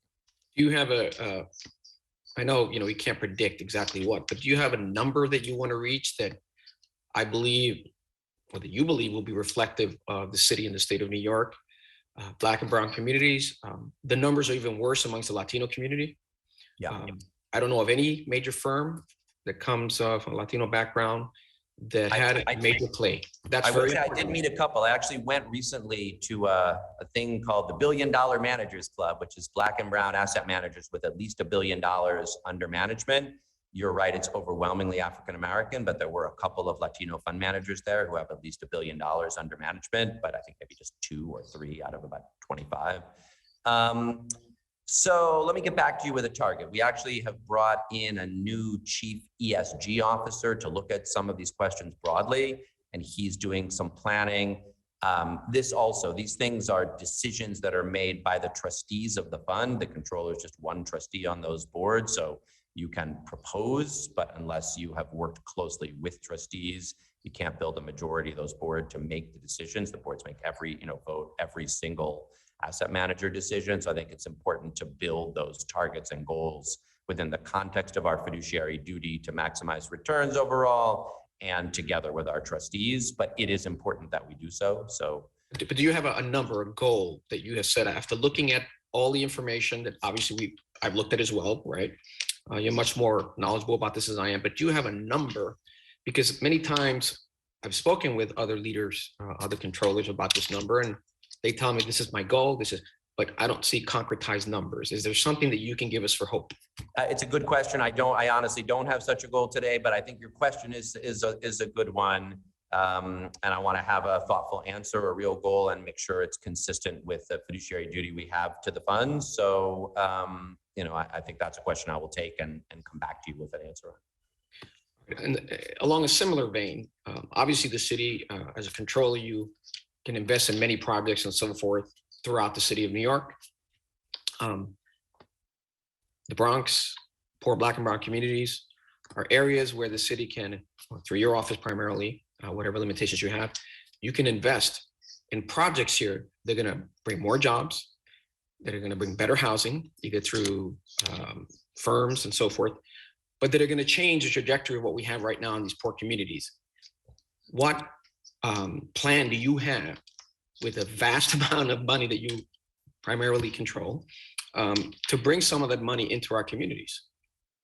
Yeah, so the New York City pension funds have a 2% target for economically targeted investments. And yes, out of $275 billion, that's over $5 billion that can be invested for the benefit of communities within the region. We are nowhere close to that right now. And so there's a couple of ways I'm looking to increase that. One, on the small business side, I actually was just talking with Comptroller DiNapoli, who has established some good news small business investment vehicles, including for MWPEs. And I want to see whether there's a possibility for the city's pension funds to co-invest alongside his. And then one place, and the Bronx is really, I think, the place that kind of inspires it in my mind. During the campaign, I laid out a proposal for a renewed multifamily, affordable, cooperative homeownership program. We so often say it, a 21st century Mitchell-Lama, but we just have nothing like it. Instead, the vast majority of our housing subsidies go to for-profit private developers for rental housing. And we can argue about what is or isn't affordable, but a much greater percentage of our housing investments used to go into cooperative homeownership. And you can see it in the Bronx, in Parkchester, at Co-op City. It makes no sense to me that that is not a central element of New York City's affordable housing program. And I'm going to be advocating for, I laid out a model in the campaign, but we're going to be doing some more work. It's part of what I think we could do if we get rid of 421A. One of the things that we could focus on instead of a program, the new option in 421A, that 130% option, 75% of New York families can't afford the condos created by it. So that's not an affordable program. That wouldn't help most families in the Bronx. But if we can reboot a multifamily option like Mitchell-Lama, but updated for today with some opportunities for wealth building while preserving permanent affordability, I think it'll just make all the difference in the world. I mean, think about talking to a community about the idea of a rezoning when they think instead of the idea that the density is going into the pockets of private developers, that it would be creating intergenerational wealth for their neighbors and themselves. So that's one place where I think that'll take some subsidy dollars, can't all be done with pension investments, but I really think there's a big opportunity to do something significant for the future.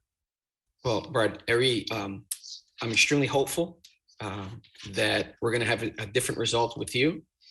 I think it's very few common individuals that are not in government don't really know the incredible impact that your office can have on economic development in all communities, but especially in poor Black and brown communities. And so I'm really laser focused on this. I'll be very attentive as the chair of cities. I'll be very attentive to your numbers. And hopefully I will do everything possible to make sure that these numbers increase. And that the level of investment into poor communities from your office is commensurate with the vast portfolio that you control. And I hope I'm not disappointed, but Again, I will work with you in any way I can to make sure that this becomes a reality. Thank you. Thank you. Thank you. Back to the assembly. Sure, we go to Assemblyman Mamdani. Thank you so much, Chair Weinstein. Thank you so much, Comptroller Lander, for joining us today. Nice to see you, Zoran. It's lovely to see you, and I very much appreciated your testimony. It was very refreshing and hard to come to terms with agreeing with so much of a testimony, but it was a nice feeling. I wanted to ask you a couple questions following up on some of the things you said, specifically around good cause eviction. Could you tell us a little bit more about the Green Book tenant organizing campaign that you've been active with since your time as a council member? And if you could speak to what the passage of good cause eviction, what it would mean for the residents of those buildings and how it would impact them.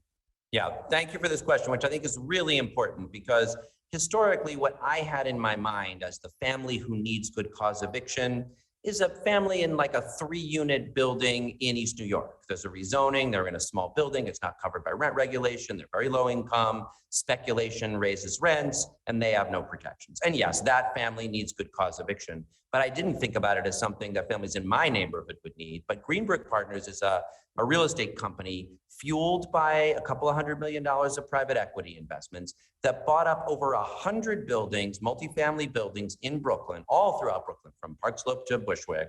And then basically the day they buy the building, they blanket it with eviction notices for folks both who are rent stabilized and then of course those who are not rent stabilized.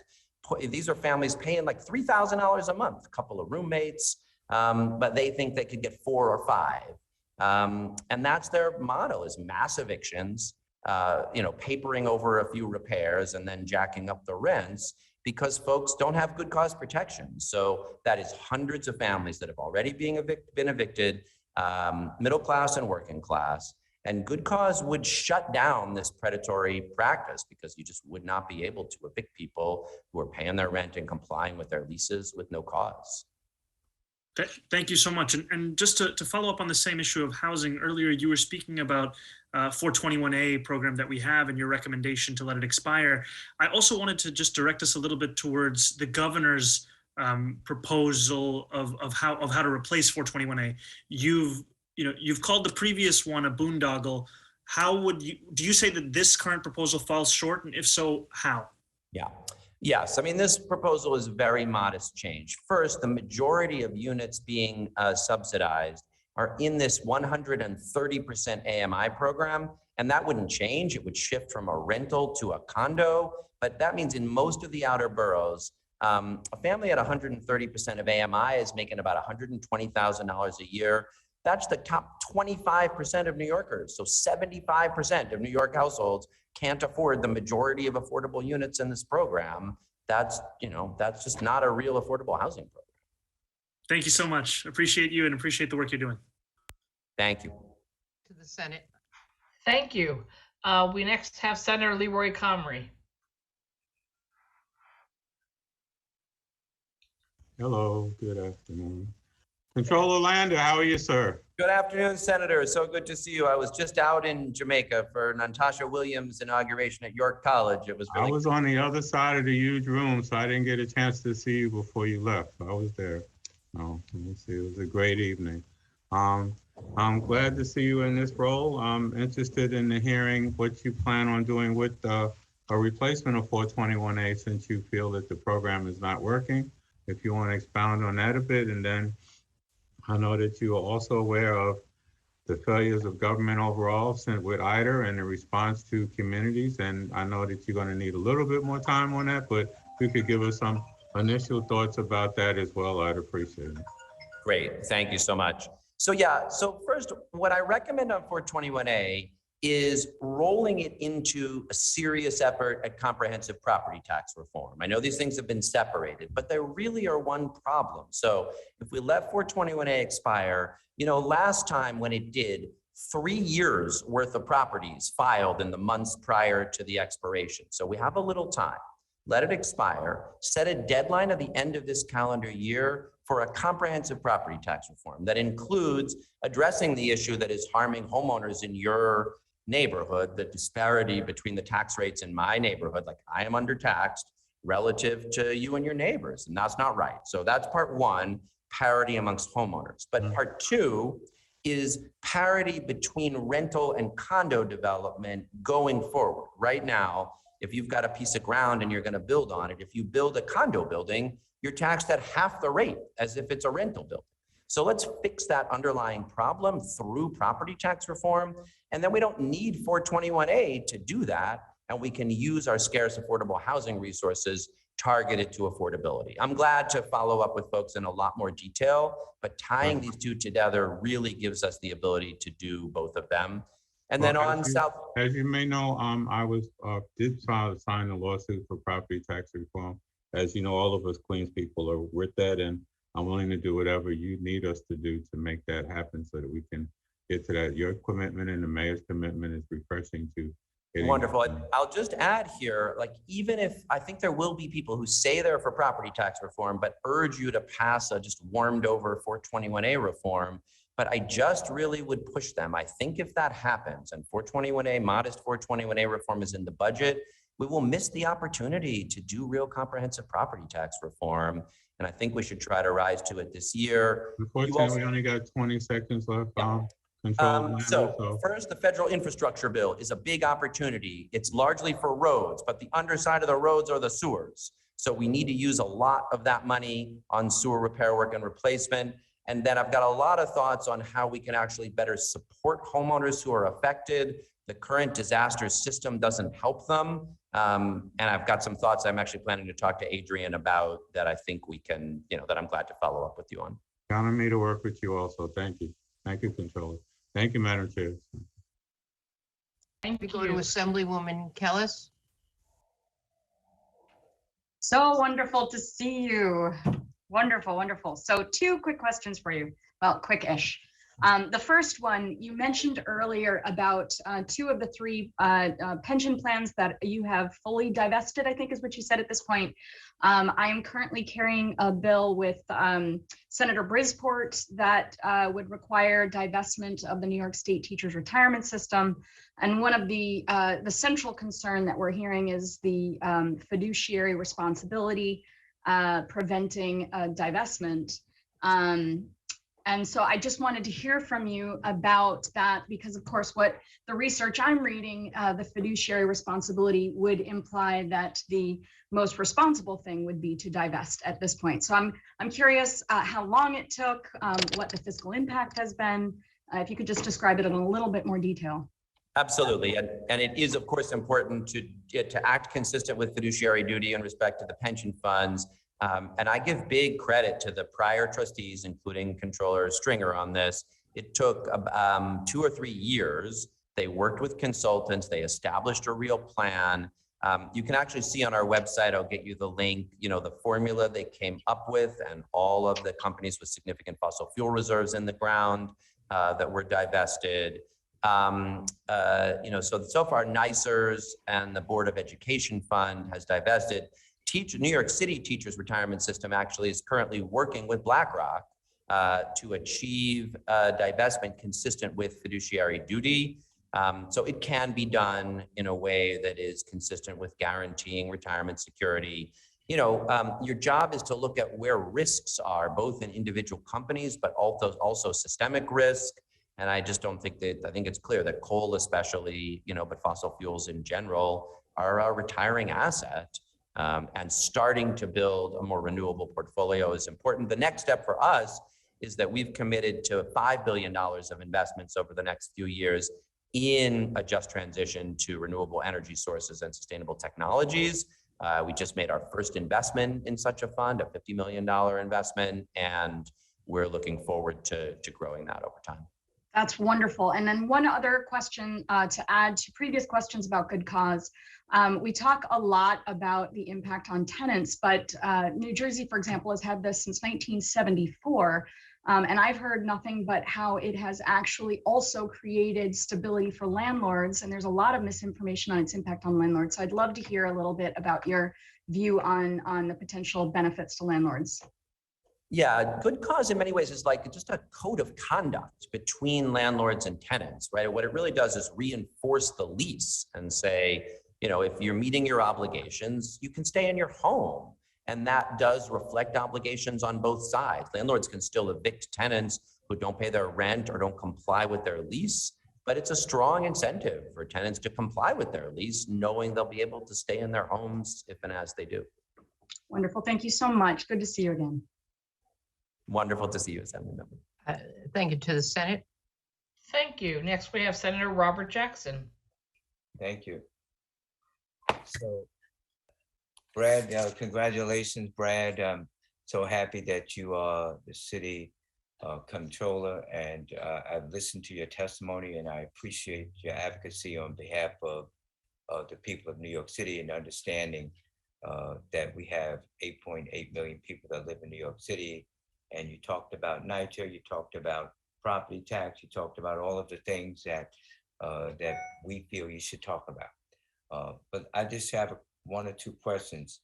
And you may remember going back a 2019 report put out by the Class Size Matters that found that the Department of Education overspends on rental subsidies while denying co-located public schools legally required matching funds for facility upgrades. And they further found that in fiscal year 2020, the DOE paid $11.6 million in rental subsidies to 8 charter schools whose charter management organization or affiliated organization owned their own spaces.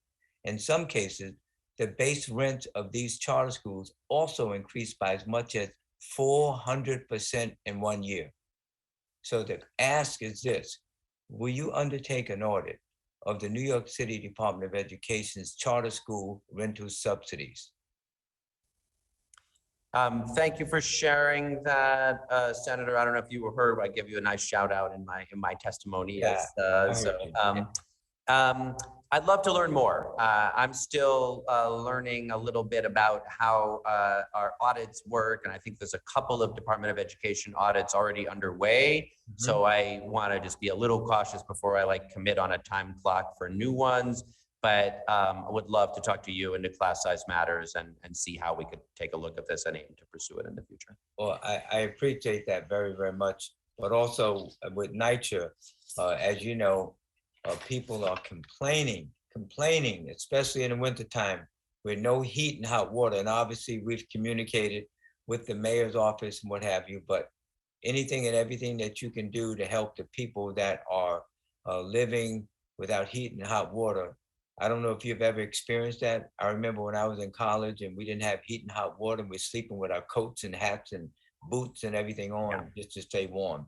It's not nice at all. It happens that I had one night without heat this winter, but I'm in a position to be able to call the plumber. And the plumber came the next day and fixed my boiler, and I didn't have to spend a second night without heat. And, the first night is cold, but you ought to have the ability to have someone come and fix your plumbing. And so absolutely, what NYCHA residents are living in is unacceptable. The challenge, of course, is that we've let the deterioration take so long that you can't just call the plumber and hey, fix one quick thing. So many of the buildings really need total rehabs. I was proud in the Gowanus rezoning to win some of the first commitments, $200 million of city tax levy for really basically a full substantial renovation of those buildings. And that's what we have to find a way to do with some mix of federal, state, city dollars. And this is why I do think we need to look at the Preservation Trust, which I understand residents have a lot of anxieties about. So I want to work with people to figure out how we make sure they're involved in oversight.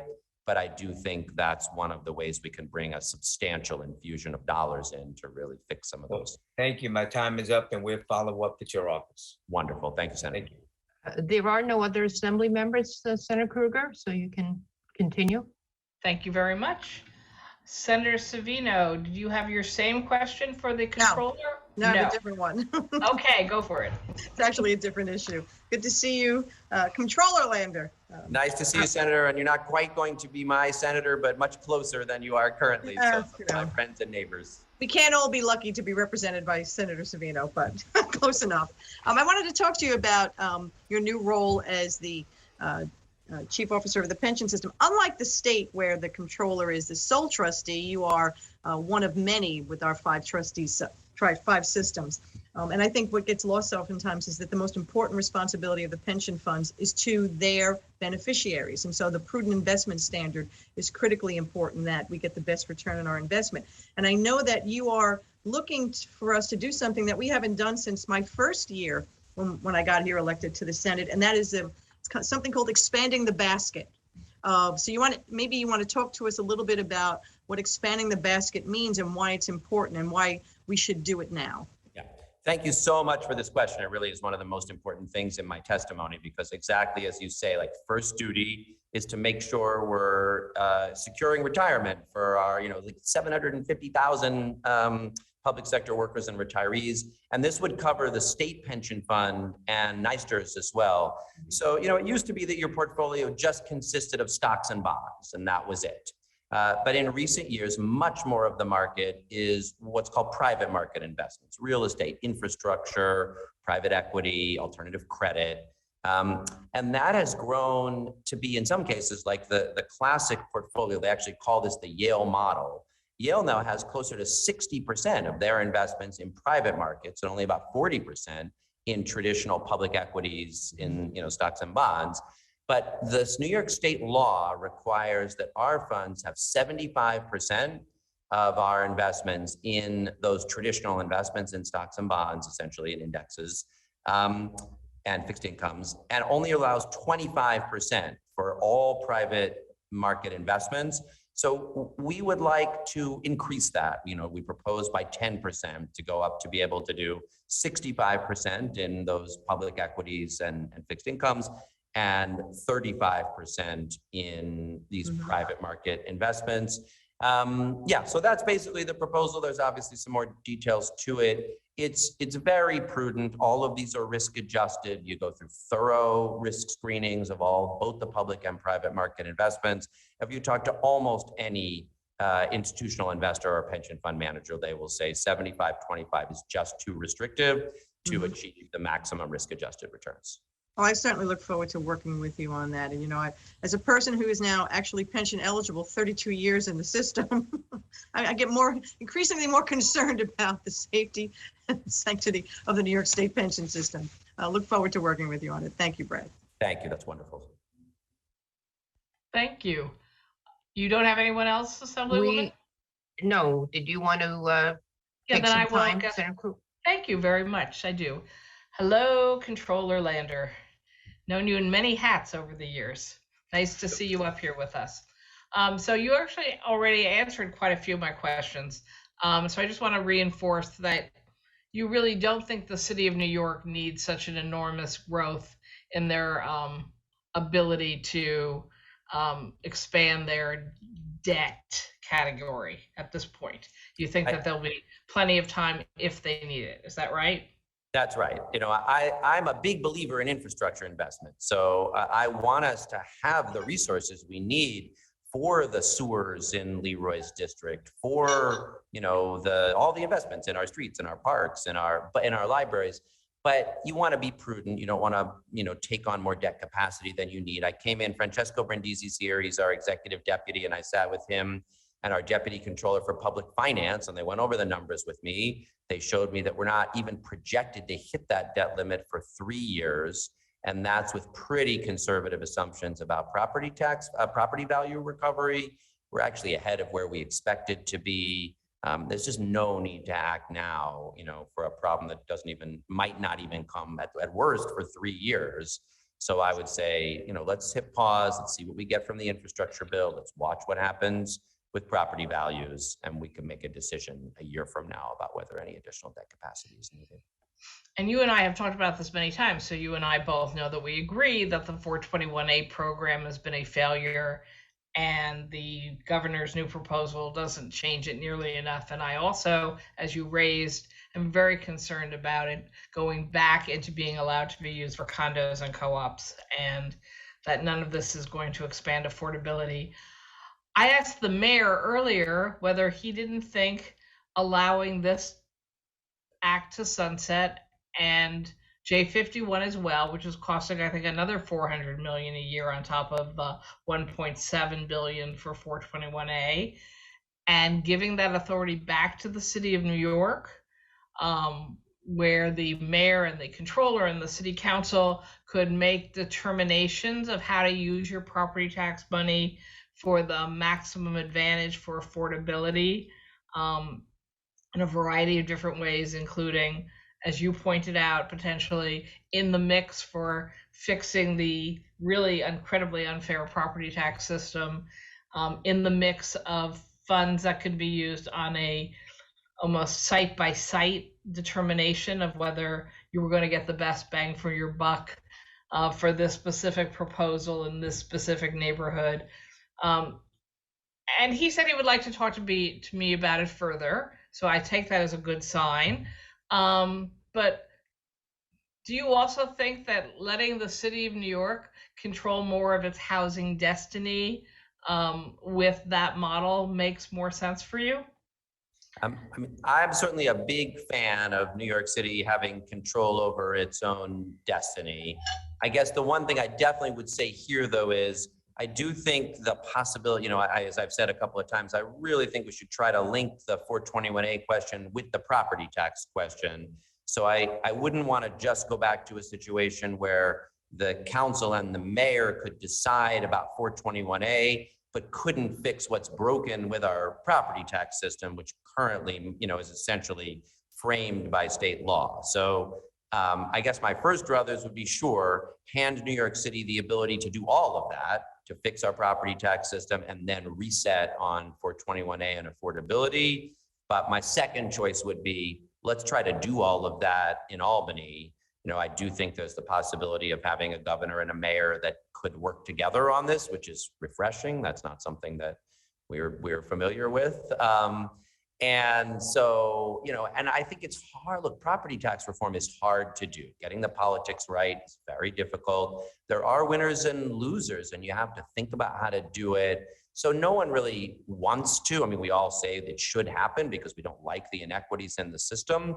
But this is a real moment that we could do it. So I want us to seize that moment, and I'd be glad to support it at either the city level or the state level. And we're going to put out some more. I was actually talking with Francesco. You mentioned this question of what happens if it expires. He just told me this morning that, on average in New York City, we have about 20,000 housing starts a year. But in the year that 421A expired last, there were 60,000 housing starts because developers rushed to beat the deadline. And there's every reason to believe they'll do that again this spring, giving us a little time. There's no need to rush to a bad renewal. It can expire, people will get in before the deadline, and then we'll need a deadline. You can't let it go on forever. But I think the end of the year is reasonable. And thank you for reminding me of that part, because I was around last time it expired, and that's exactly correct. So there is more flexibility and more time. And given both of our concerns about climate change and sustainability and where the city needs to go in its future, and I think that you and I both support the city's change in law to not allow new gas infrastructure, I think starting in 24. Do you think any kind of future property tax credits or incentives in the tax system in New York City should have a sort of climate change tie-in in some way? Yeah, it's a great point. Obviously, some things we just want to require in the building code. So you do that with no new gas hookups and other kinds of standards. But obviously, especially on existing buildings, where those buildings can afford to make changes, great. But where those are rent stabilized buildings, then building in some incentives that make it possible. Solar, there's some good solar tax incentives. We're actually going to be experimenting with a model in New York City, hopefully through this public solar concept, where the city through an LDC will actually come to a homeowner and say, we can do the solar on your roof and pay you a rent, essentially, rather than having to do it through tax credits. But yes, there's a lot to incentivize, and whether that's energy source heat pumps, there's a lot of ways that we could look at using changes in both the zoning and the tax code to incentivize the urgent action we need. Great. I mean, we covered some of that territory in our environmental hearing a few days ago, more in relationship with state taxes, but I thought about it in the same context for why some of these proposals would be a win for city taxes. And I appreciate you're raising the point in your testimony that we should stop using the state tax code to give incentives to the petroleum and gas industry. That is the opposite of what I think we all understand we ought to be doing in the 21st century.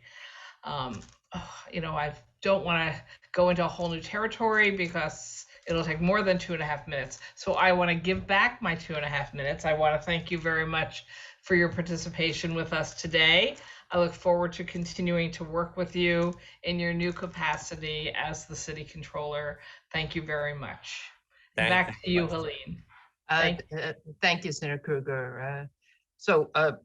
Controller, Brad, that is, we don't have other members with questions. I know that as we craft this budget, I'm sure that both Senator Krueger, myself, and others may be reaching out to you as we to look for some guidance and information. And with that, we'll let you go back to work. We still have a lot to do up here. I saw your agenda, so I know you have many more hours to go. So props to you. It's even more tiring on Zoom than in person, I know. So that it is. Thank you for the time and good questions, and look forward to working with you in the future. Sure. So now we're going to have the New York State Conference of Mayors, Peter Baines, Executive Director. So welcome, and you've been here before, you know the drill, only you're there, not here with us. So there's 10 minutes on the clock. Please keep an eye on it. And your testimony has been distributed to all the members. So feel free to not use all of the time and summarize. And I know there'll be some questions afterwards. Great. Thank you for having me. Thank you for having me once again. And I'll summarize the key points that we made in our testimony and hopefully leave some time for questions. The Conference of Mayors, we, since 1910, have represented the cities and villages, nearly 600 cities and villages across the state of New York. And I appreciate the ability today to talk about our reaction to the executive budget proposal. When it was first released by Governor Hochul, our response was that it was a near seismic change in the state's approach to local government. And we meant that in a positive way. There are things in there that signal that change in the state's approach to local governments. The governor funded the transportation aid ads that you and the legislature so generously provided and pushed for last year. So you don't have to go back to the well to get those ads put back in. The governor has ended the sales tax intercept for the state payment of AIM funding to towns and villages, which is something we asked to be done.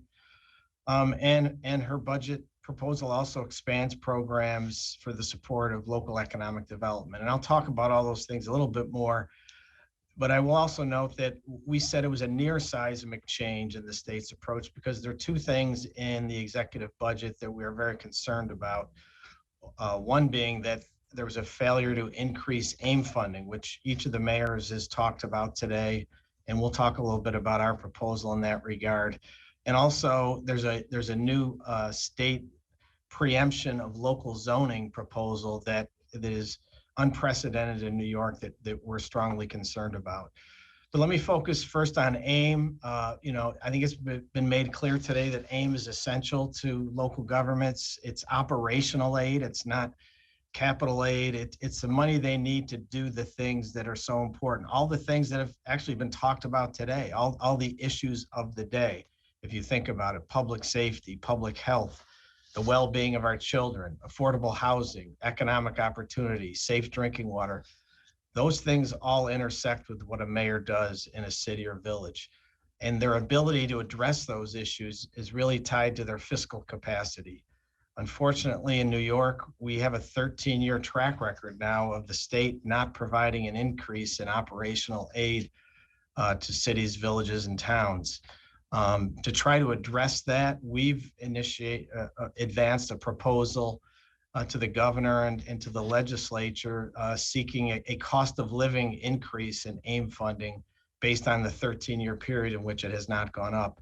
And that would be a $210 million cost of living increase for local governments for their AIM funding. We have nearly 400 mayors who've signed on to our letter calling for that increase. We also support any of the new aid that's distributed, that it be done according to a new formula. Since AIM really doesn't have a formula, it's just a combination of various formulas that don't actually run each year anymore. But any new money we think should be allocated fairly based on the population of a municipality, the poverty, the tax exempt property, and other factors that will address the need of a municipality. We also believe that municipalities should be able to count on some level of increase from year to year. We're suggesting to the legislature that they establish some fixed percent of the school aid increase every year as a benchmark for the amount of municipal aid that should go up. For example, school aid in the last 13 years gone up $6 billion.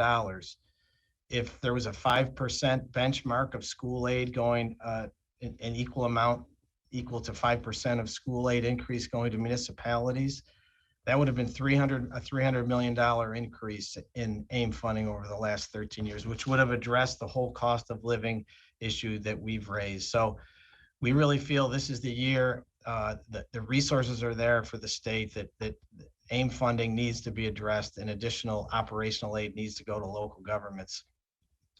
As I alluded to at the beginning, transportation funding in the governor's budget continues the good work you did last year as it relates to CHIPS, extreme winter recovery, Pave New York, the new touring routes program. It also doubles the Bridge New York funding from $100 to $200 million, and actually creates a new program of $100 million called Pave Our Potholes. We support all of that. We think it's great news. And we also think it frees up the legislature this year to focus your efforts on getting that AIM funding increase, that be your priority this year. In the water sewer infrastructure realm, more good news there, an additional $500 million for the Clean Water Infrastructure Act. But remember, not all that money goes to local governments, and what does go to local governments, there are many local governments that don't receive it from year to year. So there still remains a need for a program of state funding to municipalities for their water and sewer needs, that where every municipality would get a piece of such funding every year. Now to the thing we're most concerned about from a non-monetary point of view, and that's the governor's proposed mandate to preempt local land use decision-making pertaining to accessory dwelling units and transit-oriented development. Those proposals which have been talked about today are really unprecedented mandates into local land use decision-making. Many of our mayors believe in accessory dwelling units, transit-oriented development. Many of them have implemented those within their communities, but it has to be done from the community up, not from the state down. So we really feel that we've made this clear to the governor's office, and I know many legislators support our contention that it can't be, when it comes to local zoning, it can't be a mandate from the state. What we're asking the state to do instead is to provide support for local governments that want to consider doing accessory dwelling unit or transit-oriented development. The state should study the impact of adopting those policies, provide model local laws and regulations, and provide aid incentives. That will be a more effective way of implementing that kind of zoning in a way that's embraced by a community rather than creating a controversy. Other things in the budget that we want to talk about briefly: local economic development, we feel, is equal to state economic development, and the governor recognizes that in her executive budget. She's brought back to life the Restore New York program, which many of you will remember, which is one of the most popular programs our members ever had the opportunity to interact with at the state level. It provides funding for abandoned property demolition in municipalities, which is a chronic problem around the state. And the governor is committed to $250 million over 3 years and $100 million in the current year. Also, the governor's proposed a new program called New York Forward, which is sort of like the downtown revitalization initiative, but it's geared towards smaller downtowns, which we think is really important. NICOM as an organization, we support basically everything each of the mayors said today about bail reform, that, you know, public safety is the #1 job of governments, state and local governments. Clearly, violent crime is on the rise and is at a crisis level in some communities.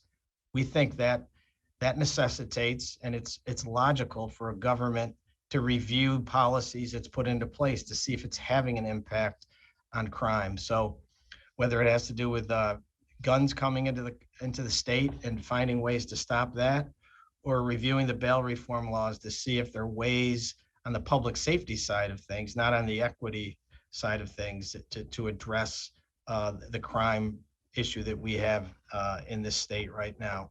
So we think it can be done intelligently. We're not saying to reverse bail reform at all, but we think it should be given a good hard look to see if there are ways to ensure that our communities are as safe as possible.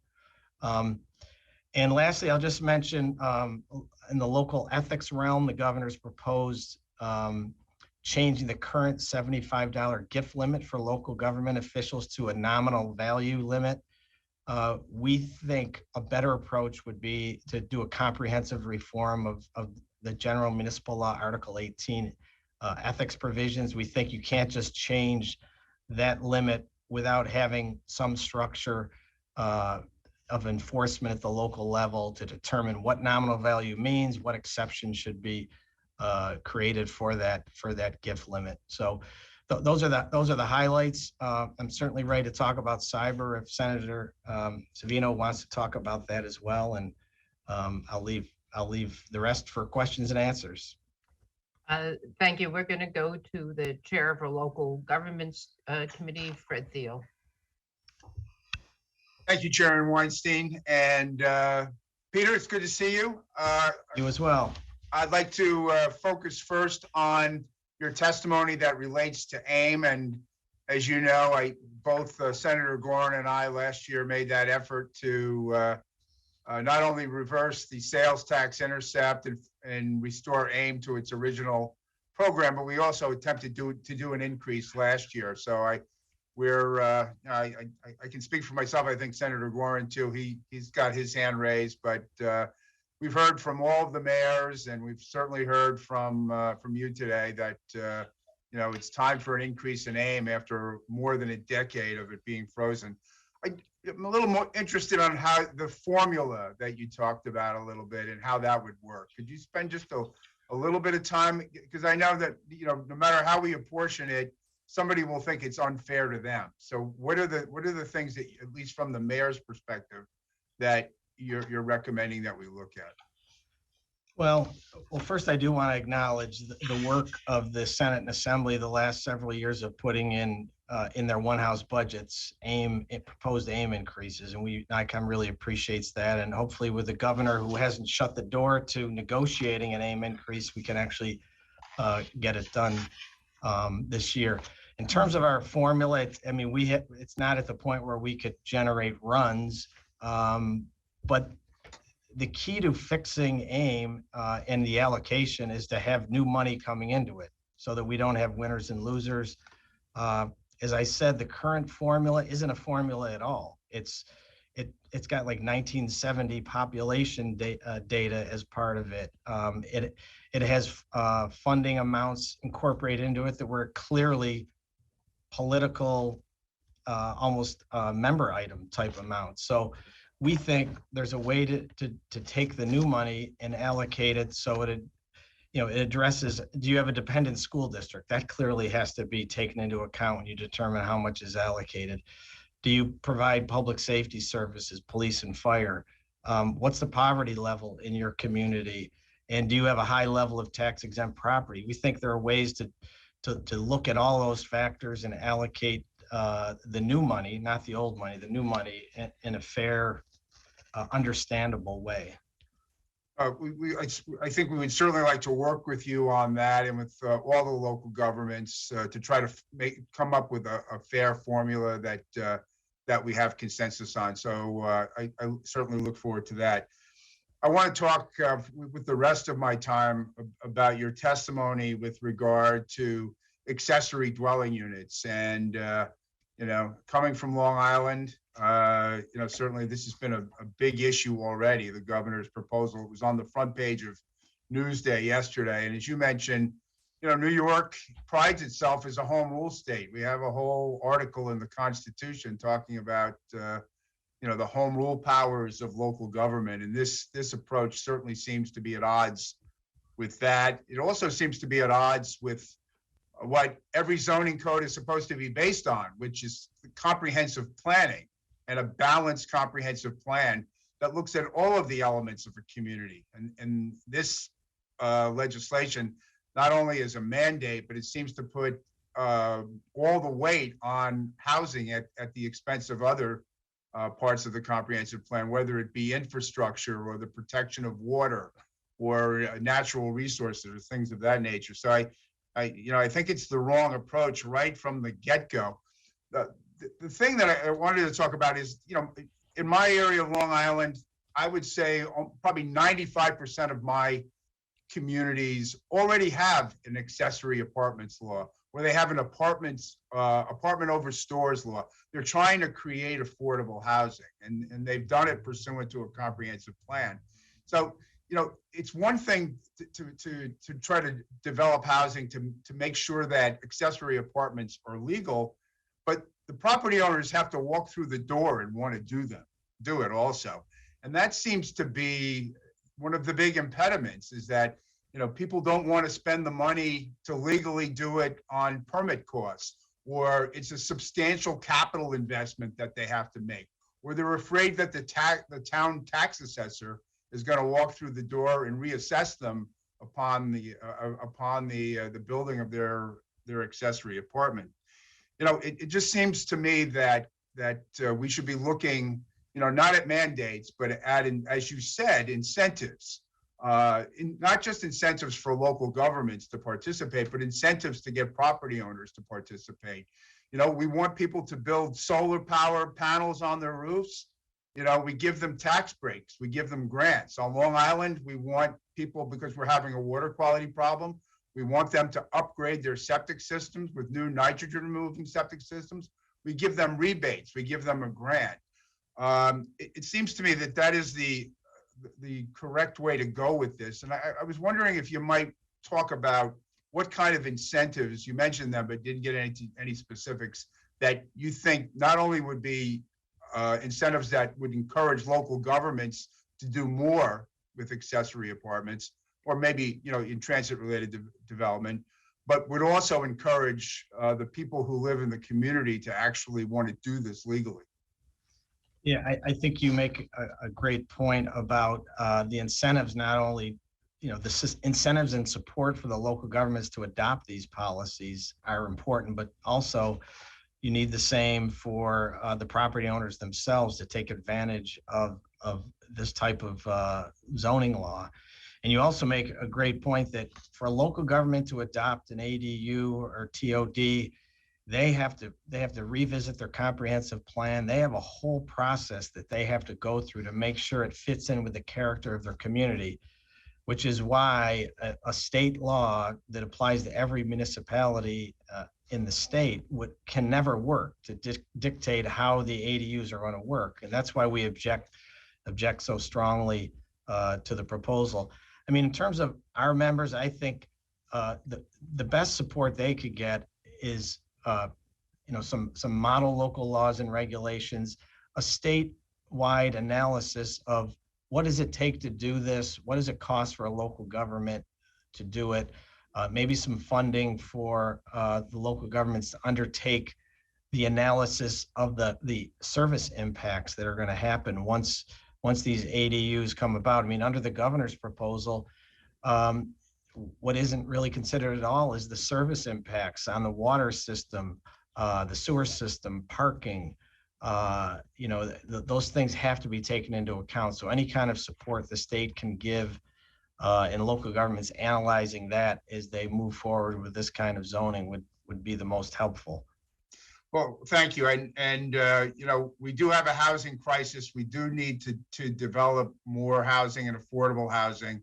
I think there's probably unanimity on that goal. I think where we have to try to reach consensus here is what are the right tools to be able to do that, both for local governments and for homeowners to take advantage of this program. And I don't like the proposal as it's been put forward, but I do think there's a way to get to yes on the goals of this. And I look forward to, really working with everybody on that here in the coming weeks to try to develop a proposal that will result in, meeting our housing needs, but doing it in a way where it, has been said, the decision-making is from, the bottom up, from local government and from the community up, and not one size fits all from the top down. So thank you for your comments, and thank you. It's always been a pleasure to work with you, and I look forward to continuing to do that. Thank you, Assemblyman, and we'd be happy to work with you on trying to come up with an alternative way of achieving that goal of more affordable housing. Thank you. To the Senate. Thank you. And now we go to our local government chair, Jim Gorin, for 10 minutes. Thank you, Madam Chair. And Peter, it's good to see you. You too, Senator. So, of course, Fred going first covers 90% of what I was going to say, but maybe we can drill down a little bit more on this. And as Fred pointed out, I mean, most of the communities I represent, they already have in their code permission to do an accessory dwelling unit. They're already building transit-oriented development. And one of the concerns I have is that, in particular to Long Island, which is somewhat unique to the rest of the state and the country, and that is all our drinking water comes from a sole source aquifer. So particularly in Suffolk County, we have had decades of planning and have put in place a sanitary code that very specifically forbids development on, even certain smaller lots or in addition to a single family house, simply based on the fact that it would destroy our drinking water unless a sanitary, sewer system can be built and these new units can be connected to. So I guess one of my questions is, as it relates to this and zoning in particular, is the language in the bill that says that this process is ministerial and without discretionary review or hearing. How do you analyze it as it relates to planning board decisions? Does it overrule town boards, ability to change zones, and even something like our Pine Barrens laws, which we have in Suffolk County, which has areas that have minimal zoning to protect the drinking water?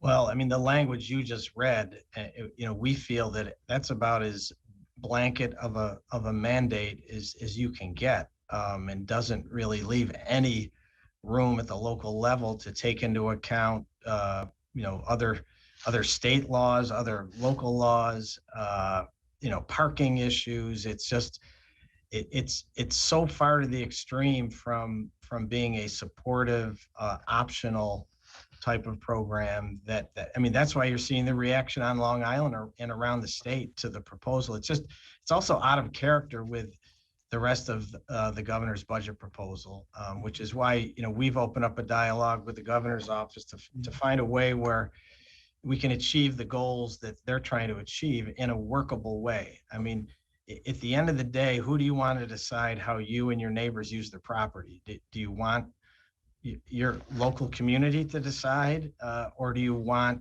a state agency or a state government to decide? I think the answer to that is pretty clear.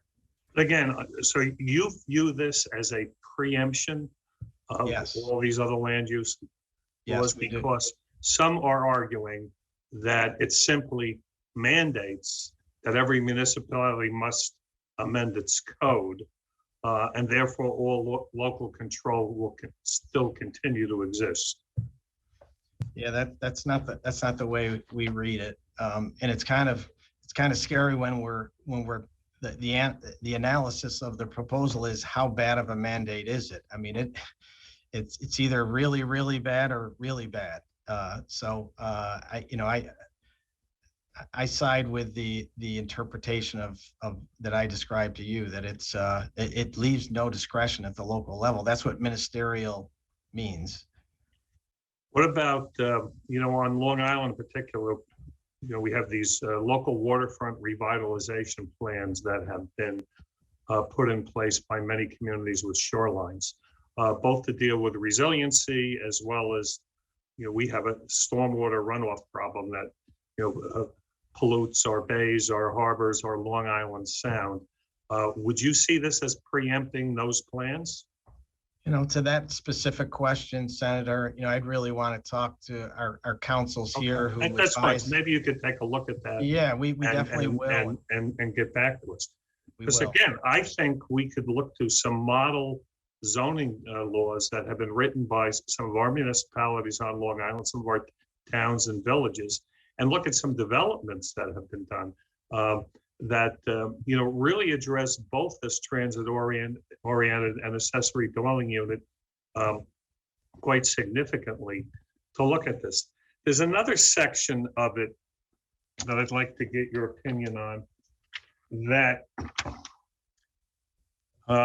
says that a local government may not require an additional or amended certificate of occupancy in connection with an accessory dwelling unit. So I'd like to get your opinion on that. And would that impact assessments in that it would bar the municipality from increasing the assessment of a homeowner that did this?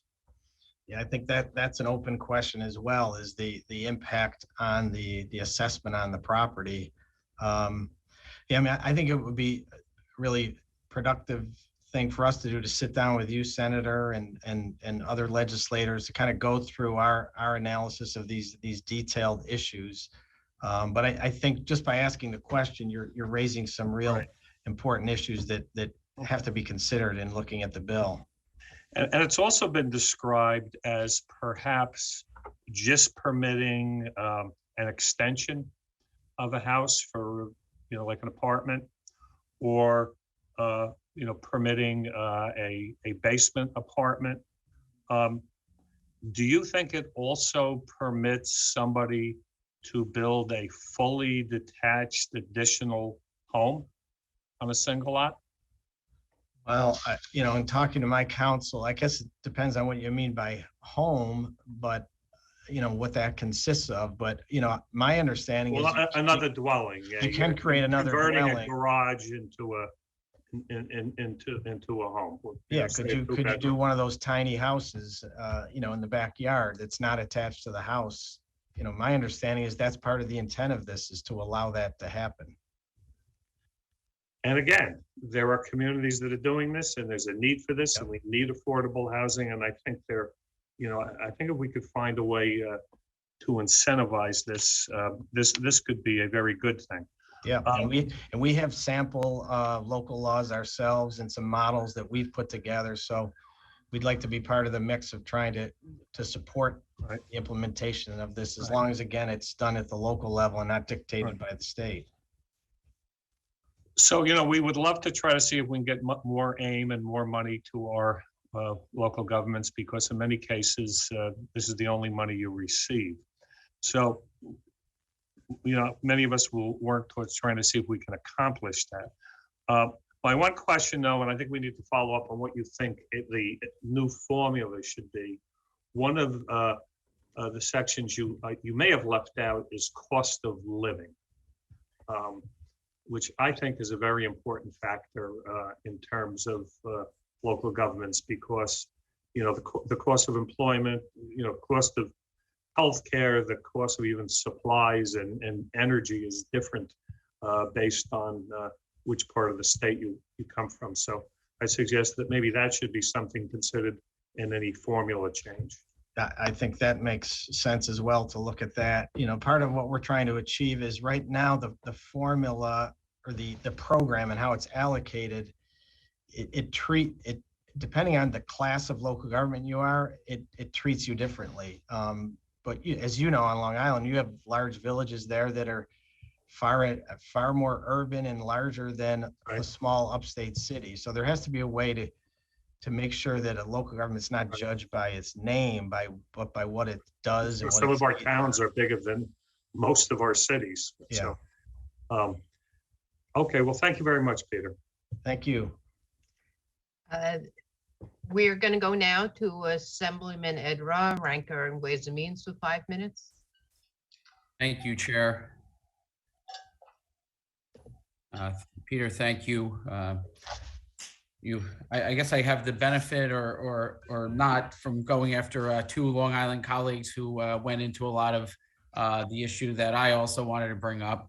But I mean, you know, as you mentioned it with your reading of this, in terms of, you know, that one of the arguments I've heard is, no, it doesn't usurp local zoning. There's all these decisions that can still be made. But I mean, my reading of it, it goes through a bunch of things that perhaps the local zoning authority could still do, but then later on, it basically puts very strict restrictions on all those different topic areas.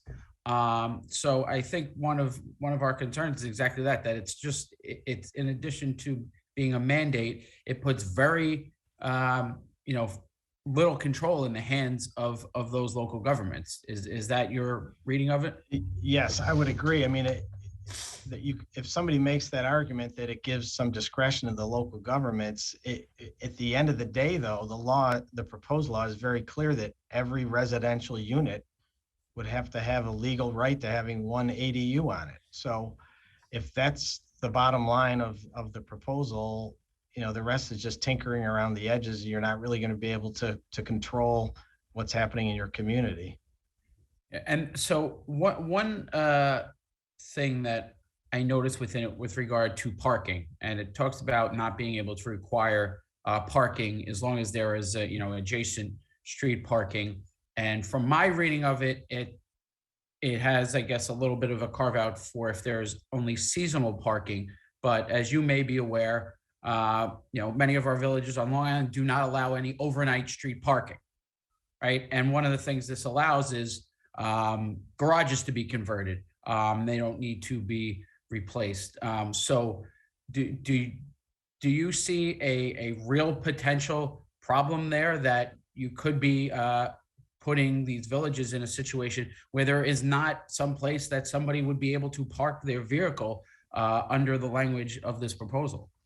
Yes, that is definitely one of our big concerns. In addition to the impact on water and sewer services and other services, it's the practical consideration of parking and the little bit of control we would have over parking that's cited in the proposal, we don't think is meaningful at all. And in the type of communities you described where there's no overnight parking, you know, that it's going to be a real issue, basically expanding the population of the municipality and the number of cars when you're not doing anything about expanding the amount of parking.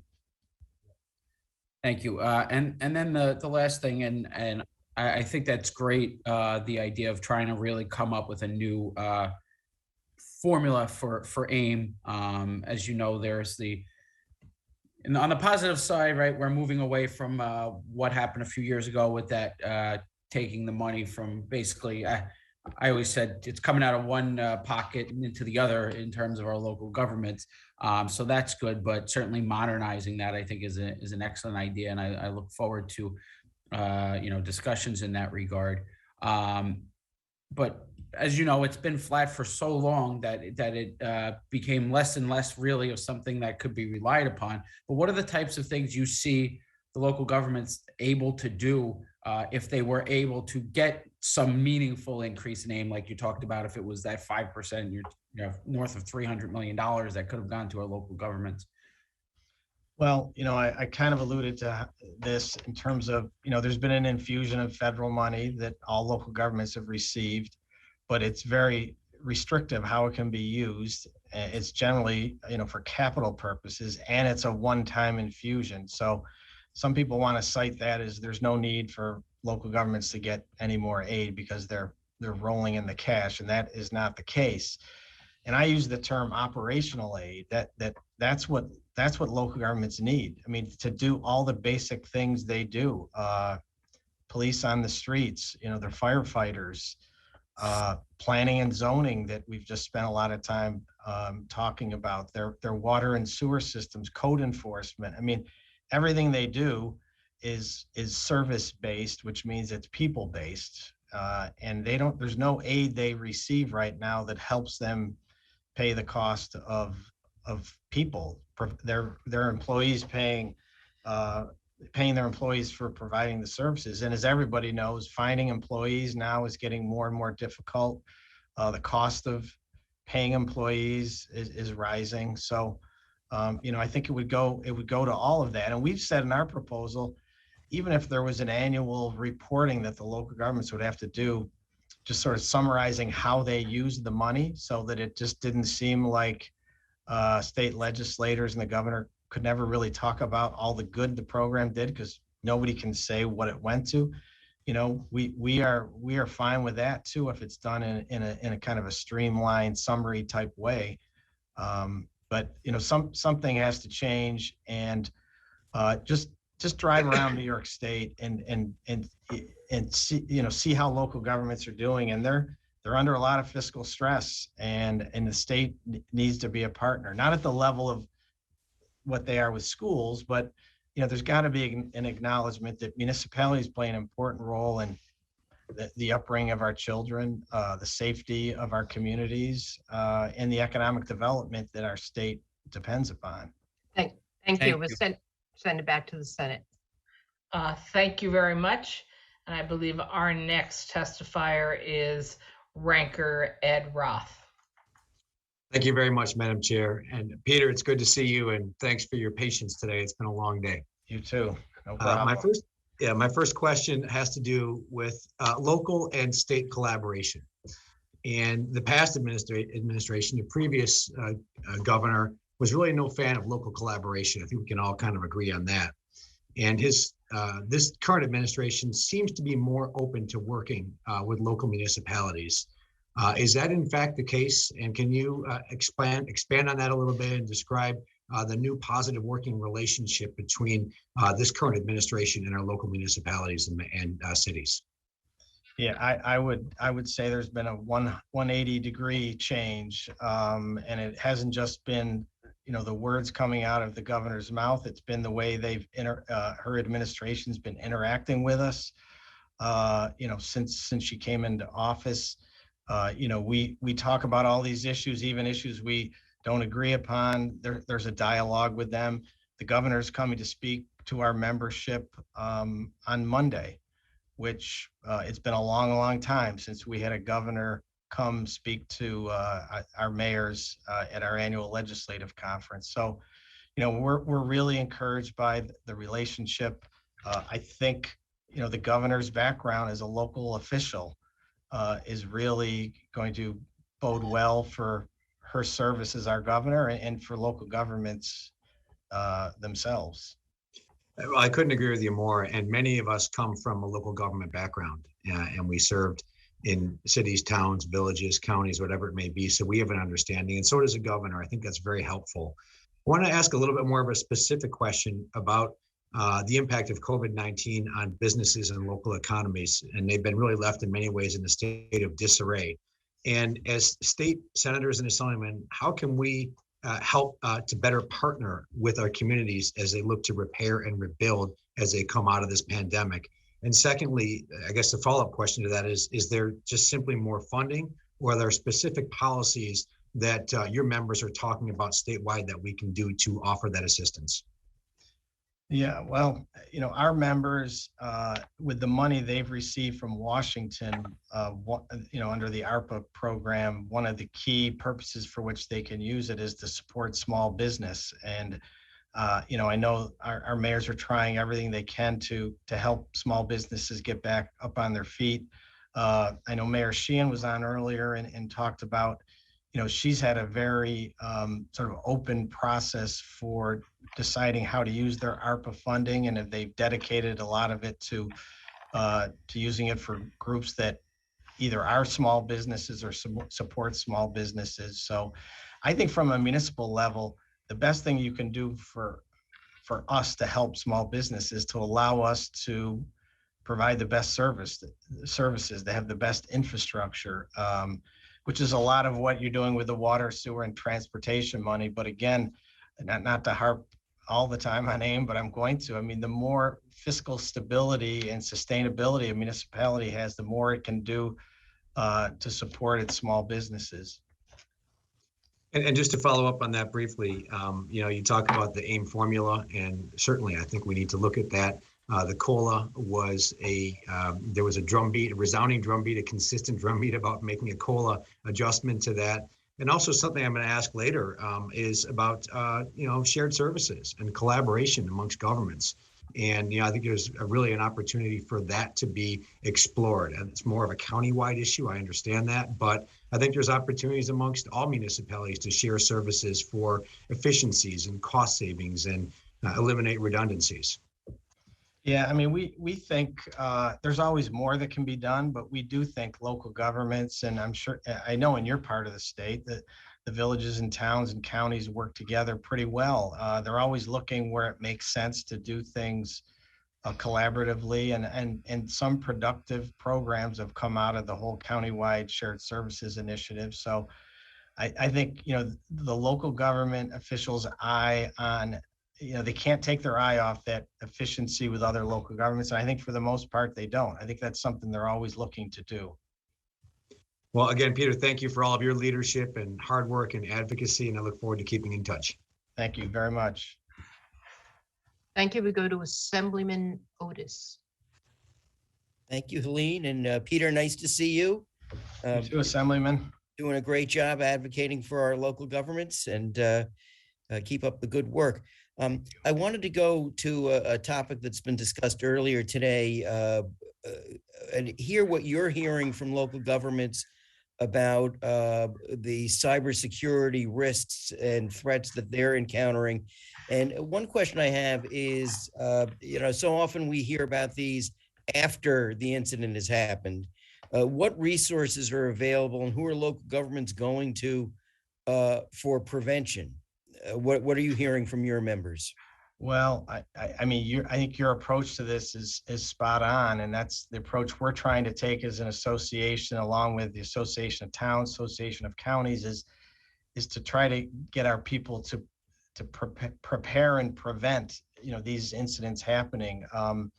You may not, you probably are aware, Assemblyman, but not everybody on the call here on the Zoom, that there's an insurance program in New York, the New York Municipal Insurance Reciprocal, that was formed under the insurance law by the 3 municipal associations back in 1987. We insure more than 900 municipalities around the state. And this issue of cyber risk is at the top of our priority list. It has been for the last several years. The 3 associations and the folks at NYMER have been meeting with the governor's administration, with ITS and dishes, and also with the Office of the State Controller to find, more effective ways to improve local government cyber hygiene, and to try to get local governments thinking about this as something that they just don't wait till it happens and then address it. Our biggest fear, and where we think the state could help, is we have this fear that because local governments have so many interactions technology wise with the state, whether it's with the retirement system or with the state controller's office, with the annual financial reports they file, that if there was ever a cyber attack that got into local governments through one of these state agencies that interacts with local governments, then we'd have a really, really big problem where it wouldn't just be a one-off here or there of cyber attacks, but they could hit hundreds of municipalities at the same time. So, we're doing everything we can. The Association of Counties, I know Steve Aquario is going to be on, they led the charge in putting together a primer for local officials that we just put out this week to try to get elected officials up to speed on what this is all about and what they can do locally to prevent attacks. Thank you, Peter. And I just say, everyone should know, NICOM has a great staff. You have a great team that helps all the local governments during the course of the year. So a shout out to everybody on your team. Thank you very much. Back to the Senate. Thank you very much. And I think we are closing with Senator O'Mara. Thank you, Senator Krueger. Peter, good to see you today. Thanks for being with us. Glad to hear you're sharing some optimism on repairing the relationships between state government and local governments. Really glad to hear that. It's really been a decade of a decline of working together attitude across New York State. So I'm really pleased to hear that that's actually improving.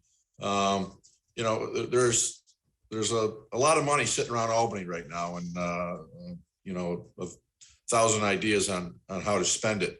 One of the issues that I've worked on for years is trying to chip away at the unfunded mandates. And I know we're going to hear from Steve Aquario that bears the brunt of the large ones anyways that come down.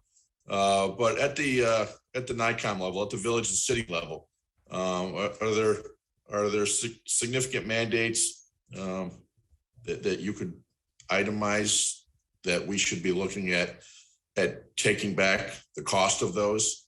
We are apparently flush with cash. Well, I mean, the biggest mandate right now, if you ask the average city or village official, they probably would say first and foremost is the prevailing wage requirements, and the feeling that they understand the need for prevailing wage, but they don't think the system works well in terms of the added cost of doing a project when it's subject to prevailing wage. And as you know, year in and year out, it seems like the prevailing wage and its applicability is expanded by the state legislature. So, you know, that's a really big one. A smaller one that the governor is trying to address, which I don't understand. I mean, I understand politically maybe why it's not happening, but logic doesn't understand why it wouldn't happen. That the interest rate on judgments that the state and local governments pay right now is 9%. Is the interest rate rather than an adjustable rate.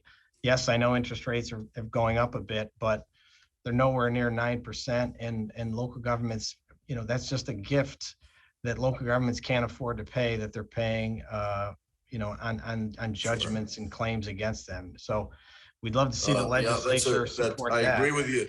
I agree with you there, and it's something we've been working on and trying to get fixed and have it tied to a more current interest rate that's in the market somehow on that, and just haven't been able to crack that nut. I'd like to see that happen.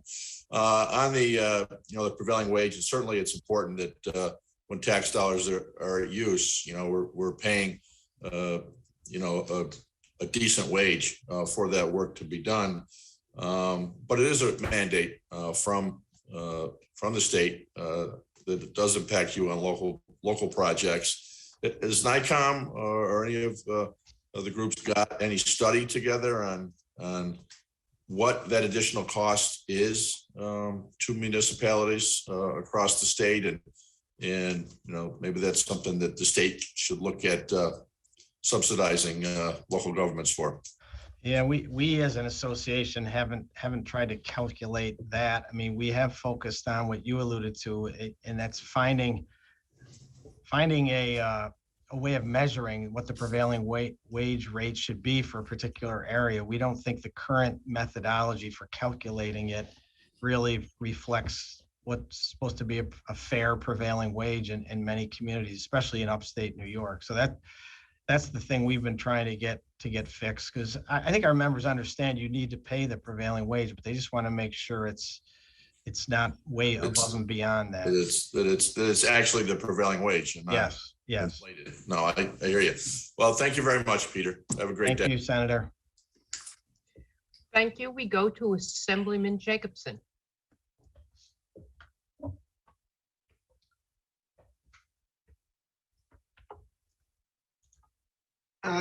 Thank you. Thank you, everybody, for hanging in there as we start the 9th hour very soon. The Conference of Mayors has always been a great resource to local government. When I was on the city council in Newburgh, I used it a lot and very helpful. I'm glad that you mentioned about the rate of reimbursement for state highways that go through cities. Poughkeepsie is one example, hasn't changed, they need it. But I'm also on the accessory units. Do you think that this would just wipe out the environmental impact statement? I mean, wouldn't there still be a need? Would that be a conflict with that? We do think that that's, again, we've alluded to the comprehensive plan that has to always be revisited before you locally make a change to do ADUs or TODs. But you also have to look at the environmental impact, and we don't see that in the proposal being, taken into account, again, because it's just an absolute mandate of being able to. Yeah, I think we can do that. I've got to move quickly. One of the things is that if you had a new development that was 1,500 units of some sort, the town would say, oh my God, how can we, is there enough water, sewer? We're going to have enough, how's the traffic going to be? Well, this easily can go that and beyond without thinking, without the planning. And that's why I just want to say that just so many unintended consequences in this that has to be addressed. You have to have owner occupied before you can do it. Well, how are they going to enforce that all the time? Will this mean there's more B&Bs happening when people don't want that? I mean, there are all these things that we have local zoning for. And I just think that the problem with taxes, you want people to do it. Well, maybe what we should do is have a pilot so that people do not have to, for the structural and bringing up your house up to code for another unit, then maybe we could delay the full taxes on that to the homeowner. So these are the things that I think have to be thought about. And there's not enough time here. And I just want to say I appreciate it. And I hope that all of us would think about the unintended consequences while we go for certain goals here. There's a way to do it, but I think it has to be done with the local government. And I think my time is up, so I have to stop. We concur, Assemblyman. Thank you. So, Peter, that concludes all of the questioners from the Assembly and Senate. Thank you for spending some time with us as we go through the budget process. So next we are going to, our next witness is the New York City Council, the Honorable Adrienne Adams, Speaker of the City Council. And I see that she has brought some people with her. Behind that mask, I see Justin.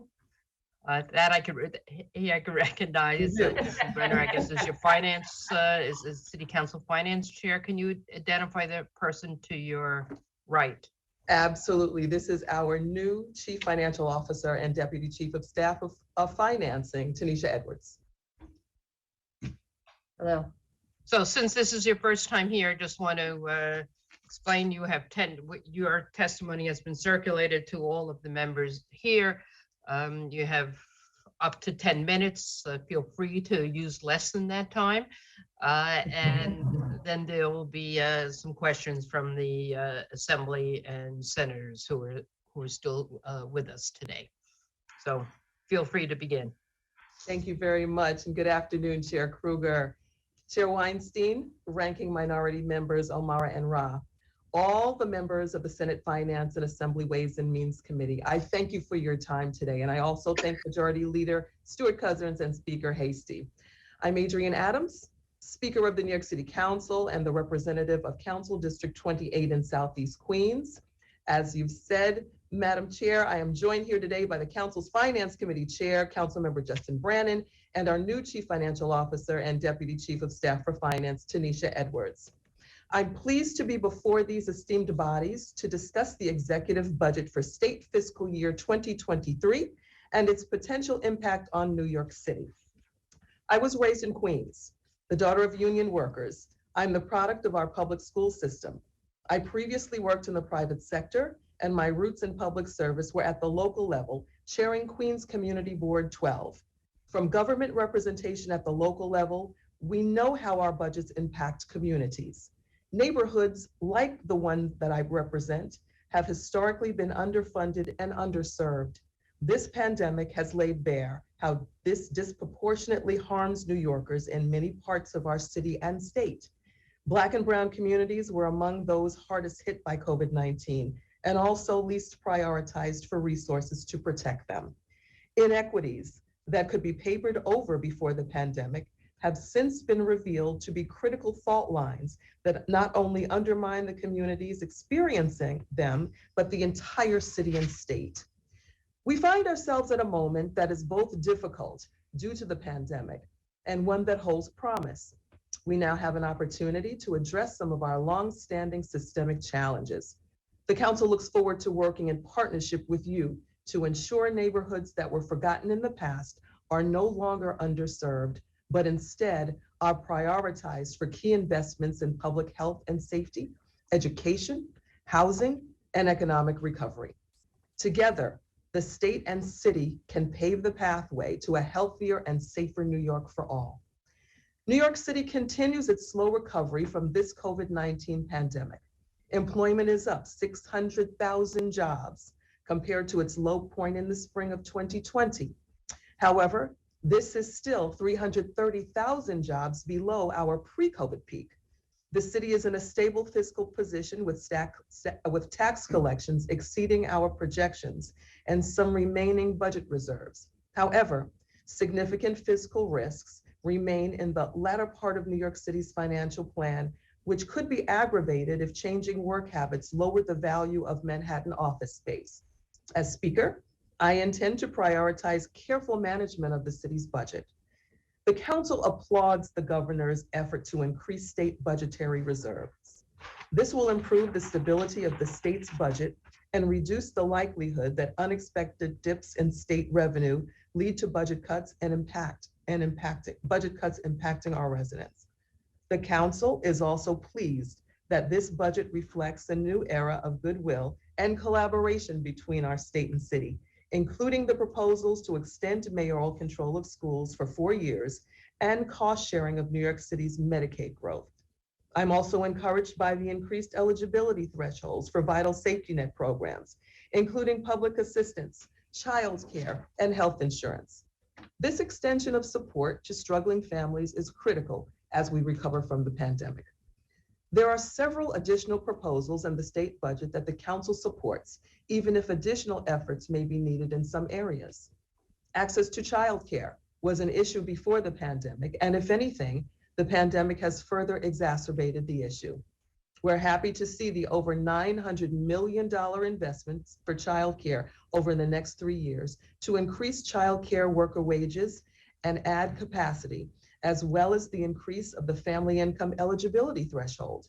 Additionally, the $4.8 million to establish additional childcare centers on CUNY campuses is a smart investment in young children and their parents seeking higher education. Our small businesses are key to the state's economic recovery. We support the governor's $1 billion small business plan and ask that the city's small businesses receive their fair share of this funding. We're grateful that the Federal Infrastructure Investment and Jobs Act will fund the Gateway Tunnel project and express the need for additional federal infrastructure dollars coming into New York to support other major projects that advance equity and job creation in other parts of the city. The commitments to grow the state's healthcare workforce by 20% over the next 5 years and provide $1.2 billion in bonuses for certain frontline healthcare and direct support workers who have tirelessly served our communities are essential. The city has been disproportionately impacted by this pandemic, and it is critical that we receive our fair share and ensure our nurses are included in this proposal. We also support the tripling of investments into hospital-based and community-based violence prevention with the state's proposed $95 million allocation. This welcome state support should be distributed equitably to support New York City neighborhoods suffering the impact of violence. On education, the increase in school aid is much needed, and the executive budget continues the promise to meet the Campaign for Fiscal Equity mandate by allocating $8.9 billion in foundation aid. I expect the DOE similarly to provide all of our schools with 100% of their fair student funding next year. We also fully support the tuition rate increase of 11% to help preschool special education providers address the early education needs of students with disabilities, which often goes overlooked. We also commend the governor's support for higher education and the proposed plan to make higher education more affordable and accessible by maintaining CUNY's state operating aid levels and protecting community colleges from cuts due to pandemic-related enrollment declines. The proposed expansion of the Tuition Assistance Program, or TAP, to part-time and working students is a smart step to increase access to higher education. Closing the $59 million difference between TAP funding for students and actual tuition costs, known as the TAP gap, is also critical. The proposal to remove TAP restrictions on incarcerated New Yorkers is a smart investment, given the evidence showing how access to higher education can reduce recidivism. In the area of public assistance, the governor's proposal to allow an increase in the amount of earned wages and savings allowed for recipients before losing eligibility would be a lifeline to New Yorkers recovering from the pandemic. And on public housing, the state's most recent allocation of $450 million in capital funding to address boiler replacements and elevator car replacements in New York City Housing Authority development is greatly appreciated. NYCHA's capital needs equate to $31.8 billion, and we ask the state to consider allocating more funding to complement the city's $2.9 billion allocation to support it. There are several areas where the state can restore previous funding cuts or go further in its current proposals. On healthcare, while we applaud the proposal to expand eligibility for healthcare in the essential plan to 250% of the federal poverty level, we encourage you to consider additional strategies to extend coverage to the more than 1 million New Yorkers who remain underserved or uninsured. We also urge the state to end its interception of city sales tax revenue for the Distressed Providers Fund and award the funds already collected to the city's health and hospital system. The American Rescue Plan state fiscal recovery funds are a lifeline, and the state should direct a proportion to the New York City's healthcare infrastructure.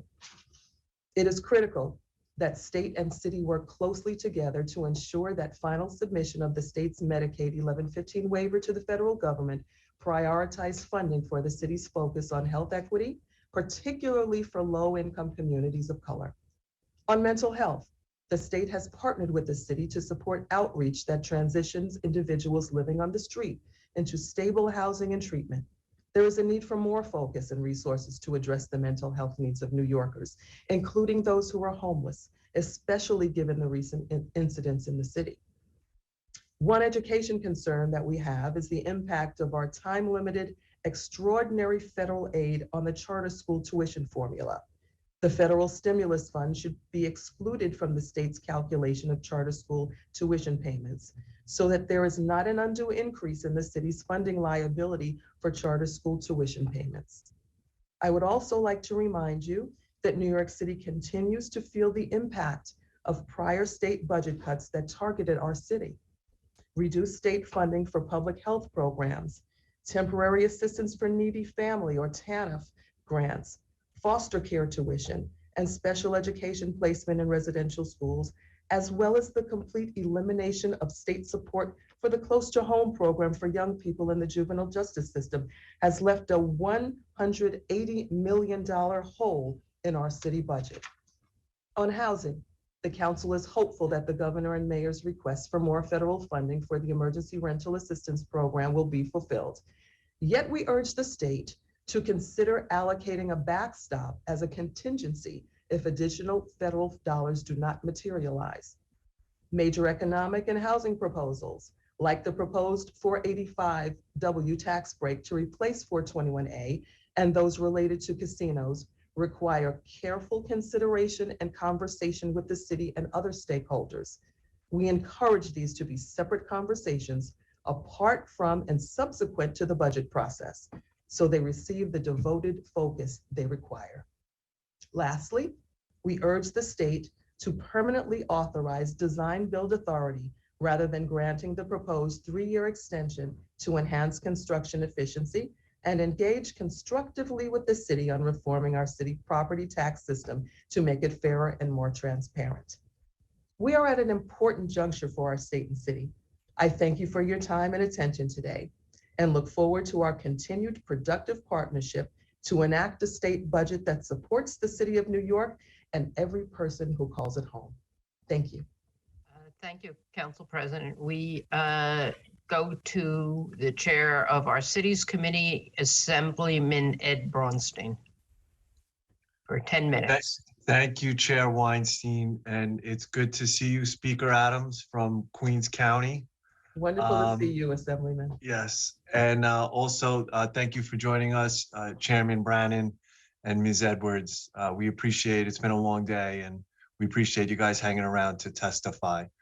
I'm just going to touch on 2 topics. The first being, as you mentioned in your testimony, the desire for comprehensive property tax reform. This is something that, you know, we've talked about at the city and state level for a very long time, but, you know, never get around to accomplishing. And I'm just wondering if the council as a body has developed a roadmap to follow to how they want to accomplish this. I know it's something that we need to pass in Albany, but obviously, since it has such a big impact on the city's finances, it's going to have to be done in coordination with you as well. So do you have a plan? We are still working on that, Assemblymember, and again, it's very good to see you in this environment as well. The reform plan released by the recent commission presents a good plan, but there are still issues to be resolved before the city can move forward. For example, the plan includes a circuit breaker, which is a critical tool to provide relief for low and moderate income homeowners and to prevent displacement. But that reform commission neglected to identify a funding source for the tool. We know that people have waited far too long for this, so we want to move quickly, but we do have to get it right. Sure, and it seems like already you've started the process and you've already identified some things you don't like, so it's encouraging. And you know, I hope we can continue to communicate moving forward because, you know, in my district in Northeast Queens, we pay some of the highest effective property tax rates in the city, and it's been an unfair system for too long. We'd like to see that change. The other area that I want to touch on, and which has been a big topic of discussion for local governments throughout the day, is the governor's proposal to legalize accessory dwelling units. She has proposed a statewide approach to legalizing ADUs, as they're called. In my opinion, it kind of circumvents the city's zoning and planning process. Does the council have a position on the governor's proposal regarding ADUs? Well, we certainly welcome a discussion about how we can improve housing production and affordability, and not just in the city, but in the suburbs and surrounding communities where many city workers live. We know that these are complicated issues with long-term impacts. So again, we think they're better discussed after the state budget when more attention can be given. Great. I agree. It's not really a budget-related issue. It's more of a policy matter, and it should be pulled out and discussed separately. So those are my 2 questions. Once again, thank you for hanging around this late into the evening, and it was good to see you. Thank you for testifying. A pleasure. Thank you. We go to the Senate now.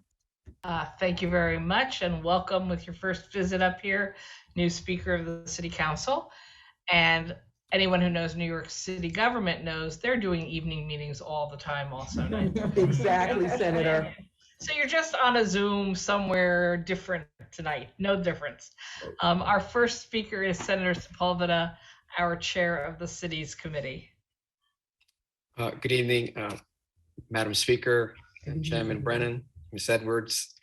I I want to commend you on your patience in waiting this long, but hopefully it was well worth it. Absolutely.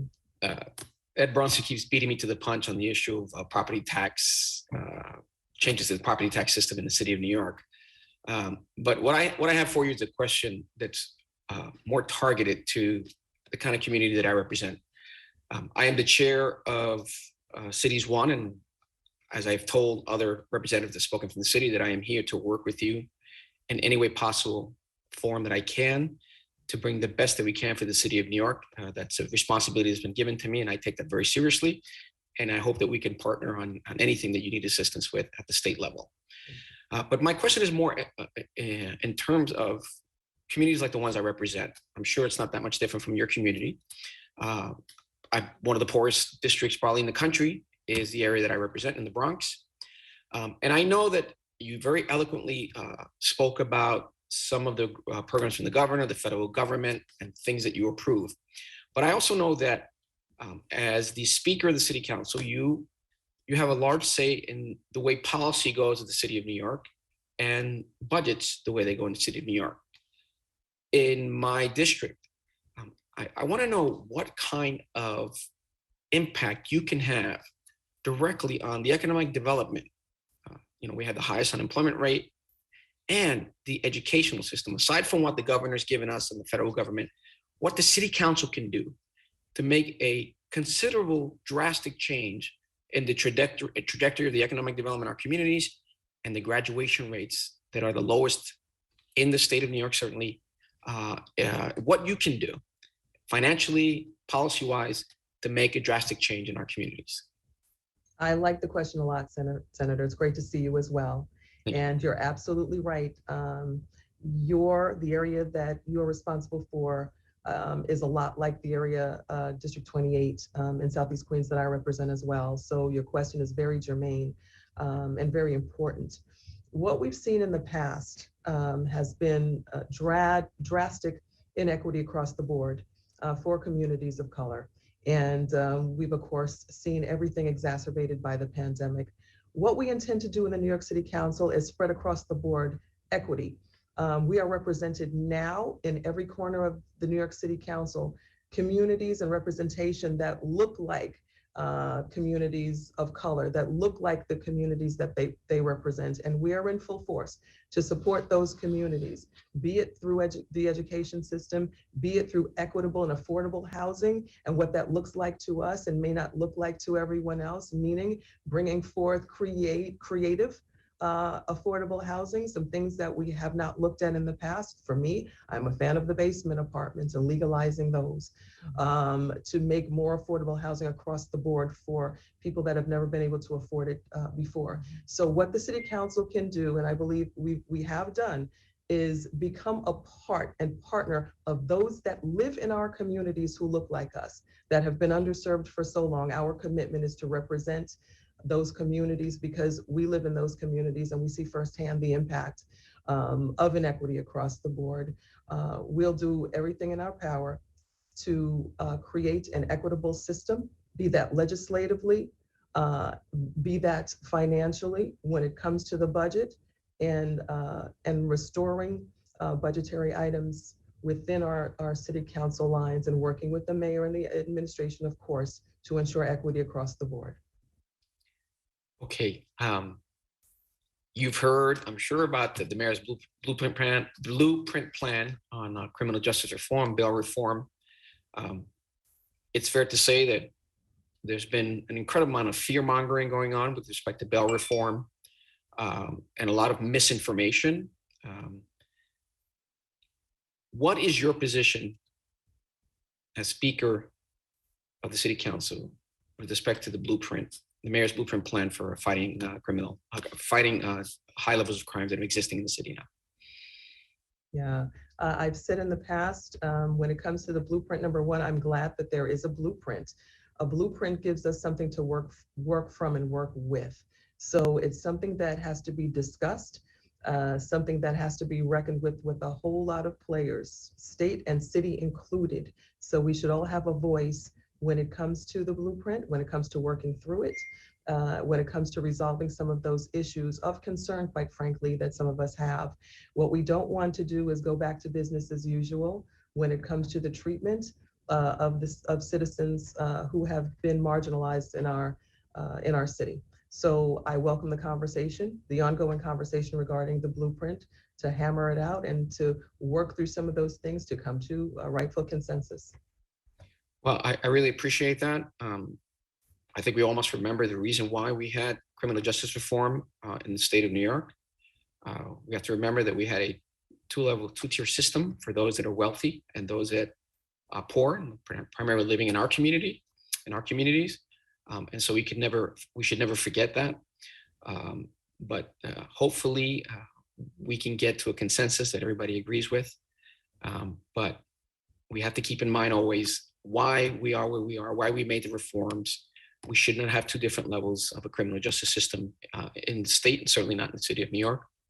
And so hopefully we can get to a point where everyone's satisfied, and we can stop the intense fear mongering that's been going on when our criminal justice reform packages that we passed a couple of years ago. That's all for me today. Thank you so much. And I really look forward to working with you. And Justin, you look a lot more handsome with a mask on. Senator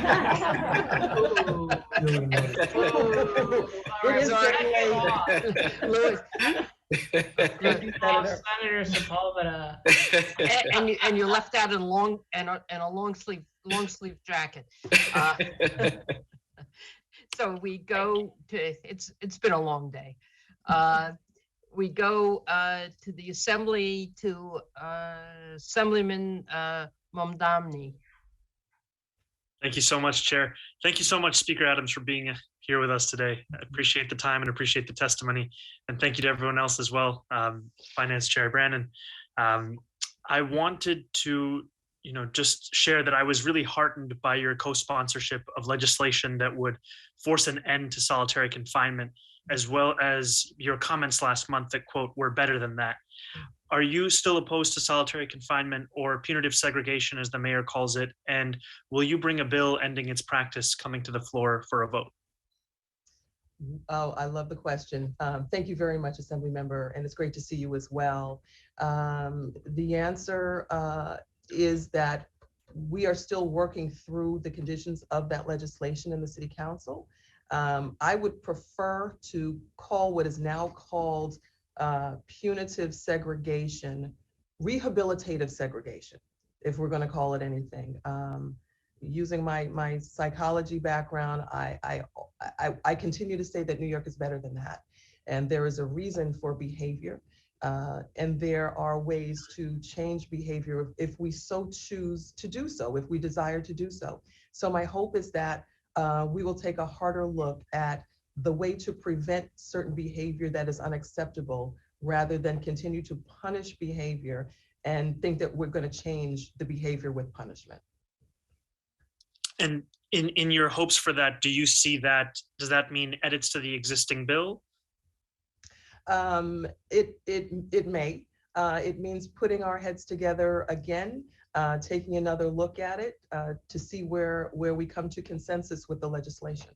Okay, I appreciate that. From one side of Queens to the other, I can tell you for sure that my constituents truly do believe in ending the practice, and appreciate your comments on it.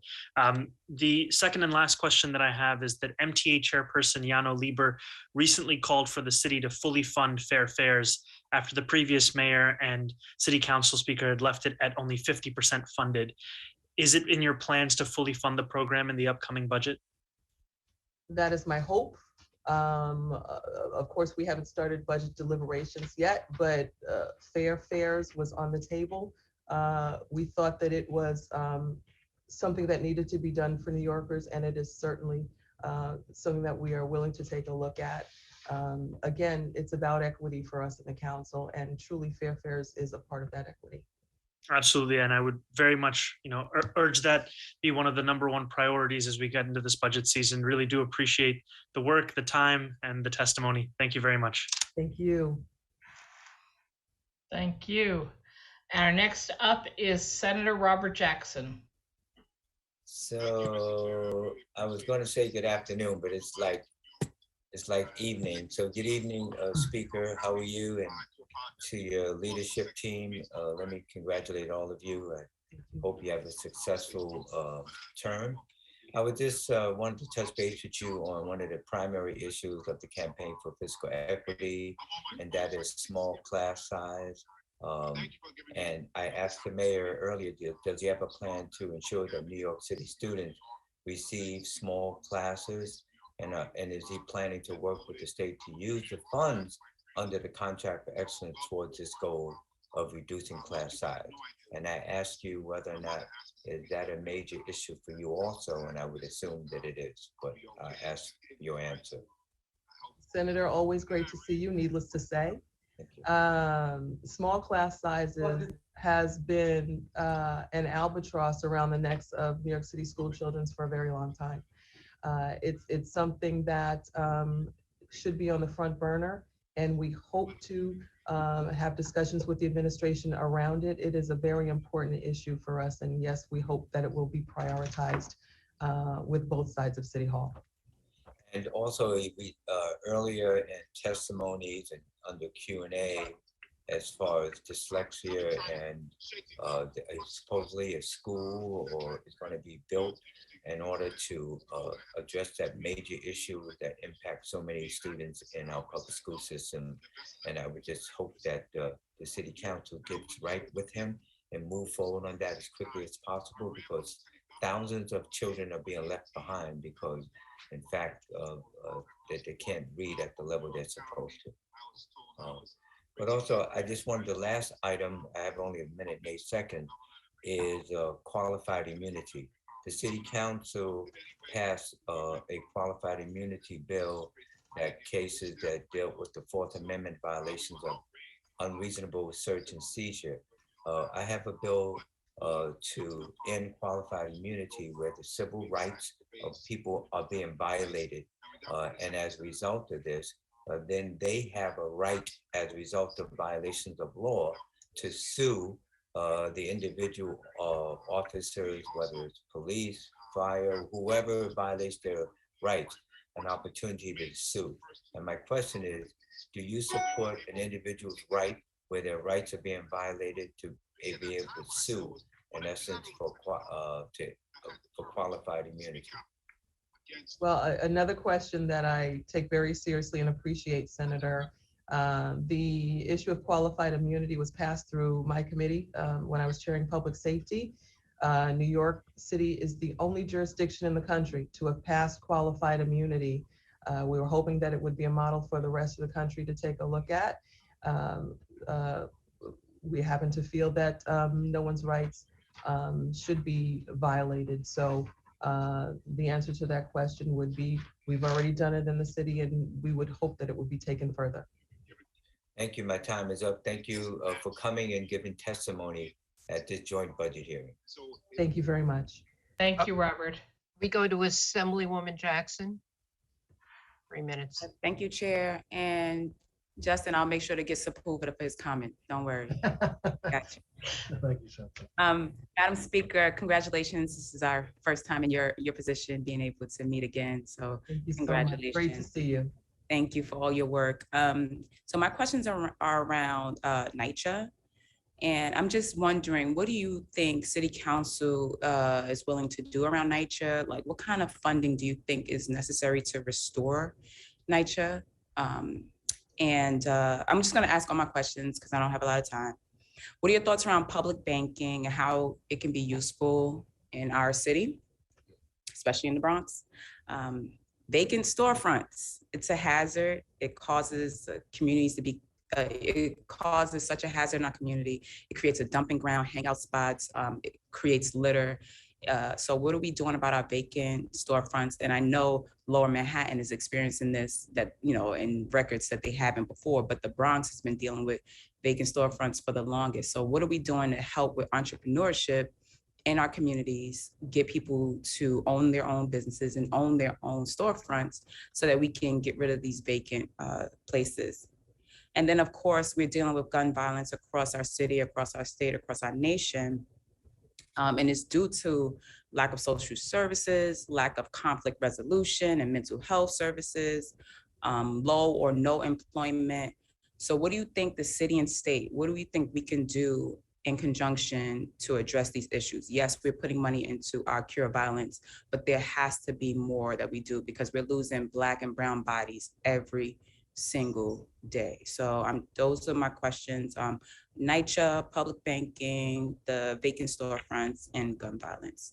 Thank you. Thank you very much, Assembly Member, for your questions. I really appreciate that.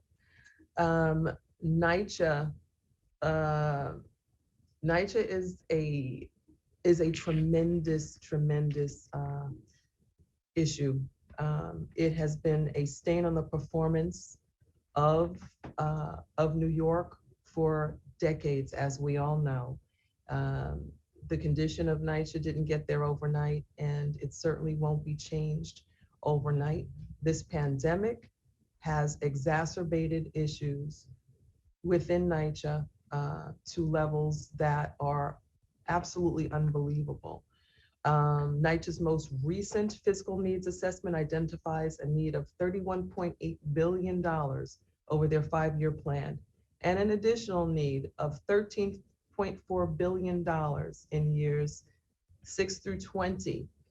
So the city's allocated $2.9 billion of our capital budget to try to address these needs. But again, years of deferred maintenance has taken a toll on NYCHA and the buildings and residents. The residents, they need all the help that we can get, that they can get, and it's going to be incumbent upon us as a city and state to get that relief to the residents of NYCHA. It's going to take a lot, and I look forward to continuing conversations around it, to work on it and to resolve the issues. It's not going to be easy to do it. As far as public banks, I support the issue of public banks, particularly in our communities of color, where we have been the ones most troubled with our banking institutions and having issues with banking institutions, unable to get loans, unable to sustain ourselves financially. Check cashing places are on pretty much every corner in communities of color. So the more we can do to help alleviate our situations when it comes to finances, I think the better that we will all be off as a city. Vacant storefronts. This is an issue that my colleague, former Manhattan Borough President Gail Brewer, now council member Gail Brewer, has been speaking about for a very, very long time. We have to take a very hard look at the situation of vacant storefronts. It's something that is also, you mentioned in your community, in our communities in Queens also, what we are doing to help small businesses recoup. What are we doing with the buildings that are vacant? How can we best use those areas that will no longer come back as the former businesses? There's a lot of work to do. It sounds cliche, but quite frankly, we've got to roll up our sleeves and do the work. We're all new coming into this work. Well, a lot of us are, you're not, but some of us are in capacities of the work that we're doing. So we've got to put our heads together as a new team to work it out. And finally, gun violence. I didn't want to. Yes. Speaker, yes, the time has expired a while ago, and a number of these issues are off-budget issues that I'm sure we're going to be having continuing conversations on. So I was going to move on to the Senate. Thank you very much, Assemblywoman. Senator Diane Savino. Thank you, Senator Krueger. Good evening, Speaker Adams. It's good to see you. Also good to see my good friend, the chair of the Finance Committee, Justin Brannan there. A lot has been covered today, but I want to focus on something that you brought up. And while everyone today that has testified has talked about how we have a good budget this time, where we're not looking at giant budget cuts, you were the only one who mentioned that there have been almost systemic budget cuts that have been in place for the past several years that are continuing, particularly in the areas of social service. So whether it's the state continuing this practice of only providing 62% to the localities now, 36%, 34% for social services, shifting further costs to the foster care block grant, no longer paying for close to home, which is a program that works and works so well. There is one thing though that I would like you and your team to look into and to press the governor to change. When we enacted the Raise the Age program in 2017, one of the things the previous governor insisted upon was a funding formula that was predicated upon local governments doing two things. New York City being one of the local governments. One, you had to submit a plan for how you were going to run your program and utilize the funding every April 1st, and you had to remain under the 2% property tax cap. And what that essentially means is New York City receives no money for Raise the Age. Governor Hochul's budget continues that practice. Now, whether she did it intentionally or not, or just didn't realize it, I like to think she didn't realize it. I think we need to raise our voices against this unfair funding formula. The Albany Times Union just on Monday did a report on Raise the Age, announcing that there was $800 million available since the program was originally adopted. Since then, only $200 million has been distributed statewide. These are important dollars that go to a program that we all believe in, and we know that New York City has the largest number of young people adjudicated through the Raise the Age program. And as a former chair of the Public Safety Committee in the New York City Council, I know you know that intimately. So if you and your colleagues raise your voice that we need to change this funding formula for Raise the Age, and let's get some of those dollars back into New York City. And it's time to stop the budget cuts that have been put in place, particularly with respect to social services, child protective services, and the foster care block grant. Thank you very much, Senator. I appreciate your remarks very much. They really hit home with me, and I agree with you. And as I did mention, we are still suffering through those budget losses, and we need to recoup that. So I appreciate your remarks very much. Thank you. Thank you. Thank you. Assembly? We have no more assembly members. I think Senator Krueger, you wanted to speak. Yes, and I might be the last speaker. I also want to welcome you and Justin as the new finance chair. We can all compare notes at a later time. For people who aren't from New York City, you might not understand that those of us who live in New York City and are in a government position, we really depend on our interrelationships with our city council members. I overlap about 4 fantastic council members, and I couldn't do my work without them. And I'd like to believe that they might not be able to do their work without me. And so there's a real close-knitness between council, assembly, and senators, particularly if you come from the heavily densely populated New York City, where your neighborhoods are always going through something or 10 somethings. So I know we will be working together more in the future.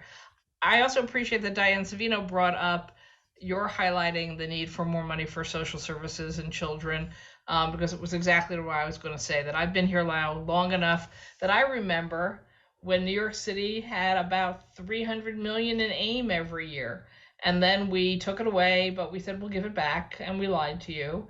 And then we said, well, maybe we'll give it back to you someday, and we lied to you. And then we've intercepted money over the years as opposed to giving it back. And we have cut the formulas in social service programs and the formulas of how much you have to pay for all these programs. So I agree completely that we all need to loudly say to our new governor, you know, this budget's so much better than the last 10 or 11, but we really need to address these issues for poverty statewide, but particularly in what we've done to New York City. And I just really have one question. There was a recent report about the crisis in the family court system in New York and how things have gotten so out of hand that people can't even get a chance to deal with custody issues, child support issues, foster care issues, endless issues, unless we increase the number of judges. And I'm just curious whether that's something that the city council would agree on, that we need to be addressing the backlogs in the city's family court system. Thank you very much, Senator. It's great to see you as well. I would definitely agree with that. You know, the issues with the courts are really multifaceted. The situation with the judges, certainly. is something that we need to take a good hard look at.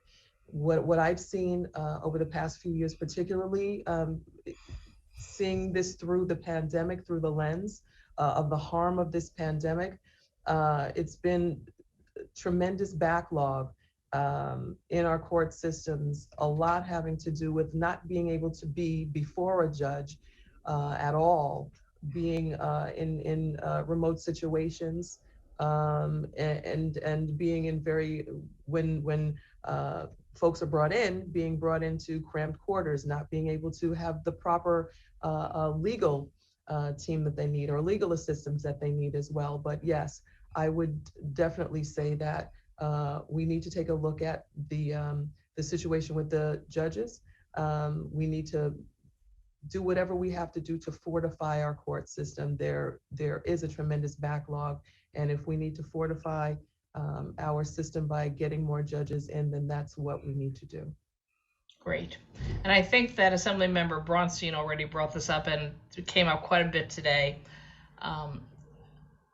I don't agree with the governor's proposals on 421A, but I do agree that the city and the state need to work together carefully to craft models that are going to make sense for you in the city to maximize affordable housing options, and also finally get your arms around the incredibly complicated property tax chaos. Because I don't think you have a property tax system. I think you have a property tax chaos system.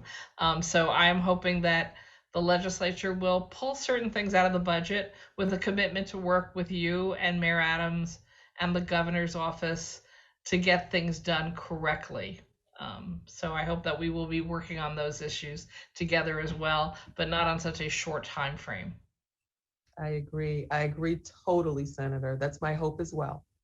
Great. And I'm not going to use up the rest of my time, so I'm going to thank you very much for being with us. And again, you'll probably go to night meetings as soon as you leave the Zoom anyway. So again,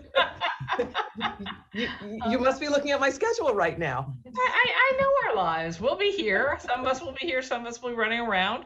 But we all keep working day and night. That is the truth about elected officials. So thank you very much for your participation, all three of you. Thank you so much. I want to ditto that. Thank you for being here with us, and look forward to continued working relationship with you, Speaker Adams, as well as all the members of the City Council. With that, we're going to move on with our speakers. The next presenter is from the New York State Association of Counties, NYSAC. Stephen Aquaria, Executive Director. Thank you, members of the state legislature. It's a pleasure to be with you. I wish I was in front of you personally and not through the video. I'm joined today with my colleagues, Mark Levine, David Lucas, and Ryan Gregoire from our organization. The Association of Counties has been around for 97 years, initially founded in 1925, charged with protecting local taxpayers, preserving local services, and safeguarding the quality of life for New Yorkers. Past 2 pandemic years have been extraordinary. And on behalf of the 62 counties, I want to thank you, the members of the state legislature, for helping our collective governments run. With the budget that's before you, the counties of New York are encouraged by the following: the renewal of local sales tax locally, ending the intercept of local sales tax to pay for the state's AIM program, making sound investments in public health, and supporting veterans and infrastructure. There are, however, areas of concern. The continued intercept of local sales taxes to support state distressed health facilities, forcing counties to shoulder private rate increases in preschool special education. These may be needed, but should not be funded by local taxpayers. At the end of the day, our top priority is keeping local taxes local. Tonight, I'd like to draw your attention to our #1 priority, the Distressed Health Facilities Fund. Specifically, we ask that you eliminate the county's sales tax diversion, Part ZZ of Chapter 56 of the laws of 2020. I'd like to remind you that you directed the state comptroller to divert 50 million in sales tax from the counties and 200 million from the city to create a temporary fund to help with health facilities to weather this pandemic if they needed additional assistance. It was never meant to be a permanent program. Why are we making it permanent? Nobody has asked for this to become permanent. And everyone has said this is an awful idea, including the mayor of the city of New York earlier today. So far, the state has taken $500 million in local sales taxes and provided nothing to healthcare facilities. In fact, the state transferred $250 million to the general fund on the last day of the 21 state fiscal year. Again, this program is totally unnecessary. The state and the federal government have several distressed hospital pools to address this very issue. Supporting distressed health facilities has always been properly a federal and state responsibility. Tonight, I hereby call on you as a check and balance to end this practice immediately. The law should sunset as originally enacted. At the very least, it should end when the federal COVID-19 public health emergency ends. Turning to some other important priorities in the executive budget for counties, let me first start by discussing local sales tax issues. We support the proposal to end the practice of diverting county sales taxes to pay for town and village AIM funding. And while we're on the subject, cities, towns, and villages, as you heard from my peer, Peter Baines, towns, cities, and villages haven't seen an increase in this state support for over a decade, and we support that initiative. Finally, we respectfully ask the legislature to support the proposal to grant permanent local sales tax authority for all counties and cities consistent with the city of New York at their existing sales tax rates up to 4%. Now, we're getting into some program and policy implementation now in the few remaining minutes that I have. I'd like to talk about children and family services. Something that's not in the governor's budget, a child care 2-county pilot project that we would like to ask for your consideration. Similar to what Mayor Adams asked for this morning in regards to childcare, we support a 2-county pilot project for Tompkins County and Erie County to address a childcare crisis in Erie County and a childcare desert in Tompkins County. Specifically, we request $20 million to supplement Erie County's childcare block grant allocation and raise market rates. This will allow Erie to better align the actual cost of childcare with the OCFS market rate, increase wages for childcare workers, and get parents back to work without decreasing the number of children served. We also request $20 million for projects in the pipeline to support in-home care, create new child care opportunities for families in Tompkins County. In prior years, the state budget cut state financial support for child welfare services and safety net programs. Senator Savino was just talking about this. We strongly encourage the legislature to restore these funding cuts to 65% open-ended state match for child welfare services, up from 62%, and 50% for safety net programs, up from 29%. The budget also includes the resolution of a long simmering state legal battle related to foster care rates settled by the state in December of 2021. The settlement terms require an immediate increase in foster care rates of 20% to 40% upstate and 45% for the city of New York area. We have concerns about how this is being funded, as the budget includes no additional state resources to support the settlement over what has been provided in prior years. The counties are grateful to Governor Hochul for additional community college base funding. We support the proposal in the governor's budget. The budget includes a provider rate increase while necessary, but will cost county taxpayers an extra $50 million a year for costs for preschool special education providers. The counties are asking the state to cap preschool costs at the average cost per county over the last 3 years and put that in statute this year. With respect to economic development, the counties support the Connect All initiative by Governor Hochul and also the proposal to waive the Department of Transportation's right-of-way fees for future Connect All broadband construction projects. We believe these fees should be waived for all publicly funded broadband projects as well. With respect to gaming, last year, the state changed the state tax rate on slot machines to help commercial casinos stay in business. However, this had a negative impact to revenue sharing with local governments. The counties support the governor's proposal to offset gaming payment reductions by increasing this funding from 7 million to 10 million. The counties also appreciate Governor Hochul's leadership and efforts to reach an agreement with the Seneca Indian Nation. We appreciate the appropriation and the budget that's before you to ensure proper payment is distributed. With respect to cybersecurity, a number of issues talked about by Senator Savino and other members of the legislature. The budget includes an additional 44 million for state and local cyber defense and response efforts. The counties appreciate the state's recognition that this problem requires an immediate all-hands-on-deck approach. All local governments have various needs, and we shouldn't just throw money at the problem. We need a well-coordinated program that raises the baseline level of awareness and, more importantly, preparedness at all levels of local governments across the state.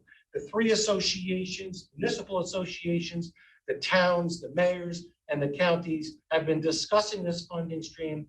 We believe we're in the best position to provide the greatest number of local governments effectively to respond to this. I want to add and thank Governor Hochul, the DISHs, the State Board of Elections, the ITS, the Office of Information Technology Services. They've been tremendous allies in providing critical reinforcements, as Mayor Sheehan in Albany talked about in this fight against cyber hackers. With respect to public health, the counties applaud the governor's commitment in public health, raising the funding for public health.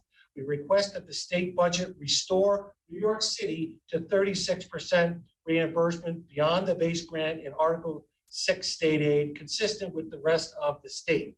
With respect to lead poisoning prevention, the state lowered the allowable blood levels in children last year. That is a good policy. However, to properly achieve this, to properly screen these children, we need an additional 46 million over the 9.7 that's currently appropriated. We support the 35 million in a 988 crisis hotline in the state of New York, and we ask you to enact that policy. I want to call to your attention that we support some additional legislation on ensuring that 911 emergency grants for 911 systems are appropriated and released to counties in the year that they are authorized and appropriated, and not 3 or 4 or 5 years afterwards. With respect to one final issue I want to make with respect to veterans, I want to just thank the governor and thank you for your consideration to talk about an additional appropriations for veteran services. Hopefully the legislature will look at this policy very seriously. We've worked with Governor Hochul about building out additional veteran service funding. We haven't had additional veteran services funding increases in decades in the state of New York for our county-based veteran services organizations. We support the $7.7 million statewide expansion to the Joseph P. Dwyer peer-to-peer veteran services program, and very much support the transportation and infrastructure appropriations, such as the CHIPS funding, Pave New York, Bridge New York, and the new pothole program, and the CHIPS bidding threshold that the governor so smartly included in her budget, raising that from the present $350,000 to $750,000, which would allow local governments to use local government employees to do road and bridge projects without going out to bid, which could cost the taxpayers more money. Thank you for this opportunity. Thank you, Stephen. I did let you get the rest of your numbers in. I'm going to turn, first off, Chair Weinstein had to be somewhere else, so I will take both sides, Assembly and Senate, for the rest of this hearing. I think I can be fair. And I will start with Chair Thiel. For 10 minutes, yes. Thank you, Senator Krueger, and thank you for starting with the Assembly. That demonstrates your fairness. Thank you. Steve, it's good to see you, and thank you for the testimony.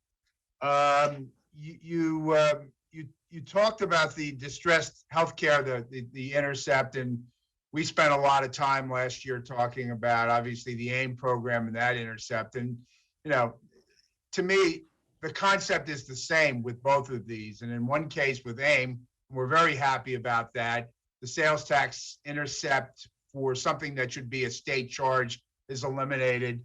And for the distressed healthcare facilities, it's not. It just seems to me that, that's a concept we should be eradicating from the state budget, where we call upon counties or any other local government to pay for this expense. I wanted to talk a little bit about this, though. You said, either, eliminate it completely or when the emergency is over. We don't know when the emergency is going to be over. And it would seem to me that if we tied it to that, that could create a hardship for counties, because you could be in the middle of a budget year and, not have the time or the effort to budget for or to deal with it. Wouldn't it be better if we picked a date certain if we were going to end this year? Thank you, Mr. Chairman, and thank you for all you do for local governments in the state of New York and on Long Island and Suffolk County. Yes, without question, a date specific is the way to go. It was done in the early days of the pandemic, when it was announced, when it was put in place. Okay, we got it that it was done. It should sunset. It was supposed to sunset next month, the month after, April, I believe it was supposed to sunset. It is a very dangerous precedent, an extremely dangerous precedent, to use local sales taxes for state government obligations and purposes. It's a dangerous precedent. We respectfully ask that it be sunsetted, date specific. Yes.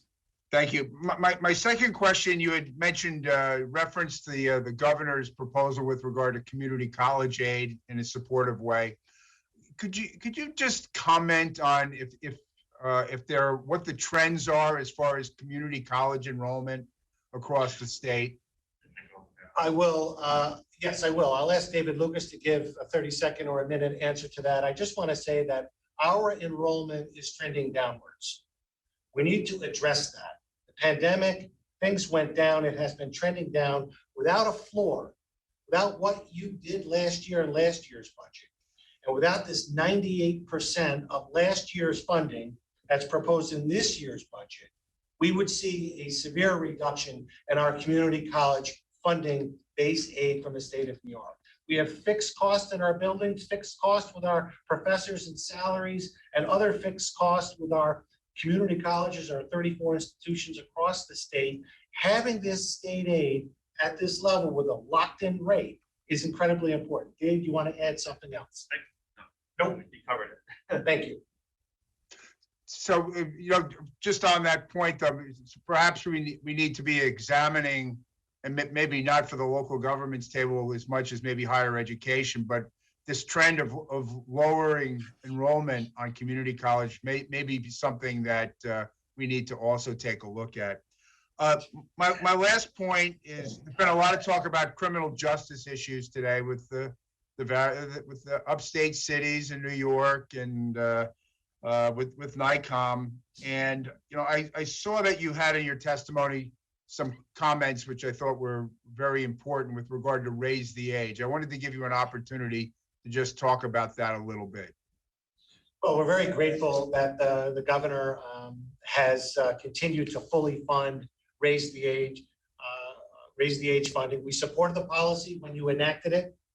The funding of $250 million, I believe, is in this budget. It is flowing, but I want to turn to Ryan Gregoire here, our legislative director, and be more responsive to your question on raise the age. Ryan. Yeah, Chairman Thiel, it's good to see you again. And, I think Senator Savino hit this nail, right on the head. And that is that, we need to be delinking the property tax cap from an eligibility requirement for the full state reimbursement of raise the age. And I just want to expand on something that has been addressed, and that is that counties and the city of New York are responsible for implementing the raise the age statute, which includes new programs. But we need the state of New York, and they have $250 million set aside in the budget, but we need that money to flow to the counties, to flow to the city of New York when those plans are submitted and when those programs are stood up. There's been a delay in funding. getting out the door. And we would look to your assistance to help that gets done faster. All right. Thank you very much, gentlemen. It was a pleasure, and I appreciate your testimony. Thank you very much. Thank you, Mr. Chairman. Thank you very much. And our next testifier will be Senator Rath. Well, thank you, Madam Chair. Steve, it's good to see you, and I give you a lot of credit for packing a lot of information into your 10-minute comments there. A few things I want to follow up on. First and foremost, you had brought up and touched on briefly broadband connectivity, and the challenges that broadband connectivity is bringing to our counties. This is not just a rural broadband issue. This is not just a suburban broadband issue. It cuts across every single county and has been under prioritized for a long, long time. This affects our children, public safety, and our businesses, particularly our agribusinesses. If you could expand a little bit on the broadband challenges and what NISAC is doing to work on that for an advocacy piece and what you're looking for out of this budget. Well, thank you, Senator. We are working with the Public Service Commission. We're trying to get a better understanding of the mapping. So the direct answer to your question is information. We need the mapping that the state has been doing. We had a broadband program office under the former administration that stood up $1 billion broadband initiative. There's been sort of a disconnect since that ended, and a new program that's been announced by Governor Hochul for this. We are hopeful that this new program can use the mapping information that we have combined with the county planning geographic information system that we have in the county planning agencies, that we can better coordinate the two together.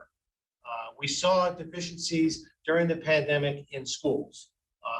We saw that certain children were given Chromebooks, but no ability to access it, only to go to a parking lot in a municipal shopping center to try to get their children to get the education that they so deserve. We have a problem. We have an opportunity with federal ARPA funds to use for broadband outreach. So we need to work with the state together with the local governments, the federal money, and do the best job we can.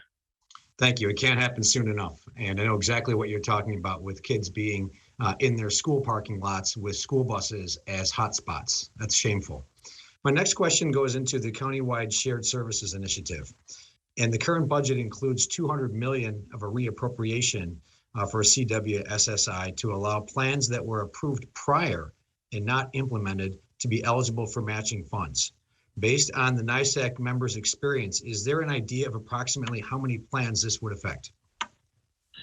We don't have an idea. I will say that we asked Governor Cuomo, and we asked Governor Hochul to include this language in a program that Governor Cuomo had championed. He was a big champion of this program.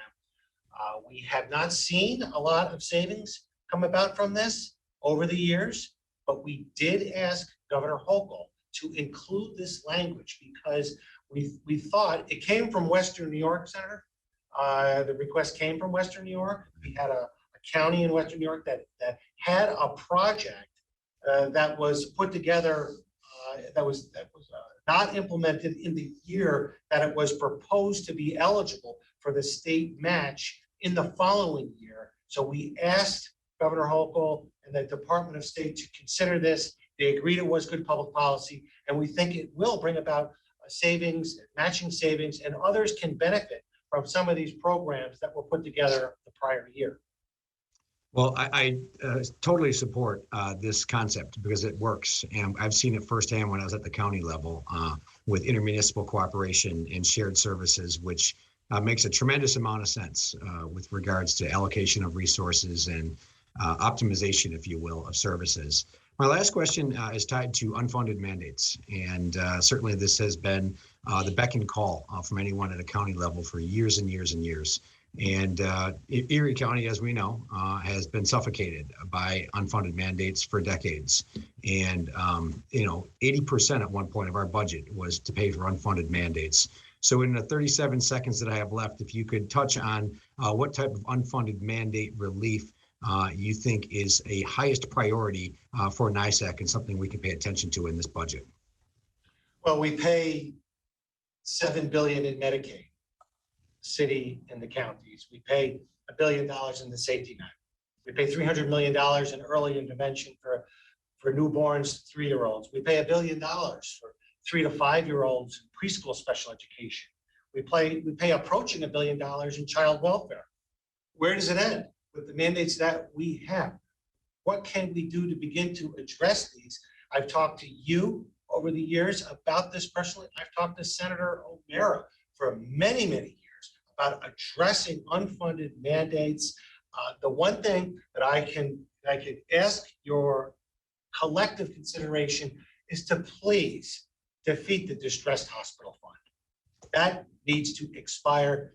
That is the one ask, and that's the one thing that you're going to get requests from us on unfunded mandates. We have to have that expire. Thank you, Steve. I appreciate all your advocacy. Thank you, sir. Thank you. We're going back to the assembly. Anna, I'm sorry, Kellis, excuse me. Assembly Member Kellis. No worries. It's been a long day for all of us. Apparently. Well, so thank you so much, Steve and Ryan. Wonderful to see you. Of course, this work is very near and dear to my heart. So I just wanted to make one comment and great thank you to your support of the funding for Erie County and Tompkins County for childcare. I just want to add how incredibly significant this is. When we say that these two counties have a critical issue with respect to childcare, we're referring to the fact that in Tompkins County, I can speak for myself. I see Assemblymember Wallace is also speaking. That the situation in Tompkins County is that for all the children under 6 years old, there are only 30% of them have actual slots. We simply do not have childcare for the rest of them. So this is an incredibly critical situation. And what you are supporting in Tompkins County is to create actual slots. And the importance for Tompkins County is that it is an economic driver in the southern tier. There are 15,000 in-commuters into Tompkins County, and this is creating generational problems because of the loss of people in the workforce. So thank you so much for that support. And I have two questions. One of my questions is specific to the Permanency and Sales Tax Authority. Why is granting this permanency in sales tax authority so important for counties? And why should we include this? That's the first question. So first of all, I think on the child care grant pilot programs, I hope that you can get that done and across the finish line. New York is the Empire State. We could show the nation how to address and tackle this very, very critical and important policy for child care providers, helping mothers and fathers go to work and know that their children are cared for. Ryan, who's sitting next to me here, can't find a child care provider. He's on an 18-month wait list still with a newborn baby. With respect to the permanency of sales tax, this is an issue. Erie County, I know Assemblywoman Wallace is going to speak, was the first. We had Erie County sales tax in 1966. 60 years ago, we did a sales tax. Yet every 2 years, state lawmakers have to approve or reauthorize a sales tax that's been on the books for 60 years. It's a waste of administrative time, both locally for the Erie County Legislature with a home rule request. The state legislature takes precious time between two levels of government, taxpayer dollars, to repass legislation that we already know is going to be extended. All right, I'm going to sneak in my last question for you. Which is, can you speak to the challenges counties face with respect to the EMS and what counties are seeing across the state and what we should do about that in the budget? Okay, on the EMS issue, we have a wait line for an ambulance to come to your emergency, growing. It's getting longer. We have a recruitment problem with volunteers to do this service, and we have a problem with cost recoupment of our providers. The public ambulance fire districts cannot recoup reimbursement for services. We have a crisis. The governor put in some pilot language to do EMS reform. This is the year to do it. We have to help our volunteer fires better recoup EMS from insurance carriers, and we can do a better job. in that, and we ask for your help. Thank you for both questions. Absolutely. Good to see you. Thank you. Thank you very much. And we have been joined by our chair of local government, Jim Gorin. Hi again, Jim. Thank you, Madam Chair. Steve, how are you, and Ryan? So I saw you before, so I think you probably have been listening to some of the discussion today about the land use proposed changes in the budget for accessory dwelling units and also transit-oriented development. The communities I represent, the counties I represent are doing a lot of this. Suffolk County has a very forward-looking, affordable housing program that they do in cooperation with the towns and villages. One of the concerns I have is that, and my question is, what are your thoughts on this, or is this something you need to look into? Because there's some question as to whether or not it would impact regional plans, county plans. Suffolk County, we have a sanitary code that restricts development in certain areas, because of the need for sewage to protect our drinking water, waterfront revitalization plans, et cetera. So what thoughts do you have on this proposal? Thank you, Mr. Chairman. It's great to see you again as well. I think that we have to look at this very carefully. The association has a diverse membership from the city of New York to the 57 counties. This issue splits regionally, and I have to defer mostly to our brothers and sisters in municipal government and town government, village and city who have predominant zoning authority. I do think that some of the language that has been proposed regarding this is necessary to address some of the issues in the city of New York. You heard Mayor Adams talk about this today. It addresses perhaps what are illegal accessory dwelling units within the city of New York, perhaps were flooded during the floods that we saw over the summer. Perhaps there is some applicability in the city of New York. The mayor is asking for some of this authority, but if you look out into Long Island with its unique aquifer that it has out there, its unique septic system that it uses, the contamination problems that we're dealing with, PFOA, 1,4-dioxane on Long Island, this is a very, it cuts a different way on Long Island and Metro New York City, where there's not the support that we're seeing for it. We don't think that this should be enacted this year, but we think it needs to be looked at. There are local zoning policies in place presently that municipalities can best address this issue. And I think that we need to really look at this carefully. That's the best I have for you at this time. Our members are discussing it, looking at it. Right. But you would be supportive of perhaps funding and assistance, turning this into incentives, both for transit-oriented development and ADUs, perhaps even on a regional basis. Without question, the incentives is the best way to go, as opposed to a top-down, one-size-fits-all approach across the state for 932 towns, 500 some odd villages is not the right way to go. Incentives is the right way to go to do this. Okay, and finally, maybe I'll just ask you, you addressed it a little bit, but there's anything you want to add about the discussion we have had today about looking at some of the criminal justice changes we made and seeing if there are some tweaks that perhaps should be considered so that we protect and enhance the underlying importance of this law, which is to make sure we don't have two different systems of justice, but we also deal with some of the practical and real issues based on data that may have to be addressed.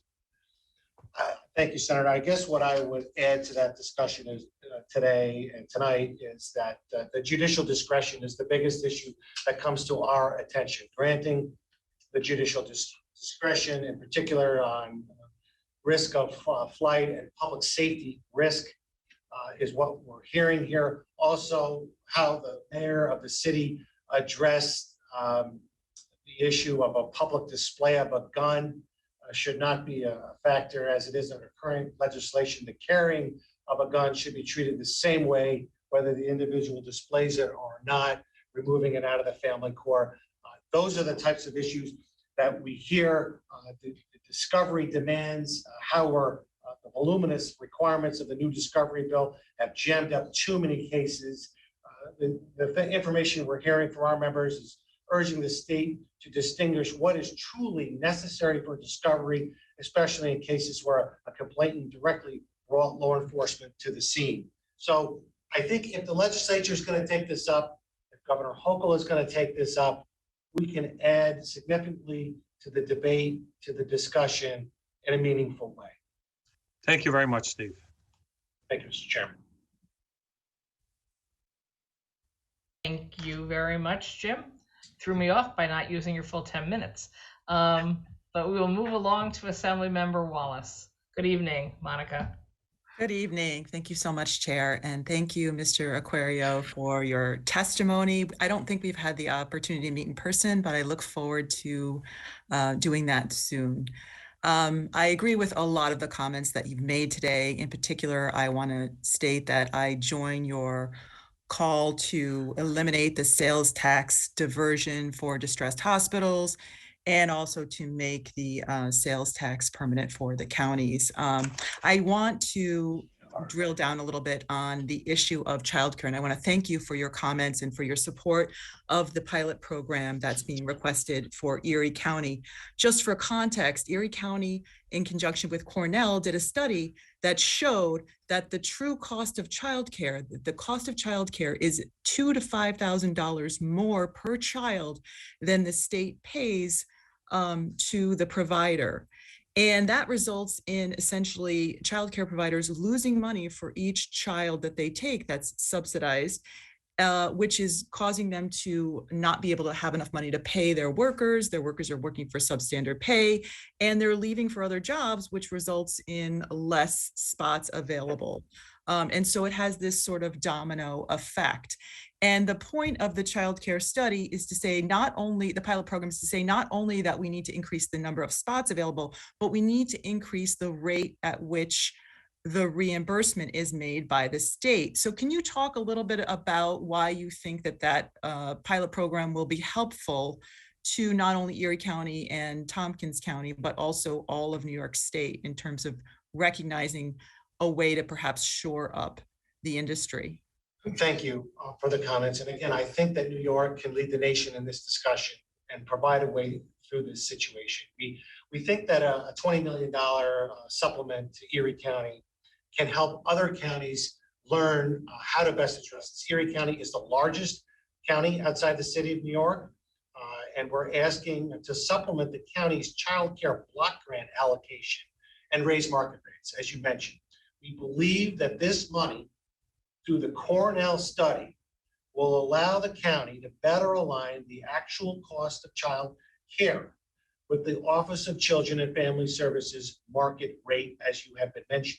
We believe that it can increase the wages for these child care workers and help get parents back to work without decreasing the number of children served.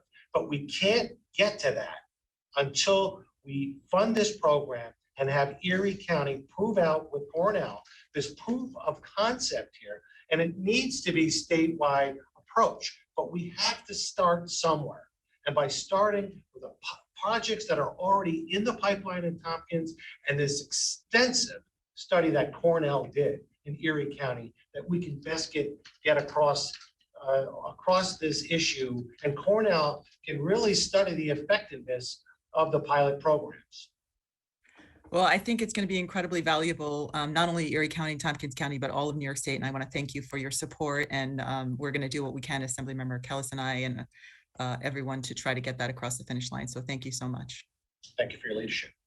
Thank you. Senator Tom O'Mara. Thank you, Senator. Ranker Good on evening, finance. Steve. Thank you. Give him Good 5 evening, minutes, Steve. please. Oh, sorry, Tom, I'm trying to get you the correct clock.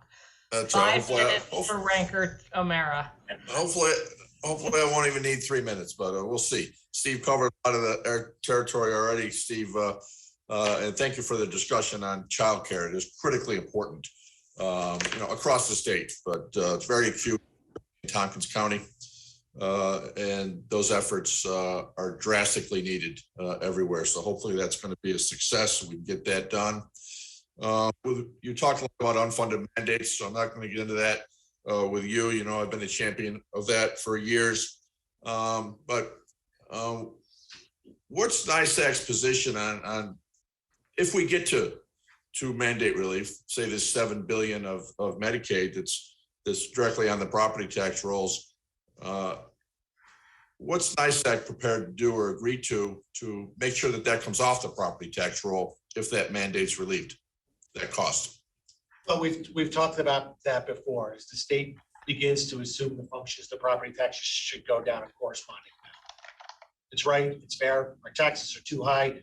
Look at the population drain. We're losing another member of Congress, the state. We need to do everything we can to help keep people in this state by reducing property taxes. We could do just that. But we have to begin. If it's good enough to fund by or to mandate a policy, it ought to be good enough to fund at the state level. Absolutely. Thank you. Thank you for that commitment. If we're able to make that progress, and I hope we can. You know, we're in a good financial position presently. The other area I wanted to ask you about was 911 and the grant process for those upgrades and things. Can you generally outline for us what's going on with those? Yes, I'd like to ask Ryan to just weigh in for 30 seconds. I want to say that, look, we estimate it's going to cost about $2 billion for county-based 911, enhanced 911 systems, taking video. People have cell phones now. They're using their cell phones to send video to 911 systems. We have to have the technology to process these emergency requests. For crying out loud, this is people's life on the line. And we don't have technology that's being upgraded to meet federal standards. We're one of a handful of states, 2 or 3 states, that divert 911 surcharge funding on our cell phones, on our landlines. We're diverting it at the state level and not returning it back to county-based 911 service providers. That's outrageous. We have to stop that. But the real request that we have right now is we have 2 separate programs that are in place right now, 2 funding streams. And the grant programs that are coming to the counties, they're coming to us in a very delayed manner. Tioga County desperately looking to upgrade its system right now, can't get a grant allocation out of it. It's owed this money. We think that the year that you, as a legislative body, appropriate these funds, they should also be released to the county, to the counties. Ryan, do you want to add anything else on that? Yeah, the only thing I would add to Stephen's comments is the 2 grant allocations, the PSAP grant and the SICG, State Interoperable Communications Grant, have been stagnant level funding for many years now. $10 million for PSAP, $65 million for SICG, of which 20 million is this targeted fund that Stephen's mentioning. We really need those monies to be distributed in the year they're appropriated, and the legislature should look to increase that funding from the revenue that's generated already from the 911 surcharge. Great. Thank you for that. Thank you for the work that you guys do on behalf of the counties. And I look forward to hopefully making some progress on these. But one thing I can assure you that for the last 10 years, no grants have moved with any expediency whatsoever. We're hoping to see a change going forward and that kind of timeliness when things are awarded, that they actually get paid. It's been a problem, and we're looking to improve upon that. So both very much. Thank you. That's why you appropriate, Senator, and put all that work into appropriations. It would be nice to see them actually awarded. Thank you. Thank you. And seeing no other legislators' hands up, I also don't want to take up time. I just want to thank you very much, Stephen, and actually the Association of Mayors and the Association of Towns coming up. All 3 of your associations are always so valuable to us as we are trying to sort through an enormous budget each year. And all 3 of you offer perspectives and I think details about what's really going on in local governments that we might not ever have access to if not for your hard work and the work of your staffs collecting up the priorities of all these different local governments in New York. So I don't have a question tonight. I look at your legislation and I learn things, even when we don't all agree, which is part of the game, right? So I want to thank you very much, Stephen, for your time and your staff's time, and move it to Gerald Geist, the Association of Towns of the State of New York, or the State of New York Association of Towns. I'm not sure which order it's in. Stephen Geist for 10 minutes. Yeah, good evening, Senator Krueger and members of the state legislature. Thank you for having the Association of Towns here tonight. With me is our Chief Legislative Counsel, Sarah Brancatella, and we welcome this late hour to address some of our critical concerns about the state budget. I'm a former town board member of the town of North Castle from County of Westchester, and I know town issues firsthand. I served as a town board member for 24 years. The Association of Towns represents 933 towns across the state where 9 million of our residents live. We're extremely diverse and we play important roles in providing services to our residents each and every day. This is the best budget we've seen in years from the executive office. The Governor Hochul's delivery of her commitment to local government is a refreshing change from the past administrations.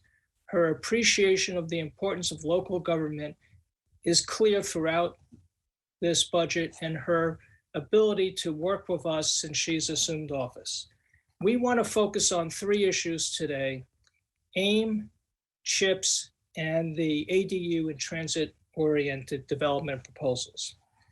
On AIM, we're thrilled to see that the program under the budget proposal by the Governor Hochul has now been restored to state funding. We've been asking for that, and I know you and the legislature have heard our cry over the last couple of years and have been outstanding in our support of trying to restore it. And we thank you for all your hard work for towns over the last couple of years. We know you hear us, you support us, and it's very important that the legislature has been a great partner with us on that very important issue.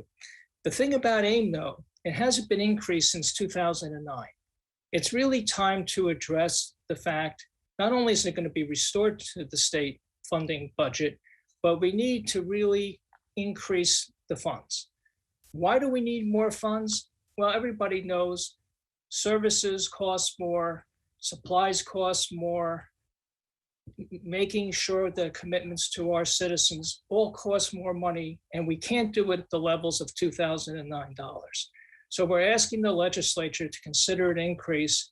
I think the Conference of Mayors and Peter Baines outlined a very interesting proposal for how to do it and the rationale behind it, and we would be supportive of that direction as well.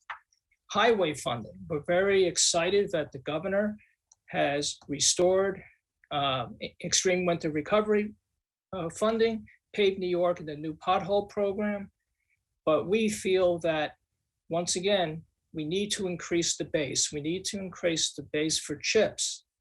So, because these other programs don't increase the base, we need to show that dollar commitment to the roads. Very critical to the how people get to work, how kids get to school. We need to make that commitment going forward. Now, the one thing we do disagree with the governor is this accessory dwelling unit and transit-oriented development. You know, coming from Westchester, we had to deal with this issue decades ago. And many of the communities, including mine, drafted ordinances and acted and created units all over our town. And it happened all over Westchester. This top-down legislation does not take into consideration all the hard work that's already been done. In fact, the failure of the legislation by overriding local authority, home rule, if you will, is really an anathema to how government really works. Those of you in local government know that we have to wrestle with the impacts on sewer and water. We have to deal with transportation issues. we need to deal with density, off-street parking. And we need to deal about, this is one of the things we had to deal with this law in my town, is the impact of sending, how many more kids would go to schools and the impact on the schools if we increased more density units.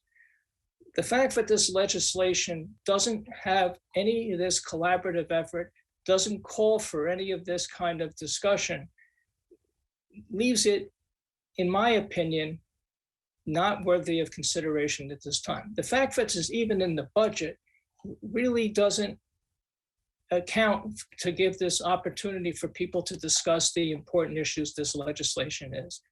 Overriding home rule, overruling local regulations, overruling master plans, all felt planning board, zoning boards, how these things factor into community and community input is really the wrong direction on this issue. This is a really important issue, and the Association of Town applauds the discussion, but we feel there's a better way to do it, which includes a collaborative effort with towns, the villages, the cities, and the state legislature working together to come up with a comprehensive, well thought out plan, which this legislation doesn't do. We believe we should incentivize ADUs. How do you incentivize? For example, you could commit dollars to sewer and water programs for each community so that they would have the ability to take in additional units. That would be one way to incentivize this. But we need to think about this from a whole town, whole state perspective. Just because if you look at the transit development plan, it talks about bus stations, but you really need to understand if the bus runs once a day or it runs 5 times a day to get people to work. Those are the kind of issues we had to wrestle with on the local level, but all this is missing from this proposed legislation. And I said this before, water and sewer is critical. The legislation talks about impacts on septic, but the community has to be able to accept the new population coming in, because our systems are crumbling and aging, and we need to not only repair and keep them going, but we have to improve those systems. And this legislation doesn't account for that. As I've always said, local government is the best way to address and hear this complaints of the public and their concerns, and this legislation attempts to override that ability. So we would like to see this legislation taken out of the budget and restructured so to give everybody a better opportunity to weigh in on this very important issue, but not by overriding home rule. Now, the couple of other things in the state budget, we're very supportive of the governor's proposal on the interest rate on judgments. 9% doesn't make any sense. We need help on that front. Local ethics reform, we shouldn't do a piecemeal approach to Article 18, but rather a comprehensive review of the entire program. Code enforcement, the provisions in the state budget on code enforcement, once again, are piecemeal and don't take into account how to address the problems. We need to come up with a plan to strengthen code enforcement, but not to penalize or have standards that aren't able to be measured to determine whether code compliance programs are working or not. And the last thing I would like to say is we want to increase the CHIPS threshold, very important, as I've heard that testified today. And then on the revenue from the vacation rental industry, we want to make sure that those dollars go to all levels of government, wherever those properties are situated. I know the hour is late, and I know you might have lots of questions, but I would like to say thank you once again for the support of towns that you've always given us. And thank you for hearing our concerns in this year's state budget. Thank you very much. Thank you very much. And we're going to start again with the Assembly Chair, Fred Thiel. Are you there, Fred? Sorry, had to unmute there. Okay, he's thank there. you, Chair Kruger. I much appreciate it. And Jerry, it's good to see you. Thank you for your testimony. Let me start with AIM again. You're presenting a proposal with about a 2% increase, basically. The NICOM presented a bit more of a robust proposal of taking the cost of living adjustment from during the freeze, which would be more. And then they talk about a formula. I don't want to get into what the amount of money should be. That's going to be a budget negotiation. And you both come out for the concept of that there should be an increase. And many of us in the legislature agree with that after all these years. My question for you, though, is that if there is an increase, you know, there was some talk about from NICOM about a formula. Do you think it should just be a percentage across the board increase, or do you have interest in a formula? And if you do, what do you think should be in that formula? Well, I agree with Peter Baines when he talked about that the AIM, how it's structured currently, it hasn't been revised in decades. And I just want to point out, for example, some of the inequities of the current AIM legislation. Hempstead, which has 800,000 residents approximately, gets 1/4 of the amount of dollars that the city of Albany gets. So it's not based just upon population. So I would look at a new stream of funding for future dollars because it might be more equitable based upon towns with larger populations, which a lot of them are out in Long Island, as you know, Fred. And so we want to make sure that there's better equity on those types of dollars going forward. Okay. And, you know, a lot of conversation today about the, you know, the zoning provisions that are in the budget. I'm not going to repeat what I said earlier with NICOM. I obviously do not think that this is the right approach, and you know, think that an incentive-based approach, you know, basically a carrot, not a stick. You know, we all recognize that there's the need for additional housing, but you know, it seems to me, and you mentioned some incentives as far as infrastructure and things of that nature.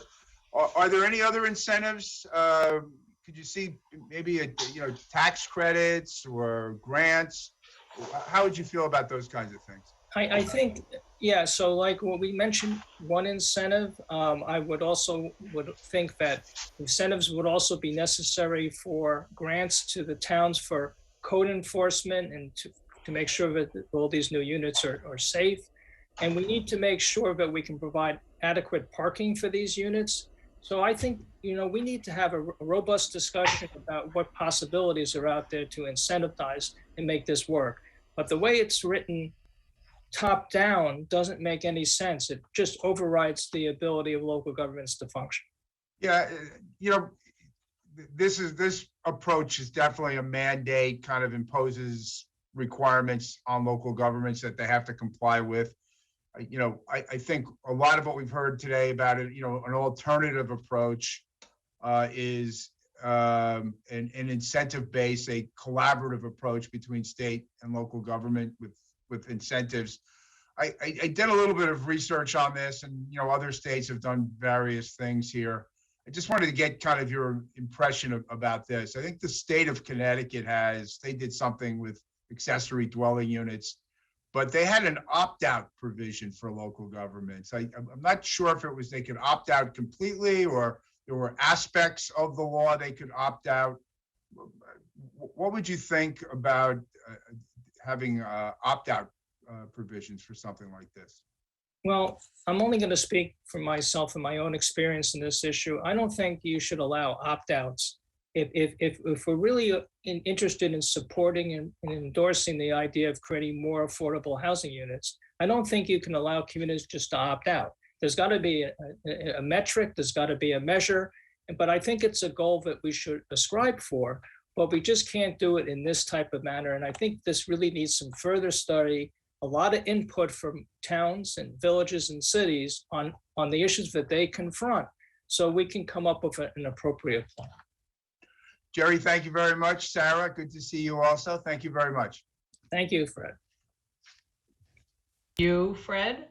And next up is Jim Gorin, the chair of local government in the Senate. Thank you, Madam Chair, and good to see you, Sarah and Jerry. Good to see you as well. Just following up on Fred, I don't think it would take us a long time to have to figure out how to convert this to an incentive program, because there are so many municipalities in the state, including, you know, some in, you know, on Long Island, and in my district that are already doing this. So maybe we should look at trying to see if we can get some funding into the budget for an incentive program that towns and villages and cities could apply for, and and begin it this year, maybe even as a pilot project, and then work very quickly to try to develop what the program would be. What would you think of something like that? So Senator, thank you again for your support of the towns and your interest in local government. I want to say two things, and then I'm going to let Sarah comment on another portion of it. A lot of towns already have these laws and have been acting under these guidelines for decades. And I think that should some consideration of a grandfather in whatever legislation is down the road on this subject, because if towns have been doing it effectively and working it out in a reasonable, rational way, why should they be imposed upon when they've already been doing it right? Sort of reminds But us. if they wanted to do more of it, we gave them an Then you can incentive, some incentivize. funding. Right. So just as we had this whole discussion on shared services years ago about towns have been doing it for generations, we should remember those kind of discussions and as we look into this. Sarah, do you want to comment on what else the senator says? Sure. I just wanted to bring up the fact that I don't think it's been raised a lot, that the issue of affordable housing and accessory dwelling units doesn't just impact more densely populated areas. It also is something that is very important to our rural communities too, especially with with seasonal workers. It's a very important issue. So one of the reasons why a top-down approach doesn't necessarily work is because, as Jerry mentioned, our towns are so remarkably diverse. Assemblymember Thiel, you mentioned doing an opt-out. Even if you had a standard local law at the state level or standard rules at the state level that towns could opt out of, while that certainly is an improvement over a mandate, the top-down approach doesn't account for the nuances and particular concerns of each community. And Senator Gorin, I had listened to some of your questions that you presented to Peter Baines and the Conference of Mayors, and I have some thoughts on those if you're interested in hearing them. In particular, you asked about the idea of what ministerial means, and I had that flagged from my lawyers, putting my lawyer's hat on. I had that similar concern about that because in the land use context, you often hear about things allowed as a matter of right. That's why you have special use permits. But even something that's allowed as a matter of right, you're still allowed to impose conditions on. And that's just not the case involved with this legislation. So I had a lot of concerns with the term ministerial. You had also asked about the possibility of other laws and other protections, whether they would apply to this. I just wanted to point out some language on page 170 of Alpha, in particular subdivision 8, and it says that no policy or regulation other than the local law authorized shall be the basis for denying a permit. And while there are some allowances for taking into consideration watershed protections and wetland protections, I think the fact that it is so focused on the health and safety of the occupant instead of the community is a cause of concern. And I think that some of the legislation, the local protections that you had mentioned, they potentially would not be able to be the basis for rejecting an ADU permit, because there is no discretionary review. The local government doesn't really have a lot of discretion, any discretion really, to deny a permit. And I think that is particularly problematic with some of the things that you raised. Okay, thank you, Sarah. And finally, I just want to talk about potholes. You know, Governor Hochul is now very proudly allowing people to refer to her as Governor Pothole with this $1 billion in the budget, which I fully support and think is a great idea. But I also think the implementation of that is something that we're probably going to have to develop, after it's put in the budget. So I would, love to have your thoughts either now or in the future on how that could be implemented, because I could see this in effect as providing municipalities with some additional sort of CHIPS money. Because there are many roads in certain municipalities that are just one pothole after another. And that maybe there can be a grant program application process that this could be used for that purpose as well. Just love your thoughts. We would welcome the opportunity to give some suggestions, Senator Gorin, as to the pothole program. We're very desirous of this, but we also believe, as we stated, that we need to increase the base on CHIPS. Right. Okay, but also a lot of the money is first going to have to go to fix the Long Island Expressway. I'm going to use my regional hat here because we've got a lot of them. Thank you.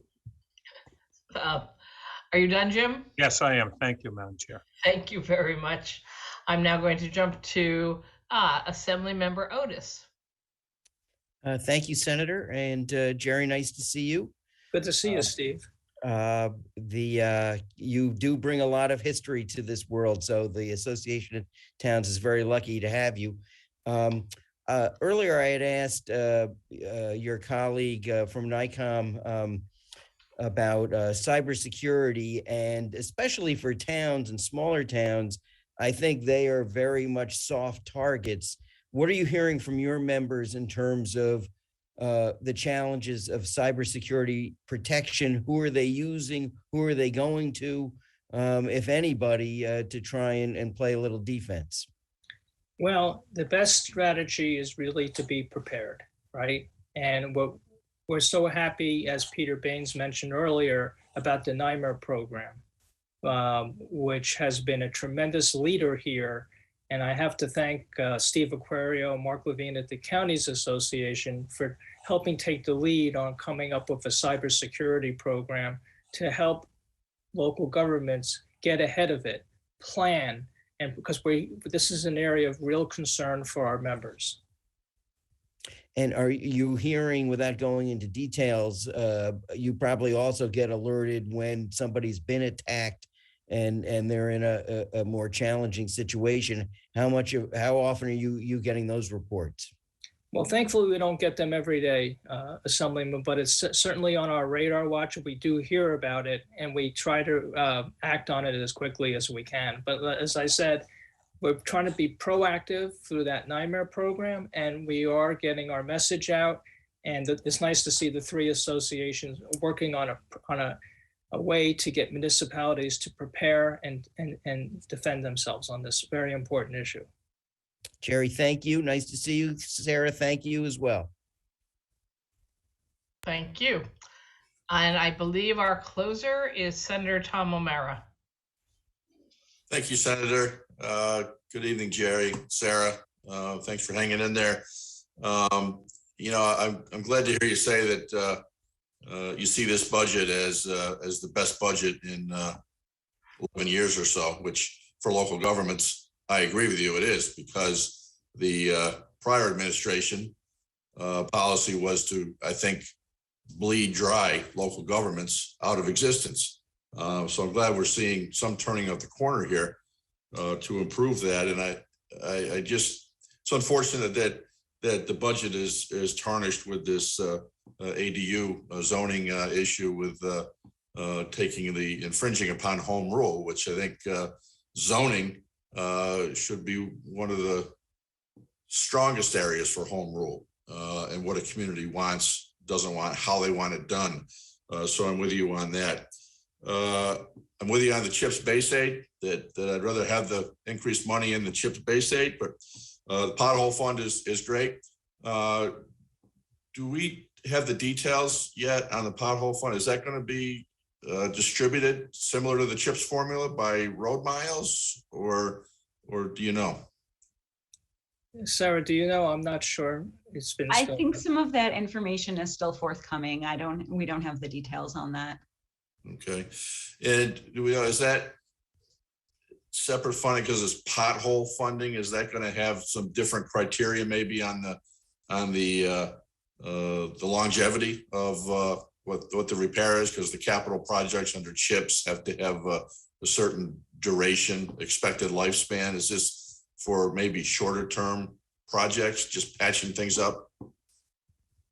That was the impression that I got from Governor Hochul's comments on it, that it was literally pothole repair, not necessarily long-term infrastructure investments. So our understanding currently is that it's for shorter term Band-Aids. Well, and I certainly hope that, well, I'd rather have it rolled into the base aid of CHIPS, as we've said, but I hope it at least is going to get fairly distributed along the lines of the CHIPS program, because frankly, I think that that's one of the fairest funding distribution methods we have in state government, per mile. So no matter, you get what you have mileage wise. So that's critical. One last thing I wanted to ask you about. My understanding is that the federal pandemic aid flows not directly to towns. It's coming through the state to the towns. Can you tell us how that process is going? Are those funds flowing? Are they getting held up? Because the prior administration, their philosophy was to hold on to every nickel as long as they possibly could and not send it out the door. So is this federal pandemic aid getting to you guys in a timely fashion?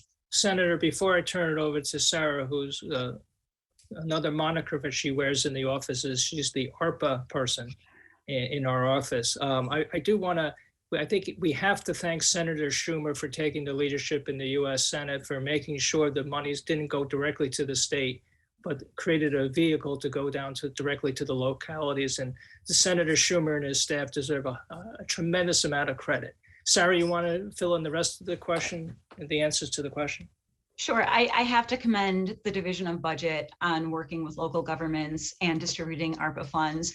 Out of the 933 towns in New York State, I've only heard of one town having an issue, and it was due to a secretarial mistake. So the Division of Budget has been, over the summer, I talked to them almost every day, and they were truly phenomenal at making sure that these funds were distributed immediately and in a timely fashion to towns. So we were really pleased to work hand in hand with them, and I would be remiss not to acknowledge their significant efforts and the great work that they did.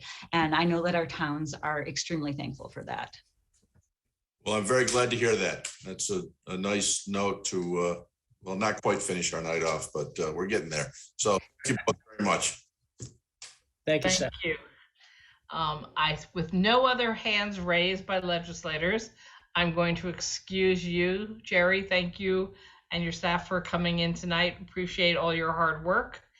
And I am going to move us along. There's someone just double checking a Zoom message to me. I'm on the next panel, seem to be having a Zoom issue, but someone help me. I'm assuming somebody took care of that message. Yes, good, because you're here.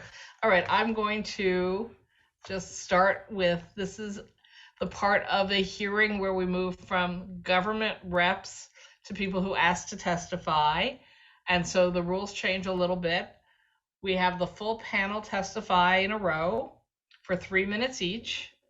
Then we open it up to any legislators who want to ask the panel questions for a total of 3 minutes each. And your ranker and chair status are no longer relevant. So let's start with Empire State Indivisible, Danielle Brecker, co-leader organizer. Legal Women Voters, Laura Bierman, New York State Executive Director. The New York State Elections Commission Association, Dusty Zarni, and there's a much longer name. Democratic Caucus Chair Elections, Onondaga County Board Commissioner of Elections. And then Joanne Zidanis, I bet I did that wrong, Brennan Center for Justice. Let me see, is there anyone else on this panel on the next page? No. So if you'd start, please, in that order with Danielle from Empire State Indivisible. Good evening. Hi, hello. Can you hear me? Yes. So thank you for the opportunity to testify in support of funding the statewide public financing program in the full year 2022-2023 budget. I am Danielle Brecker, co-lead organizer of Empire State Indivisible. The Indivisible movement is predicated on holding our elected leaders to account. Empire State Indivisible is dedicated to policies that amplify the voices of New Yorkers in our democracy. We have been working with other grassroots groups in the Fair Elections for New York Coalition since 2018. Empire State Indivisible has canvassed across our state, asking New Yorkers to support policy and candidates. We have seen candidates with bold policy platforms struggle to raise money, stay in the race, reach voters, and get elected. We have seen the devastating and stifling influence of corporate and special interest money on our communities and communities across the state. The New York Small Donor Public Financing Program is key to changing this. We are pleased to see funding for the program in Governor Hochul's executive budget. We support the inclusion of $10.5 million for the administration of the program and $10 million for future matching funds in the executive budget. Today, we ask the Senate and Assembly to increase the appropriation for future matching funds to $40 million to be in line with the projected cost of the first legislative cycle of the program. We ask that the program be as strong and as bold as the many diverse candidates it will uplift. It is important that the program receives adequate funding this year to build confidence in the program for both candidates and voters. The potential benefits of this program cannot be overstated. Public financing can help stymie the disproportionate influence of large corporate and special interest donors on our democracy. The weight and influence of these corporate and special interest donations are at odds with the solutions we need for our communities. Public financing is key to fostering a multiracial democracy. Folks from all walks of life can run and win without needing to know or depend on donors who can write big checks. Together with voting reforms, this policy brings more people into the democratic process. We do not have to look beyond the new New York City Council to see how well it can work. Funding this program now is an investment in our democracy's future. We commend the budget lines in the executive budget and strongly urge you, the legislature, to increase the funding for future matching funds to $40 million. Thank you again for the opportunity to testify in support of this important reform. Thank you very much for testifying. And now the League of Women Voters. Thank you. Thank you for the opportunity to testify today. I'm Laura Ladd Bierman, Executive Director of the League of Women Voters of New York State. The League is a nonpartisan grassroots organization with a mission to educate the public to become engaged members of their communities and informed voters. We believe voting should be made as easy as possible for all New Yorkers, and we greatly appreciate the tremendous gains that have been made in the last couple of years in making voting more accessible, and we applaud the legislature for enacting these reforms. However, many of these reforms still have not been sufficiently funded, particularly with voter participation this year expected to significantly increase from last year. The expansion of early voting last year with more poll sites now required and extended hours of the poll sites was great, but only if funding is provided. We do not want these reforms to become unfunded mandates on the counties. The reappropriated funds for county boards of elections must remain in the budget and increased if possible for early voting options to be available for all voters in all counties. The current outdated process used by New York State to collect, process, send, receive, and count absentee ballots is slow, cumbersome, and costly. Reforms for absentee voting are greatly needed, but again, only if funded. Ballot tracking systems could give voters confidence that their ballot was received and counted. Ballot drop boxes could make voting easier and safer for their ballots. Return postage on ballots could delete a cost to voters to vote. This is a big election year, and many voters now prefer to vote by absentee ballot. We don't want to discourage that. Two final comments on the budget. The League supports the proposal for poll sites on college campuses, but asks for expansion to include primary elections and early voting in addition to the general election day. The League also applauds the proposed elimination of the 25-day statutory voter registration deadline. Many voters become engaged in the election toward the end of the election season, but by then it's too late for them to register and vote.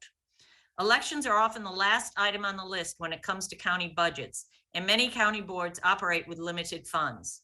The League urges the legislature to seriously consider the cost of new election improvements when introducing their proposed budgets and to consider setting up a yearly fund specifically for enhanced election reform like early voting and absentee voting.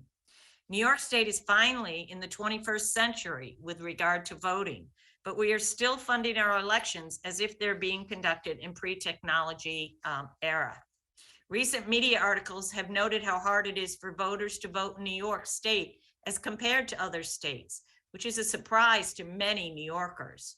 In order to realize the enhanced goals of the legislative leaders and governor, we urge that serious funding commitment to the State Board of Elections and County Board of Elections be enacted.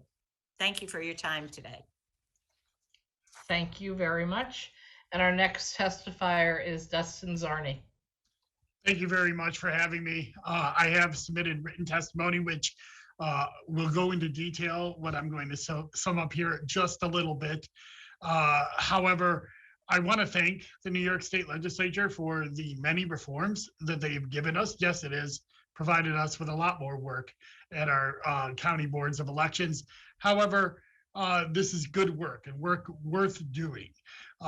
We do note, though, that this next year we face a huge increase in work with the expansion of early voting and the moving of the canvassing of absentee ballots to pre-election day counts, both reforms that I personally and my caucus supports. However, without state funding and state aid, we can see a disparity of resources going from county to county, as local county legislators often do not fund the boards of elections at equal rates from county to county, leaving citizens at the whim of frugal budgets and oftentimes boards of elections being treated as the bastard stepchildren of county government. So we do ask that the New York State Legislature consider the funding levels that you gave us in 2019. When you had us implement early voting and electronic poll books, there was a $10 million aid to localities fund and a $25 million capital fund. If that was enacted and added to the governor's budget, which is a great budget for the State Board of Elections, but leaves the county boards of elections out of the mix. If those funds are enacted by the legislature, as it has traditionally been the role of the legislature to add those budgets, we can purchase high-speed scanners. We can bring in workers to help with the absentee canvasses to fulfill the goal of having these votes counted by election night. We can have electronic poll books on election day. Many counties have not rolled those out and only have them on early voting because that's all the money that they had to implement those. We could replace some of our aging precinct scanners. These machines, some of our counties have had the same ImageCast scanner since 2007, and they're ending their useful life. We need state help to be able to amplify the resources at these local boards of elections to perform the reforms that you have tasked us to give. So please consider adding these budget lines into the budget. And yes, please consider making these a permanent solution for funding elections in New York State. Thank you. Thank you very much, Dustin. And our last testifier on this panel, Joanna Zdanis. Help me, sorry. Denise, thank you. Good evening, Chairs Weinstein and Kruger and members of the legislature. My name is Joanna Denise, and I'm Senior Counsel at the Brennan Center for Justice. I appreciate the opportunity to testify in support of funding for our elections and voting infrastructure in this year's budget. With malicious and racist attacks on the franchise across the country, New York's leadership in fostering a stronger and more inclusive democracy has never been more urgent. We're grateful to the members of this body for championing policies that expand access to the vote and break down barriers to the political process. One of those is the state's new small donor public financing program, which will launch this November. It's the strongest and most ambitious response in the nation to Citizens United. The Brennan Center works on this issue nationally, and I can tell you that jurisdictions across the country are watching to see if New York can implement its program successfully. A modest investment now will help ensure that the program lives up to its promise of giving constituents donating only modest amounts a more important role in fundraising. We're pleased to see funds in the executive budget for both program administration and for a portion of the matching funds that will be distributed to participating candidates. But like my co-panelist, Ms. Brecker, we urge the legislature to increase the appropriation for matching funds from $10 million to $40 million this fiscal year, which is approximately half the amount projected to be dispersed the program's first cycle. It's common practice to build up program funding well in advance of the first election year that candidates use public financing. Prominent programs like that of Connecticut and Montgomery County, Maryland are just two examples. So providing adequate funds now will build candidate and voter confidence in the program's solvency and help campaigns plan their fundraising strategies using small contributions from constituents. Another important reform, automatic voter registration, is going to launch in January 2023, and we support continued funding to build out the state's online voter registration system, which is critical to AVR success. And outside of the budget, New York can lead where Congress has failed by adopting the John R. Lewis Voting Rights Act of New York, which, if enacted, would be the strongest voting rights law in the country to fight race-based voter suppression. And to fully deliver on these reforms, this legislature must support improvements in elections administration. There are simple yet effective solutions that are available now to promote better voter service. And of course, we also support more state funding for local boards of election to help address the persistent resource challenges that they face. Thank you for your continued leadership in strengthening our democracy. We stand ready to assist, and I'm happy to answer any questions you may have. Thank you all. And I'm looking for raised hands. And I saw Assemblymember Jacobson first. Thank you, Madam Chair, and I want to thank all the panelists for being in favor of expanding democracy, expanding the vote. As I know Commissioner Sansi knows, because I rely on his organization and the local commissioners as a resource. I pushed last year for additional funding, and I was successful, and I'm doing the same this year. We've done incredibly great things, early voting, being able to correct absentee ballots. Now we're going to be able to start counting earlier, so we look like every other state in the nation to know our results on time. But unfortunately, all these things take money. And believe it or not every commissioner is in favor of these reforms. So it's important that we do it on a state level as far as the funding, and I'll be pushing for it. And I hope that you will also continue to push not only on the state level, but on the local level, because as you know, politicians do respond, and it's important that you make your voice heard. So I stayed through the end for this hearing because I wanted to be here for this group. Just to let you know that you have an advocate here, letters going out the next day or two for the budget. And we have to keep pushing because there's more to do, but it does take money. So I don't have a question because I know that what you're all in favor of. And I just want to thank you for hanging in there and for advocating for our democracy. And voting should be simple and easy. Doesn't mean it isn't expensive. So thanks. Thank you, Assembly Member. I see Robert Jackson's hand up. Senator Jackson.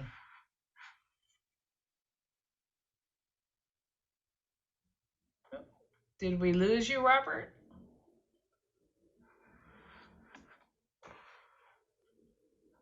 I know Senator Jackson had to go home today because he tested positive for COVID. And I'm wondering whether he's been frozen out.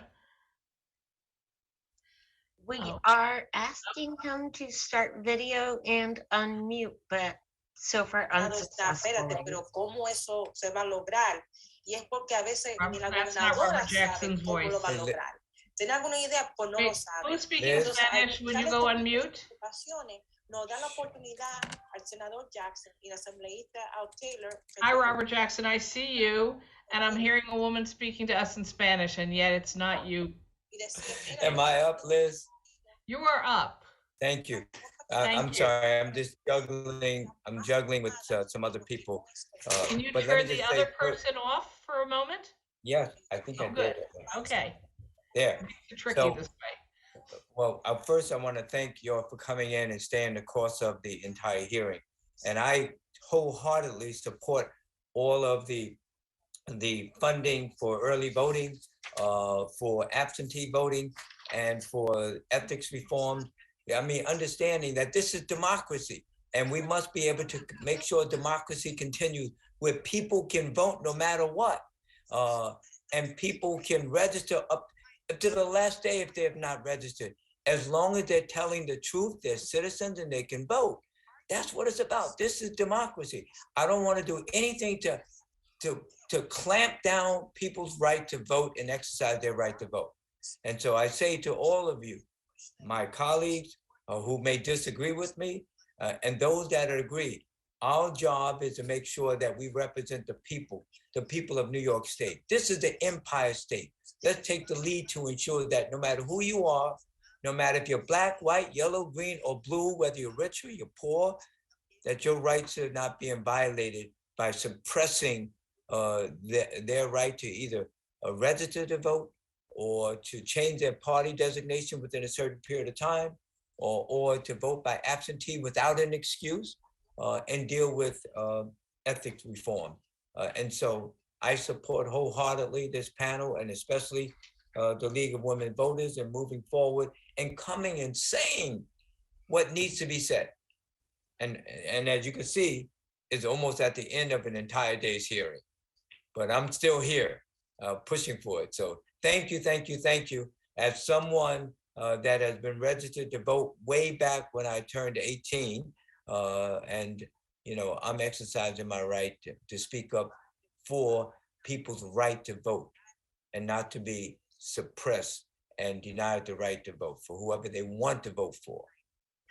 Do you know that the senator's nickname among his Senate fans is Still in the Fight?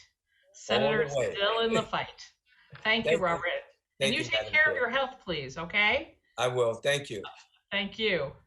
Talmar, did you have your hand up or you're just in the box so I'm seeing you? You don't have your hand up. All right, I have one question for Dustin. You were making a wonderful pitch for the need for additional money to the County Board of Elections. Is there a number? I believe the funding that this legislature provided in 2019 is a good model to do again this year. And that was $10 million in aid to localities, which allowed us to have more flexibility, bringing in staffing and offset the cost of early voting. And then $25 million in capital funding, which will allow us to replace aging voting systems, bring in high-speed scanners for absentees, as well as some counties needing to expand their their electronic poll book fleet to be able to move those to election day, to be able to accomplish all the reforms. I believe those two items from 2019 would be of use this year. Okay, so you never got the 25 million capital, right? We did. We spent it. Many of us spent it, and many small counties have already exhausted that, and they were not able to expand their electronic poll books to election day because they just didn't have enough money. It was only for early voting. Now that we're going to count absentees before election day, we need these electronic poll books on election day to make sure people don't vote twice, and also we need high-speed scanners to be able to do those counts for absentees while we're also running early voting and election day voting. Got it. Thank you. I want to thank all four of you for your testimony here tonight. I also just want to give a shout out to my Chair of Elections, Elner Myrie, who could not be here but wanted to be, and who is very aware of all of the proposals that all four of you have made. So with that, I want to thank you very much for your participation and for staying so late with us. And I'm going to call up the last panel, the New York Land Bank Association, or it could be the Association of New York Land Banks. I'm never quite sure the way it's written out. Adam Zanaco. Franco. Thank you. And Immigrant Arc, Camille Mackler, Executive Director. Noah Cassis from the Furman Center could not be with us tonight, but his testimony is included in the package. So why don't we start with Adam? Thank you, Chair. And thank you to all the legislators for the opportunity to testify today. And thanks for staying to hear about the New York's Land Bank program. So I'm Adam Zaranko. I have the honor of serving as the president of the State Land Bank Association, and we focus on fostering the growth of the state's land bank program, which is among the largest and most active in the country in terms of effectiveness and number of land banks. I'm also here today as someone that's kind of on the ground and in the trenches. I've served going on 6 years as the executive director of the Albany County Land Bank, which is one of the largest in the state of New York. And it's the one that helps remove some of those red X's on the properties that surround the Capitol and the buildings that I'm sure you see when you come visit. You heard a lot today, and I actually listened to all of it because I wanted to hear from our mayors and our local government leaders. And we heard a lot about vacant abandoned properties as a challenge. Just about everyone is talking about affordable housing as a challenge. A lot of communities in the state, I don't think there is a community in the state that isn't struggling with one or both of those two items. And so land banks are here to be part of that solution, and we're proven an effective way to do that. New York's land bank program was actually established in response to the 2008 foreclosure crisis. And there's now 26 in the state, and we serve over 70% of the state's population outside the city of New York. And we're not just focused on rural issues. We heard from a lot of upstate city or mayors from cities today, but also a lot of our rural areas are served by land banks. Actually, most of the land banks serve rural areas and cities that are countywide or multiple counties that come together. I put a lot of the numbers in our packet of what we've done. But essentially, we're facing kind of a double whammy of challenge.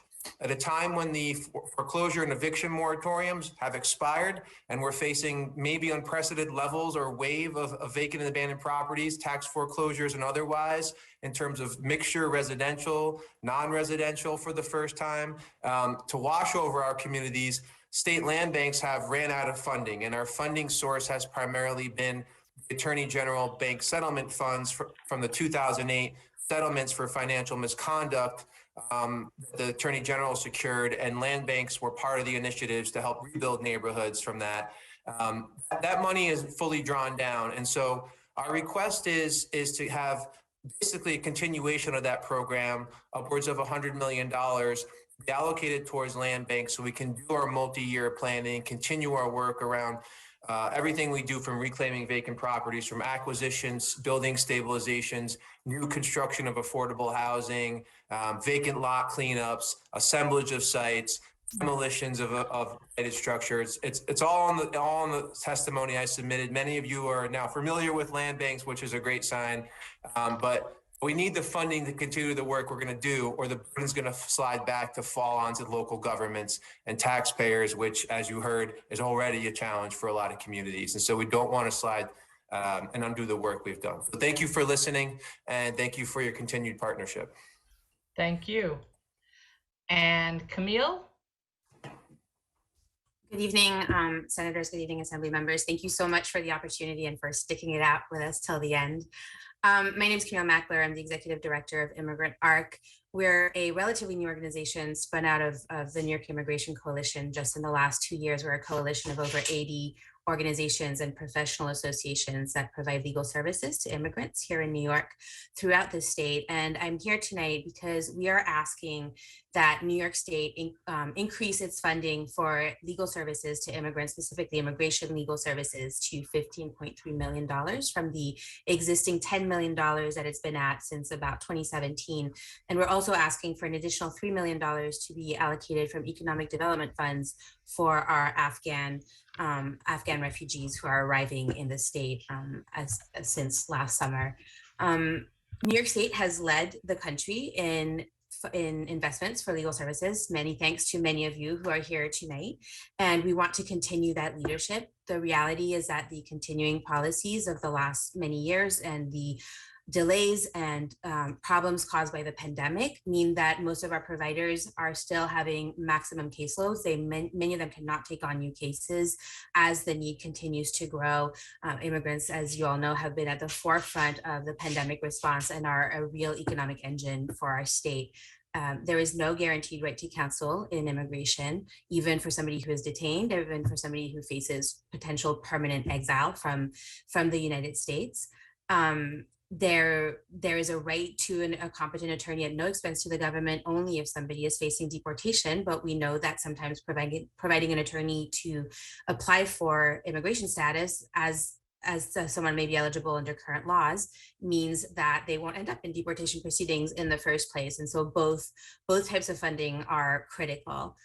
We know that from studies that have been done, detained immigrants are 4 times more likely to be released from detention, 11 times more likely to actually apply for an immigration benefit and to defend themselves from deportation charges.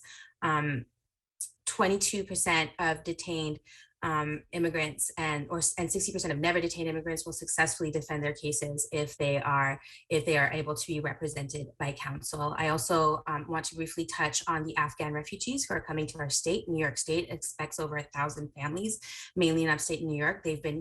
Refugees have been an incredible economic driver for upstate New York for a very long time and the rest of our state. Because of the chaotic nature of the evacuation, these individuals are actually in very precarious legal positions and don't have permanent ability to stay. And these are not legal needs that refugee resettlement agencies who are doing yeoman's work, working with these communities, can handle. These are very specific, complex cases. And so we see this as an economic investment and ask for an additional $3 million from economic funds to provide legal representation to this very specific population. Thank you.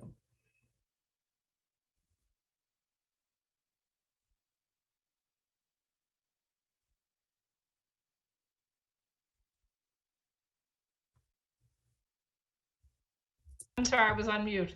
I was saying Assembly Member Steve Otis. Thank you.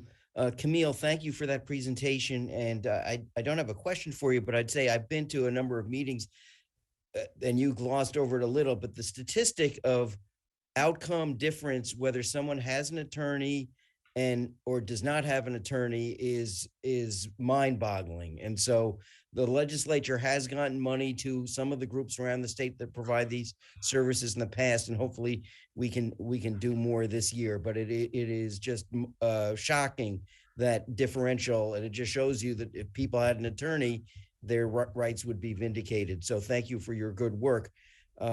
Adam, question for you. So the settlement funds are out.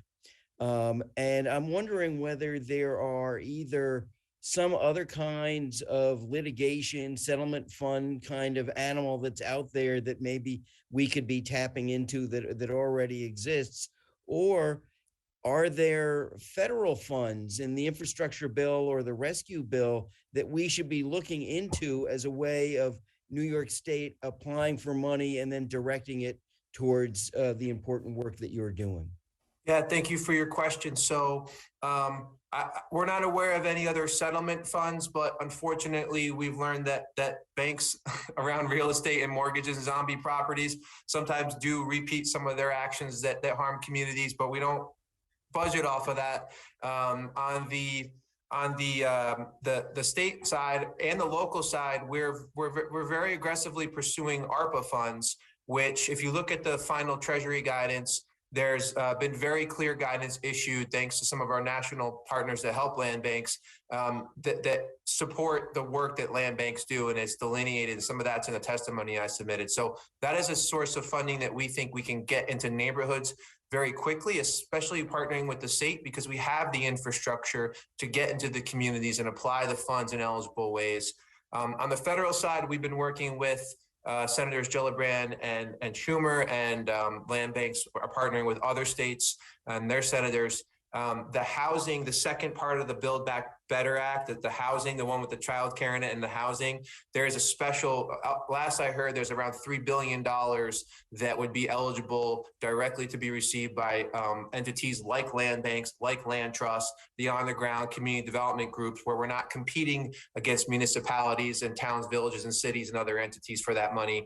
But that bill hasn't been passed yet. Obviously, we're hoping very much that it will be. So those are the funding sources that we're aware of, aside from state funds, budget funds. Well, I'd say if there are state agencies that should be applying for federal funds that deal with this issue, to get that to our Ways and Means and Finance staff people so that we can try and connect the dots for you. So thank you for the testimony. Thank you. Thank you. And I think our last hand for the evening is Assemblymember Jacobson.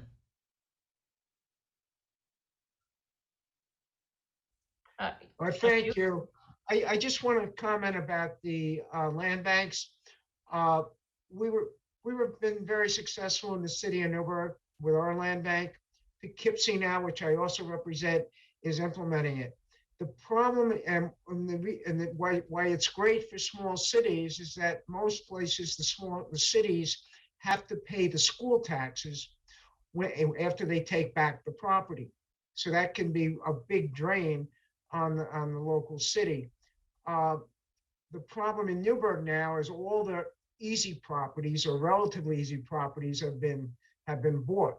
Now you have some that are really bad, and so that you get a case of diminishing returns. So I think something has to be worked out on that. So I'll let you try to figure it out sometime after this hearing on what we can do on that, so that it makes sense. It's not always as great as it sounds, but it was very helpful in those situations. But once the little boomlet is over, then you're still left with these properties. And so they're still zombies, but they're zombies on the land bank's watch. So that's it. We've been here a long time. Thank you. Thank you, Madam Chair, and everybody else for hanging in there, and also to both Madam Chairs, I should say. That's okay. I'll tell the other Madam Chair who had to leave. I'm sure I'll see you tomorrow on one of them. Anyway. No, as I close down this hearing, I'm going to actually first thank very much the last two testifiers for being with us this evening and for staying so late to testify. I'm going to thank all my colleagues who are still with us. I'm officially going to close down the hearing on local governments for 2022. Remind you, we're not having a budget hearing tomorrow. Don't show up, Jonathan. But we will be having our next budget hearing on Monday, starting at 11 in the morning, and that will be on mental health and OPWDD related issues. So again, thank you all to my colleagues. Thank you to all to the staff of the Assembly and the Senate, who also are all behind the scenes, making sure somehow we get through each of these days. Have a good night. Sleep well. Thank you. Thank you.